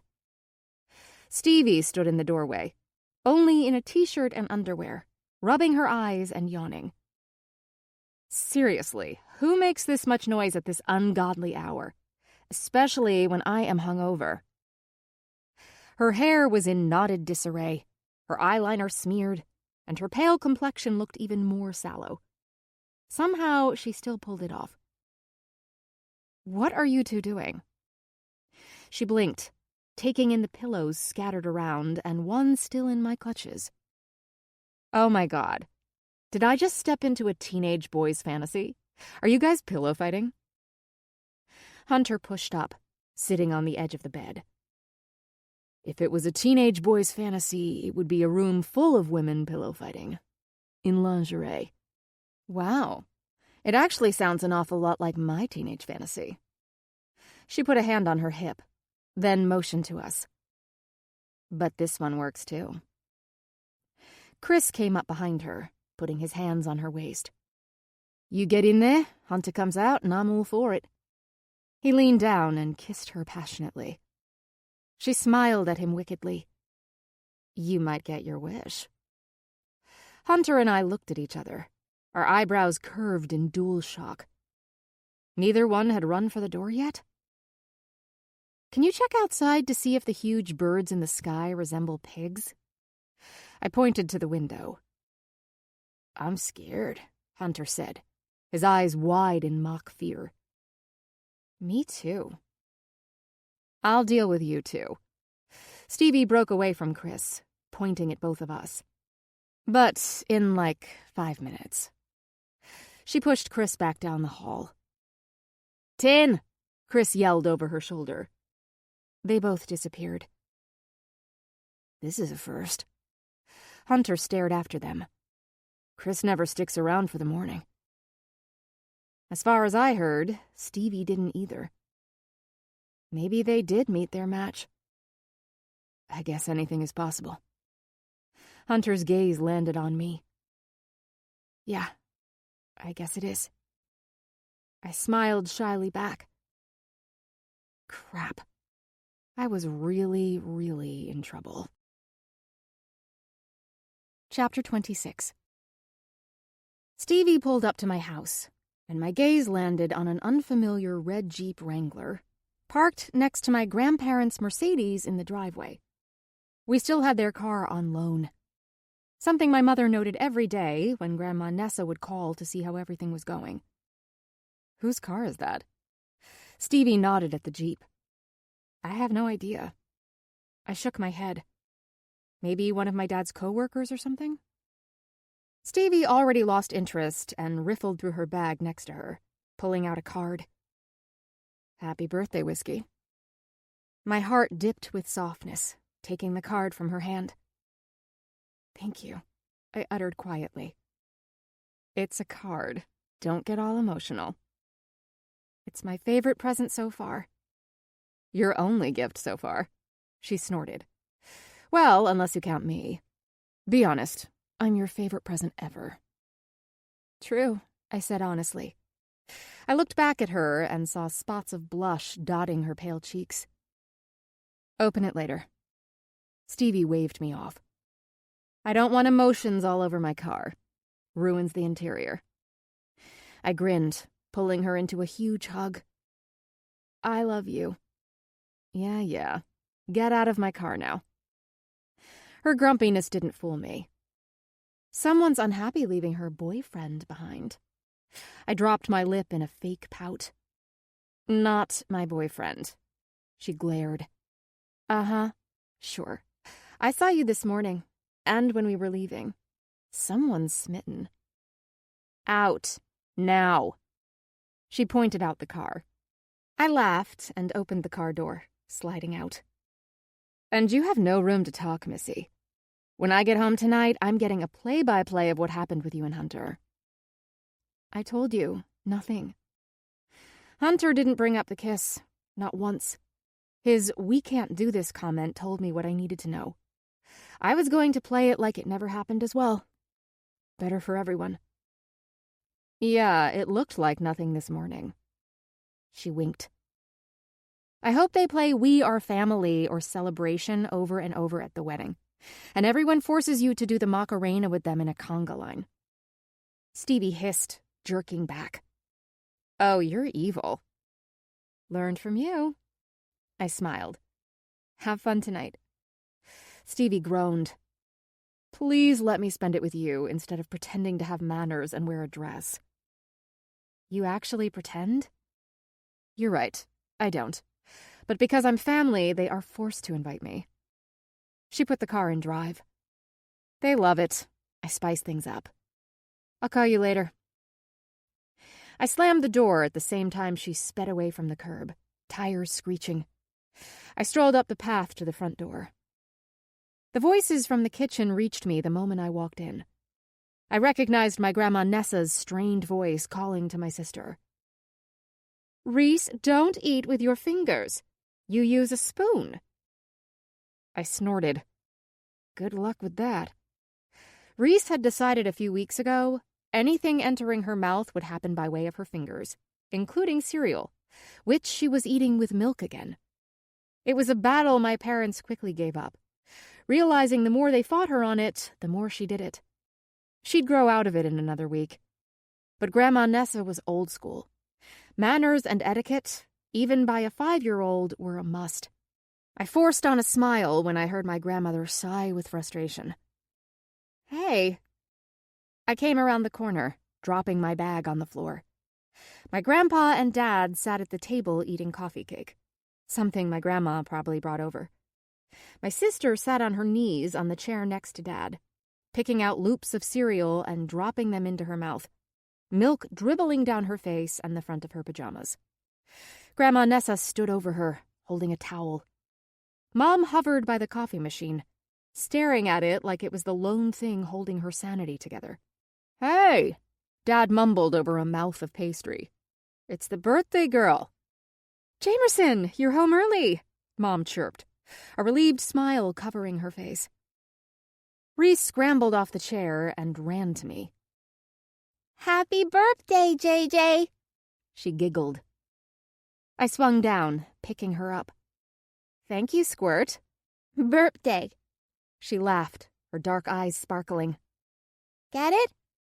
Yes, funny. Thank your grandpa for that one. Dad stood up, shooting a glare at his father. Grandpa T beamed back at his son. Grandpa T, do it! Do it! She wiggled from my arms, running to him. She patted his leg with encouragement. He leaned over, getting close to her face. Happy? He made a sound more like a hiccup. Birthday! Reese howled, her giggles wild and uninhibited. Her joy so contagious it only encouraged him to do it again. This was not the grandfather I grew up with. He had been stern, reserved, and hands-off with me. He and Grandma Nessa thought a wife and child had been an unsuitable choice for their young son. We limited him, keeping Noah from achieving greatness. It was as if my grandfather believed if he accepted me and showed me love, he would be approving of my father's decisions. He had mellowed by the time Reese came along. She was a fresh opportunity for him to be a real grandpa. They adored each other. I was happy Reese got to have him, but it still hurt a little to watch. Trevor, that's enough. Grandma Nessa spoke to him like a child. Her attention went back to me, her eyes scanning my body. You look awful.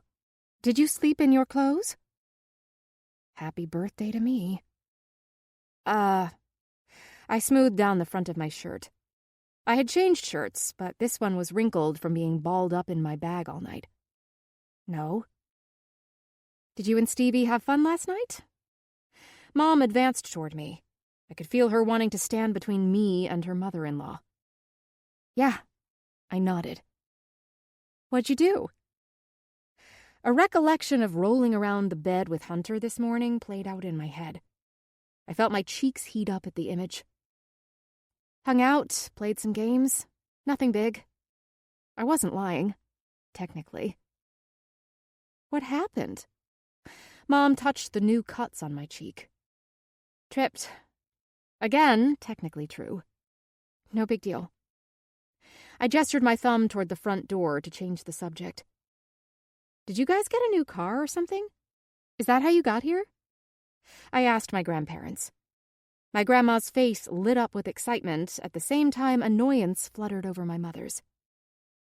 Not exactly. Grandma Nessa clapped her hands.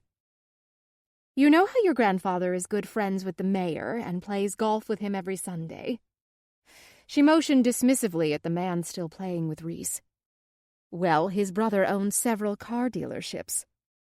She left off for dramatic pause. A twist of excitement coiled around me. We thought, since you will be going off to college soon, and because I would like my car back, you needed your own car. Happy birthday. She rushed to me, wrapping her arms around me in a quick hug. I stood motionless, absorbing what she was telling me. They were giving me a car for my birthday? The one thing I had wanted since I was 16, but knew Mom and Dad couldn't afford it. My gaze shifted over to Mom. She schooled her expression into a neutral, generally happy expression, but I could see through it. This was another stab at her inadequacies as a mother, a wife, a provider, a daughter-in-law. Grandma Nessa, I can't possibly. It's too much. I shook my head. Nonsense. We've already purchased it, and for a great deal, she said. Your mother and father have agreed to it. We will help you with the insurance payments at first, but when you get a job, you will take those over. To understand responsibility. Understand responsibility? I bit my lip, smothering the sprout of irritation at her zing. Don't you want to go take a look at it?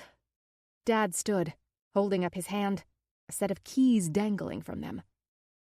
It's in great condition. Still a lot of miles left on it. A squeal of delight bubbled up and out into my limbs. I bounced on my toes, running around hugging everyone before snatching the keys from Dad. Come on, let's check that baby out. Dad's enthusiasm glinted in his eyes as he proceeded outside with me to my new, used car. It's pretty. I petted the hood. The deep red color gleamed under the soft winter sun. Let's take it for a spin. Dad ran around to the passenger side. The rest of the family walked down the path to join us. I want to go. Reese ran for me. Sorry, Squirt. Mom swooped down and retrieved her. No car seat. But I want to go. It's not safe, little one. I reached over and rumpled her hair. But I promise I will get a seat for you so you can ride with me, okay? She nodded, content with the compromise. I slid into the front seat. The soft, warm fabric seats welcomed me against the cold morning air. I shut the door, strapping myself in, my father doing the same next to me. I turned over the ignition. It roared to life. Anticipation speared fear into my muscles like a drug, shaking my hands and legs. I had driven many times, before the accident. Since then, I had somehow avoided getting behind the wheel. The power of the vehicle suddenly felt immense. I gulped.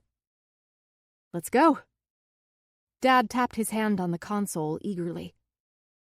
I lifted my hand to shift the car into drive, my tattoo peeking out of my sleeve.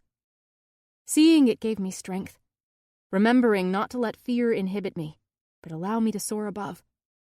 And not be afraid of change, of growth, of being hurt, or loving. Grandma Penny arrived later in the afternoon for my birthday lunch. She had also been elected to babysit Reese for the night. My parents had been compelled to attend a football fundraiser at the college where my father worked. My grandparents were generous donors to the football program. They said it was because they loved the game, but I think they hoped their contribution would help advance my father's career. At least my birthday got me out of being forced to attend. I didn't have plans, but my mom didn't want me to have to babysit on my birthday, probably hoping I would go out with my old friends. I hadn't the heart to tell her how far from grace I had fallen. Mom had no idea I had no friends, and sat in the library reading or hanging out with Mr. Frederick working on lab research during lunch. After blowing out my birthday candles and filling myself with chocolate chip cake, I took a shower. When I entered my room, the bag I threw on the floor by the door was laying across my bed, along with a sweater of mine, folded nicely. Grandma Nessa. I smiled, grabbing the bag. The handle slipped from my hands, and the bag fell, scattering the items across my floor. My gaze instantly locked on a small, sloppily wrapped package. Paper decorated in bright balloons covered the fist-size box. I reached over and picked it up. My throat quivered. Did Stevie slip it into my bag? It didn't seem like her. She would have simply handed it to me and told me to get lost. I tore into the paper, unwrapping the package. The paper shredded and fluttered to the floor, giving way to a small brown cardboard box. My fingers tugged at the lid, peeling it off. I suddenly struggled to swallow. A necklace lay on a bed of cotton. A silver feather carved in detail hung on a chain. It looked like one of the feathers on my tattoo. No card or note, but there didn't need to be. Only one person would give me such a meaningful gift. He had known it was my birthday. I rose and went over to my mirror and latched the gift around my neck. The necklace dropped past my collarbone, the feather falling right at my breastbone. It was so simple, so little, and it meant more to me than anything, more than a dozen cars ever could. My hand stroked the charm, the symbolism of his gift almost too much. Shed your feathers and soar. Be yourself. Fly free. When I had gotten my bag from Stevie's car to change shirts, he must have slipped it in then. My body moved before I even had time to think, dashing for the closet. I pulled on a pair of skinny jeans, a deep V-necked shirt, and my boots. I quickly dried my hair and put on a little mascara before bolting from my room. "You going out?" Mom asked from the kitchen, putting the last of the plates in the dishwasher. Grandma Penny was wrapping the leftovers. Grandma Nessa and Grandpa T had already left for home to get ready for tonight's gala.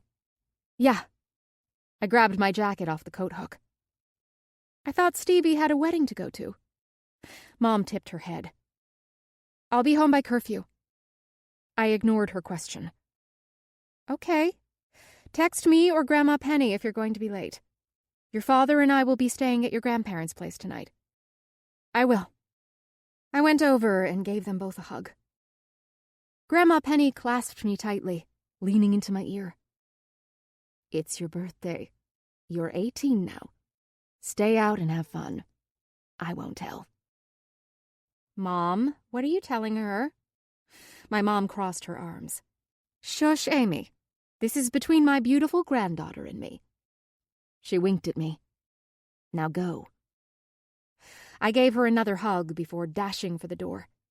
I grabbed the keys to my new car and stepped into the cold air.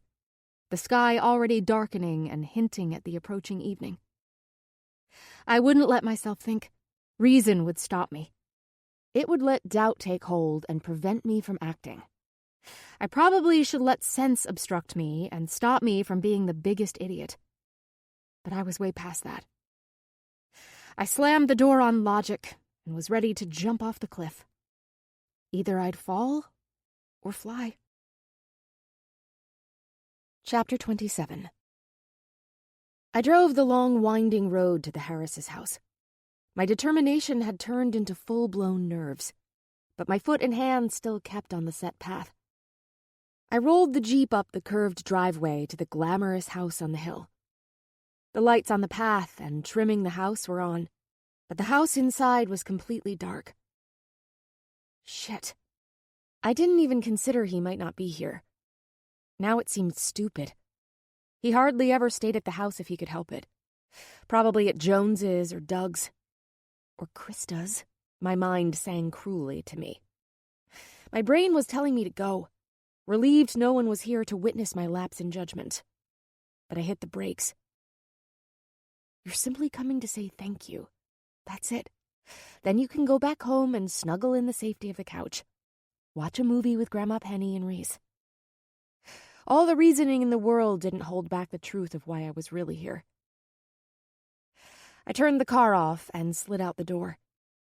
Halfway up the walkway, nerves flooded my lungs with debilitating fear. Go before anyone sees you. I turned, heading back down the path. Shit, Jamerson. You're letting fear rule you again.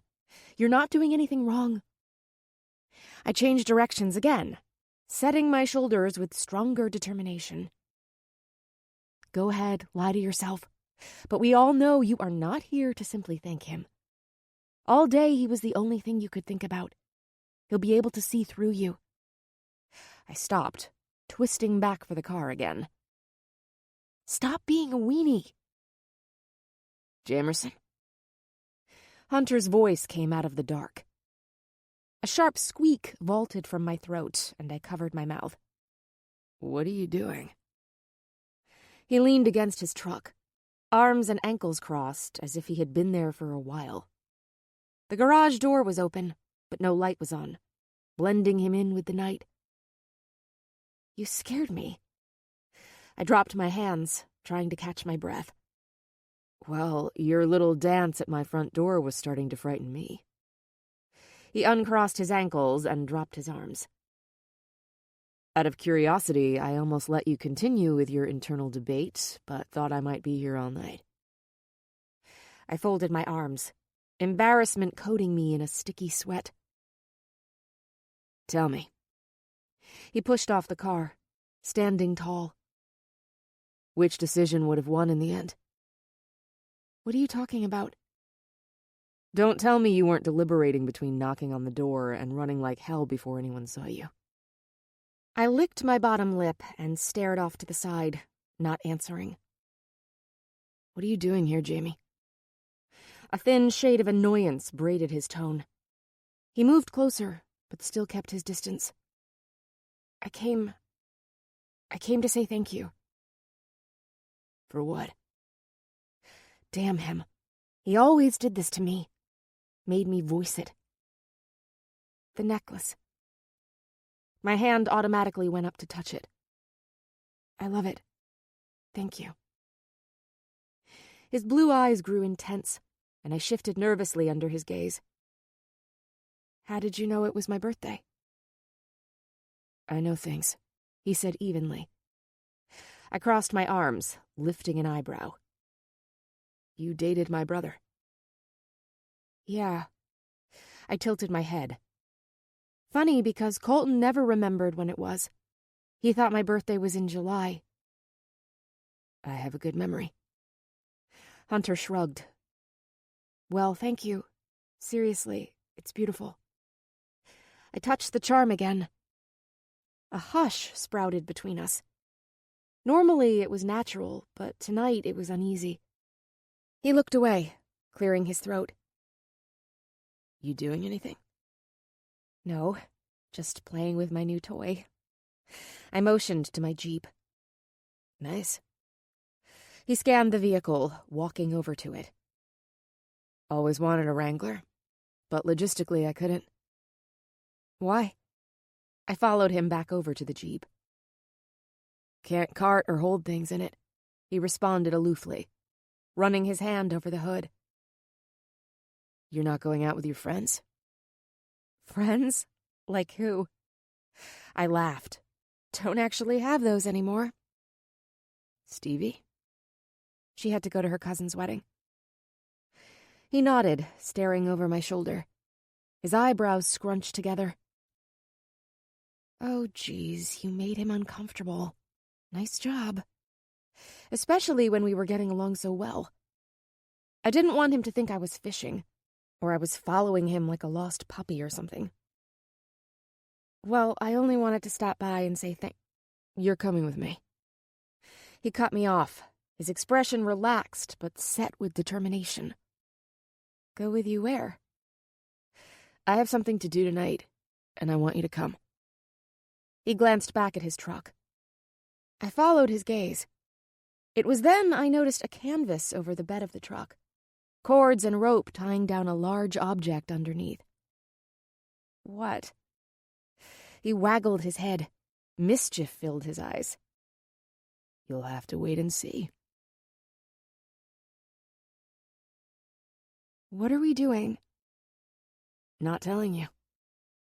Hunter veered the truck off the freeway, turning toward the fairgrounds near the college. My grandparents' house was barely 10 minutes away on the other side of town. Compared to my pint-sized village, this town felt like a city. Event parking signs dotted the road. Traffic grew thick and clogged the closer we got. Concert? Horse races? I mulled over ideas. The fair was in the summer, and I had long grown out of finding it fun. He only grinned, enjoying my uncertainty. A huge poster hung over the entrance, but he turned the car before I could get a good look at it. He drove up to a guy monitoring a parking lot. The teenage boy, a few years younger than us, sauntered up to the car. Skinny, tall, with a mop of brown curls. This is the competitor's park. Hey, man, good to see you. He grasped for Hunter's hand. Yeah, thanks, Hunter replied, gripping it back. I'm glad you're back. Show those Toshers true talent. The boy was trying not to gush, but his excitement at seeing Hunter was tangible. Not the usual response, and it piqued my curiosity. I need to unload. Hunter pointed to the back. Oh, yeah. Unloading area is there. The kid pointed to a ramp, a black curtain draped over the large gap, allowing people to walk in and out. Someone came through, but blazing light reflected off the window, keeping me from seeing what was going on inside. It was like he coordinated it so I couldn't figure it out. Then you can park in the front. I'm telling all your rivals they have to park way out here. He smirked, pleased with himself. Thanks, man. Gonna try and sneak away to watch you. You are the favored leader. I know you got this, the boy said, as Hunter hit the gas, moving deeper into the parking lot. Wow, Hunter Harris has a fanboy. I winked over at the driver. Shut up. He shook his head, but a grin hinted at his mouth. He rolled the car to the front by the main events building. That's when I saw the giant banner over the doorway. AMA Supercross Finals, with an image of a guy on a motorbike soaring in the air. Supercross? I stared at the picture in amazement. You compete? Hunter pulled into a front spot. Yeah, not bad either. Something I got into a few years ago. Seriously? How come I didn't know this about you? How come no one does? Colton never even hinted his brother was involved in motocross. He shrugged and unlatched his seatbelt. I don't like people knowing my business. Let them think what they want. I was envious of the security he had in himself, to not care what people thought, and not defend himself when he knew they were wrong. Everything I thought about Hunter turned to be incorrect. He was nothing like the pot-smoking loser I chalked him up to be. Come on, I'm putting you to work. He slipped out of the truck. Work? On my birthday? I teased. Oh yeah, you are not getting a free ride here. He untied the rope on his side, flinging it over to me. You are going to be my assistant. I grabbed the rope and unhooked it. He grasped the tarp and pulled it back. I followed, mimicking his actions as he tugged the cover off. Wow. I stared at the bike. It was black with electric blue stripes down the front and back. It was well used, but spotless. The paint reflected the streetlight and gave it a shimmer. Hunter lowered the tailgate and jumped into the bed of the truck. This is my baby. He ran his fingers up the handlebars, his expression besotted. It doesn't have a name or anything? His eyes lidded as if I insulted him. Do you have a moniker? I walked around to the back. He stayed quiet as he backed the bike out of the truck. You do, don't you? I grabbed the back wheel, lowering it to the ground as he jumped down, taking the bike back. We stood on either side of it, our gazes finding each other. Not going to tell me? I tried to tease, but it came out croaky. He leaned over and inched close to my face, his breath tickling my lips. Air halted in my lungs. Hunter tilted his head, looking like he was about to kiss me. You're going to have to find out for yourself.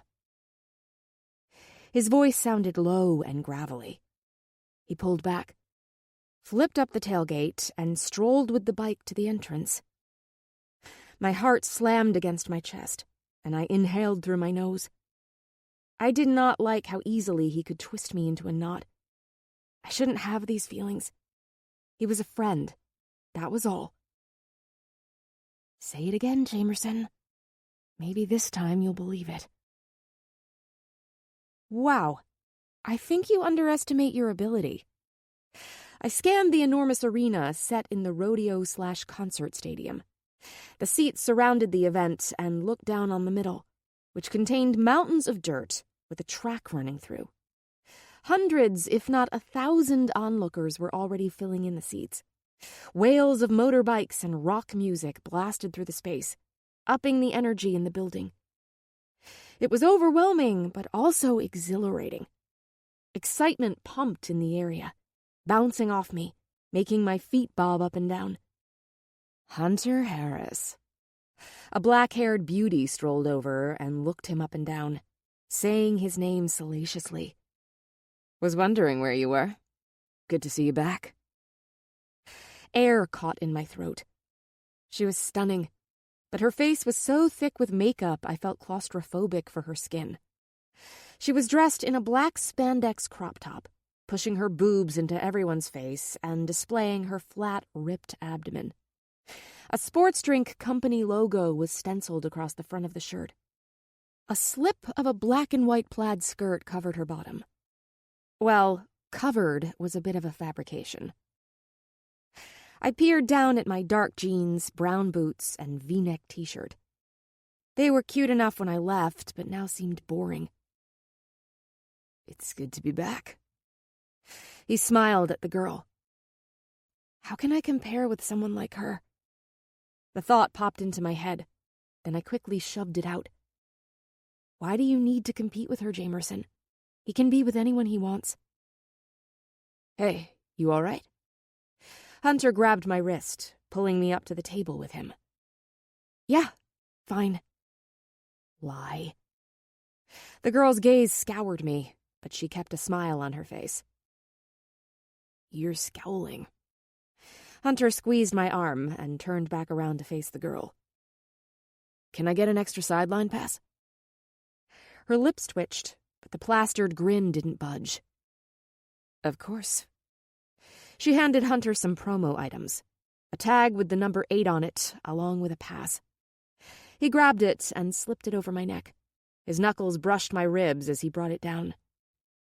Looks good on you, Hunter murmured, tilting in close to me.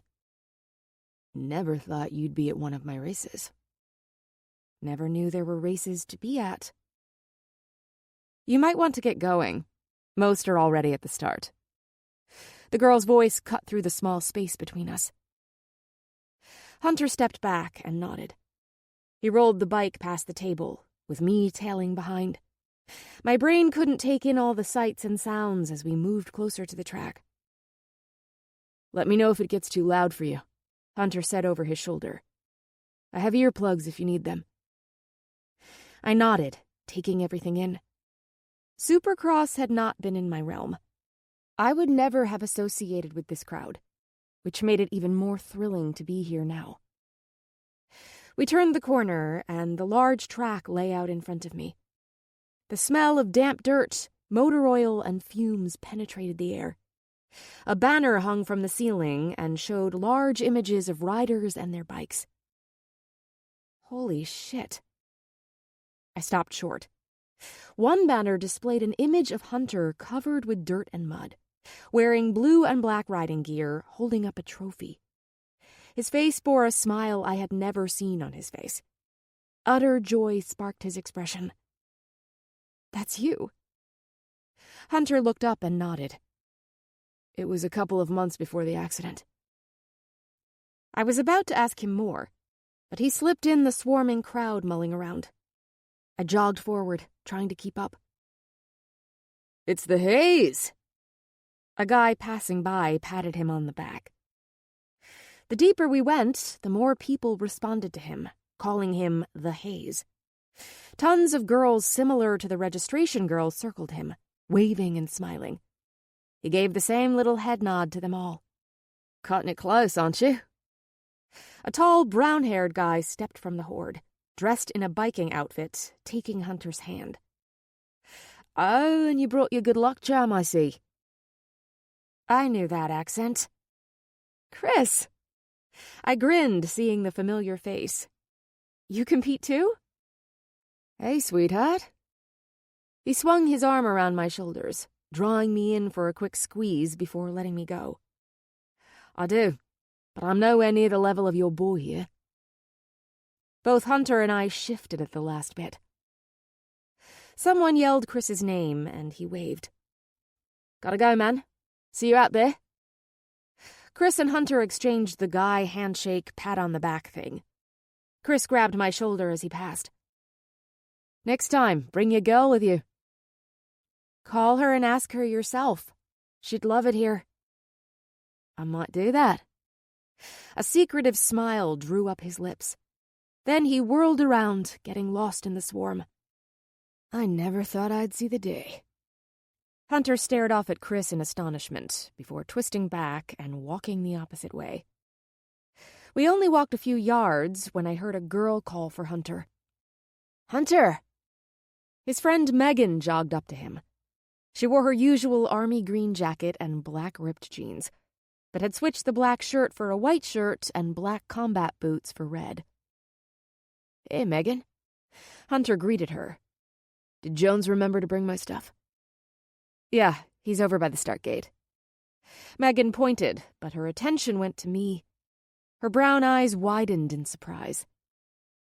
You brought her? Her pierced eyebrow lifted. Hunter tilted his head, warning her. Okay, your funeral. She wagged her head in disbelief, her curly black hair brushing over her shoulders. We're over here. Megan led the way. Hunter, his bike, and I followed. When we reached the starting gate, a man with a headset ran over, conversed with Hunter, and motioned to the starting place. Commotion was blurry around me. So many things at once. People needing Hunter, wanting to talk with him. I stood to the side. Hey. Megan motioned me over. This way. We went closer to the stands where Jones stood. Doug had a tall, thin, blonde girl I didn't know standing beside him. None of them could hide their surprise at seeing me. Jamerson? Jones nodded at me.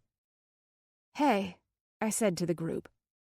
They stared at me, and I felt like the gawky, uncool kid. The blonde at the end glowered at me, then spun around and stormed away. Uh-oh, knew this was gonna happen. Megan sighed, following the blonde. Krista, wait. Krista? That was her? She ran off before I got a good look at her, but she reminded me a bit of Sunny. Was she Hunter's type? Tall, blonde, pretty, but with a hard edge. Definitely not prudish or naive. Jones immediately sidled over to me. Like Megan, he didn't stray too far from his usual logo t-shirt, jeans, and black chucks, with his ever-present flat-brimmed hat on his head. Hunter brought you? No. I turned serious. I work here. Oh, you probably don't recognize me out of my sports drink promo outfit. I pointed at one of the scarcely dressed girls passing by. They fired me because it actually covered my ass. Jones chuckled. I'd pay money to see that. Me too. Doug held up his beer, toasting me. I was not surprised to see his staple of worn jeans, black t-shirt with some phrase on it, and a hat on backward. He peered at me like he was trying to place me, even though he had met me several times now. You were Colton's girl, right? The mood shifted. My face flushed hot, fuming like a volcano as the inside froze over, solidifying in painful shards. Dude. Jones' hand went to his face. Dougie, man, you need to filter that shit. What? She was, right? He looked back and forth between Jones and me with confusion, not recognizing the blunder he stepped in. Doug, you've talked to her 12 times. Driven her home, Jones exclaimed, holding out his arms. Doug blinked, looking at me, then at Jones. Huh. He grinned with a shrug, taking a sip of beer. He definitely wasn't the sharpest tool in the shed, but he had such a laid-back, happy personality, it was easy to let anything stupid he said slide. It didn't seem intentional or ill-intended. Jones waggled his head back and forth. Ignore him. There was something about Jones I really liked. Hey. Hunter came through the crowd toward us. He stood so close, the heat from his body crawled down my arm. You have my stuff? Your gear is all here, man. Jones picked up a large duffel bag. Boots, too. Thanks for picking it up from Krista's. Since the accident, Mom is even more set against me doing this. His stuff was at her house? A spike of jealousy rolled my shoulders back. Why was I here if he were hooking up with her? What happened to Megan and Krista? What do you think, man? Jones tipped his head at me. Did they hate me that much? Did she think I was encroaching on her territory? Was I going to have to watch my back? Was a possessive girlfriend or ex-girlfriend coming after me? Don't worry. Hunter noticed my distress. He tossed the bag over his shoulder. I need to change. You got her? Yeah, Jones replied. Stay with them. Hunter's hand slipped down my arm, leaving goosebumps in its wake. I'll catch you after the race. I nodded. Good luck. He stared at me for a beat, as if he wanted to say or do something. He abruptly circled around and rambled off. I watched him walk away. His broad shoulders and firm body were all I focused on, as craziness swirled around, slowly enveloping him. Friend, friend, friend, I chanted to myself. Nothing was working. The lights flooded down on the bikers, people chanting and yelling, while music thumped in the background. I soared along with the collective high of the room and rode the swell, as if I were back on morphine. He's there! Jones leaned over, yelling into my ear. I followed Jones's finger to the figure in the middle. The number 8 stood out on his chest, and the blue, black, and silver bike vibrated below him.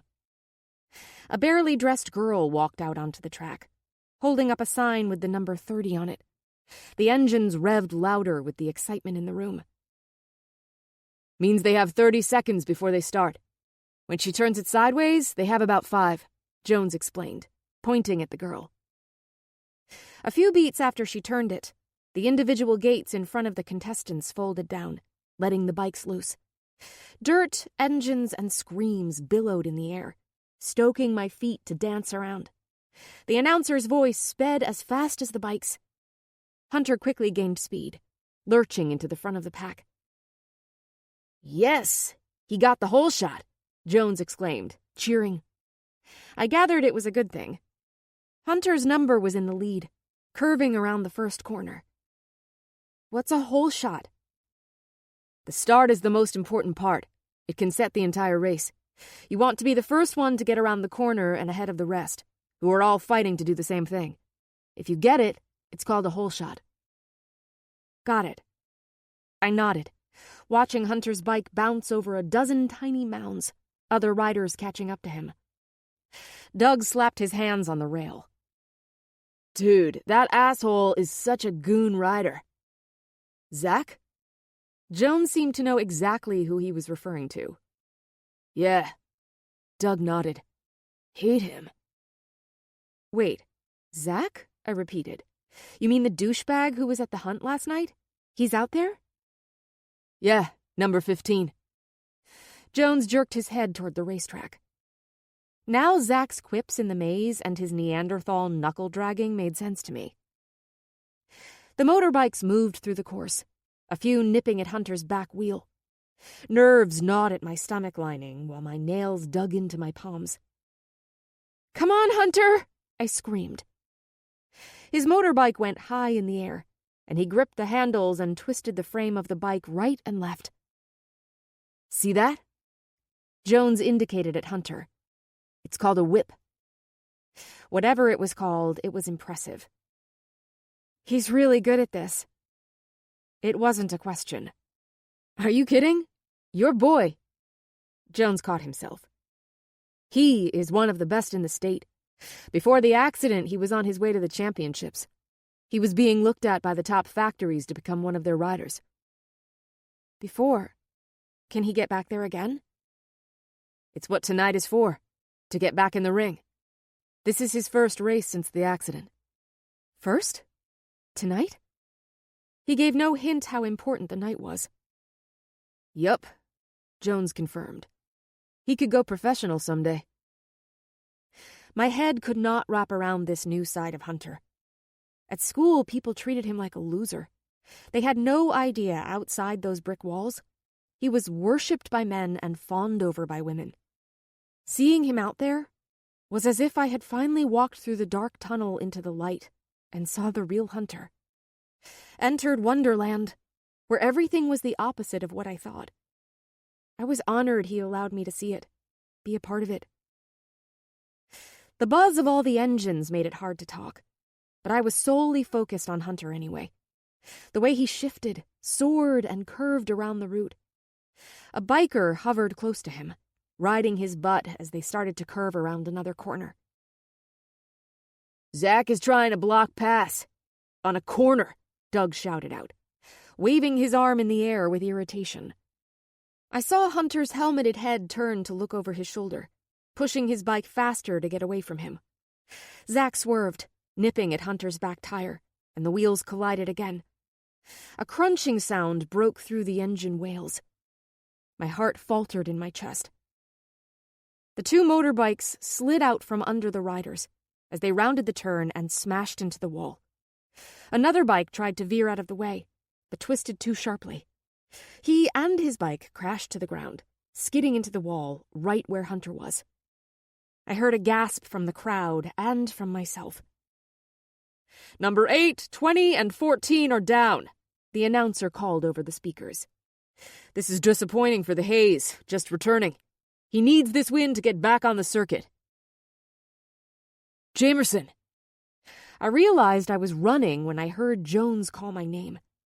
My shoulder bashed against people as I tore through the crowd. Jamerson, where are you going? I ignored him and kept going, trying to get myself as near as I could. Dude, girl, you can't go out there. Jones grabbed my arm as he caught up with me, Is he okay? Panic strained my vocals. I can't see him. Doug rushed to the other side of me. I pushed up on my toes to see the track better, scanning the chaos circling the fallen drivers. Paramedics with portable emergency treatment bags ran out. There he is. Doug pointed. In a black, white, and blue uniform, number 8 lay on the ground. An EMT squatted next to him as they pulled a bike off him. He was not moving. Oh, God. No. Please, I can't lose him. Once again, I was running for Hunter, not thinking, merely acting. Miss! You can't go out there. Staff members shouted at me, their hands stretching to grab me, but I slipped through, dodging their reach. I ran to Hunter and skidded to my knees through the dirt as I got near. Excuse me, you shouldn't be here, the EMT shouted at me. Hunter? I ignored her, reaching for him. He's been in a previous accident and had injuries in his lower spine and legs. You need to look for swelling. Hunter's hand grabbed my wrist, stopping me mid-sentence. What are you doing? He muffled through his helmet.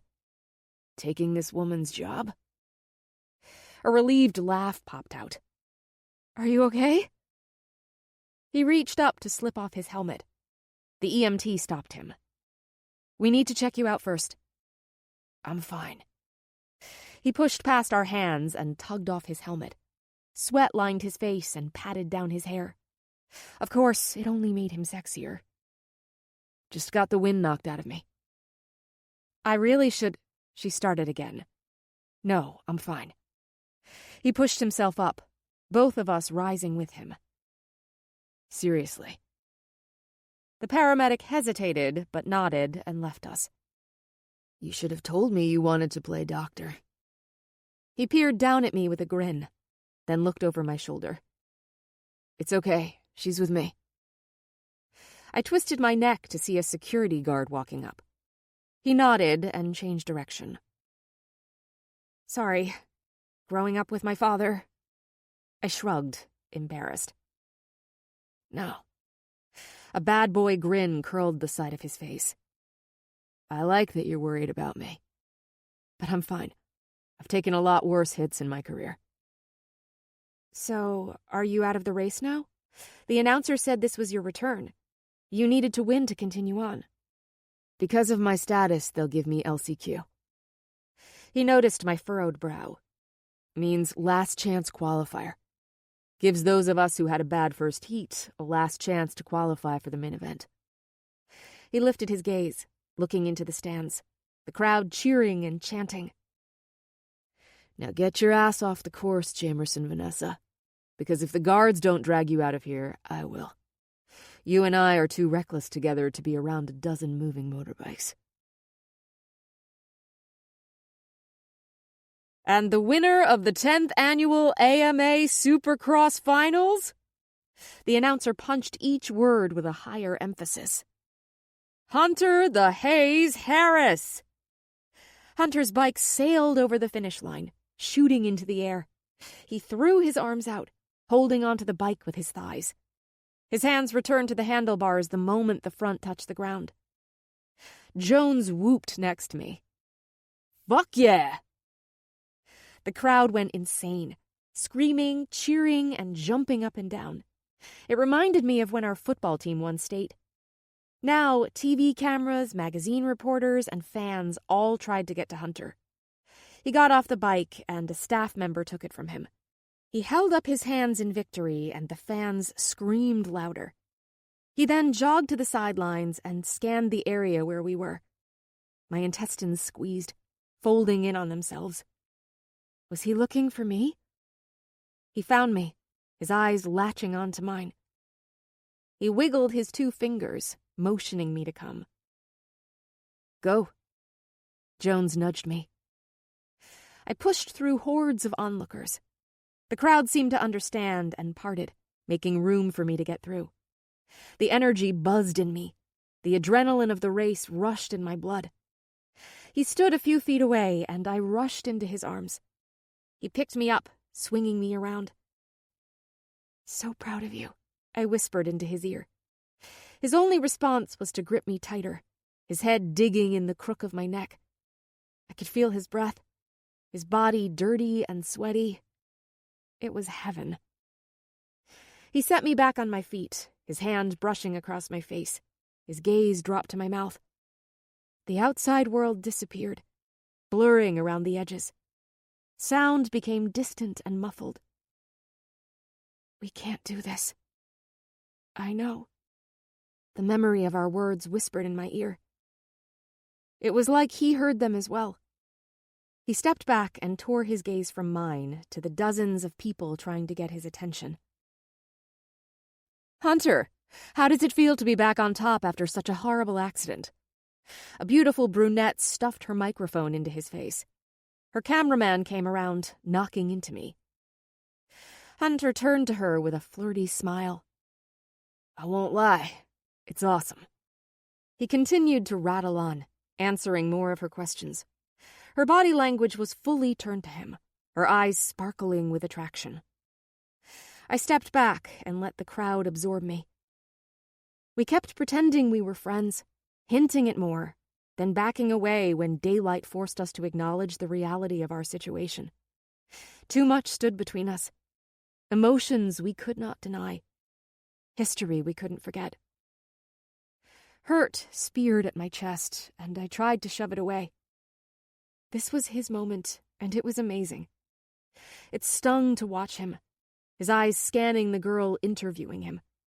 She was young and sexy, dressed in tight black jeans and a red tank top, her long hair curled in waves. It's for the better. He should be with someone like her. My feet moved back, veering me to an exit. Air. I need air. When I reached the way out, instinct turned me to look at him once more.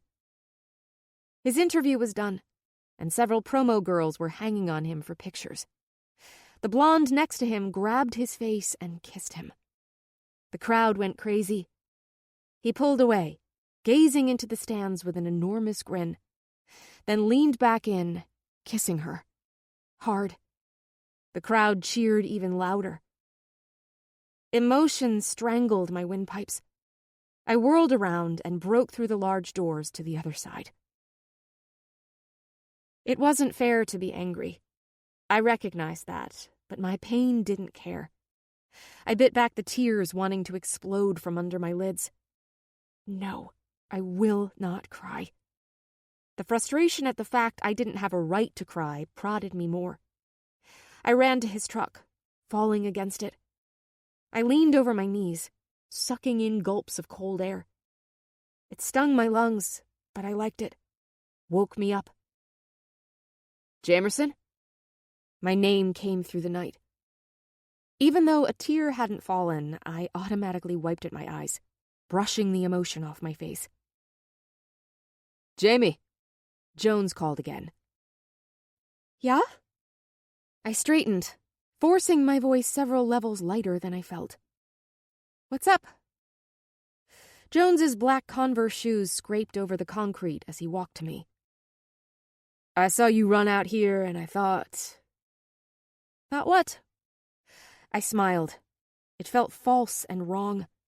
My everything is okay demeanor was like trying to wiggle back into an outfit I had outgrown. Jones tilted his head. He wasn't buying it either. "You want to ride home?" He had thrown me a raft. The sudden urge to hug him took over, but I kept the impulse in check. I left my car at Hunter's. "No worries. I'll take you there so you can get it." "That would be great, thanks." I nodded. I actually told my family I'd be home early so we could celebrate my birthday. Cake or something. More lies. "It's your birthday?" "Yeah." I blinked and stared at the moon. "Happy birthday." "Thanks." "My car is this way." Jones pointed to the far end.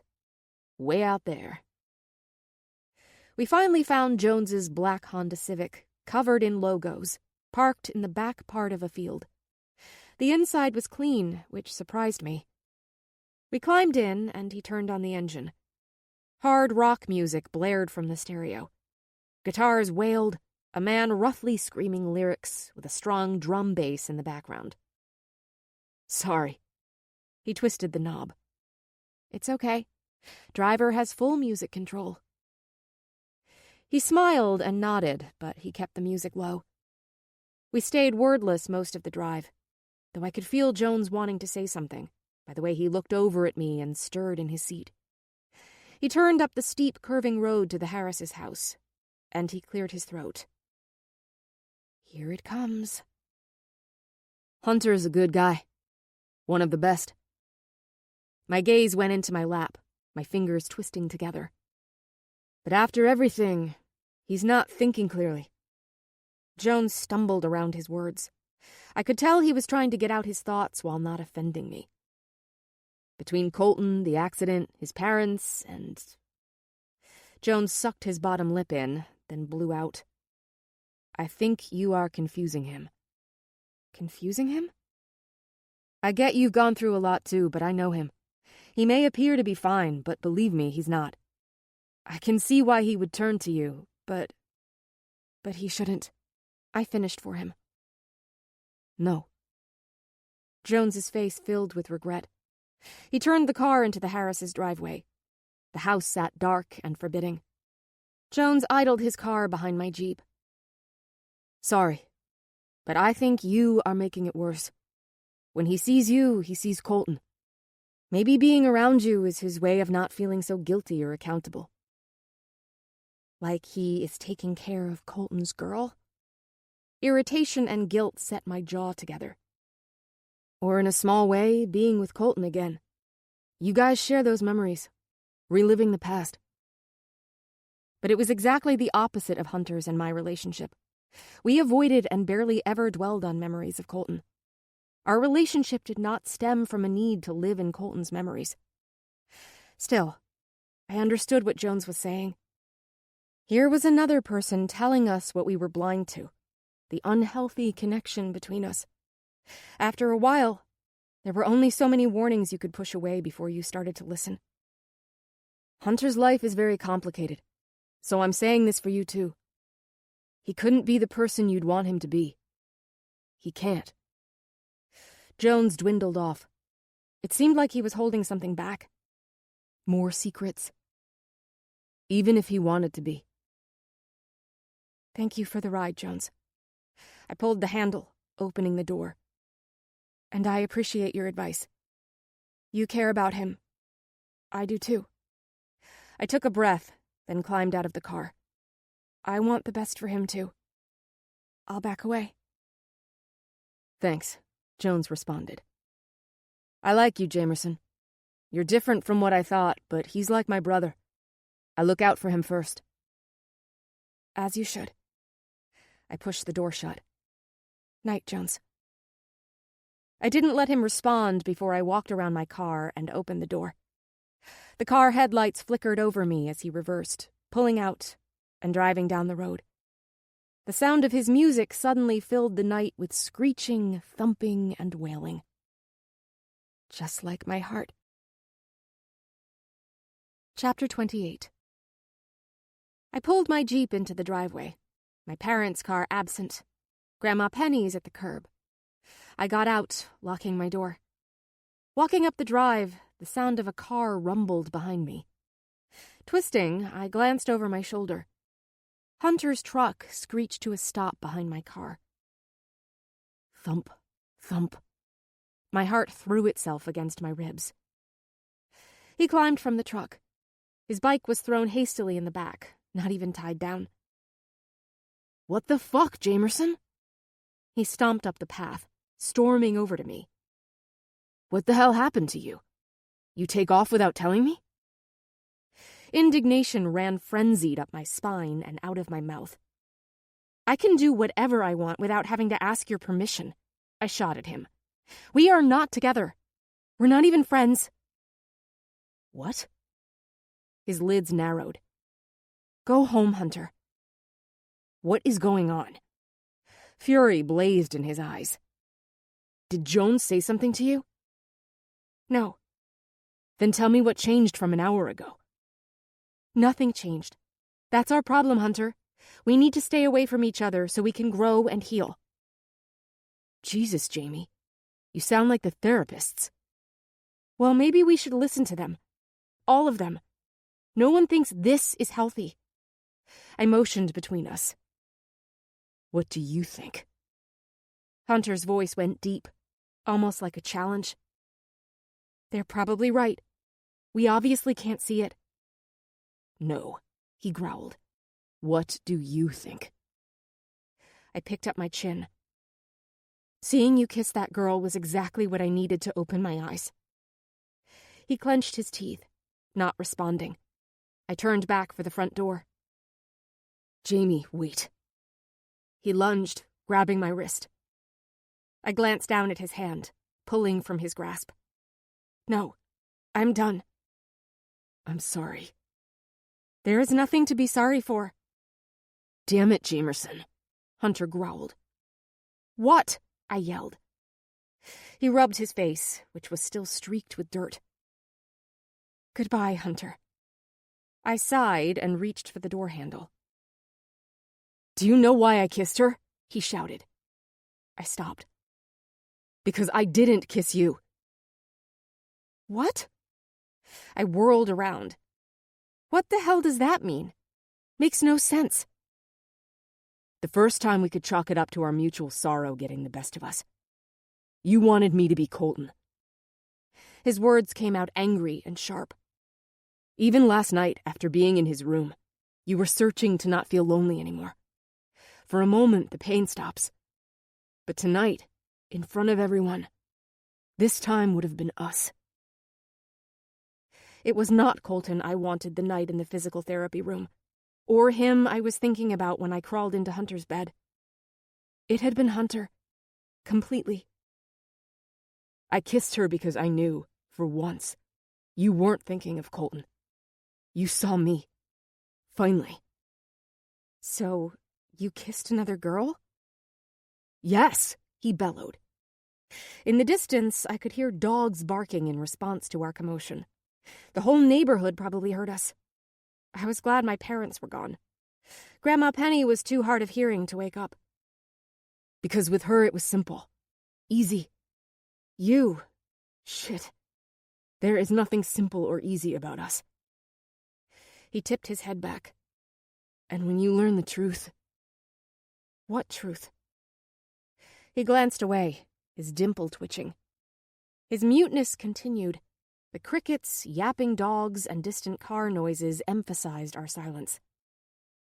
I grabbed the door handle. It clicked in my hand. Hunter let out a frustrated growl and uncertainly said, "It was me." I stopped, more out of confusion than anything. What? I turned to look at him. Is this supposed to be some great confession? No. He shrugged. Yes. Which is it? His silence twisted frustration deep in my heart. This time, I knew when I walked through the door it would be for good. I turned to the door. He limped forward. Stop. Then talk. Another noise came from his throat. You know the night at the lake? Your anniversary. The moment you said when you knew you loved Colton. Yes? He took another step. The tips of his shoes brushed mine. It was me. What? I stepped back. What are you talking about? I was with you the night at the lake. Not Colton. No. No. My head wiggled back and forth in protest, a sinking ship plummeting in my stomach. Why are you saying this? Because it's true. Shut up. The words hurled out of my mouth. How can you say these things? Your brother's dead. Are you that much of an asshole? So jealous of him you have to taint my memories of him? Hunter's hand reached for my arm. Don't touch me. I slapped his hand, but he dodged my flaying hands and clutched both of my biceps. Let me go. I am not lying to you. He strained against my struggles, trying to keep me in place. I loved him, more than anything. He was my brother, but he was not what everyone thought. Shut up! Tears pricked under my lids, filling my eyes. Listen to me. He shook me. Do you want to know why it was me instead of him? Hunter leaned in closer to my face. Do you want to know what your perfect boyfriend was doing that night? No, I seethed, pulling against his hold. Colton liked you. A lot. You were perfect to have as a girlfriend, on his arm at school and games. But you were naive and innocent. Perfect to date, but behind your back? He loved the attention of other girls far too much, and he got a lot of it. He wasn't faithful to you. You know that, right? He cheated on you all the time. Stop it. Stop lying to me. My voice rang in my ears, echoing down the block. I shouldn't have done it. I knew it was wrong. I'm sorry, Jamerson. I slapped his face. Screw you. You tried, remember? I shoved him, his balance faltering a little before he grabbed my hands, holding them away from striking him again. I stopped it. I've done a lot of messed up things, but I would never have crossed that line. Aren't you my hero? Hot tears pricked at my eyes. Far from. And what about the night on the floor of physical therapy, when you were pulling down my underwear? You weren't such a good guy then. A nerve twitched along his jaw, his expression filling with fury. Don't you dare act like you didn't want it to happen. That's bullshit. I was not taking advantage or deceiving you. He ground down on his jaw. It was the most completely honest you've ever been with yourself. You just couldn't admit it to yourself. You twisted asshole. Do you get off on this? Telling lies? I ripped my hand from his, shoving my palms against his chest. Anger fired every muscle in my body. No, this can't be true. Betrayal, humiliation, and rage thundered through me. You can pretend you don't know the truth, but you do, Jamerson. He pulled me into him, lining our bodies. You always have. Don't tell me deep down you didn't sense the difference that night. You knew it wasn't Colton touching you. Hunter's fingers clasped the sides of my face, his breath trailing over my lips as he leaned in, his voice going low and grave. Kissing you. Making you go crazy. My body was betraying me, desiring his closeness, but fury and pain overrode everything. No. I jerked away, stepping from his grasp. It was Colton. Of course you look alike, but even I'm not that stupid. Yet I heard the doubt in my voice. I remember how different he was that night, how I felt he truly saw through me, deep in my soul. The undeniable chemistry I had never experienced before then suddenly flared between us. Our connection was stronger than it had ever been before or after, like the magnet had finally flipped. Come on, Jamie. He tossed out his arms. I dressed in his clothes, drove his car, shaved and cut my hair. It was easy since it was summer. I made sure we barely ever saw each other during the 3 months, and it grew back by school. You made sure? I snarled. So your sick, perverse plan could never be found out? No. He shook his head. Because I couldn't handle seeing you. Confusion, hurt, and fury boiled through my veins, burning. I turned for the door. Jay, stay away from me. I held up my hand, walking backward. Don't ever come near me again. I ran inside, slamming the door behind me. I needed to barricade myself away from what I knew deep down to be true. I had fallen in love that night. Only not with Colton. Sleep did not come. My brain could not stop revolving back to the evening by the lake, looking for clues I missed, telling me definitely one way or the other. Then it would remember tiny things, like Colton wearing a long-sleeved shirt in June, and as soon as I went to take it off, he stopped me. Was it because Hunter didn't want me to see the distinctive tattoos on his body? I tried to think of another reason. Maybe it was a coincidence. No, this can't be true. But I knew Hunter wouldn't lie about something like this. It was beyond twisted, and I could easily ask him a question only the person there would know. I kept trying to find the holes I had missed with Colton. How many times had he received a call from a girl and pinned it on Hunter? How many times did he leave me after a date and go sleep with another girl? Did he sleep with Savannah? Was it why she always pined over him? I flopped angrily to my side, my bed more like a torture device. My body was too restless to get comfortable. I threw off my covers and sat up, my feet brushing the rug. The bed creaked as I stood and walked over to my dresser and opened the drawer. The frameless picture of Colton and I lay inside. After clearing off my chest of clutter the other night, nothing breakable had survived, and it now lay bare of ornamentation. My fingers skated lightly over Colton's face. He was becoming a stranger to me. Did we know each other at all? Colton wasn't big on serious talk. He never asked me about my dreams or fears. It was always pretty superficial stuff, except the night by the lake. I couldn't deny it was strange it was the only night Colton had suddenly turned quiet and introspective. All the things I told him about my secret hopes of getting out of this town and traveling the world. He had said he wanted the same thing. I had found it odd, because Colton never talked about wanting to venture past a football stadium. What else makes you happy, Jamerson Holloway? What makes me happy? Wow. That's sad, isn't it? Cheerleading? School? Yeah, of course, cheerleading. I can't say school does, but I like getting good grades. Makes my parents happy. I guess friends, family, a great boyfriend. The usual. I'm a simple girl. I think you're wrong there. You are anything but simple. And I think none of those things actually makes you happy. You say it because it's what you're supposed to say. How could I have been so stupid? So blind? Could I really not have been able to tell the difference between them? Don't confuse me for my brother, Jameson. I am not the nice twin. Believe me, Hunter, I could never confuse you two. Really? Definitely.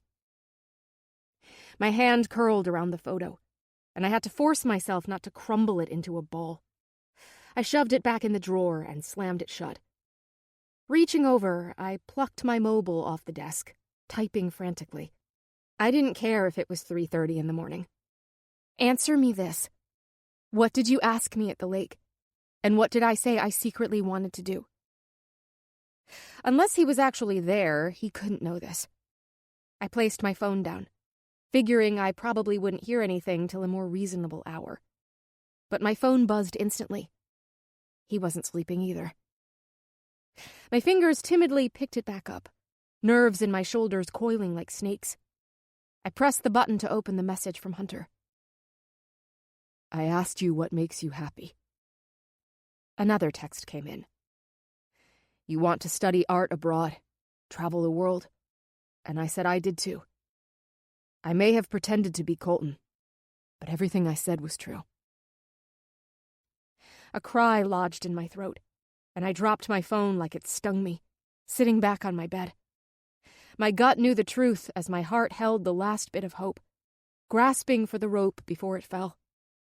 I scooted back into my headboard, letting the facts cascade down on me. I waited to flip out or become so ragingly mad the Hulk would be frightened. But nothing happened. Deep down, I had sensed it the whole time. The connection with Hunter was unlike any other. An instant spark that ignited my blood. I hadn't wanted to see something had ultimately been lacking between Colton and me. My cell hummed again. Meet me. Tomorrow night. No time or place. But I wasn't going to ask. Besides, I never wanted to see him again.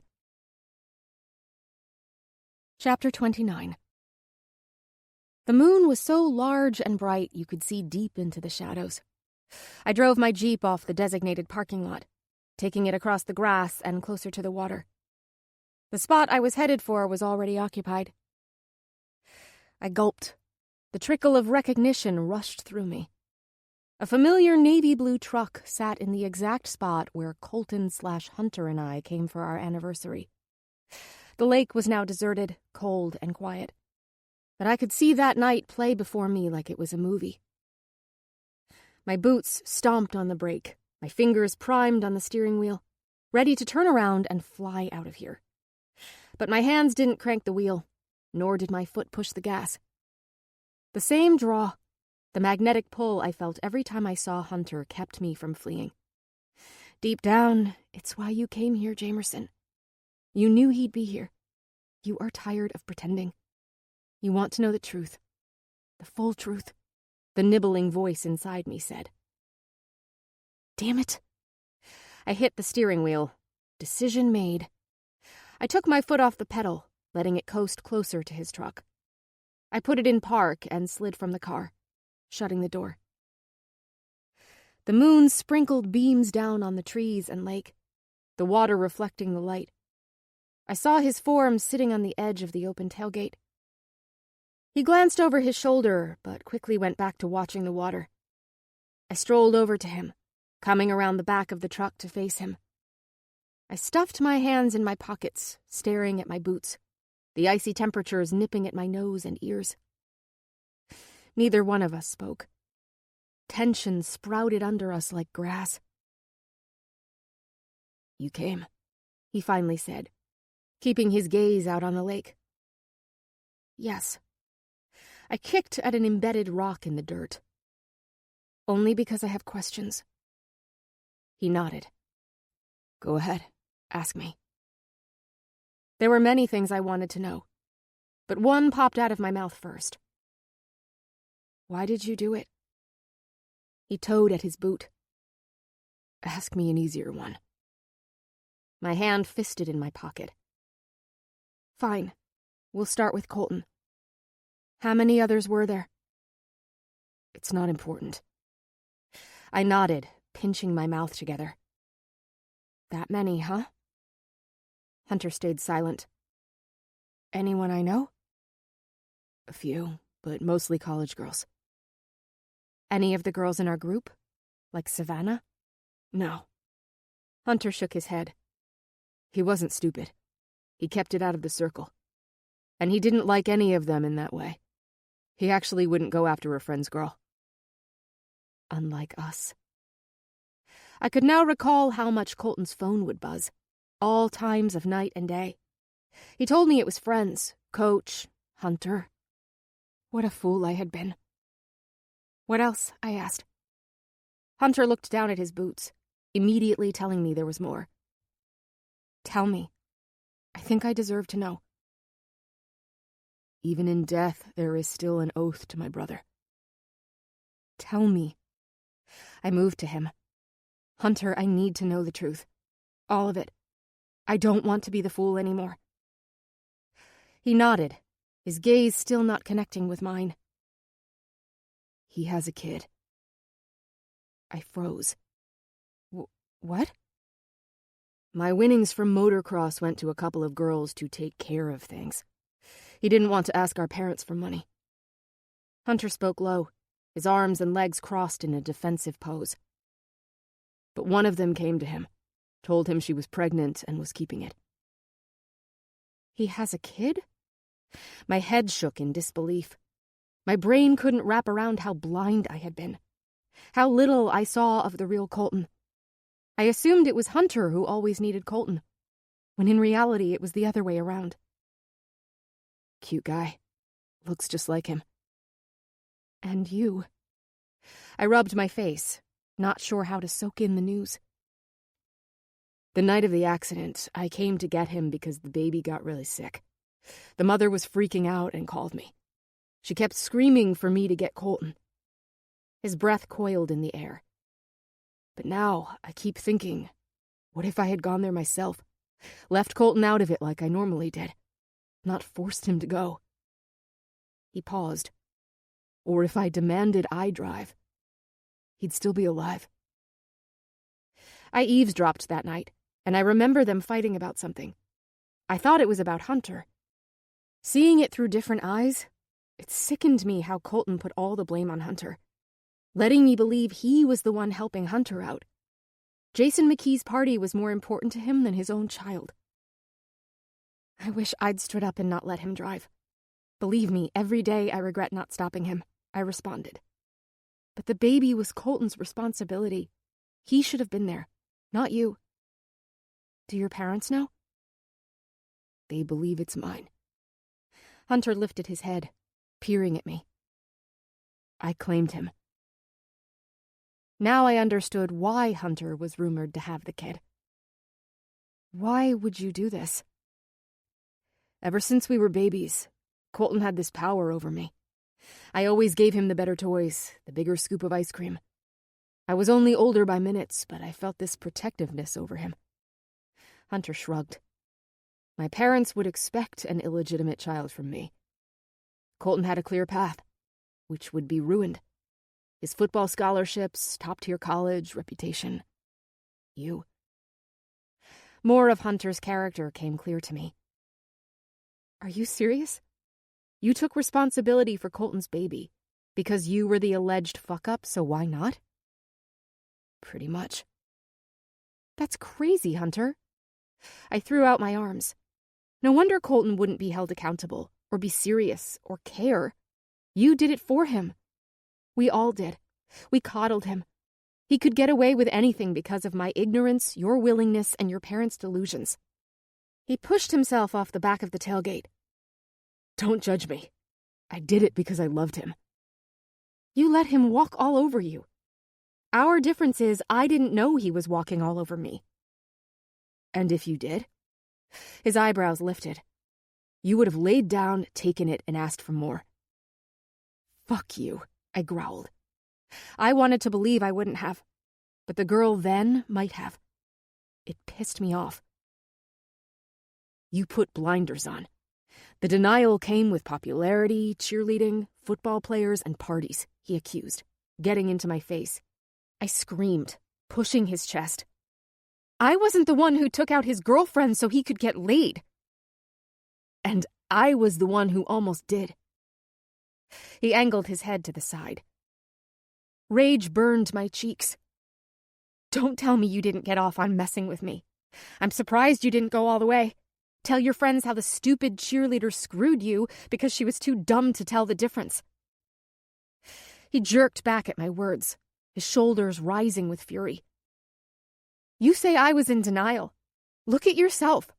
You claim a child for him, ran when he called, used your own money for his conquests, dated his girlfriend.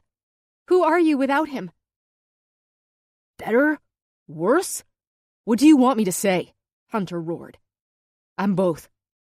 How horrible am I for feeling I might be better without him leaning on me? But no matter what, I want him here. I'd rather be a fucked up mess if it means he was still alive. Hunter spun away from me, walking to the edge of the lake. The lapping of water and rasp of the breeze between the trees accompanied our heavy breathing. How could you do that to me? At the time, he didn't know or like me, but it still felt like a betrayal to me now. Hunter looked up at the sky, his shoulders dropping. Colton wasn't merely going out to get laid. It was important. But even if he had been, I probably would have still agreed to do it. Hunter swung around, all pretense gone. Why? I whispered, moving closer. So you could laugh at me? Revel in how blind and stupid I was? No, of course not. Then why? Because of you. Me? I stilled, motioning to myself. Why me? You didn't even like me. We couldn't tolerate each other till a few months ago. Yeah, he chuckled, lacking any humor. What do you mean? He licked his lips, glancing at the ground. I convinced myself I hated you. I had to. I don't understand. Because. Annoyance coated his words. I was actually in love with you. My mouth gaped. What? Do you know how hard it was to hear you say you loved me? But it was for him. Especially because in the moment it felt like you were saying it to me. Not Colton, but me. He crunched his fists into his forehead. Jesus, this is all so messed up. Wait. I held out my hand. Go back. He shifted his weight, running his hand through his hair. You said was. The dread in my lungs made it hard to breathe. You were, but not anymore? Would it make a difference? Yeah. Why? He threw up his arms. Is either one going to make it okay? No, but it made a hell of a difference to me. But you acted like you hated me? He blew out air. It was simpler. And it got easier after the night here. A part of me was angry you didn't notice the difference. Didn't see through the facade. Then I started to convince myself you were not the girl I thought. No more than any other superficial cheerleader my brother hung out with. You guys were perfect for each other. I was then. But no matter how shallow I let myself become, the boy I was with at the lake was my anchor. No matter how jerky Colton would act sometimes, or how hollow our relationship felt at times, I always had that night. The moment when I knew I loved him. It had just been the wrong brother. It's funny, because you were not my type. Any other time I could have easily brushed a girl like you off and forgotten. But everything changed when we did the project together in English class last year, remember? I did. It had felt like the longest, most painful week ever.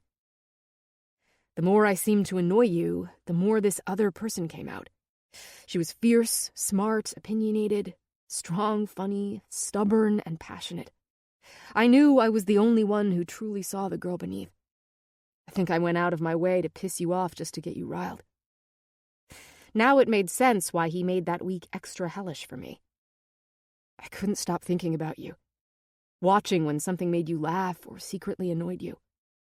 I can't explain it, but you were like a magnet to me. An attraction I wanted to ignore, but I couldn't, no matter how hard I tried. He huffed out. Still can't. Why didn't you tell me? He snorted. Or even hint about Colton cheating. I wasn't going to be the one to tell you. And be honest, you would have never listened or believed me. He was right. I wouldn't have then. I would have just hated him more. And frankly, I thought it was obvious. You would eventually see. He shoved his hands in his pockets. I knew I could never be with you and watch you with my brother. It was the only way I could move on. His confession altered things.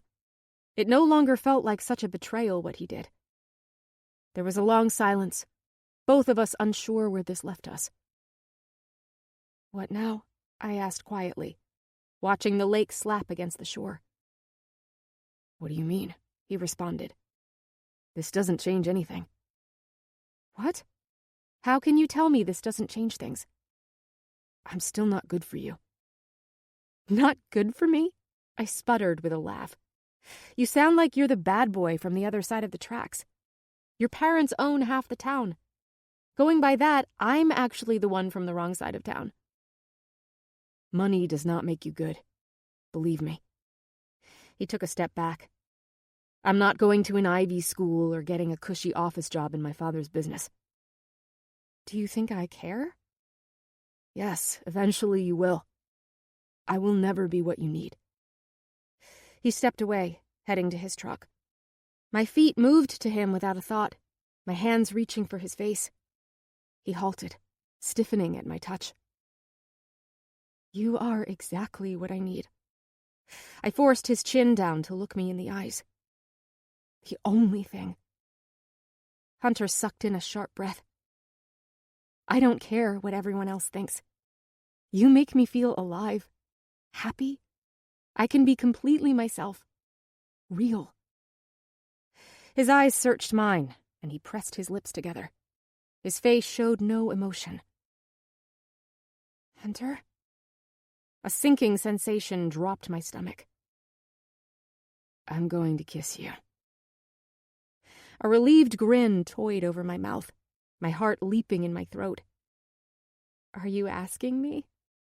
"No." Hunter shook his head, his voice gravelly and low. "I was preparing you." His hands grabbed my face and pulled me to him. His lips met mine with intensity. I greedily kissed him back, desire sizzling along my spine. His hands clutched my sides and picked me up. I wrapped my legs around him as he carried me, pushing me back against the Jeep. His body pressed into me with force. I could feel every inch of him, and it still wasn't close enough. Hunger, desperate, raw. I bit at his bottom lip and he growled, parting my mouth more, his tongue exploring. My thighs tightened around him, matching his fervor. His fingers went to the back of my head, gripping my hair with a firm tug. I groaned. His hands scooted under my ass and he carried me to his truck. The tailgate was still down and he deposited me on it. His mouth never left mine as he tore off his jacket, stuffing it behind me. I tugged at the bottom of his shirt, ripping it over his head. It was cold, but his skin was hot against my touch. My fingers skated down his abs and over every toned muscle. Freedom to explore, touch, and kiss. I ran my hands over his tattoo, then leaned over, skating my lips over the dragon. He yanked my sweater over my head, leaving me only in my bra and jeans. My hair tickled my exposed arms and back. He tipped me back on his coat as he crawled between my legs, laying his weight on top of me, his bare chest on mine. It made me dizzy. This was when fear usually kicked in. The need to say I wasn't ready. Except it didn't kick in with Hunter. It never had. Fire replaced fear. Every inch of me burned for him. His lips devoured me, and I pushed back with more need. My fingers slid to his jeans, popping each button open till I could glide my hands under, cupping his ass over his boxer briefs. I pulled him into me, rubbing myself against him. "Fuck, Jamerson." He sucked in air, his voice gruff. "The idea." I bit at his ear. "You need to stop doing that." "Why?" He pulled back enough to look in my eyes. "In the back of a truck?" Stop thinking I'm the girl who has her wedding planned and wants the perfect guy or date. I ran my hands over his jaw, into his hair. Perfect is boring. I lived like a zombie for 18 years. I want you. I always did, even when I didn't know it. It was you I was saying I love you to, not Colton. You're the one I fell in love with. He stared at me. I wanted to be with you the night we were here in the summer. That hasn't changed. I now have the right name this time. He inhaled sharply through his teeth. It was never Colton. He was more my best friend. I cared about him so much, but he was never meant to be more. You were. I pulled his face to mine, my mouth trying to convince him in another way. His kiss became violent and demanding, heating me to the point I could no longer think. You better have protection this time because I will kill you, I muttered. I'd kill myself, he retorted, kicking off his boots, then unzipping mine and pulling them off my feet, along with my socks. I wrenched his pants down, wanting nothing between us. No lies and no clothes. He heaved his jeans off and tossed them over the side. Mine followed right after. Our heads popped up at the sound of water splashing. The moon shone off the wet fabric as my jeans sunk into the water. Shit, Hunter said, leaning back on his heels. I began to laugh, then shrugged. He turned back to me, his eyes sparking with primal desire, his voice low and gravelly. Guess you will have to stay pantsless the rest of the night.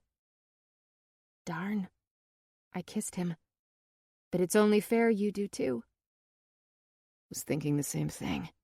He mumbled against my mouth, his scruff tickling me as his lips moved to my neck, sliding my bra strap over my shoulder, his hot mouth trailing over it. He undid the hook, slipping it off and throwing the item on top of his jeans. The night air nipped at my skin. I felt exhilarated. Free. I yanked his boxer briefs over his hips, my hands sliding over his bare hips and ass, pulling him to me. The only thing between us was a tiny bit of cotton. I wrapped my legs around him, our lips hungry. His fingers played with the edges of my underwear and began to slowly pull them down.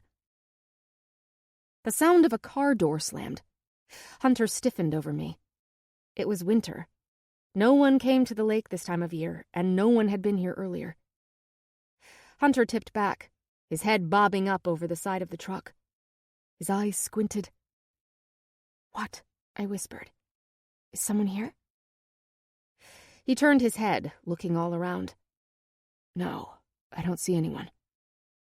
We both knew there were no houses around here, or reason a car, if not in the parking lot, should be by the lake now. A car engine fired, and I sat up. Out of the woods next to us, headlights turned on, flickering us with light. I ducked down, enough to hide my nearly naked body. The car turned onto the road, passing near enough for us to see. The car was familiar. It was the same make and model as Jason McKee's, one of Colton's best friends, and the on-and-off-again boyfriend of Savannah. We watched it race down the hill, disappearing in the dark. "Please, please say that wasn't who I think it was," I entreated. Hunter faced me. "I couldn't see who was in it." "Jason drives the same type of car." I scooted to the end tailgate. He fell away from me, letting me pass. I reached for my sweater, wrenching it back over my head. The mood had shattered in a breath. My attention was on the taillights driving down the lane toward town. Hunter seemed to understand, grabbing his boxer briefs and pulling them back on. I swiped up my discarded bra on the ground and wadded it into my hand. My naked feet patted over the cold dirt as I stared at where my jeans drowned in the lake. Suddenly freezing, disappointed, angry, sad. Hunter strolled over to me, shoving his arms and head into his t-shirt. "Do you want me to swim down and get them?" "No." I shook my head. I bit my lip. What if someone's trying to tell us something? "What do you mean?" "Colton? The universe?" I tipped my head back, the stars bright and winking, as if they were in on the joke. It seems like it wants to keep us apart. Hunter moved in front of me, widening his stance so he could match my height better. He cupped the sides of my face, breathing me in, his lips finding mine. The spark was instantly back, curling my toes. The universe gets no say. We choose our lives. He tipped my head so I had to look him in the eyes. Colton was selfish, but he would still want us to be happy. Am I what you want? I nodded vigorously, laying my hands over his. He brought me in for another kiss, pressing me into his body. I think I'm gonna have to jump in the freezing lake anyway. He stepped back, slugging in a deep gulp of air. The chilly temperature revealed his breath when he let it out. Put your pants on. I crossed my arms, grinning. My gaze wandered down his body. You're distracting. He curved up one eyebrow, a mischievous twinkle in his eye. He then leaped, his arm coming around my waist. I yelped, trying to get away, but he was too quick. His arms circled me, picking me up. I tried to fight, to get away, but he easily carried me back to my Jeep, opening the door and setting me down on the driver's seat. I am not the distracting one. He nudged between my legs, his mouth crashing against mine. He only had to touch me, and I burned with need again. My knees clenched his hips, my back curving me into him. With one hand, he grabbed the keys off my dash and put them in the ignition, turning it over. You trying to get me to go? I nibbled at his bottom lip. He snorted, flicking on the heater, blasting it on me. "No," he replied. "But I like it when you're thawed." "Are you saying I'm cold and frigid?" I teased. "No, I'm saying you're more limber and flexible when you're not frozen."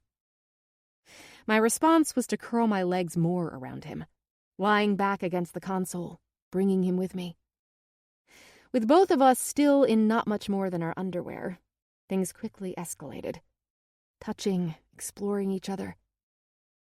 This time, my cell phone went off, the screen flashing with my home number. Damn it, I sighed.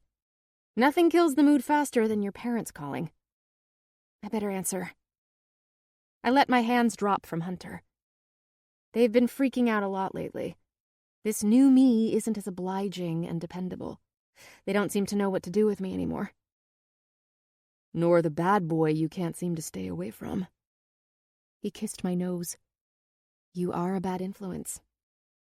His eyebrow went up. I am.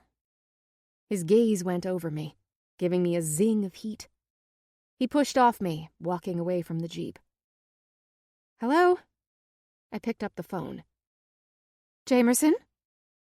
Mom's voice came over the line, full of worry. Yeah, who else would it be?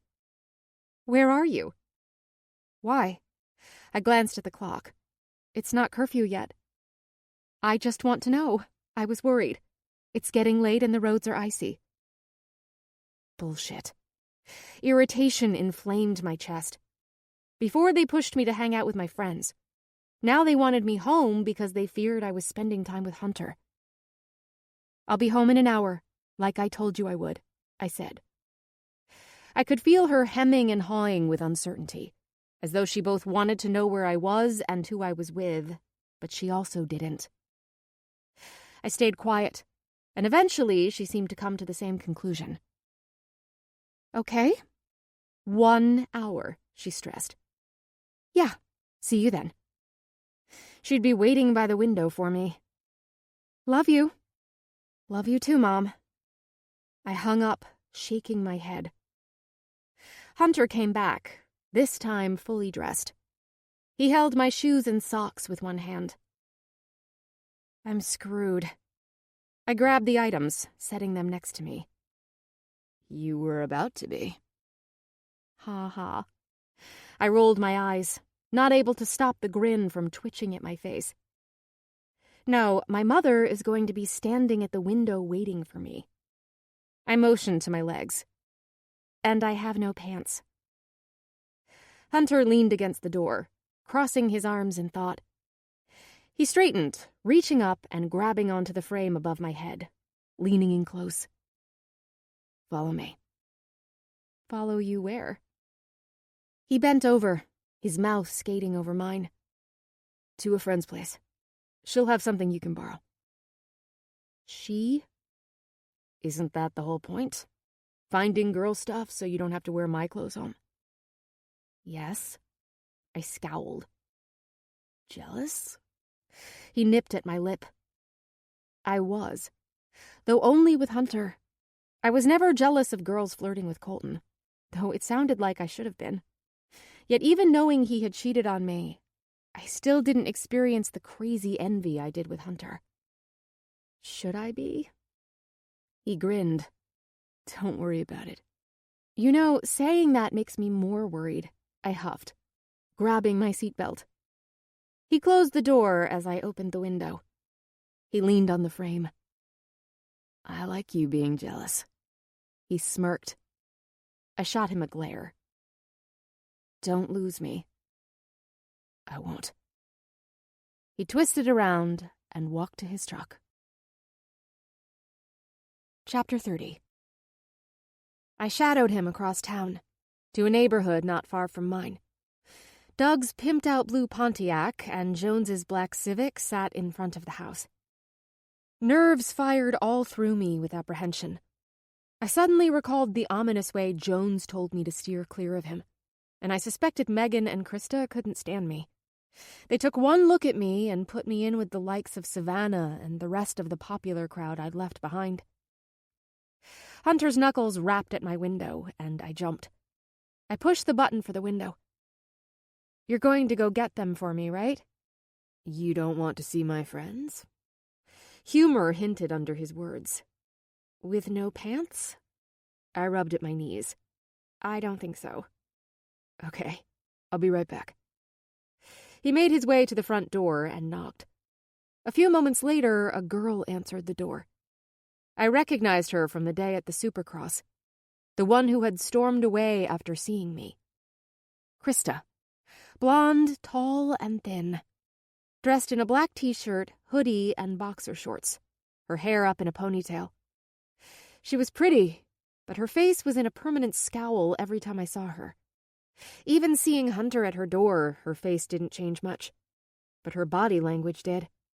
Dropping a shoulder, she rested against the door jamb, crossing her long legs. She listened to Hunter, who pointed toward me. Her eyes followed his gesture. Krista's stern expression crinkled even more. Her head waggled back and forth, and her raised voice reached me. No, absolutely not, Hunter. It's only a pair of pants, Krista. His voice rose with hers. I'll get them back to you. Fuck the pants, Hunter. That's not what this is about. She put her hands on her hips. What are you doing? Don't start with me. Someone needs to. They. She stuck her thumb out, pointing it into the house. Have not broken through your thick skull. I know what I'm doing. No, you don't. Krista. She cut him off. Listen to me, Hunter. I'm actually being your friend here, telling you what everyone is thinking. When did you start caring what people think? She folded her arms, shaking her head. How can you not see it? Hooking up with her? Colton's girlfriend. That should tell you enough. She's not for you. You think she'll ever be okay with who you really are? I know you. I can see it already. You don't allow yourself to fall for anyone, but when you do... She paused. I don't want you to get hurt. This is a novelty for her. The hot Supercross guy. Check. She recently lost her boyfriend, who incidentally looks exactly like you. Don't be a fool, Hunter. Tears pricked behind my lids, my heart tumbling down into my intestines. Her hurtful words switched on my anger. I clamped my jaw, and before I realized it, I zipped on my boots and grabbed the handle, opening the door. What the hell are you doing, Jamerson? I ignored the voice, the old, tired one I'd been listening to for years, keeping me behaved. In my underwear, sweater, and knee-high boots, I marched up the path to her house. Hunter turned around, his eyes widened, then filled with amusement, a grin on his lips. Krista's face was no longer sharp and tight. It had exploded open, as if in shock at the sight of me. Behind her, I could see Jones, Megan, Doug, and Chris in the living room playing video games and drinking. They stopped. All eyes were on me. Whoa, Doug said. His beer bottle paused at his mouth. My night just got better. I folded my arms across my chest, but kept my feet firmly on the ground. You know, I see girls barely clothed all the time. Chris sat on the sofa, closest to me. Never gets old, but I will say this is hotter. Love the boot, sweetheart. He tipped his drink to me. Cheers to that. Jones clinked his bottle with Chris and Doug. Megan watched me, amusement twitching her eyebrows. Thanks. I rolled my eyes, turning to Krista. It's clear you don't like me. Fine. But you like Hunter. Do this little favor for him. Krista's gaze wandered up and down me. I did not flinch under her critical glare. Personally, I vote no. Chris spoke again. Yeah, no one wants your opinion. I leaned around Krista, speaking to him. Aren't you supposed to be out with Stevie? Meeting up later. A grin took over his features. Just give her some pants, Krista, Megan said from the floor, resting her elbows on the coffee table. Fine. Krista swung around, heading back into the house and down the hallway. Hunter nudged me to follow. I scrambled after her, suddenly shy. I kept my attention on Krista, only giving a little nod to the room as I passed by. I heard Hunter behind me joining his friends, while I went down the hallway, walking to my doom. Krista turned into a room, flipping on the light. I tentatively stepped in. She went to a drawer, pulling out a pair of leggings, and threw them at me. "Here." "Thanks." She tilted her head, her eyes lasered on me. "If you hurt him, I will hurt you." My mouth opened to respond, but nothing came out. "I know you've been through stuff, but Hunter's been through way more. His trust and heart have been broken enough by his parents, his brother. You will only destroy him." She took a step closer to me. "If you have any conscience, you will end whatever this is now." "You don't know me." "I know enough." She took another step, leering over me. "Hunter is not the bad boy you can check off your list. And it's even more demented you turning to him, using him, placing him in Colton's spot. He is a completely different person." "I know," I growled, shoving my chin up to stare at her. "I know exactly who Hunter is." "Do you?" she questioned. "Because Hunter is not the picket fence vacations in the Bahamas comfy job type. And you take one look at me and automatically think that's what I want? Why do you care so much who he's hanging out with?" I folded my arms. "Are you in love with him?" "Hunter? No." She scoffed, staring at me with dislike. "But I can see he is falling for you. Hunter comes off as tough, but when he gives his heart, it's all of it. After losing his brother, he couldn't take another asshole ripping it in two." Contempt strained her voice. She strolled around me, bumping my shoulder on the way to the door. "So again, I warn you, stop messing with him. End this now, or I will end you." "Why do you hate me? What did I do to you?" She smirked again as though I was the butt of some secret joke. Then she left, shutting the door behind her. My fingers clutched at my boots, pulling them off as my gaze wandered the room, which held a bed, 2 night tables, a side chair, and dresser. The chest and side tables were decorated with pictures. I took a step closer, picking one up. An image of the cutest baby boy with bright blue eyes, a mass of dark hair, and a dimple in his left cheek. Holy. I dropped the picture back on the surface. My attention darted to each of the images, comprehension flowing in. There was no denying. The little boy was a spitting image of Colton. He slept with Krista?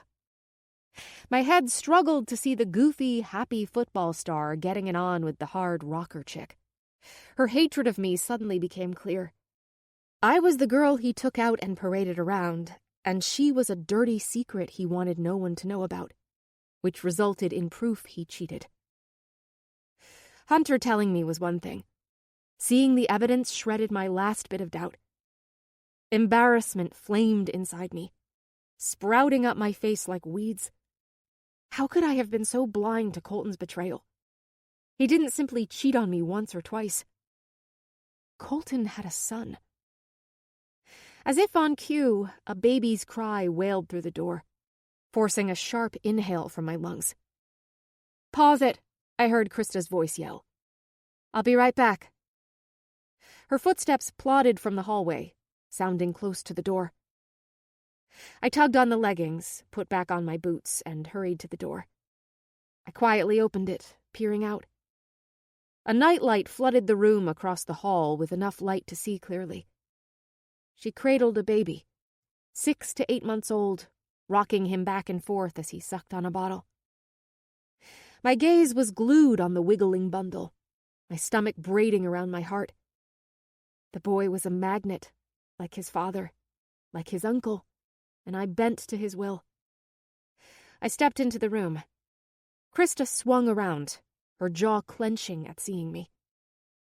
I watched the baby, his tiny fingers trying to curl around the bottle. "I know," I muttered. I know he's Colton's. She rolled her jaw, staring down at the baby. Her eyes softened, but then went cold when she looked back at me. Maybe biologically, but Hunter's been more of a father to this child than Colton ever was or would have been. Her anger was directed at me. I knew Hunter well enough to know he would take this child on as his own. Not simply claim it, but be his full-time father. Was it fair to Hunter? Looking at the little boy, the innocent in our crazy mess, it didn't matter. Hunter would do it willingly. And I understood. In a way, Colton did live on. What's his name? Cody. He's beautiful. I stepped closer. How old is he? 8 months. Krista ran her fingers through the baby's thick, dark hair. 8 months, which would make him a June baby. My heart ping-ponged through my insides. When's his birthday? I knew the answer before she even said it. He was born June 15th. My lids fell. I swallowed, reopening my eyes. Was Colton with you when he was born? She huffed. Yes, the only night he was ever there for us. June 15th was the night of our anniversary. The night Colton and I went to the lake. Or so I thought. The night Hunter stepped in, so Colton could be at the birth of his baby. Acid burned my throat. Hunter is one of the good guys. She adjusted the boy in her arms. Cody, Hunter, and I are a family. Go back to your football games, shopping, and parties. Leave him alone. My mouth opened when Hunter appeared behind me. He glanced between us. What's going on? Nothing, Krista replied, her attention back on Cody. Just feeding this little guy. His appetite has doubled. Hunter strode over, and she instantly handed the baby to him. Cody cooed at Hunter, his dimple showing when he smiled, his legs kicking out with excitement. He knew Hunter. As his father. Krista placed the burp towel over Hunter's shoulder. The doctor says he's going through another growth spurt. He's already in the 80th percentile. The love and pride on Hunter's face mirrored Krista's. I became invisible, intruding on this family's private moment. I suddenly understood Krista's hatred, her warning. I didn't belong here. I'm gonna go. I took a step back. No one looked up. I left the room, halfway to the front door before I heard Hunter call for me. Nice seeing you guys. I waved to the group in the living room and rushed through the door. Jamie! Hunter yelled after me. It all makes sense now, I exclaimed into the night air, talking to myself. The reasons for the constant texts, all the times you had to run off. It wasn't drugs or sex. It was Cody. Jamerson, where are you going? Hunter jogged after me, reaching me at the car. Hey! He spun me to face him. What's wrong? Are you kidding me? Everything, I cried out. You stepped in to play Colton because he was having a baby. A baby, Hunter, who somehow became your responsibility. I sucked in a breath, the cold air tearing at my lungs. How could you bring me here? Do you know how stupid I feel? Everyone in there knows he's Colton's, don't they? They knew what he was really like? He nodded. Why does she call you all the time? Why does it have to be you? Hunter's mouth thinned. Krista's parents disowned her the moment they found out about the baby. She struggles to make rent. She has no one except me. Help pay for him, her bills, you mean? Colton didn't even do that, did he? No. I scoffed, glancing away, blinking the tears back. Jamie. He reached for my hand. I jerked away. Did you think how I would feel actually seeing him? I just discovered Colton cheated on me. Multiple times. I wasn't ready for this.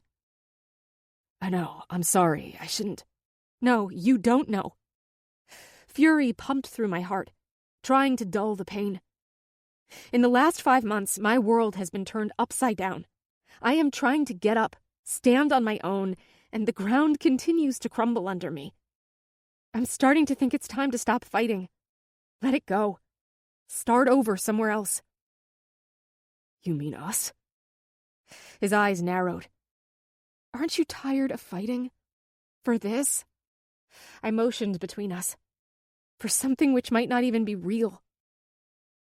His jaw strained, his shoulders expanding. You don't think this is real?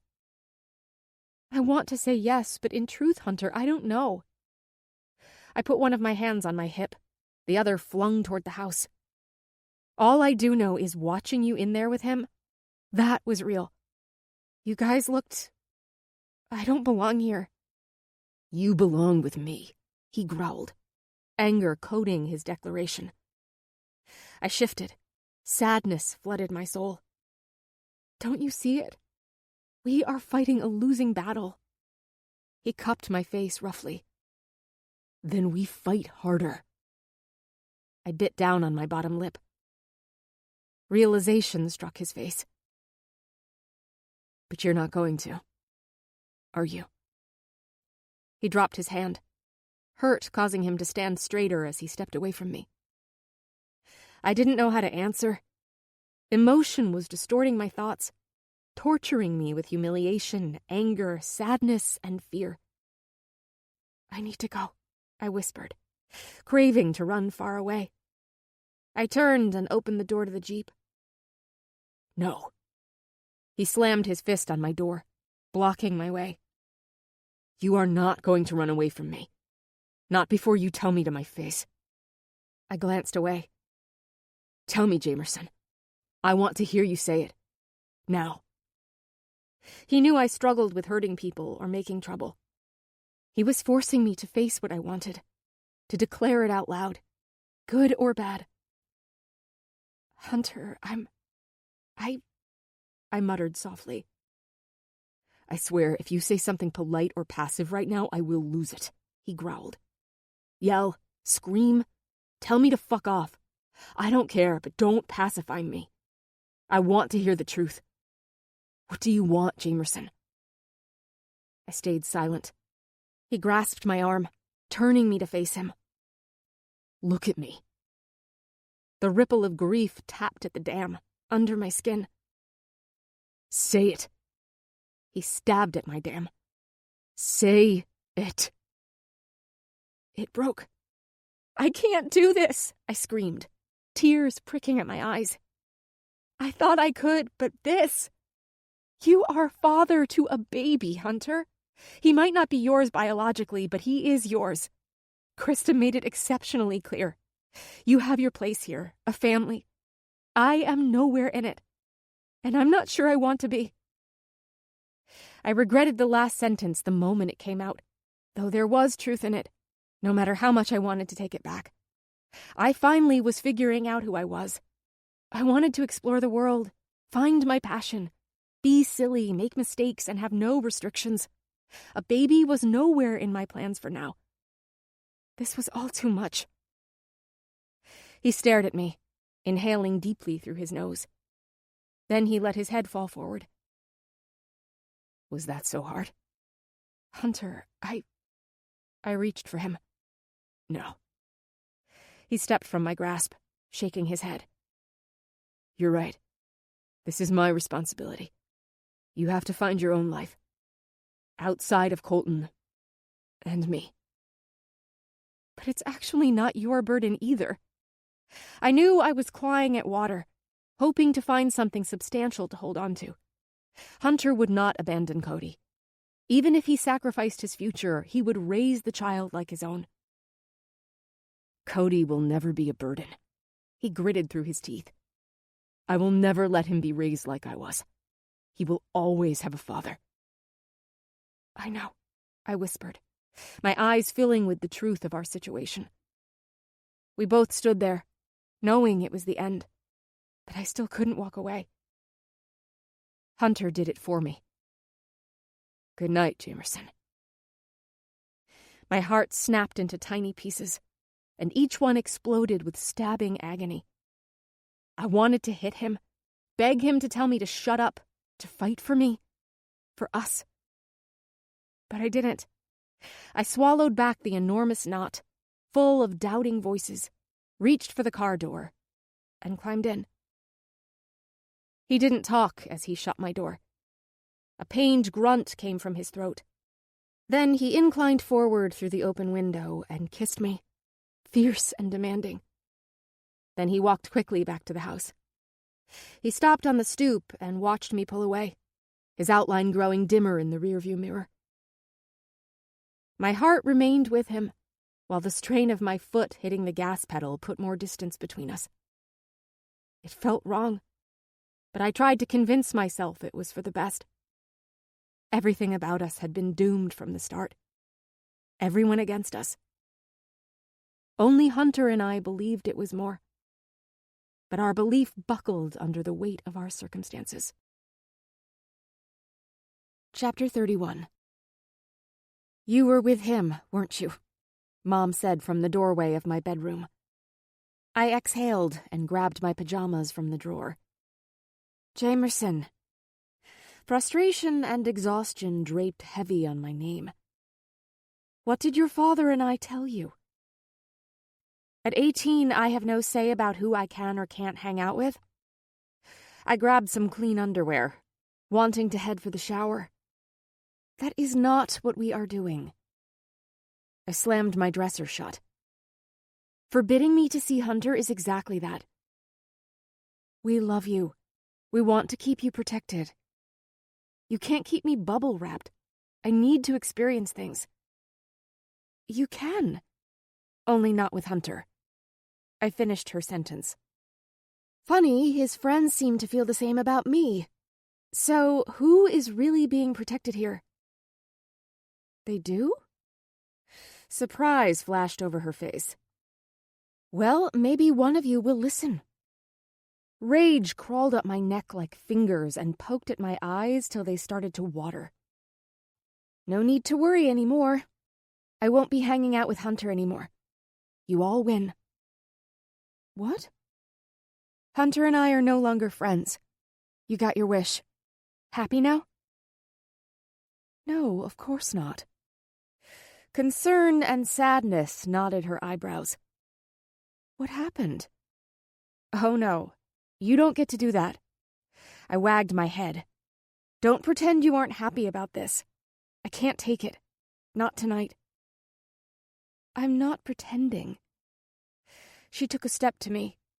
You are my daughter, and I don't want you hurting. But it seemed all right before, when you were keeping me away from him. It was not my intention. It wasn't? Screams gurgled from my throat. Please, Mom. Just be honest and say it. You didn't want me to be with him. Now you are relieved because I'm not.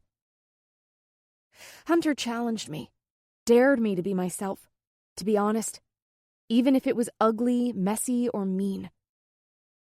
Please, I begged. Fine.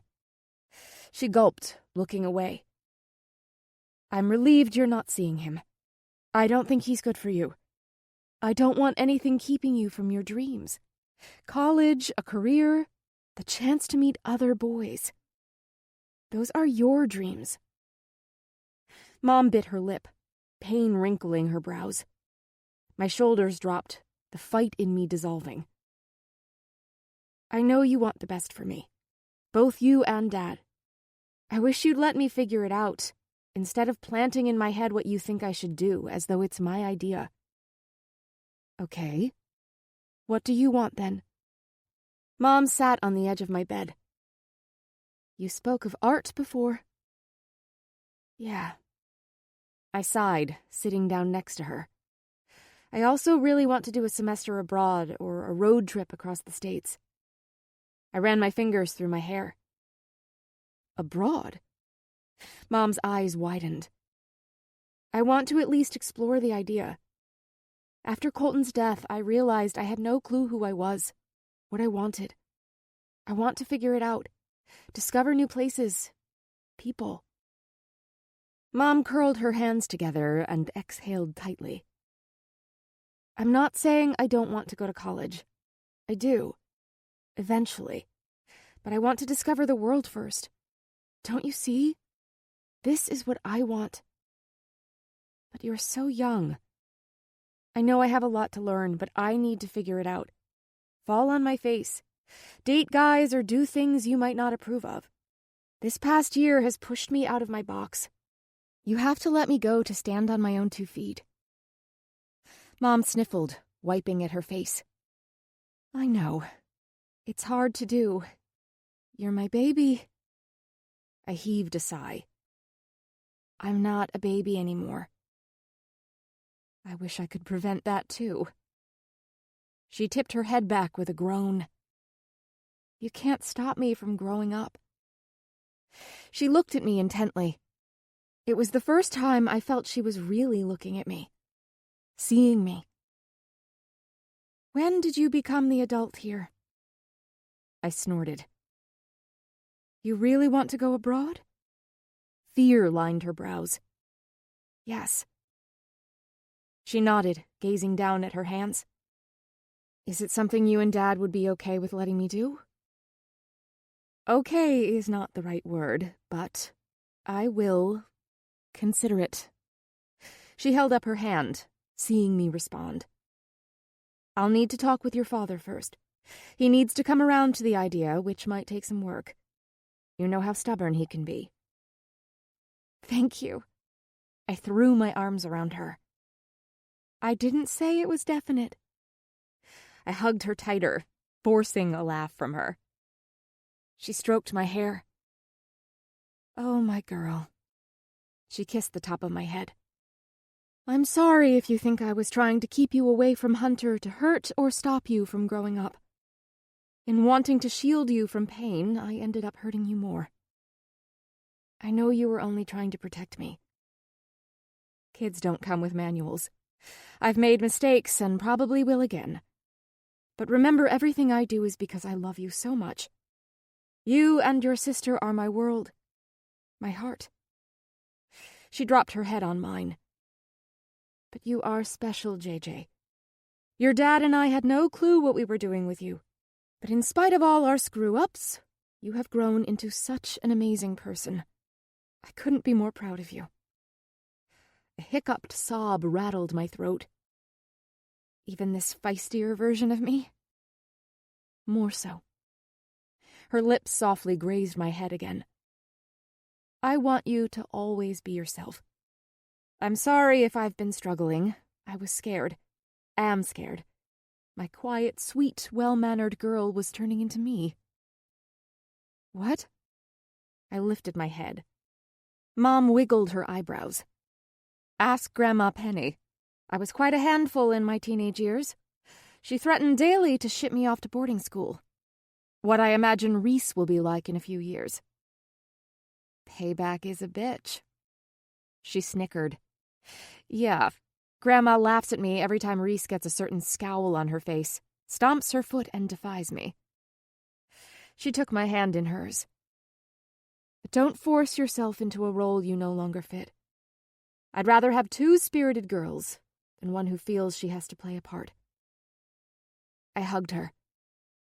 And again, I'm sorry you are hurting. She squeezed my hand and stood up. To be honest, Colton never scared me. I figured you'd go off to school and find you wanted more than him. He was a nice guy, but I always sensed you'd move on from him. Colton nice? If she only knew the truth. Nothing was what it seemed. It reminded me of a line from Pride and Prejudice.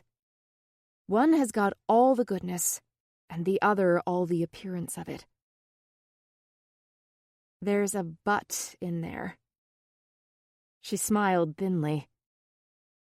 Hunter terrifies me. Why? Besides the obvious? You mean the rumors? She nodded at my question. Looking past what you think Hunter is like, what worries you? Well, because even when I didn't want to see it happening, I saw you change and grow with him. You have become a stronger person on your own, but he's had more influence on you than Colton ever had. He challenged you, pushed you to want more. Your connection to him was strong. Selfishly, I think part of me was upset because you no longer looked to me.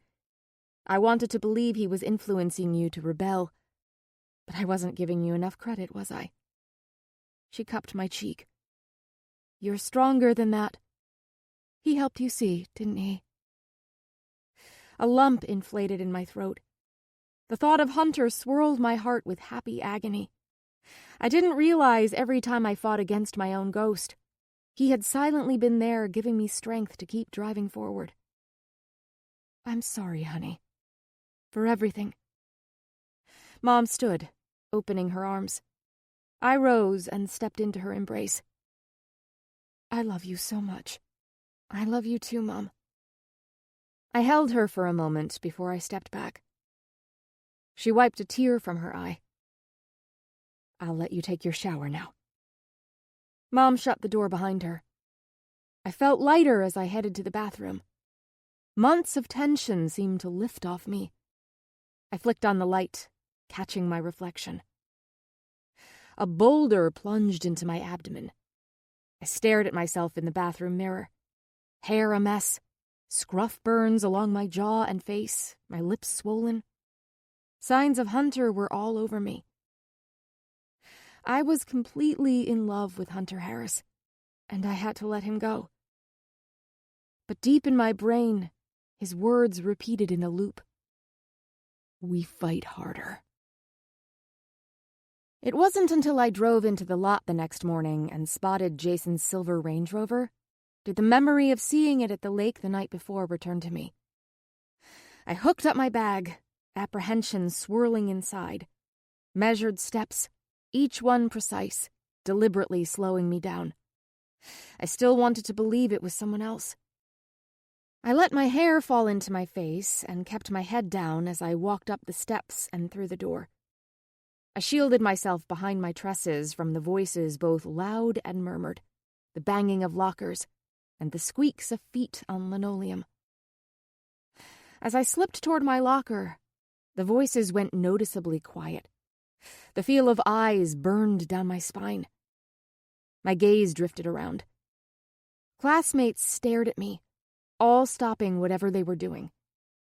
My gut recoiled, reducing my air intake. A group of co-eds I recognized stood in front of my locker.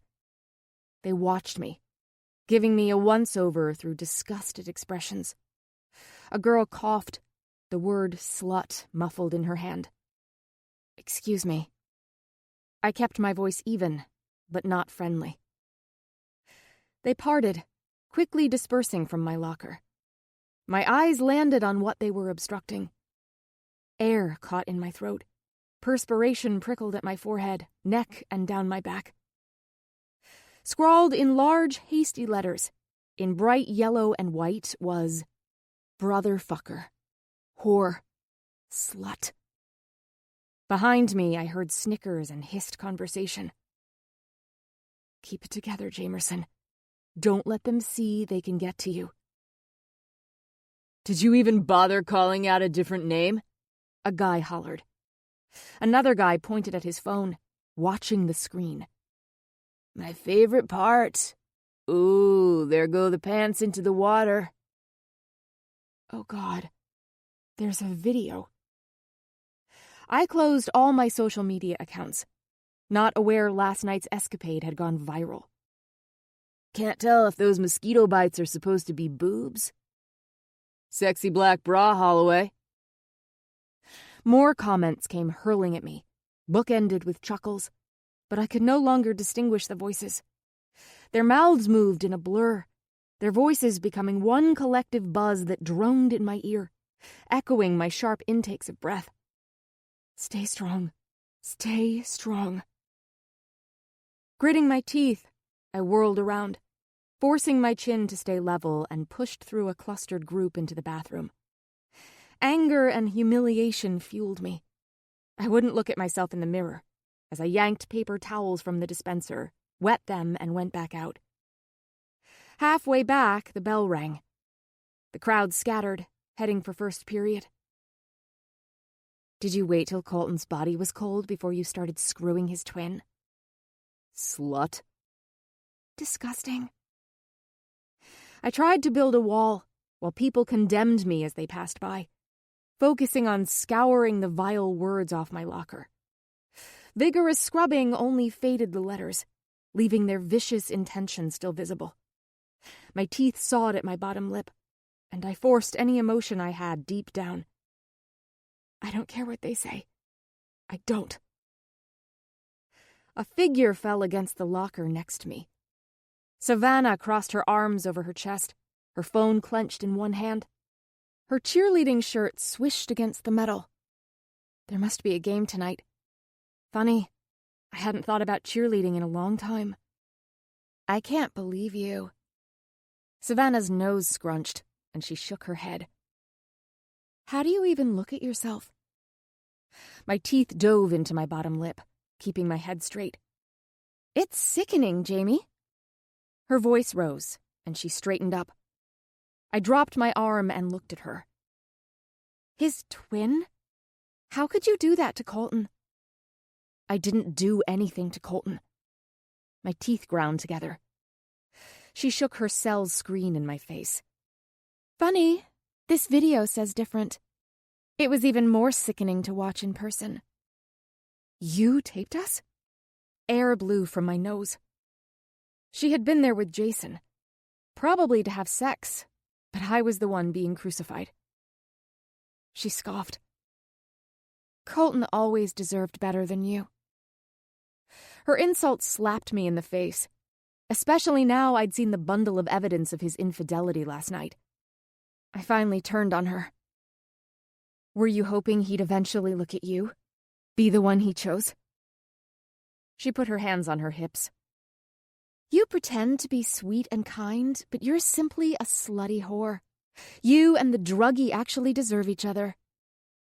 She moved around me, flipping her ponytail.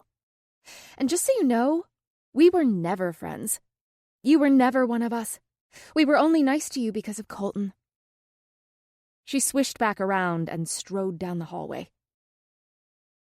I took in a shaky breath and opened my locker, trying to ignore the storm brewing inside. A note lay folded at the bottom, the edges ruffled from it being shoved through the door slits. The paper brushed my fingertips as I opened and read it.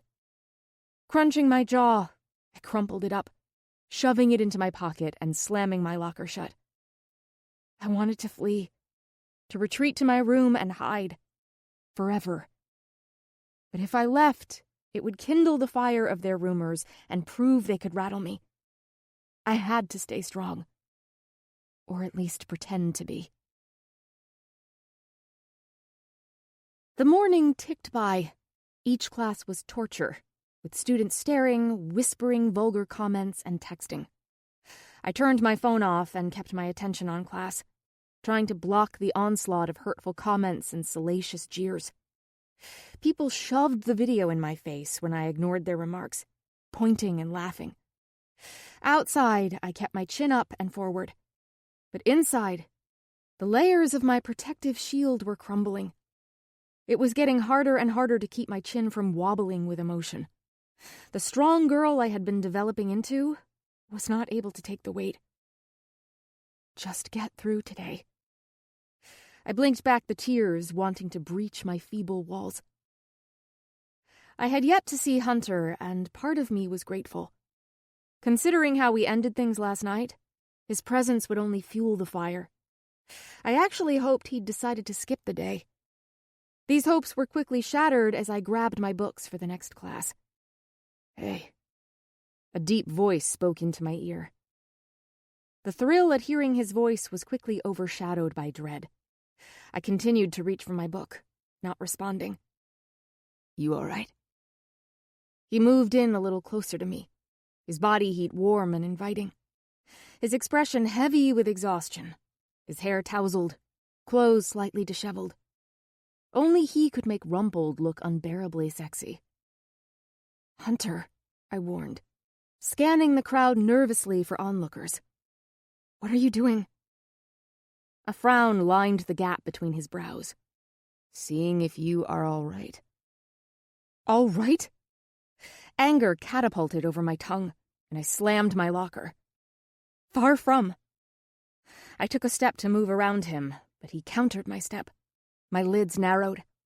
I can't do this right now. Not here.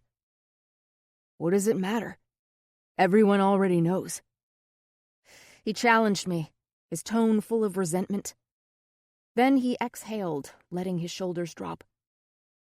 I wasn't coming here expecting anything. I got the message last night. Clear. I just wanted to check on you. Out of the corner of my eye, I could see students halting in their tracks, watching us. Well, I'm awesome, thanks. I sneered, my voice straining over each word. What do you care what these assholes think anyway? He lifted his arms. More and more people stopped to watch us. I'm sorry I'm not as strong or unfeeling as you. Anger shook my voice. His back stiffened, fury growing in his eyes. I can't pretend it doesn't bother me, especially after the umpteenth time someone has shoved the video of me naked in my face, calling me a slut. I've seen it. All they have is a blurry, faraway, dark video of me and someone. No real proof. They didn't need proof. The accusation was enough. Please don't make this any harder. I glanced away. He nodded. A disapproving glaze covered his features. Sorry if I was concerned. Damn it, Hunter, give me a break. I just scrubbed slut and brother fucker off my locker this morning. I hissed at him. What do you want from me? You don't think I'm not getting shit? I got an intervention from my friends last night, and Dougie has hooked me up with his fourth cousin. He motioned to himself. I'm the bigger asshole here. He was my brother. It's different for guys. No, I simply don't give a shit what they say. Well, I do. Hunter watched me. I could feel the final nail being hammered in the coffin. He bowed his head. I can see that. Hunter. What's funny is you accused me of being a coward. Not having the guts to be seen with you, or to tell everyone you're my friend. When it came down to it, who is the actual coward here, Jamerson? He moved really close, body touching mine, his voice lowering roughly. His proximity drove my desire to a boil. I am not going to be someone's dirty secret, because they care too much about what these jerk-offs think. He then stepped away, pivoted, and walked back down the hallway, disappearing into the crowd. A swirl of rage and frustration zipped down my nerves, festering. An angry cry bobbed around my tongue. I spun back to my locker, kicking the door with such force it vibrated off the wall, rattling the rest of the row. Stares baked into my skin from all around, watching me roast. I was merely an animal in the zoo. The final bell for class took their attention away from me. The corridor cleared out, but I stood there, staring at my locker. The outline of letters spelling out the hateful words still visible across the front. The note I found in my locker, in my pocket, stated in blocky black scrawl, "You should be ashamed, cunt." The worst part was I had secretly thought these things about myself, and now they were being brought to life for everyone to see and comment on. It was hard enough to hate yourself, but being ostracized by your peers was harsher than anything I'd imagined. A door down the hallway slammed, and I hurried for the bathroom, not wanting to face anyone. The last thing I needed was more gossip about me. My tears would not create sympathy. They would think I was getting what I deserved. I locked myself behind the bathroom stall door, grabbing some toilet paper to wipe my eyes. The door to the restroom opened. The sound of feet bounded in the room. "Oh my God, did you hear about what happened in the hallway between Jamerson and Hunter?" a girl exclaimed, her shoes clicking toward the mirror. Every muscle in my body locked up, going still. No, what? Another girl asked, her voice high and baby-like. Well, Jennifer said she saw them arguing by her locker. It looked really intense, the girl said, stringing each word out dramatically. The sound of a bag unzipping echoed, like a lover's spat or something. Really? The baby-voiced girl responded with excitement. So, do you think it was them in the video? Totally. She's completely banging her dead boyfriend's brother. The first girl replied salaciously. And them arguing in the hallway? Sorry, but you don't have fights like that unless there is something going on. This coming from the girl who wasn't actually there, but heard about it from another person. It didn't matter if it was true, and even less if we weren't actually sleeping together. Their version was more exciting. Juicier gossip about others was more entertaining to spread. It was fun, as long as they weren't the ones being talked about. I think it's disgusting, the girl continued. A brother is bad enough, but his identical twin? Ugh, like they are interchangeable or something. Colton was way hotter. They were identical twins, the other replied dryly. Yeah, but Hunter is like a poor man's Colton. Hunter might be smoking hot with the tattoos and bad boy thing, but you can tell he's going nowhere. Like he'll be a gas attendant or a convenience store clerk. I've heard he already has several illegitimate kids. Probably in every trailer park across the state. I mean, look at the crowd he hangs with. They probably only have one brain cell left between them. I don't think I've ever heard him talking class, like ever. And now Mr. Antisocial is all into his brother's girl. A cheerleader? It's weird. A gasp came from the baby-voiced girl. Maybe he killed his brother so he could have her. They were in a car accident. I know. What if it wasn't an accident? She whispered conspiratorially. Oh my God, you are awful. The first girl giggled. Like you weren't thinking it? I squeezed my lids closed and swallowed the lump of bile forming in my throat. Well, no matter what, it's gross. A bag zipped closed. Poor Colton. Little did he know his perfect little girlfriend was a complete tramp. I would have loved to be the one to comfort him. The first girl sighed. I think it should be illegal for hot boys to die. Such a waste. Seriously, baby voice agreed. I better get back before Mr. Kistner sends his little teacher's pet after me. Shoes moved across the tile. The door squeaked open, then shut, leaving the room in silence. Their insensitive, malicious words echoed in my ears, flooding the tears forward again. I placed my face in my hands. Words could hurt more than any knife could. I had gone through excruciating pain with learning to walk again, but this was far more brutal. It ate at your insides and destroyed you. Unless it was them under the microscope, people had such little empathy for others, quick to judge and condemn, even though they might have done the same or worse. It made me realize how alone I was. Dating Colton had brought me popularity and an instant group of friends. I innocently accepted their friendship and their world, taking it on like it was real and true. Not one of them stood by me now. The only person I wanted to run to was the exact person I couldn't. The reason they banished me and put me on stage with a scarlet letter on my chest. Rage simmered. The things they said about Hunter were completely untrue. If they knew how smart he was, what he wanted to do, what he had done, they'd think differently. His road may not have been typical, but neither was he. I wanted nothing more for him than to free himself of his parents, this town, all the sadness and bullshit he carried with him. He would never abandon Cody, but I hoped he would still follow his dreams. Find a way to do both. I sucked in a gulp of determination, wiping my eyes dry. My chin jutted out as I marched from the stall. One day, we would both look back and be relieved we ended it now. We chained each other to the past. We needed to move on.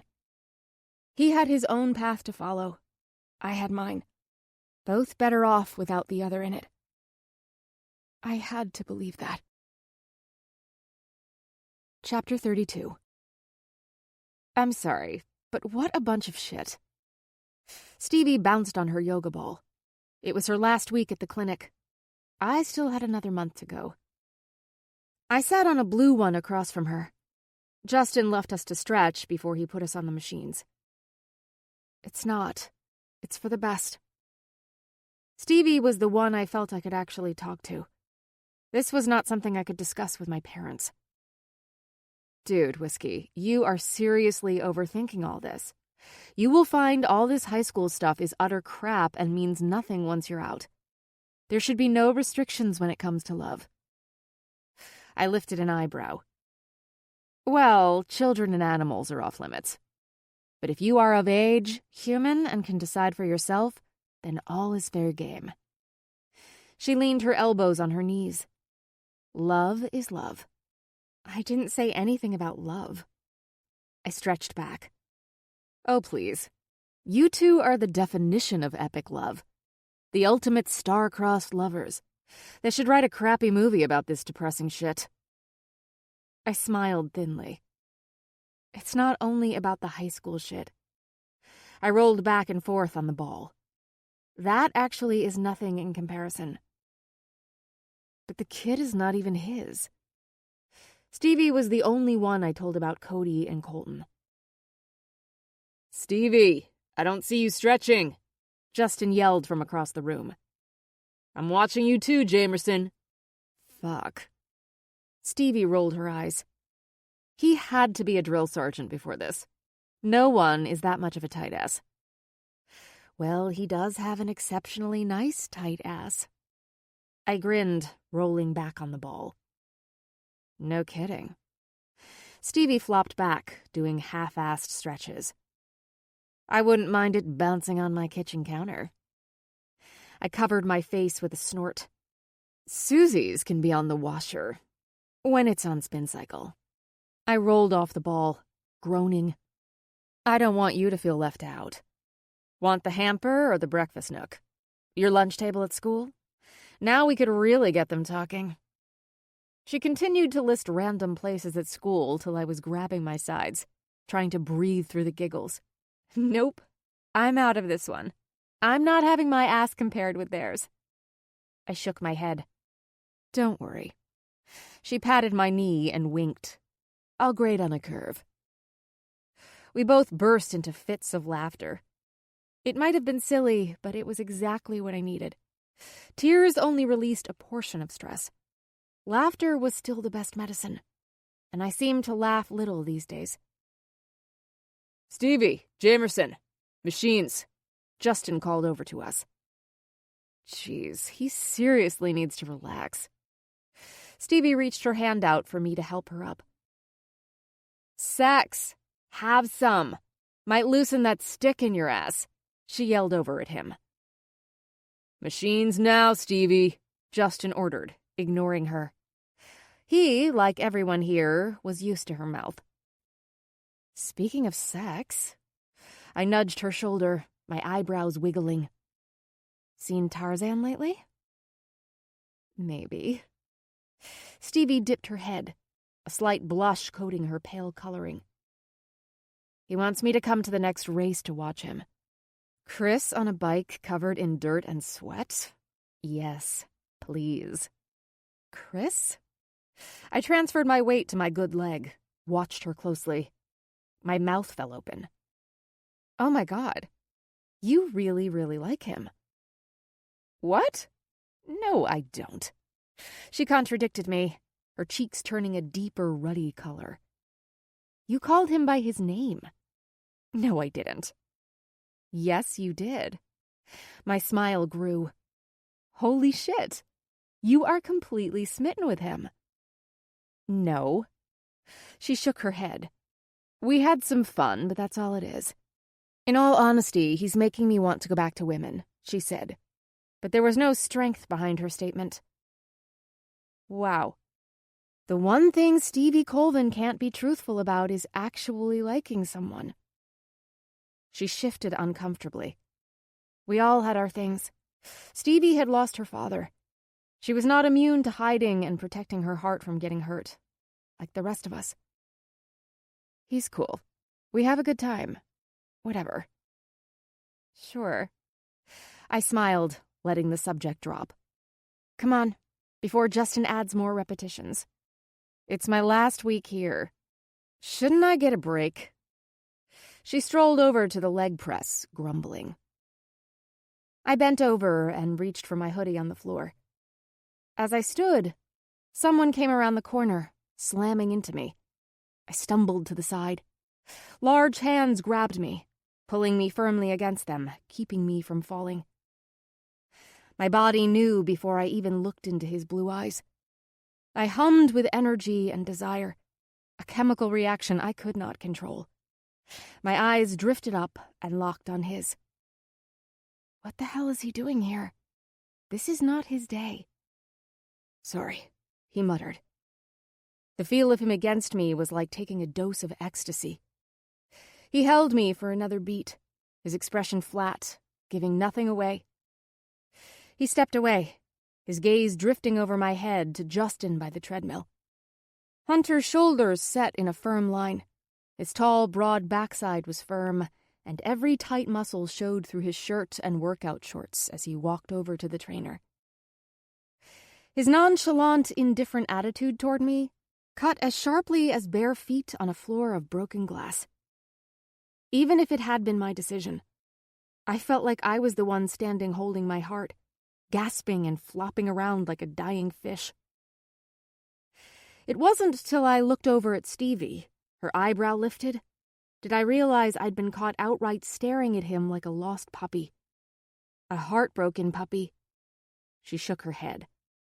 I jerked my chin, pointing it at the floor, and moved to the leg lift machine.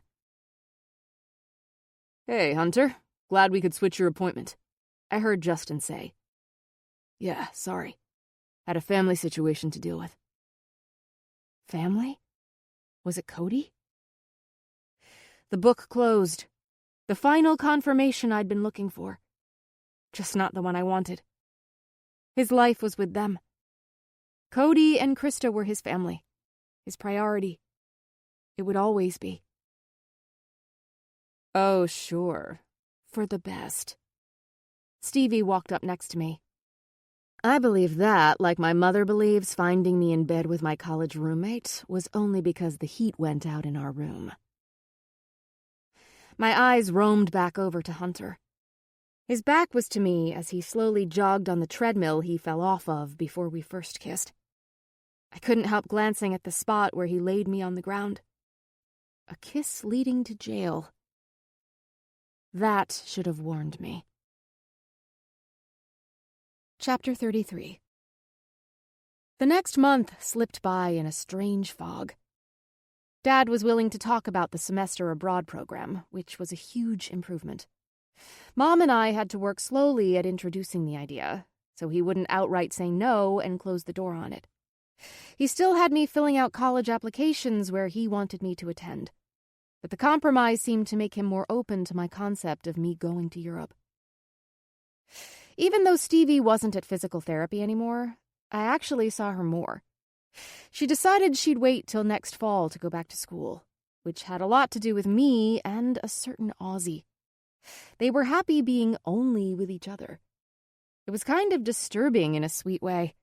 They both teased about being bored and ready to move on, but they couldn't keep their hands off each other. Love was strange. It definitely chose you. It took hold even of those who laughed at the notion and were content playing around. Stevie couldn't even explain why Chris broke her string of one-night stands. Nor did I think he could clarify why he didn't want to be with other girls besides her. It didn't matter. They both felt the same. I was happy for them. Many nights they demanded I hang out with them, both teasing about having a threesome. I always felt there was an elephant in the room, especially when I knew they had seen Hunter or were talking about a Supercross event. Even at school, Hunter's ghost lingered. but his physical person had vanished. After a week of his missing history class, I went to Mrs. Ambo's. "Sorry to bother you, but I saw Hunter wasn't in class this week. I wanted to see if I could get his assignments so he could keep up." She tilted her head in confusion. "Hunter transferred out. He needed to rearrange his schedule to have the last 2 periods free." "Oh." Chagrin prickled at my hairline. Did he transfer because of me? Thank you. The few times I did see him, it was across the hall, and he quickly dissipated into the crowd, almost like he was never there. Soon, winter released its reins and handed them over to spring. The day of Colton's memorial finally came, drawing most of the town to the campus. Rain threatened to descend at any moment, as if it was sympathetic to the occasion. The area between the gym and the football field was full of townsfolk and students. Ms. Matlin gave the school the last 2 periods off to attend the tribute. The mayor, Mary Dunn, stood on top of the makeshift platform, speaking into the microphone about Colton. A tarp blocked us from seeing what was built in Colton's honor. Mom and Dad stood next to me as I stared absently at the ground at the base of the podium. The mayor's words soared through the air like vapor. Mr. and Mrs. Harris stood near the stage. Julia kept her head low, her husband's arm around her. The football coach and the assistant coach stood next to them. Hunter was nowhere to be seen. I hadn't expected him to be. My gaze wandered over the crowd, spotting familiar faces. Students, the clerk at the market, the owner of the pizza parlor. Everyone was here. Savannah clung to Jason. She was dressed in a cute black dress and a pair of large sunglasses and heels. Chloe held her other arm, patting at her eyes. Adam stood next to her. Madison next to Adam. Carrie and Dan were behind them. Dan texting away on his phone. Scanning the faces, I couldn't read the amount of sadness they felt or didn't feel, but most seemed to stir restlessly like they'd rather not be here. It had been more than 7 months since his death. The shock of his sudden demise was lessening a bit. Those not close to him had moved on, and those close were trying. Now we were being yanked back. I didn't need to recall the anguish of his loss or be reminded of his character, or even how much I missed him.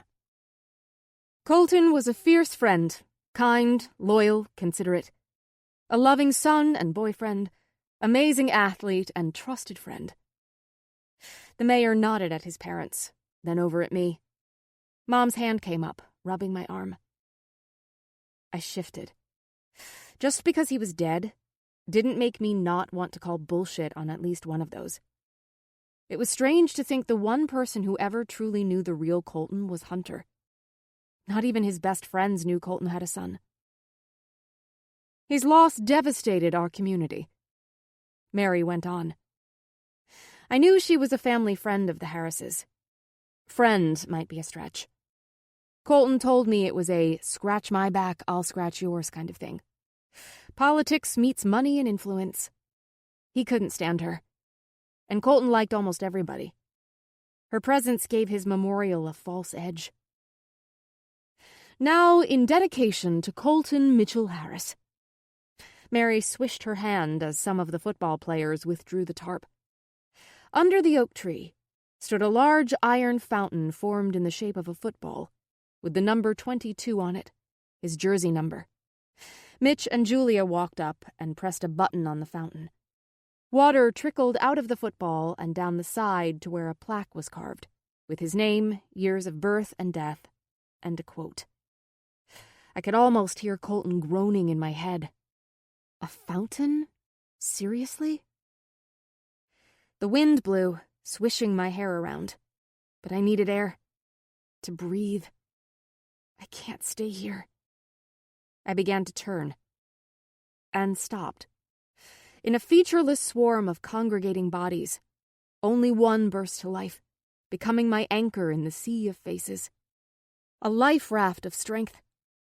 Hunter stood in the distance, under a tree, blending in the shadows of the gray afternoon. No one seemed to notice him. He sensed my gaze and turned his head. Our eyes locked on each other. The people and scenery around me became abstract paintings. He was the only thing clear and substantial. The muscles around my heart clenched, and the air seemed to compress around me. But the air he stole from me was different.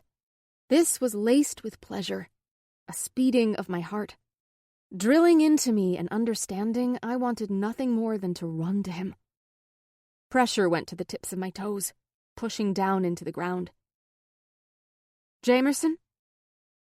My name rang out over the speakers, jerking my head to the front with dread. Mary stared down at me in expectation. Would you like to come up here and say something? I know you missed his funeral while still in the hospital yourself. I thought you might want a chance to say a few words. Oh, God. No. No words came to my head. It's okay. You don't have to. Mom clutched my hand, giving me a knowing smile. Standing by myself in front of this crowd of people who mostly mocked and hated me was the last thing I wanted to do. What would I even say? Jamerson? I gulped and went up to the platform and took the mic. I could hear my ex-friends mumbling and shaking their heads. Hi. The speaker squeaked, and I took a step back, my tongue sliding over my dry lips. It's okay. You can do this, Jamie. My gaze landed on Hunter. His face was expressionless, but the way he watched me gave me strength, propelling me to start. Everyone here has a memory, a story about Colton. We can stand here and give a breathtaking impression of Colton's character.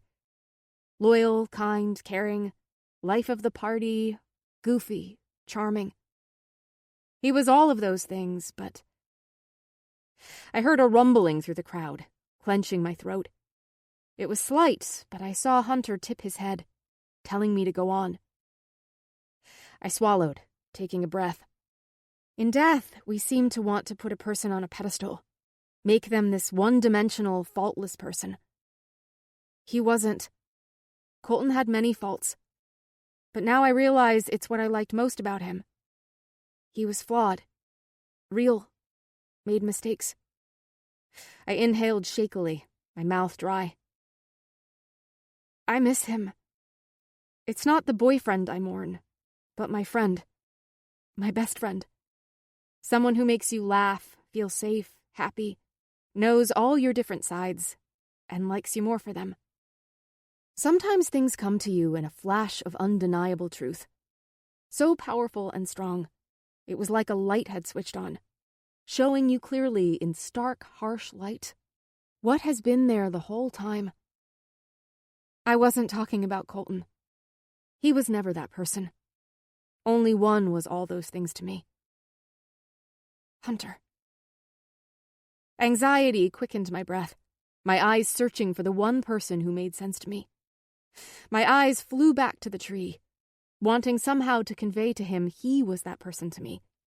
But emptiness surrounded the spot where he once stood. Hunter was gone. My gaze darted around, searching frantically for his retreating figure. Hunter? My heart and mind screamed. Where did he go? It was like I'd lost my refuge, my one lifeline keeping me afloat. He gave me strength and confidence to stand here and be strong. Why did he leave? Only when I felt a hand on my shoulder and looked up to see Mary did I realize I had stopped talking. Well... My thoughts bumbled around on my tongue, wandering aimlessly with no set direction. Well... Fire raced up my neck into my cheeks, feeling the stares from the crowd, further causing me to stumble over my words. The mayor patted me on the back, nudging me away from the microphone. I know this is extremely difficult for you.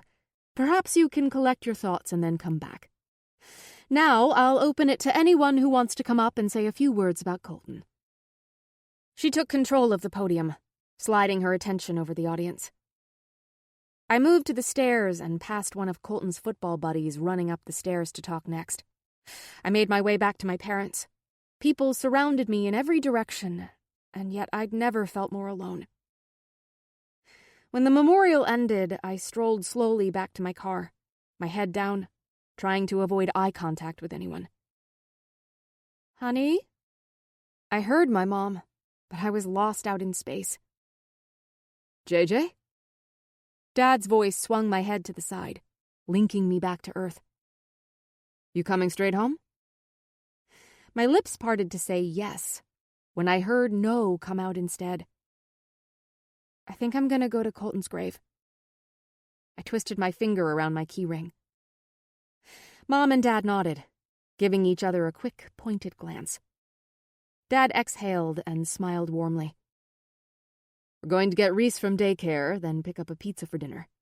Sound good? Yeah. I'll see you later. Mom came over and gave me a quick hug. You were so brave today. I stepped from her embrace, waved at my dad, and got in the Jeep. I had yet to go to Colton's grave, something I kept pushing off. I felt today was the day. A final door I needed to close. Large droplets splattered on the leaves as I stepped from the car. I strolled over to the plot where Colton rested. The soft drumming of rain set a peaceful but sad melancholy mood to the cemetery. My chest clenched when his gravestone came into full view. His name, displayed in large block letters, finalized his death. I stopped close to the headstone. A leaf fluttered down, landing on top. My hand automatically picked it off. Sorry it took me this long. My voice came out uneven, breaking the silence. I shifted on my feet, not sure what to say. It was so quiet.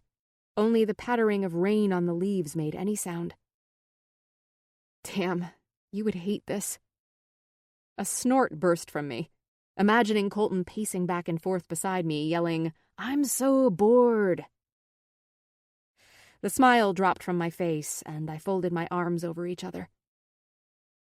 I am so mad at you. I blinked, a slight pressure behind my eyes.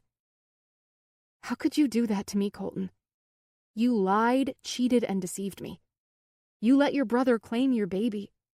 Have him pretend to be you so I wouldn't know about your son and the fact you betrayed me. I thought you were my best friend, Colton. But friends don't do that to each other. I rubbed between my eyes. You know what makes me even angrier? I don't have the right to be mad at you because you're dead. How can I? You can't fight back and tell me why you did those things. Now I have to live with this sitting on my chest. I tapped at my ribcage. And what's even worse is after all the shit you did, I'm the one who feels guilty. The one who feels I'm doing something wrong. The knot in my throat swelled, and I took a couple of breaths. I have fallen in love with your brother. My legs crumpled into the soft dirt. A choked sob tore from my throat. I am so sorry. I missed Colton. The Colton I thought I knew. His presence in my life, his laugh, his carefree, happy personality. I would never see him laugh or smile again. But my heart ached for Hunter. I was overwhelmed by the absence he left in my soul, and the craving I had to be near him.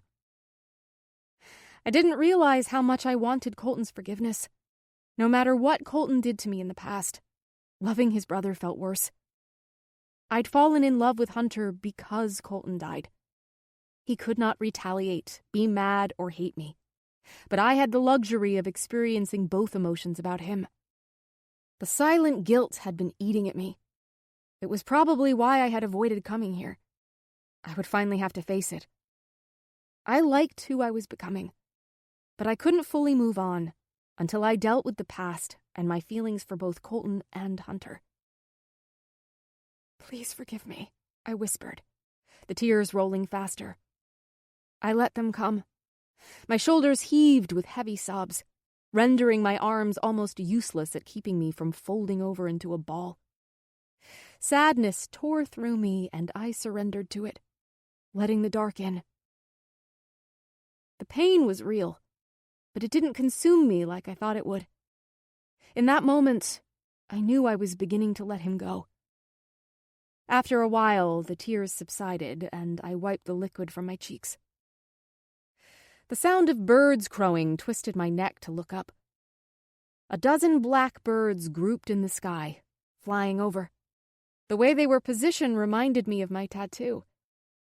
It was happenstance, but a smile curled my mouth seeing the birds soar in the air. I glanced back down at the grave.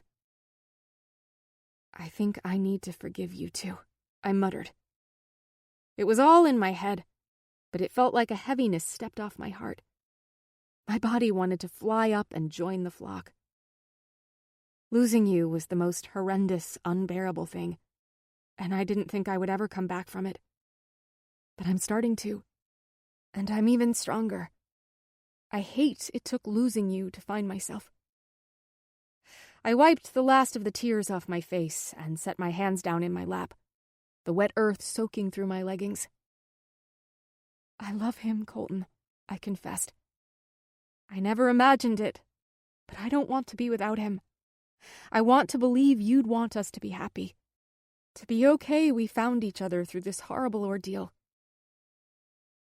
The birds continued to dance above my head, circling and curving near the oak tree he was buried under. Music from a passing car on the main road pumped through the cemetery, scaring the birds away. The thumping bass gave away an extremely bad rap song. It was one of Colton's favorites. "Still torturing me with your bad music." I shook my head, a smile pulling the edges of my mouth. There was no clear sign or evident indication, but in my soul, I felt as though he'd given me permission to love Hunter. "Thank you." I stood, brushing off my damp knees. "Goodbye, Colton." I would always love him in my way. But right then, the road to where my heart truly lay was open. For once, I held no guilt or shame running from here to Hunter. If anything, I felt Colton pushing me to go. And I did. Chapter 34. The evening quickly absorbed the last of the afternoon light, the cloudy sky plummeting the damp road to the Harris's house in murkiness. I had texted and called Hunter when I got to the car, but he didn't respond to either. I dialed another number. "Jones?" I said, when a guy answered.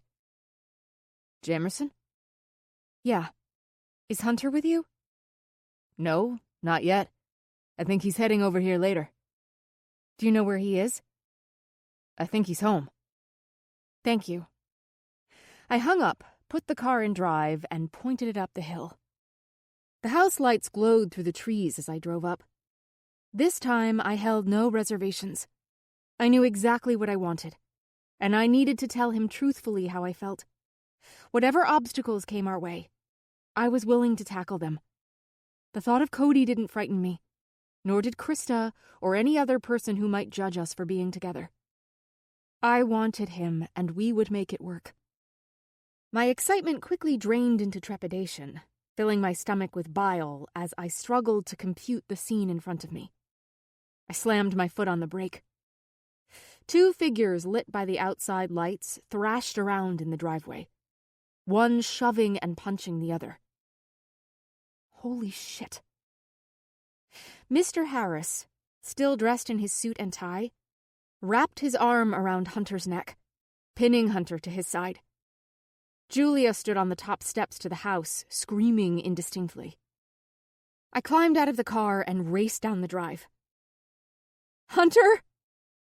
No one seemed to hear me. "You are such a fucking disgrace," his dad seethed. "You can't even be there at your own brother's memorial. The whole town was there. The mayor, even Jamerson. How do you think it looked to your mother and me? How humiliating that our son can't even show up." Hunter ripped his head from his father's grip, pulling away. I don't give a shit how it looked to others. Blood leaked from Hunter's nose, and the side of his face was puffed and bruised. You don't care about anyone but yourself. Me? Hunter screamed confoundedly. All you are concerned about is yourself and your stupid image. Not me. Your son. Just how it will appear to others. How dare you? Mr. Harris moved forward, diving back at Hunter. Stop! I jumped in between them. Mitchell! Julia screamed in warning, her hand at the base of her throat in horror. Mr. Harris reared back in shock at my sudden appearance. Jamerson, Hunter shouted, trying to shove me out of the way. Get away from here. No, I barked, standing my ground. Rage took over. His father's words and blows shredded the last of my self-doubt. You need to leave, Jamerson. This is family business, Mr. Harris said through clenched teeth, his hand wiping his mouth. Then how come you know so little about yours? Jamie, Hunter growled, his hands reaching for my shoulder, but I jerked away. No, he needs to hear this. I shot at Hunter, then faced Mr. Harris, my eyes narrowing. How can you not see the truth? Or is it you simply don't want to? I moved closer to Mitch. All you care about is if Hunter shows up and plays a part? You need to go. Now, Mr. Harris yelled, pointing at my car. Colton was the boy you dreamed about, one to brag to your friends and model after you. The captain of the football team, with good grades and a sweet, dismissive girlfriend. The golden boy going off to Princeton, right? I swung my arm, gesturing to Hunter. Hunter, on the other hand, never fit your ideals. He has a strong personality. He stands up to you, chooses to be himself. You hate it. The tension in the air was palpable, but no one stopped me. Did you ever once try and support Hunter? Love him for who he is? Jamie. Hunter took a step to me. Because he is the only real one here, I stressed. And you're too blind to see it. You don't know anything about us or this family. Mr. Harris's voice was cold and hard. Don't I? I matched his tone. Then how is it I know the truth? Jamerson, stop. The baby you think is Hunter's? It is Colton's, I shouted, looking back and forth between the wife and husband. Mrs. Harris paled, her hand going to her mouth. Hunter claimed it, wanting to protect his brother, the football scholarship, your love. I tapered off, my focus on Mr. Harris. But you knew, didn't you? Stop. Hunter grabbed my arm. And Colton let him, I whispered hoarsely. You let him. All to save your precious boy's reputation. A gasp came from the steps. Julia stared at her husband, waiting for him to respond. Is it true, Mitch? Is it Colton's? He ignored her question, his rage pulsing in my direction. Answer me, Julia demanded, venturing down the steps. Fury blistered Mr. Harris's eyes. How dare you come here and act like you know anything about me, or my family? His fists clenched at his sides. I love my boys, both of them. Just not equally.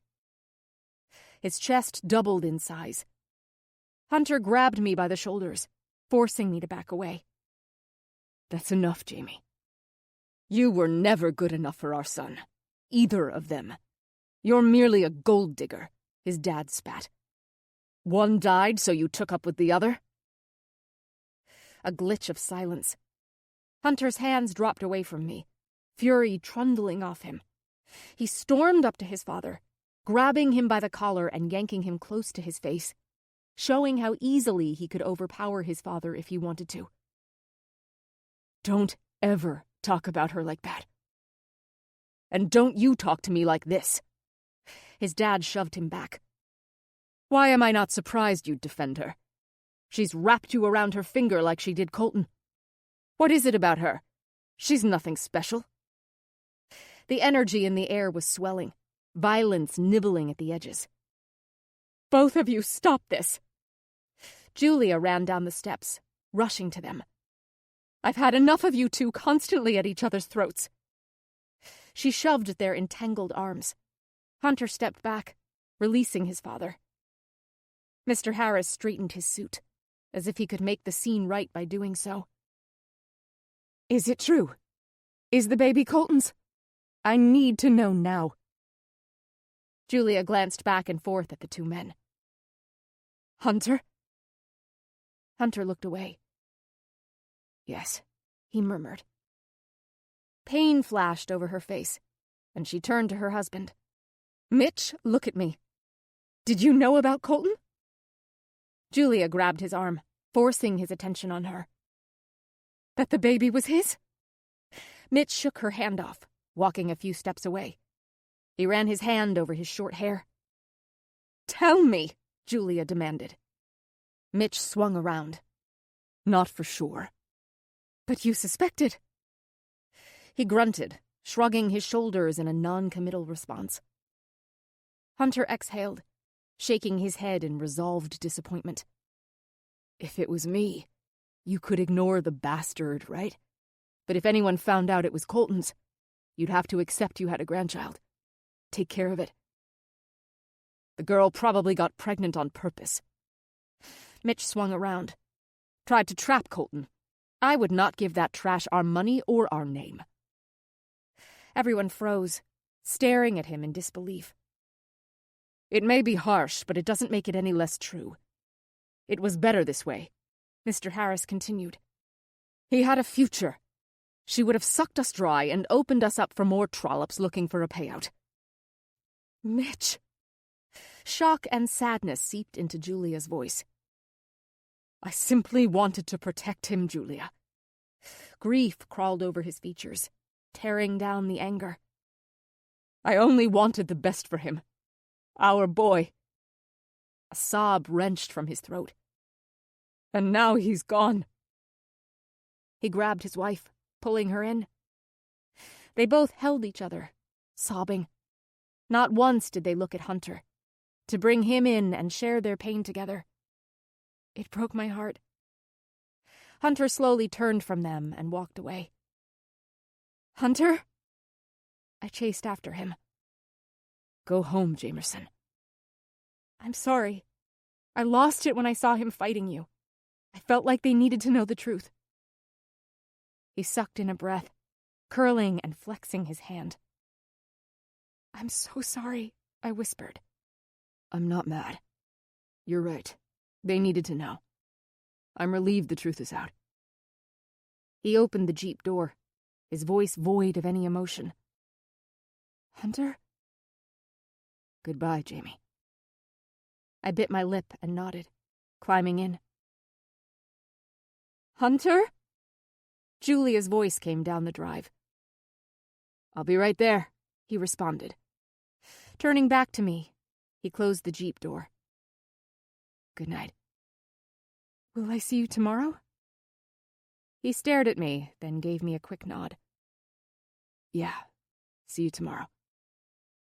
He pushed off from the door and walked away. Driving home, emotions swelled around my throat, choking me. I swallowed them back. I will see him tomorrow, I told myself. But trepidation settled in, pulling me down like an anchor. I went there to tell him I wanted to be with him, but left with the deep, resonating feeling he'd just said goodbye. Chapter 35. I was restless all morning, a nervous energy waging war in my limbs, making it difficult for me to sit still. I tried calling Hunter several times, but I only got his voicemail. No matter how much I told myself to relax, I couldn't fight the sinking sensation inside me. With every passing hour, the foreboding grew worse. I practically sprinted out of my fourth period class, already typing on my phone. "Where are you?" I sent. Nothing. Damn it. I tapped the phone against my leg. From the other end of the hall, I saw a familiar black hat bobbing through the crowd. Jones. I elbowed my way through, determined not to lose him. Jones. He jolted, spinning around, shocked I had screamed his name down the hall. What's up? Where's Hunter? Have you heard from him? Seen him? Jones shifted the weight between his legs, his gaze shooting away from mine. The foreboding turned into full-blown dread. What? He rubbed nervously at his chin. Tell me, Jones. He huffed, his light green eyes falling back on me. He doesn't want you to know. Know what? I promised him, Jamie. I stepped up, grabbing Jones's t-shirt collar, rolling it around my fist and pulling him in close. Tell me now. Damn, he exclaimed, looking down at my hand, then up to my no-nonsense expression. You're not as timid as you look. Jones, I warned. Fine. He uncurled my fingers and stepped away. He's leaving. What? I sputtered. What do you mean leaving? Leaving town. Dread swelled in my throat and slammed my heart against my ribs. I was right. It had been a goodbye. When? Right now. Jones pinned his lips, then blew out, pointing toward the front entrance. He actually just dropped off my house keys. He might still be in the... I heard nothing else, Jones said. My feet were already sprinting for the door, knocking into anyone in my way. Move, I bellowed, not caring who I rammed into. The lunch hour created a clog of human bodies near the door. From the day I returned after the accident, I'd felt watched like a caged animal. Today was no different. I said move. I shoved a huge guy who stood staring at me. All I could think was with every second they deterred me, Hunter's truck could slip out of the parking lot. Gone for good. I broke through the front doors, pausing for a moment at the top of the steps, my gaze scanning over the parking lot. Rain sprayed down, denting the puddles of water between the cars. Panic gurgled in my throat when I couldn't find Hunter's blue truck. The parking lot was still, only the sound of rain tapping on the roof above my head. The realization I missed him, he'd left without saying goodbye, hollowed me out like a gutted pumpkin. Oh my God, he's gone. I couldn't move. I barely registered people watching me through the windows and open doors. I stood staring at the beads of water dripping off the overhang, sorrow enfolding me in its arms. Then, deep in the parking lot, behind an SUV, a car engine turned over, headlights breaking through the gloom. My head snapped up as I stepped forward. Hunter's truck slowly backed out of the spot. Hunter! I bellowed, forcing my legs to move down the steps quicker than they wanted. I hit the sidewalk and bolted for the lot, dodging and diving between cars.